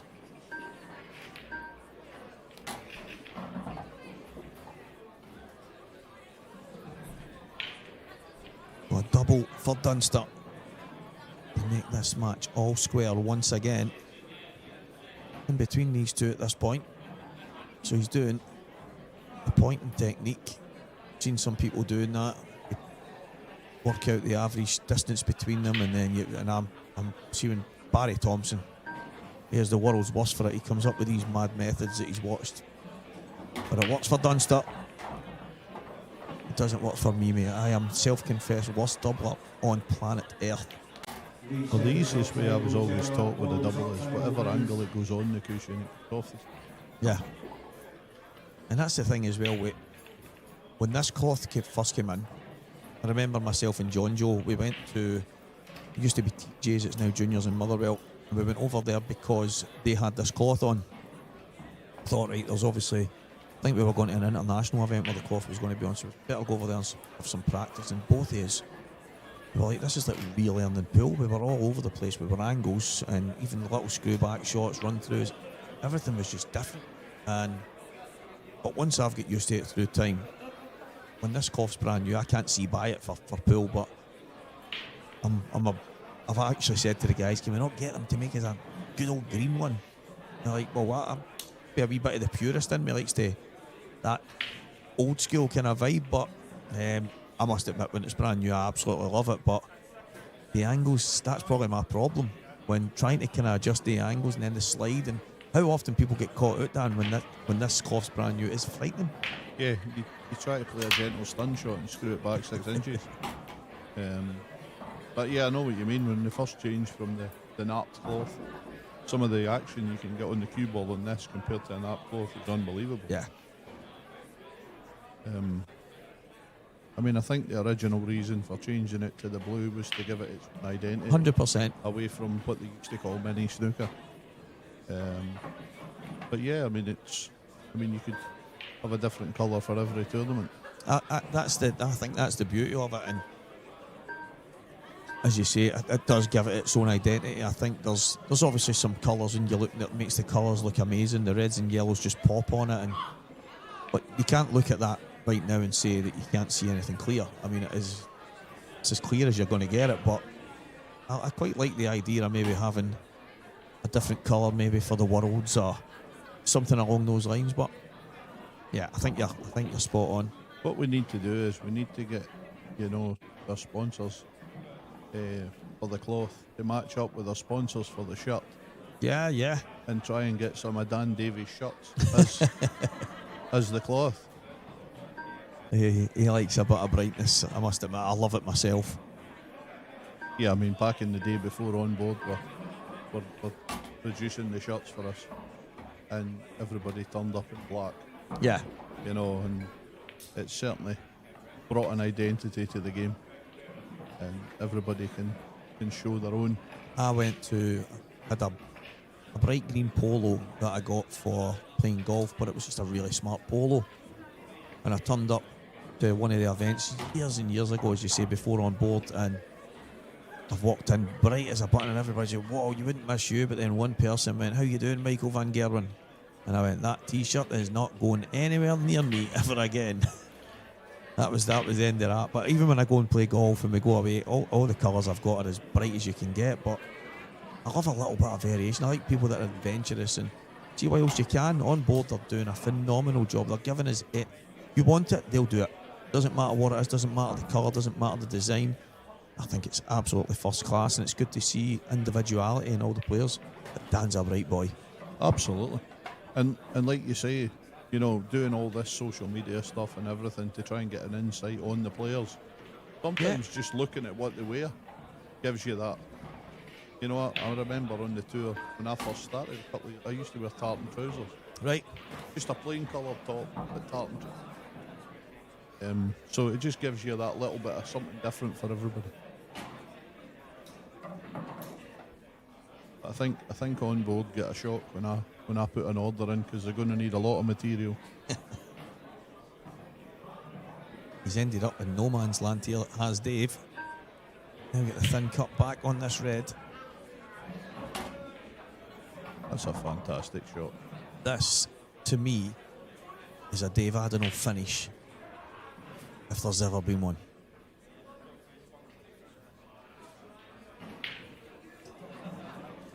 Yeah, Dave needs to roll this, get past the black.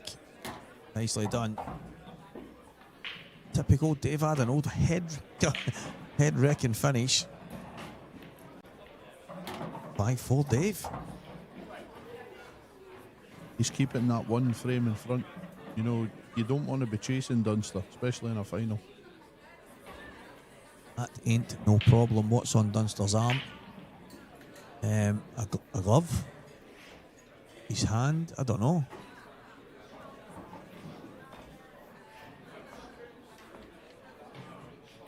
I don't know. Is it the marks? Is that what you're talking about? I don't know.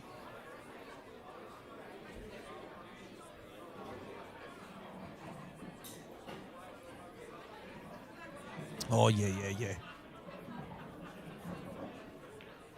I think when it's really hot, I remember asking Liam a while ago, and when it's really hot in the venue and a wee bit flustered, obviously he doesn't get very flustered, but he kind of gets a bit blotchy with the heat. One of the reasons he said that he started wearing a glove a number of years ago, because it was kind of affecting him. Yeah, I must admit, I've never ever been a fan of the glove, but a lot of players need to wear it, in certain conditions. And it's weird. I used to have a maple cue a long time ago, and I absolutely loved it. It was a Lewis and Wilson. Loved it to bits. One of my best things, and it ended up basically it got turned to ash by accident, obviously. But I ended up using ash cues for a number of years, and I never ever used the arrows. I've got a wonderful cue. The arrows on it are probably the best I've ever seen. I'm actually using Chris Slack's words, because he used to say to me, "I can't believe that cue's arrows and you don't even look down them." And I'm like, I don't even know what you're talking about. And I'm like, I've never even looked at them, because I hold the cue a certain way. So when Grant was making me a cue, he said, "Stephen, as well just doing your maple one, you don't use the arrows or anything on the shaft anyway." And I went, fill your boots. But for some reason, it just seems to feel a little bit stickier than I've ever been used to. So I started using a glove, could not really get to grips with it. Took me a while, and eventually I now kind of can't use that without it. But there's many a times I've used another cue and stuff and it feels a wee bit smoother. But I don't remember my maple cue away back in the day needing that. But a load of people have said to me, yeah, that can happen with maple, and I'm like, didn't years ago, but maybe it's just one of the things. No, maple's never something I've ever used, so I don't know. I don't know much about that one, but yeah, sometimes I tend to find a lot of the times if your cue's sticky, it's your hands. Yeah. You know, if you go to the toilet, wash them under the hand dryer. Oh, it makes such a difference. I probably found, and that was the problem, that I felt as if I was going and doing it 10 times a match. And then I started, obviously, the wee bit of damp corner on your towel and stuff like that, and it didn't bother me, that stuff. It was just, I think it was maybe Robert Stephen or something said, why don't you try a glove, or somebody said, and tried it on, and I went, no, that's no. I mean, Paddy was with me, and I went, that's not for me. It was in the local pub where we play, and yeah, it really wasn't for me. But now, I don't know. I mean, I don't even know if it makes much of a difference, but one thing's for sure, I don't really need to damp my cough down anymore, and my cue, should I say. But obviously a lot of the top guys seem to be wearing them. I wonder if the day will come when we'll see a snooker player on the tour wearing a glove. Well, there is one. Oh, is there? Ross Muir, Scottish boy. He plays snooker with a glove on. Oh, there you go. I did not even know that. Yeah, I've seen him a few times, and he wears the glove for snooker. Which I suppose, I mean, if you're playing the tournaments over in the Middle East, yeah, kind of where it's humid.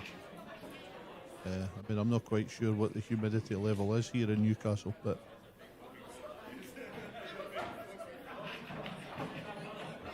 it's probably been Liam's best break of the match. Here he is about to put the red 8-ball down to square this match again. This is going all the way, Dan. This is going all the way. Yeah, this has got 10-8, 10-9 written all over it. Frankie and Alan and Isle of Man, cheers for watching in Birkenhead. From Isle of Man, watching in Birkenhead. Thank you very much. They're watching the Isle of Man from Birkenhead. Cheers for tuning in. Absolutely. Without the people watching, without the viewers at home, well, there'd be no point in me sitting here. There'd be no point in me hunting for people like you, Dan, to help me. Well, this is it. We would be having a quiet night. You would have been fed. Exactly. But Dave's getting fed right now.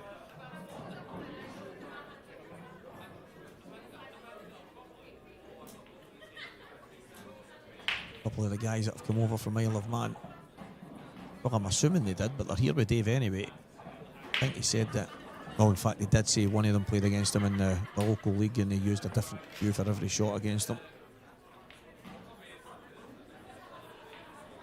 I'm just wondering, has Dave brought out his fancy break yet this weekend? No, do you know, he was talking about it a wee while ago, and obviously the break's absolutely insane. But Lee Shepherd said to him, if he ever tries that, he'll be calling a ref because he thinks it's a foul. And I was like, okay. And he went, I think he's pushing it. He says, because he's cueing straight into the cushion. He says, there's no way he's getting his tip off that kind of before it leaves kind of cushion. And I'm like, maybe a good point. So David said to me, I'm going to need to get that checked just in case I play it in a match and I am actually fouling. But you would think that if you were pushing it and the tip was staying on the cue ball, the white would go narrower down the cushion rather than into the back. Yeah, exactly. I mean, the thing is, if he does it and breaks dry, you're not going to go and complain about it. So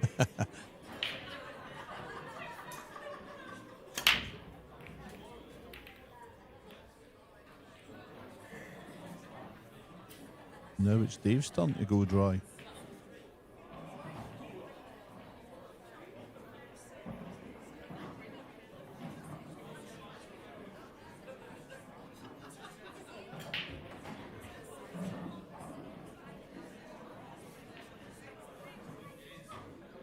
I think that's the first time he's gone dry here. Lee Seymour, I'm sure that's you, mate. That is very good to hear. There's some major issues, and I am positive that's you, mate. I'm delighted that you've had a wee lucky break there. So, yeah, I'm very, very happy for you, mate. Cheers for tuning in once again. Another loyal guy that doesn't matter the event, Danny's on watching and getting involved in the chat and making sure gives a little shout out and whatever else. And there's loads and loads of the guys that do it. No matter if it's one of the events in Scotland or down here at the IPA, they just always seem to be on, and it's, again, wow. Yeah, didn't see that coming. Not at all. One of my old lecturers used to say, Stephen, was he a tall man? I'd go, who? And he'd go, not a tall man. And I did not expect that, and I still don't get that, Dan. You might be able to enlighten me. No, I don't think so. That's what Liam puts in your head. Yeah. You don't expect You just to miss don't. anything. That is a shock. But is that a sign? Dave's first dry break, leaves the balls for Liam and he misses and lets him straight back in.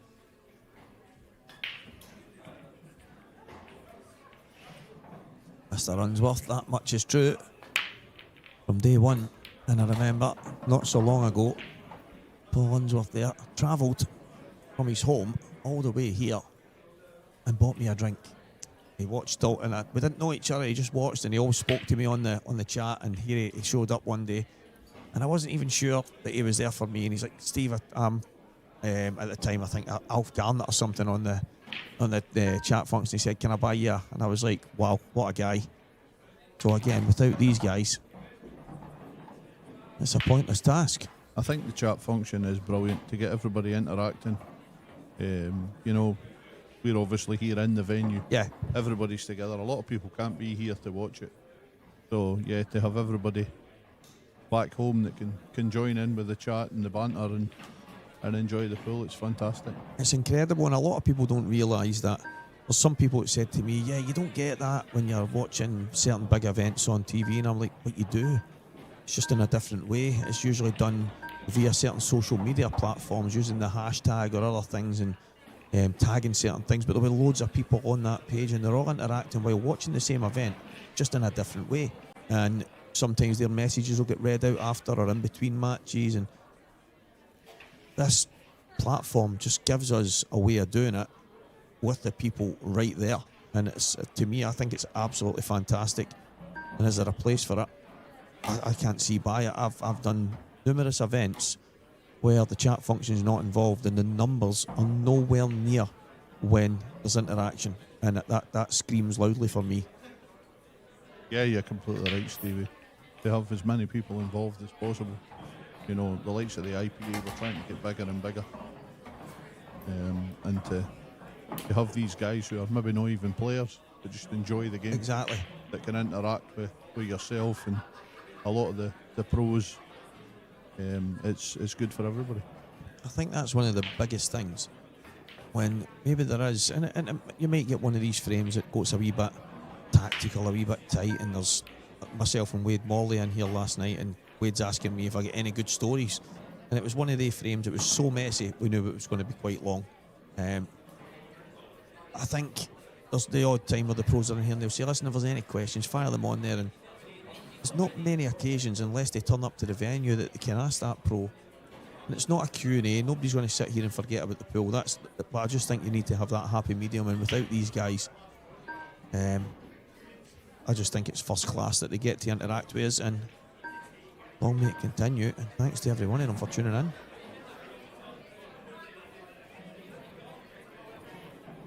Andy Neal, he's another one. He's another one who's on religiously. What a guy. Yeah, he loves his pool. It was good to see him. He was obviously over for the World Championships in February, and it was so good to see him. And you know, Andy drops a message every now and again, and it'll be nice to see him when we go over there in November. As you say, he's religiously on here, and you can't get him away from it when we come to visit the Isle of Man. So yeah, all going good, Andy, and I hope you're well, son. Gets himself involved. Normally does the shot clock and stuff like that as well, helping out the referees on the live stream. And he also plays a bit, arguably for me, one of the best one-handed players you'll ever see.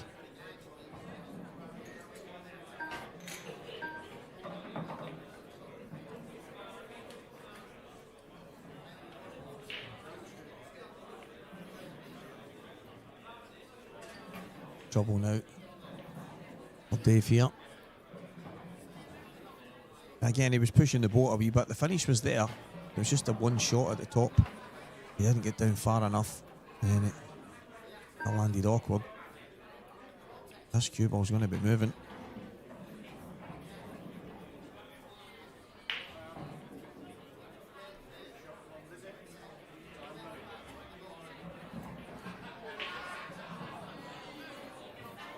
I think he's actually left Liam a shot here.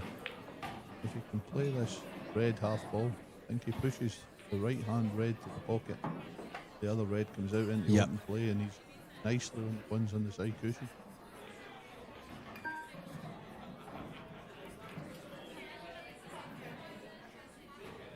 Oh, I think that stuck to the cushion on the left.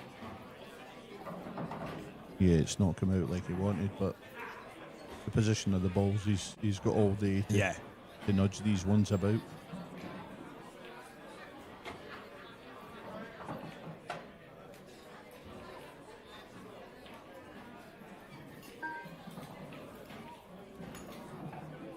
Going to bounce that out and go high. The fact that it wasn't touching the cushion. Lovely little double kiss that was. Has he left a lot? Oh, he might have left a double to the big bag and a smash here.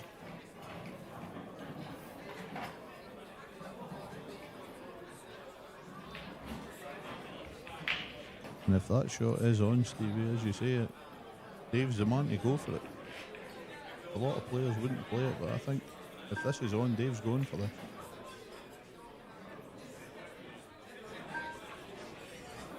I think it was on, but he refused it. As he went by that red by miles.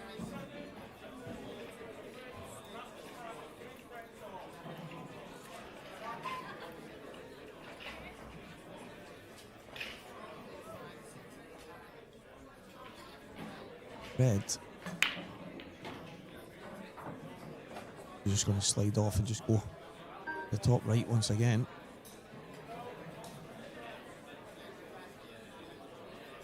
Yeah, he's got the full snooker this time. Obviously, Liam's trying to leave it in a position where he forces Dave to move that yellow out the way to free up the red. Yeah. He's going to go 2 cushions. Not a bad tip. Dunster can free this one up now. If he pushes the yellow towards that covered pocket, right hand side, that should open his yellow, his red up, and leave Dave in a lot of trouble.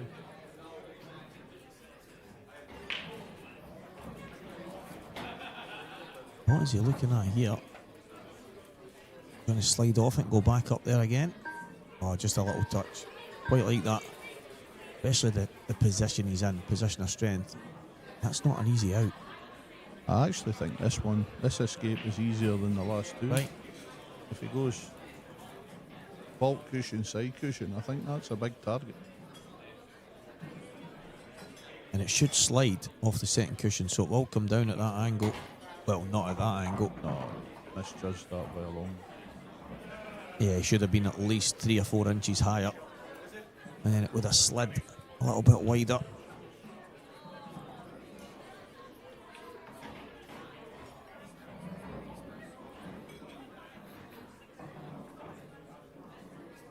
You feel Liam just has to find a way to free this red at the bottom of the table.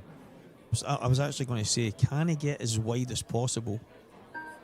I wasn't sure that he could, but this is telling me he must be able to. Just to cut it nice and easy. Just like that.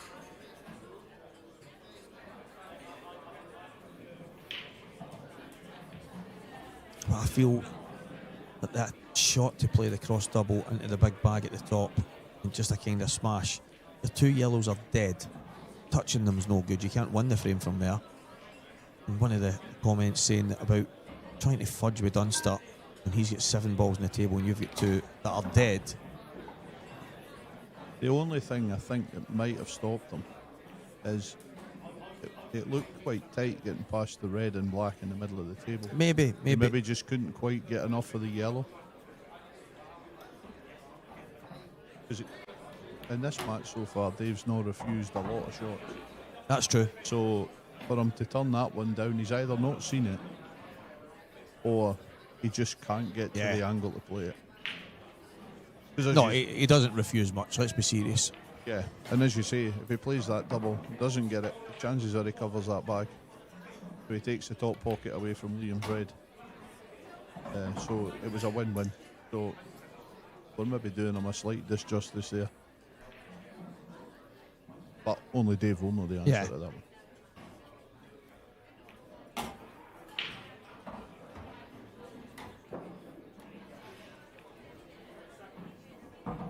So this could be a big frame in the context of this match. Oh. Dave had the chance, didn't take it. It's the first time in a while that Dunster have been in front. Yeah. He kept getting level, but Dave kept just kicking on again. I think that was key for Dave against somebody like Liam. Because if you can keep that one frame in front regular, you're always putting the pressure on. And you know Liam's going to respond. But eventually he won't. But now the pressure's back on Dave to get it level.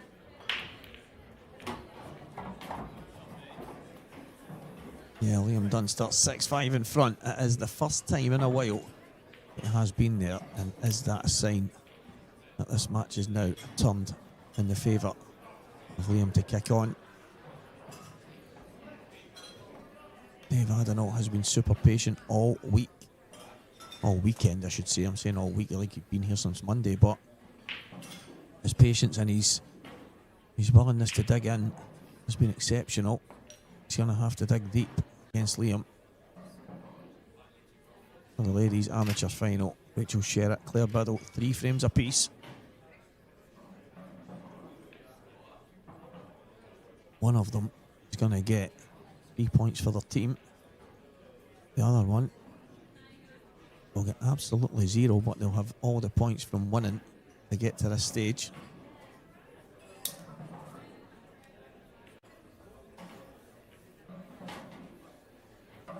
Gary Jordan. I noticed, Gary, that you think Dunster 10-7. Anyone else got any score predictions out there? And it might well be the first time Liam's been in front. It might well be. I know he's not been in front for a while, but it might be.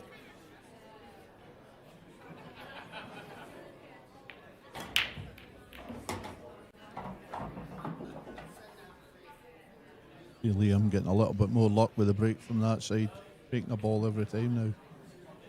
Balls are still not pretty, but at least if you're playing the next shot, you've got a chance.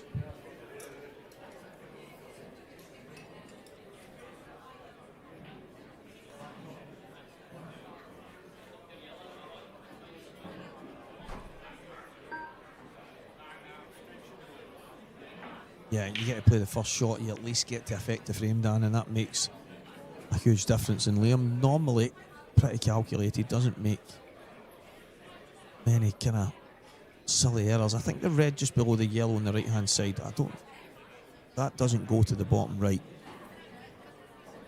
You might see Liam taking the yellows here. I quite fancied the yellow on the right hand side and just off the cushion, push the other one out. All the other yellows have a pocket.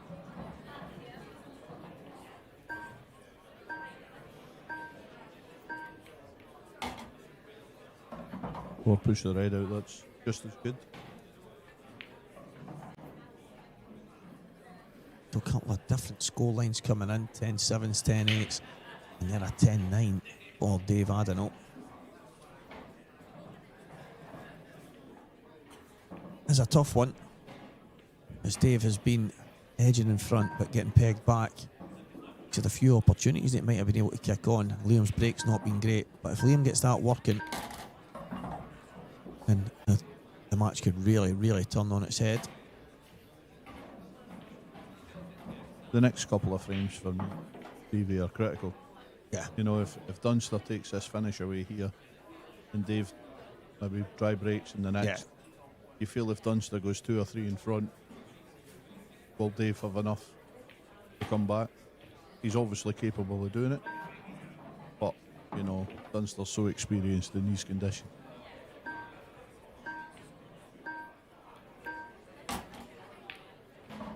So just a yellow below the reds. Don't think it goes to the bottom right.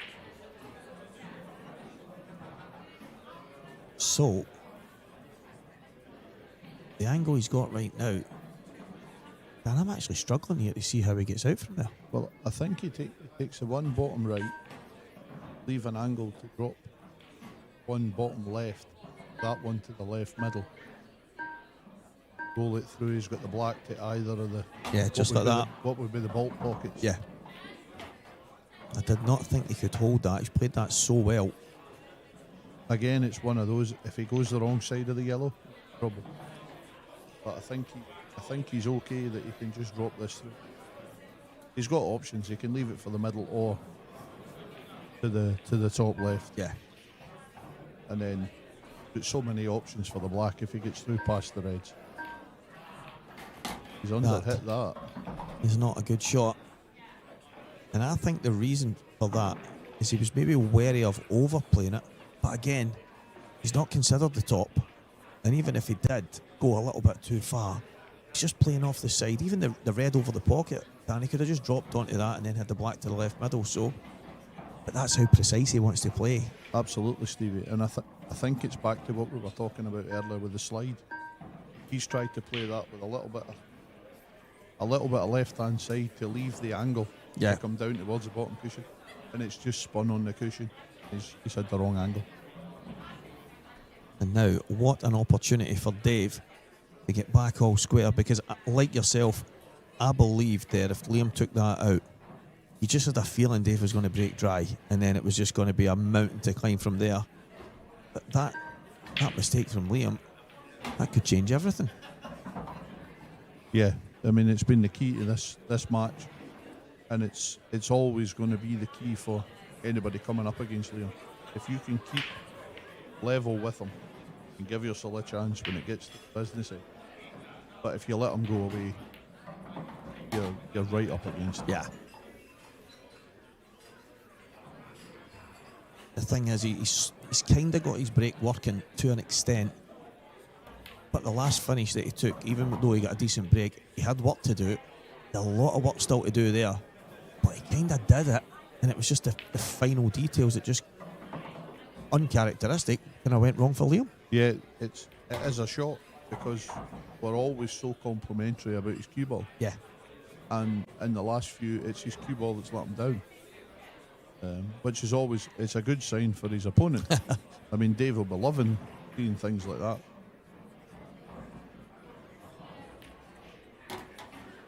Yeah, you don't. It's very rare that Liam Dunster gives anyone a gift. And Dave would have been forgiven for sitting in his seat thinking, I'm going to need to break like a god to stay with him now because I am in a bit of trouble. But here we are, Dave going to get to break to go in front.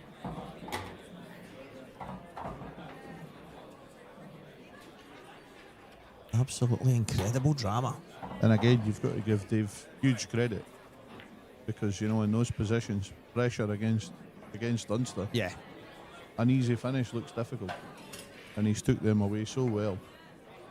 That's the thing. I think you've probably played Liam a few times. I've only played him once.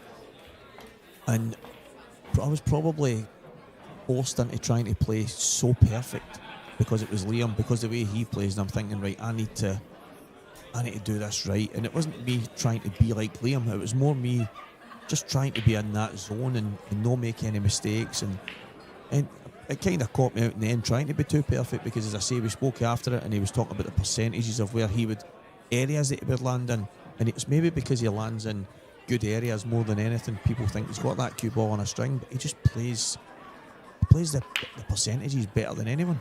Yeah, I mean, I've had the pleasure of playing Liam in a lot of events, and I do say it's a pleasure because even when you're sitting in your chair watching this man go about a finish and go about a table is unbelievable. Statistics were on the screen there. Liam's only had one run out of the 6 frames he's won. That tells you everything, and that there is a horrendous mistake.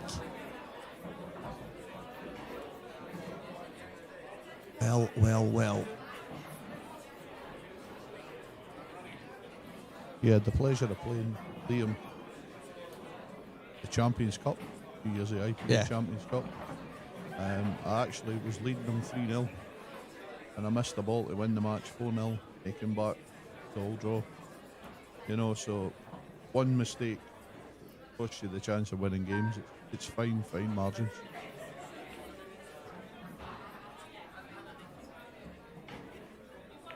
But it's one of those, if you can't get up for playing somebody like Liam or any of the top players, you're in the wrong game. 100%. Said it for too long now. I'm not a fan of the handicap stuff. I'm not a fan of people that don't want to get out there and improve, and they, as soon as someone gets to a certain level, they don't allow them to play in tournaments. And I've never been that guy. I'm not a fan of it. How do you get better if you're not playing against better players? And I think that's where some of the issues come from. And if you're not playing the game to play against the very best, I understand people just love going and playing pool, that's fine, but there's loads of places you can do that. I just think if you're in the game for the right reasons, you want to play guys like Liam. Absolutely, and for me, Stevie, if someone's not at that level, they should improve. Yeah. Why should you punish somebody for being that good? They've put the work in, they've got to that level. They shouldn't be punished for that. Exactly. That's you've worked so hard to earn the rewards, not to be punished. And that's what stands out for me. And I'm not saying, like, obviously there's a lot of tournaments in Scotland and we're quite lucky that there's not very many that most people aren't allowed to play in and what have you, but there's also a select few that they'll have, like, no pros or no A-team players, and there's some that won't allow county A players, and fair enough, I get that you get the odd tournament like that, but from what I've heard south of the border, that is most of the tournaments. And a lot of the guys that get to the professional ranks, like Lee Shepherd was telling me, Wade Molly, they struggle to play in tournaments. Yeah, I mean, back in the day, going back to the snooker background, everything was pro-ams. Yeah. You know, exactly. So everybody played their entry. Yeah, of course, a professional was maybe giving you a little start. I mean, I was talking at dinner tonight with Paul Hartness and Billy Snadden, and we were talking, we used to go to Pro-Am snooker in Carlisle first Sunday of the month, and there was one event that John Higgins, Steve Maguire and Graham Dott, I think, turned up. Now, I was playing off a scratch at the time, so if I draw somebody like John Higgins in the first round, he gives me 7 a start. He's a 4-time world champion, I get 7 points. But it's the pleasure of picking your wits against somebody at that level. I would happily just pick the balls out the bag for these guys. I done it for McManus years ago in the Masters Club, and it was just a joy. He was in there, I was in there, it was only us two. He was in practice and I'm on a table myself. After work I went in and banged him about, and he ended up saying, "You want a wee frame?" And I picked the balls out for him. I don't think he wanted a frame, he just wanted somebody to pick the colours out, and that was fine with me.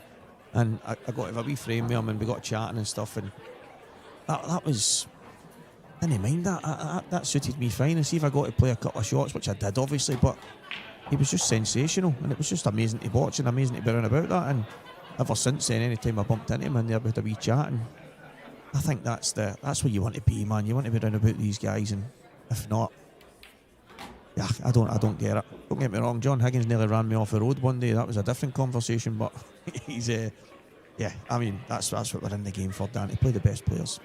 Absolutely. So I take it the next time you played Alan, did you open your cue case and take out the gloves? Right, that. It was kind of like that. I've seen them every now and again. I go, they would have done me good a few years back. You normally see them on the top tables at these events. I used to enjoy that because it was a few of the players that would play in the Masters at one point in time, and every time you would be on, just watching them. There was one specific table I liked playing on, and it was only a couple of tables away from Alan and that table. And I think John ended up in there at a point and off for not so long, but it was good to watch the guys going and putting in the hours. And it's actually a shame that club's not there anymore, because cracking big venue. That the one at Craig Park? Yes. Yeah, I played in there a few times as a junior. Yeah, it was a fantastic place. When I played juniors, it was Spencer's at Stirling. Yeah. Which was obviously famous as Ian Doyle's club. Yeah. And Craig Park Masters. Obviously, there is other venues around Glasgow in the Central Belt that were really good, but those were the ones you played in the most. I started off in the Steve Davis Club in Rutherglen, and there was a place I didn't even know Martin Shades owned it called Cueball. Cueball was just along the road from the Steve Davis Club, and after school, a lot of days I would get in it for £1. They would give you an hour of pool after an hour of snooker after school. So on my way home, I would go in, give him £1, grab a cue, and I would play an hour of snooker. I just loved playing snooker, and I didn't know it was Martin Shades until years later. And I would talk about it, and he was like, that was my club. And I went, mate, I was in there every single day, Monday to Friday, after school for 1 hour. And I used to hang on to that £1 so that I could get in there and get that hour. And I mean, not a bad deal. Probably back then £1 was worth a wee bit more, but maybe nowadays, maybe about £3 or something. But at that time, I absolutely loved every minute of it. But you know yourself, Stevie, and I think pool's going the same as the snooker, where there's not a lot of juniors playing. Mm-hmm. You know, pool's obviously struggled before because it was a pub sport. Yeah. You know, it's only now that the clubs and the halls are coming in that you can get juniors in. Yeah. And obviously everywhere needs to try and promote juniors for the sake of the game. I mean, you can see with the amateur setup from the snooker that it's gone drastically downhill because they're not getting the youngsters in to get them playing. It's so true, and that's I don't know about everybody that's sitting at home and stuff like that, but I do blame the kind of electronic age that we live in. Even the kids playing football and everything else, it's hard to get them out. I remember the years where you dreaded your parents screaming your name home at night, when now you're having to scream to get them out, and it's a totally different world that we live in. And it's such a shame because likes of football, snooker, obviously pool wasn't as big back then. It's got potential to be big now with the clubs. It's all over the place, but I must admit it's quite a shame to see Cuesports maybe in the position it's in right now in the UK. Yeah, it's been unfortunately like that for a little while now. And one of my good mates, he was the inventor of, I don't know if you know Johnny Potterlot, he's one of the characters. The World Snooker have been taking him round some of the events, and the characters there, it's to try and increase interest in junior snooker and things like that. And you know, he's been massive in Germany. The Germans, when they go there for the German Masters, they've taken to him so well, and he's been to China and different things, try to promote the game. That's class. And I actually got a message from him yesterday asking the address of the hotel to ask if Johnny Potterlot could come down to the IPA. So we'll maybe have discussions with him and see if we can maybe get Johnny Potterlot to appear at Glasgow. That would be good. That would be good fun. The one positive I see here, obviously, pool is kind of on the up. Maybe not financially where it would like to be right now, but as a participation sport, Cuesport in particular in the UK, I think small ball game is by far the most played. It's just a case of watching all the clubs growing over and over and over. They're getting bigger. There's more and more of them popping up. There's more young players starting to get into it. So who knows where we might end up? Who knows where we might end up? But hopefully here at the IPA we end up absolutely huge, mate. Absolutely. And as you say, there's talk of guys wanting tournaments to go to Northern Ireland. Yeah, there you know, go. We've been in Wales. You know, even if you look at the Republic, you know, the bigger it can get and the more areas we can cover, then obviously you're going to get more and more people interested. And absolutely, hopefully it's going to get massive. Not only for the benefit of us, but for the benefit of the game. Yeah, that's it. I think the biggest boom has come in the clubs, and obviously a lot of really good clubs now, and the owners that are trying to give us the best facilities to play. Dunster 2 in front now. There's the writing on the wall. Yeah, you've got to feel Dunster going 2 up here. He's starting to break the back of this game. Dave's gave it everything to try and keep with Liam. But you've got to feel, you know, this is Liam's backyard. Once he gets in front, it's going to be tough to peg him back.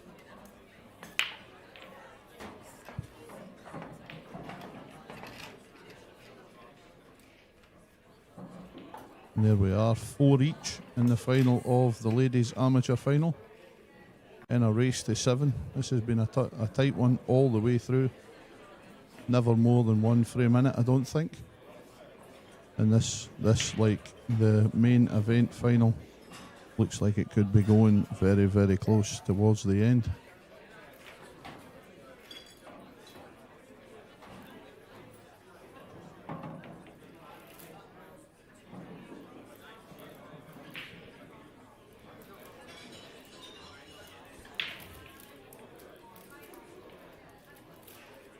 Luke Boy asking the question, the score with Emma Cunningham. She lost 7-5 to Tilly Edwards in the semi-final of that elite event.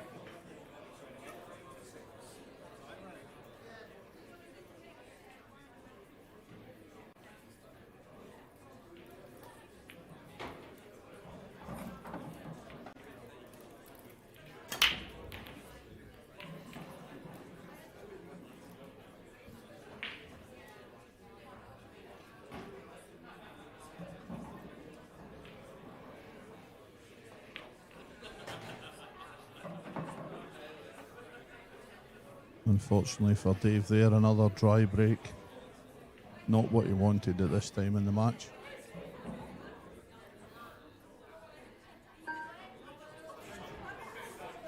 Not a simple run out for Liam, though. He does have a little bit of work to do if he's going to take these ones away.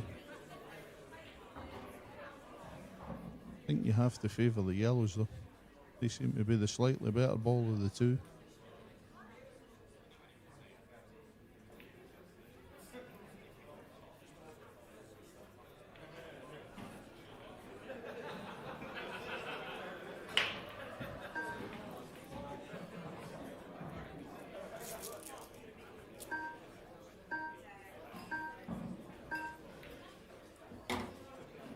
Evening, Kieran. Good to see you on the chat. Shame you're not here, mate. Definitely been a miss from this weekend. And yeah, you're right. It's been a fantastic weekend of pool so far. And we have a lot more to come tomorrow.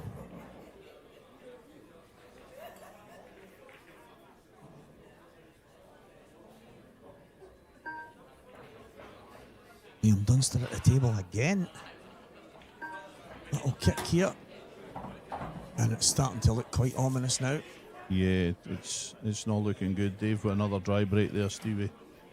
And, you know, Liam's just developed his only bad ball on the table. And, I mean, you got to feel for Dave. He's put a lot in this weekend. He's played some really good stuff and carried on the confidence. Yeah. And his performances this weekend are only going to get him stronger. But, yeah, a few dry breaks at the wrong time have just cost him his chance here, I think.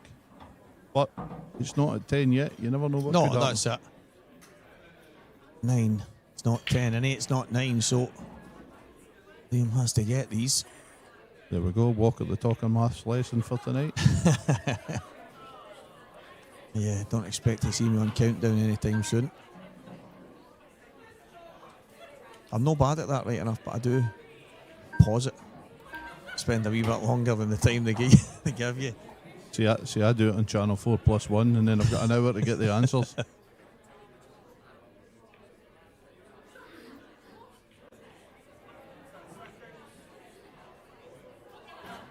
Well, Amy Beecham, I can say, she had an accident, didn't manage to make it yesterday. She had a bad fall and potentially broken her arm. I'm not sure if that's the case or if she's just done a bit of damage, but that was the thinking. So, yeah, Amy didn't make it this weekend.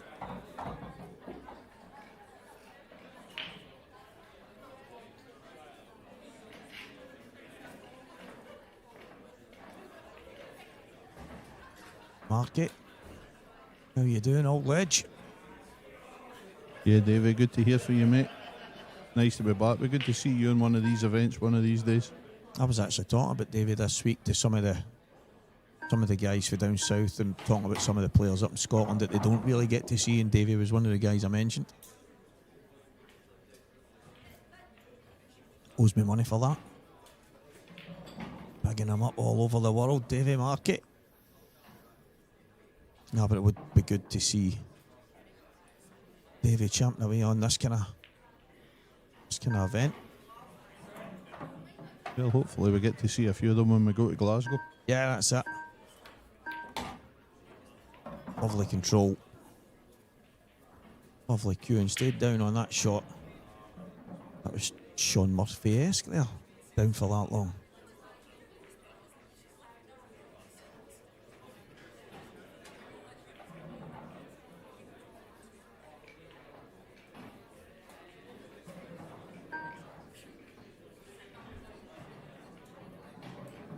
Good to hear that, look. The more the merrier. That is what we all say.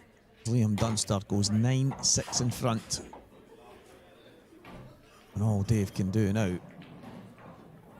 break well and hope Liam makes a couple of mistakes.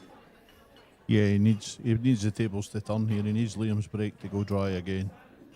And for his break to work. So there we go, Davy. Normandy Hotel, UK Open, 27th to the 29th of June. Along with a lot of the guys up in Scotland and obviously all over the country. If you want to travel to the fabulous city of Glasgow, then it is going to be another fantastic event where hopefully I do a bit more playing than talking. But and that's the thing, Dave Adenall, he already apologised at the World Championships for not helping with the comms because he was busy winning a title. And then I said to him, "What are you all about?" And he went, I know, I'm not meaning it. Like, yes you are, and I hope you are. He's just that kind of character. Far too nice for his own good. Absolutely. But that's the difference between the likes of Liam, a serial winner, and likes of Dave, who's got a title, his first final. You know, a lot of the guys see themselves as like a seasoned pro. Yeah. They're here to try and go deep, but not here to win. So it's true. making that next step. And, I mean, Dave's proved, obviously, in that final. And then in the final tonight, his break's not worked for him. But on another night, he quite comfortably wins one of these matches. No, that's it. And I mean, I think at the start of the match, his break was going fantastically well. And I think he had might not have all been breaking dishes, but he had four. I think it's 6-all. Dave had 4 dishes, Liam had 1.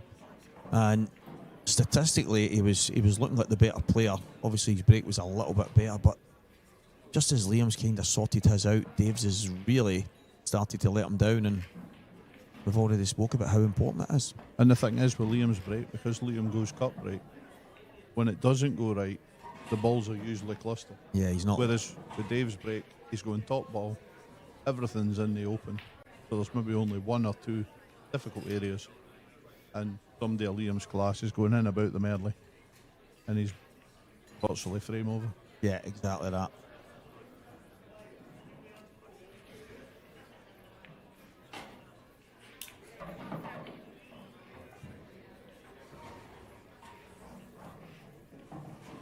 Frankie Jaws, don't write Dave off. He can easily win 3 in the bounce. That would only make the match 9-all. He's going to need 4 in the bounce, my friend. And it's Liam Dunster to break. Breaking for the championship. European Open here in Newcastle. Where's the black going? Oh, well, here we go. Can this be the beginning of the fight back?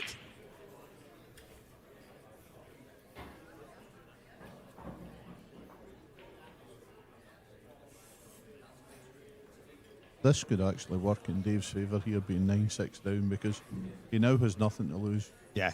And the way Dave plays, he can just go for his shots. He's probably high against to win the match, but if you get in a flow and get in a run, you know, it's easy to run off 3 or 4 frames. I think that's it, and it's now at a point where he's as well going out swinging rather than kind of going out with a whimper, because he's had such an amazing weekend so far. No point letting it end without having a real go. Hassan, how you doing, my friend? Good to hear from you once again. Be good to see you back playing on the IPA. Some talent, mate.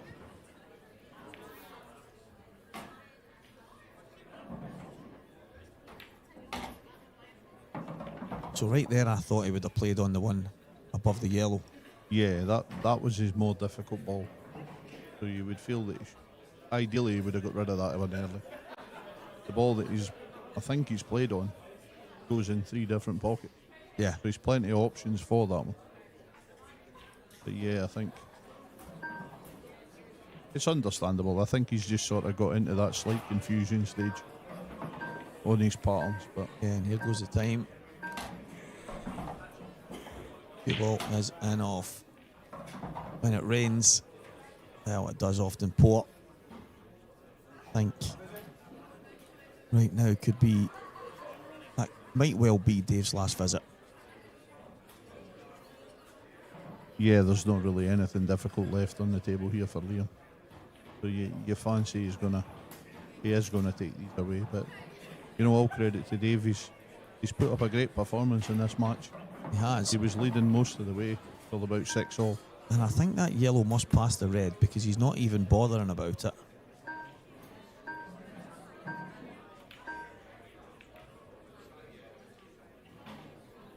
That is superb.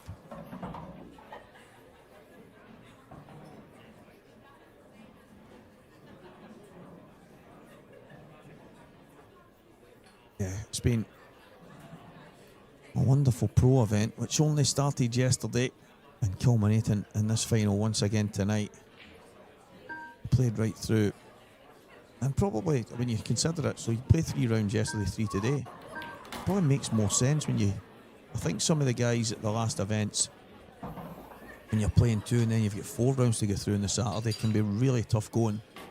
Probably a bit better the scheduling, Dan, I would say. Yeah, especially towards the end. I think having that amateur final in, to give the guys a bit of a break before the final. Because obviously you want the players to be on top form coming to the final. And as you say, if you're playing all those matches, long matches, it's tough on the stamina to keep going. So yeah, I do think it's worked out well.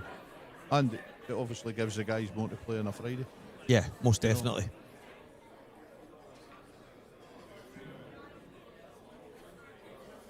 So Dave, I don't know, our seniors world champion has gone his furthest in a pro event, making it all the way to the IPA European Open final here. But has he played his last shot? Definitely looks like he has. Stranger things have happened.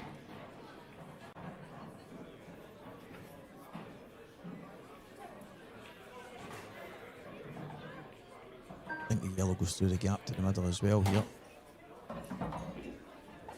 But these kind of map themselves out. Yeah, you don't really see him going wrong for here, do you? He's got a real tough positional shot for the black though. Yeah. Just about anywhere on the table would be fine. Never know.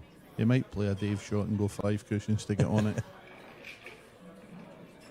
He's a joy to watch, Dave. He's obviously a cracking player. Really gifted, really talented the way he plays the game. He's an even better person. Delighted that he's got this far. I'm delighted to see him doing so well after winning that title. And who knows what's to come, Dan, because I think it's just the beginning for him, because he's grown in confidence and now he's obviously got some kind of self-belief now. Absolutely. Belief in your own ability is the biggest key for any player. And I mean, this man at the table's got it in abundance as he rolls in another professional title for Liam Dunster. Congratulations, Liam Dunster. You are the European Open champion here at the IPA in Newcastle.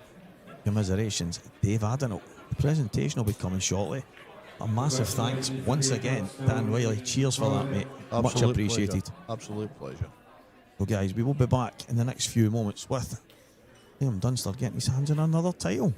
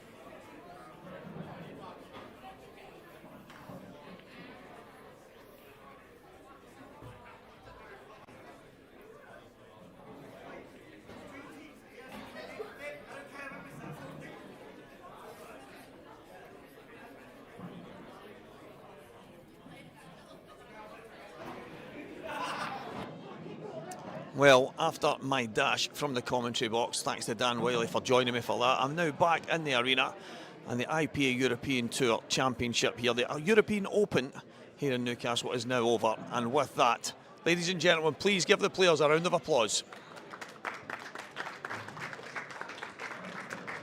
Now guys, we do have to have a runner-up, and commiserations to Dave Adenau. Hello. Unlucky, mate. Yeah, I just didn't feel like I'd really turned up. I think I hit a bit of a brick wall and coming into this final, and so obviously a bit disappointed with that. But then, you know, I'm not too disappointed because, you know, it's something like that could happen in the first round, and I wouldn't have even made it here. So there'd be a lot of great players on the way to get here, and felt really good doing that, and you know, still feel good to be fair. So and. Just goes to show, like, even if I felt like if I turned up a bit, I could have maybe asked the question a little more. Won't go as far as say win, you never know, but I would have liked to have asked the question a bit more. But there's so many positives, and coming straight off and winning the World Seniors, it's just really good, and just feeling a bit better about my game. So, am I right in saying this is the furthest you've been in a pro event? Yes, it is. Yeah. It was. I've never been to a final before, so the furthest I've got was probably last 8. So. Which I haven't done for about 3 years, so it's nice to be getting a deep run again. So I think all the signs are quite positive. You go to a world final and you win it. You come to the first pro event of the year, and you actually played in some style. As I said, everybody that was watching was loving the way you were playing the game, and then you go crashing into the final. And as I say, it wasn't good style. You started off that match breaking pretty well, and then it kind of dried up towards the end. Yeah, I felt exactly that, and I felt at the start as well. I was breaking better than Liam, so I was like, even though I wasn't pulling away, I was like just trying to like keep that in my mind as a positive. But yeah, the last 2 like kind of dried up. You know, I went straight in off the corner, hit it too hard, and then tried to counteract the next one, but took too much off it and was dry, but also Liam's break improved as well through the match, so there was that as well, and I was making a couple of errors, but I didn't get too many chances to make errors near the end. So he played well, Liam. So the game kind of flipped on its head because his break wasn't great at the start. It got better. Yours was pretty good at the start, and then got worse, and then a couple of mistakes thrown in here and there. But that can happen. It's Liam we're talking about. Well, exactly. Yeah, he's the best player, he's the #1 player in the world, and you know he deserves all these titles and the credit that he gets. You know, he deserves absolutely everything, and he's played well again. So it's. I'm sure he'll have more titles, but it's nice to be in the final and play Liam. So that's what I wanted. So I'd like to play Liam. If I was going to win it, then I wanted to beat Liam, the best player. So, and if it's not to be, then that's fine as well. Just congratulations to Liam. He deserves everything he gets. Well, mate, there's a lot more pool to come this year, and if this is the beginning, I'm looking forward to seeing what the rest is going to bring. So, commiserations. Hopefully there is. Dave Adenau. Cheers, Thank mate. you very much. Ladies and gentlemen, Cheers. David Adenau. And as usual, we have a winner, and once again, it's Liam Dunster.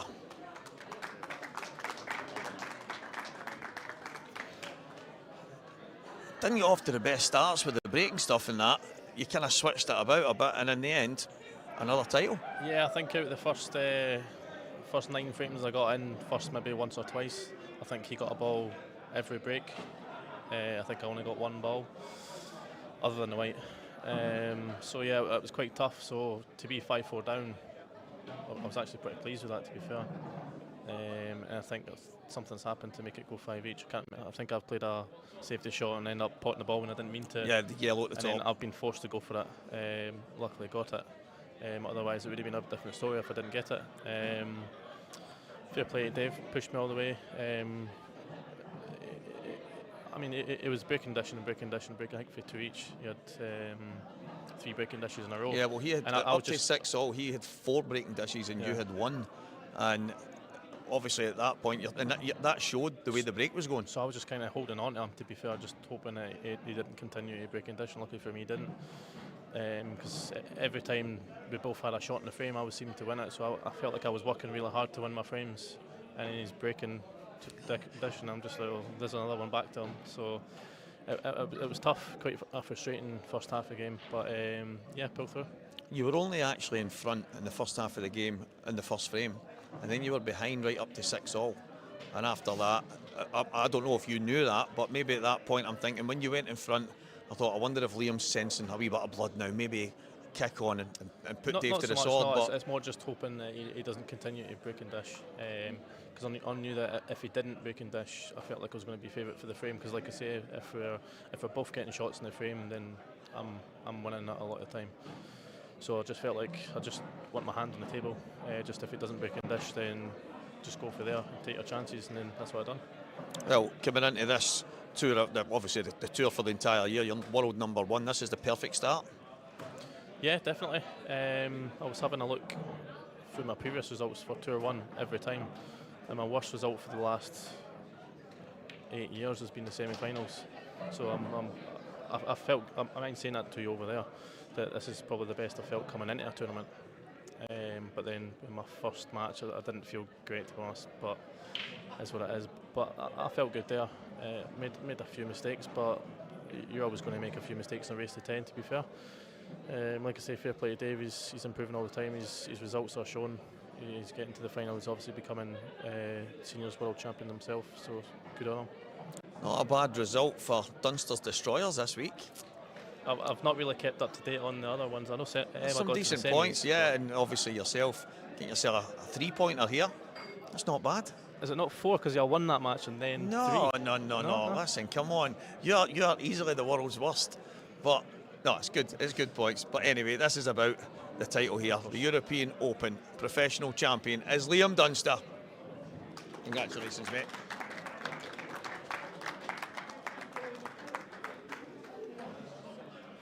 Wow.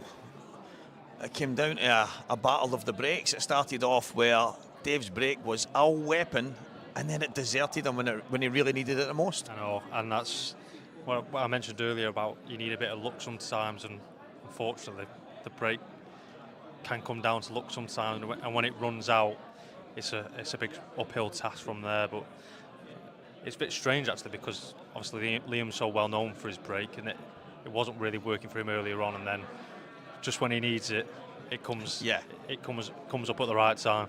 I was saying to him there, it's 6 frames apiece. Dave had 4 breaking dishes, Liam had 1. So at 6-all, you can think, if you're Liam, you're probably going, right, this is not too bad here. I'm well in this. 6-all, he was only in front at 1-0, so he was always behind. But then once he got in front, you just had that feeling he was going to kick on, and when Dave's break kind of deserted him, it ended up that way. Yeah, I mean, David's had an unbelievable run, obviously. He's had a great World Championships, come here, got to his first final, is that correct? Yeah, his first pro final. I'm sure once it's all settled down a little bit, he'll be happy with the run he's had this weekend, but you just can't deny the number 1, can you? No, I mean, it's some first part of the year for Dave Adeno, and he'll look back. Hopefully at the end of the year he really kicks on, but he'll look back right now and he'll be delighted. But Liam Dunster, he's just something else. Yeah, he's just a machine. There's no other way to describe him. It's hard to deny him, and if you do, you must have played incredibly well. Well, Andy Betts, cheers for joining me once again. Liam Dunster is the IPA European Open champion here in Newcastle. We're not done yet. We've still got more to go tomorrow. So guys, please be ready to switch on, because we've got another couple of finals. We've got the Open, we've got the Ladies Open, the Men's Open. It's just non-stop. Yeah. It's non-stop. So ladies and gentlemen, good night.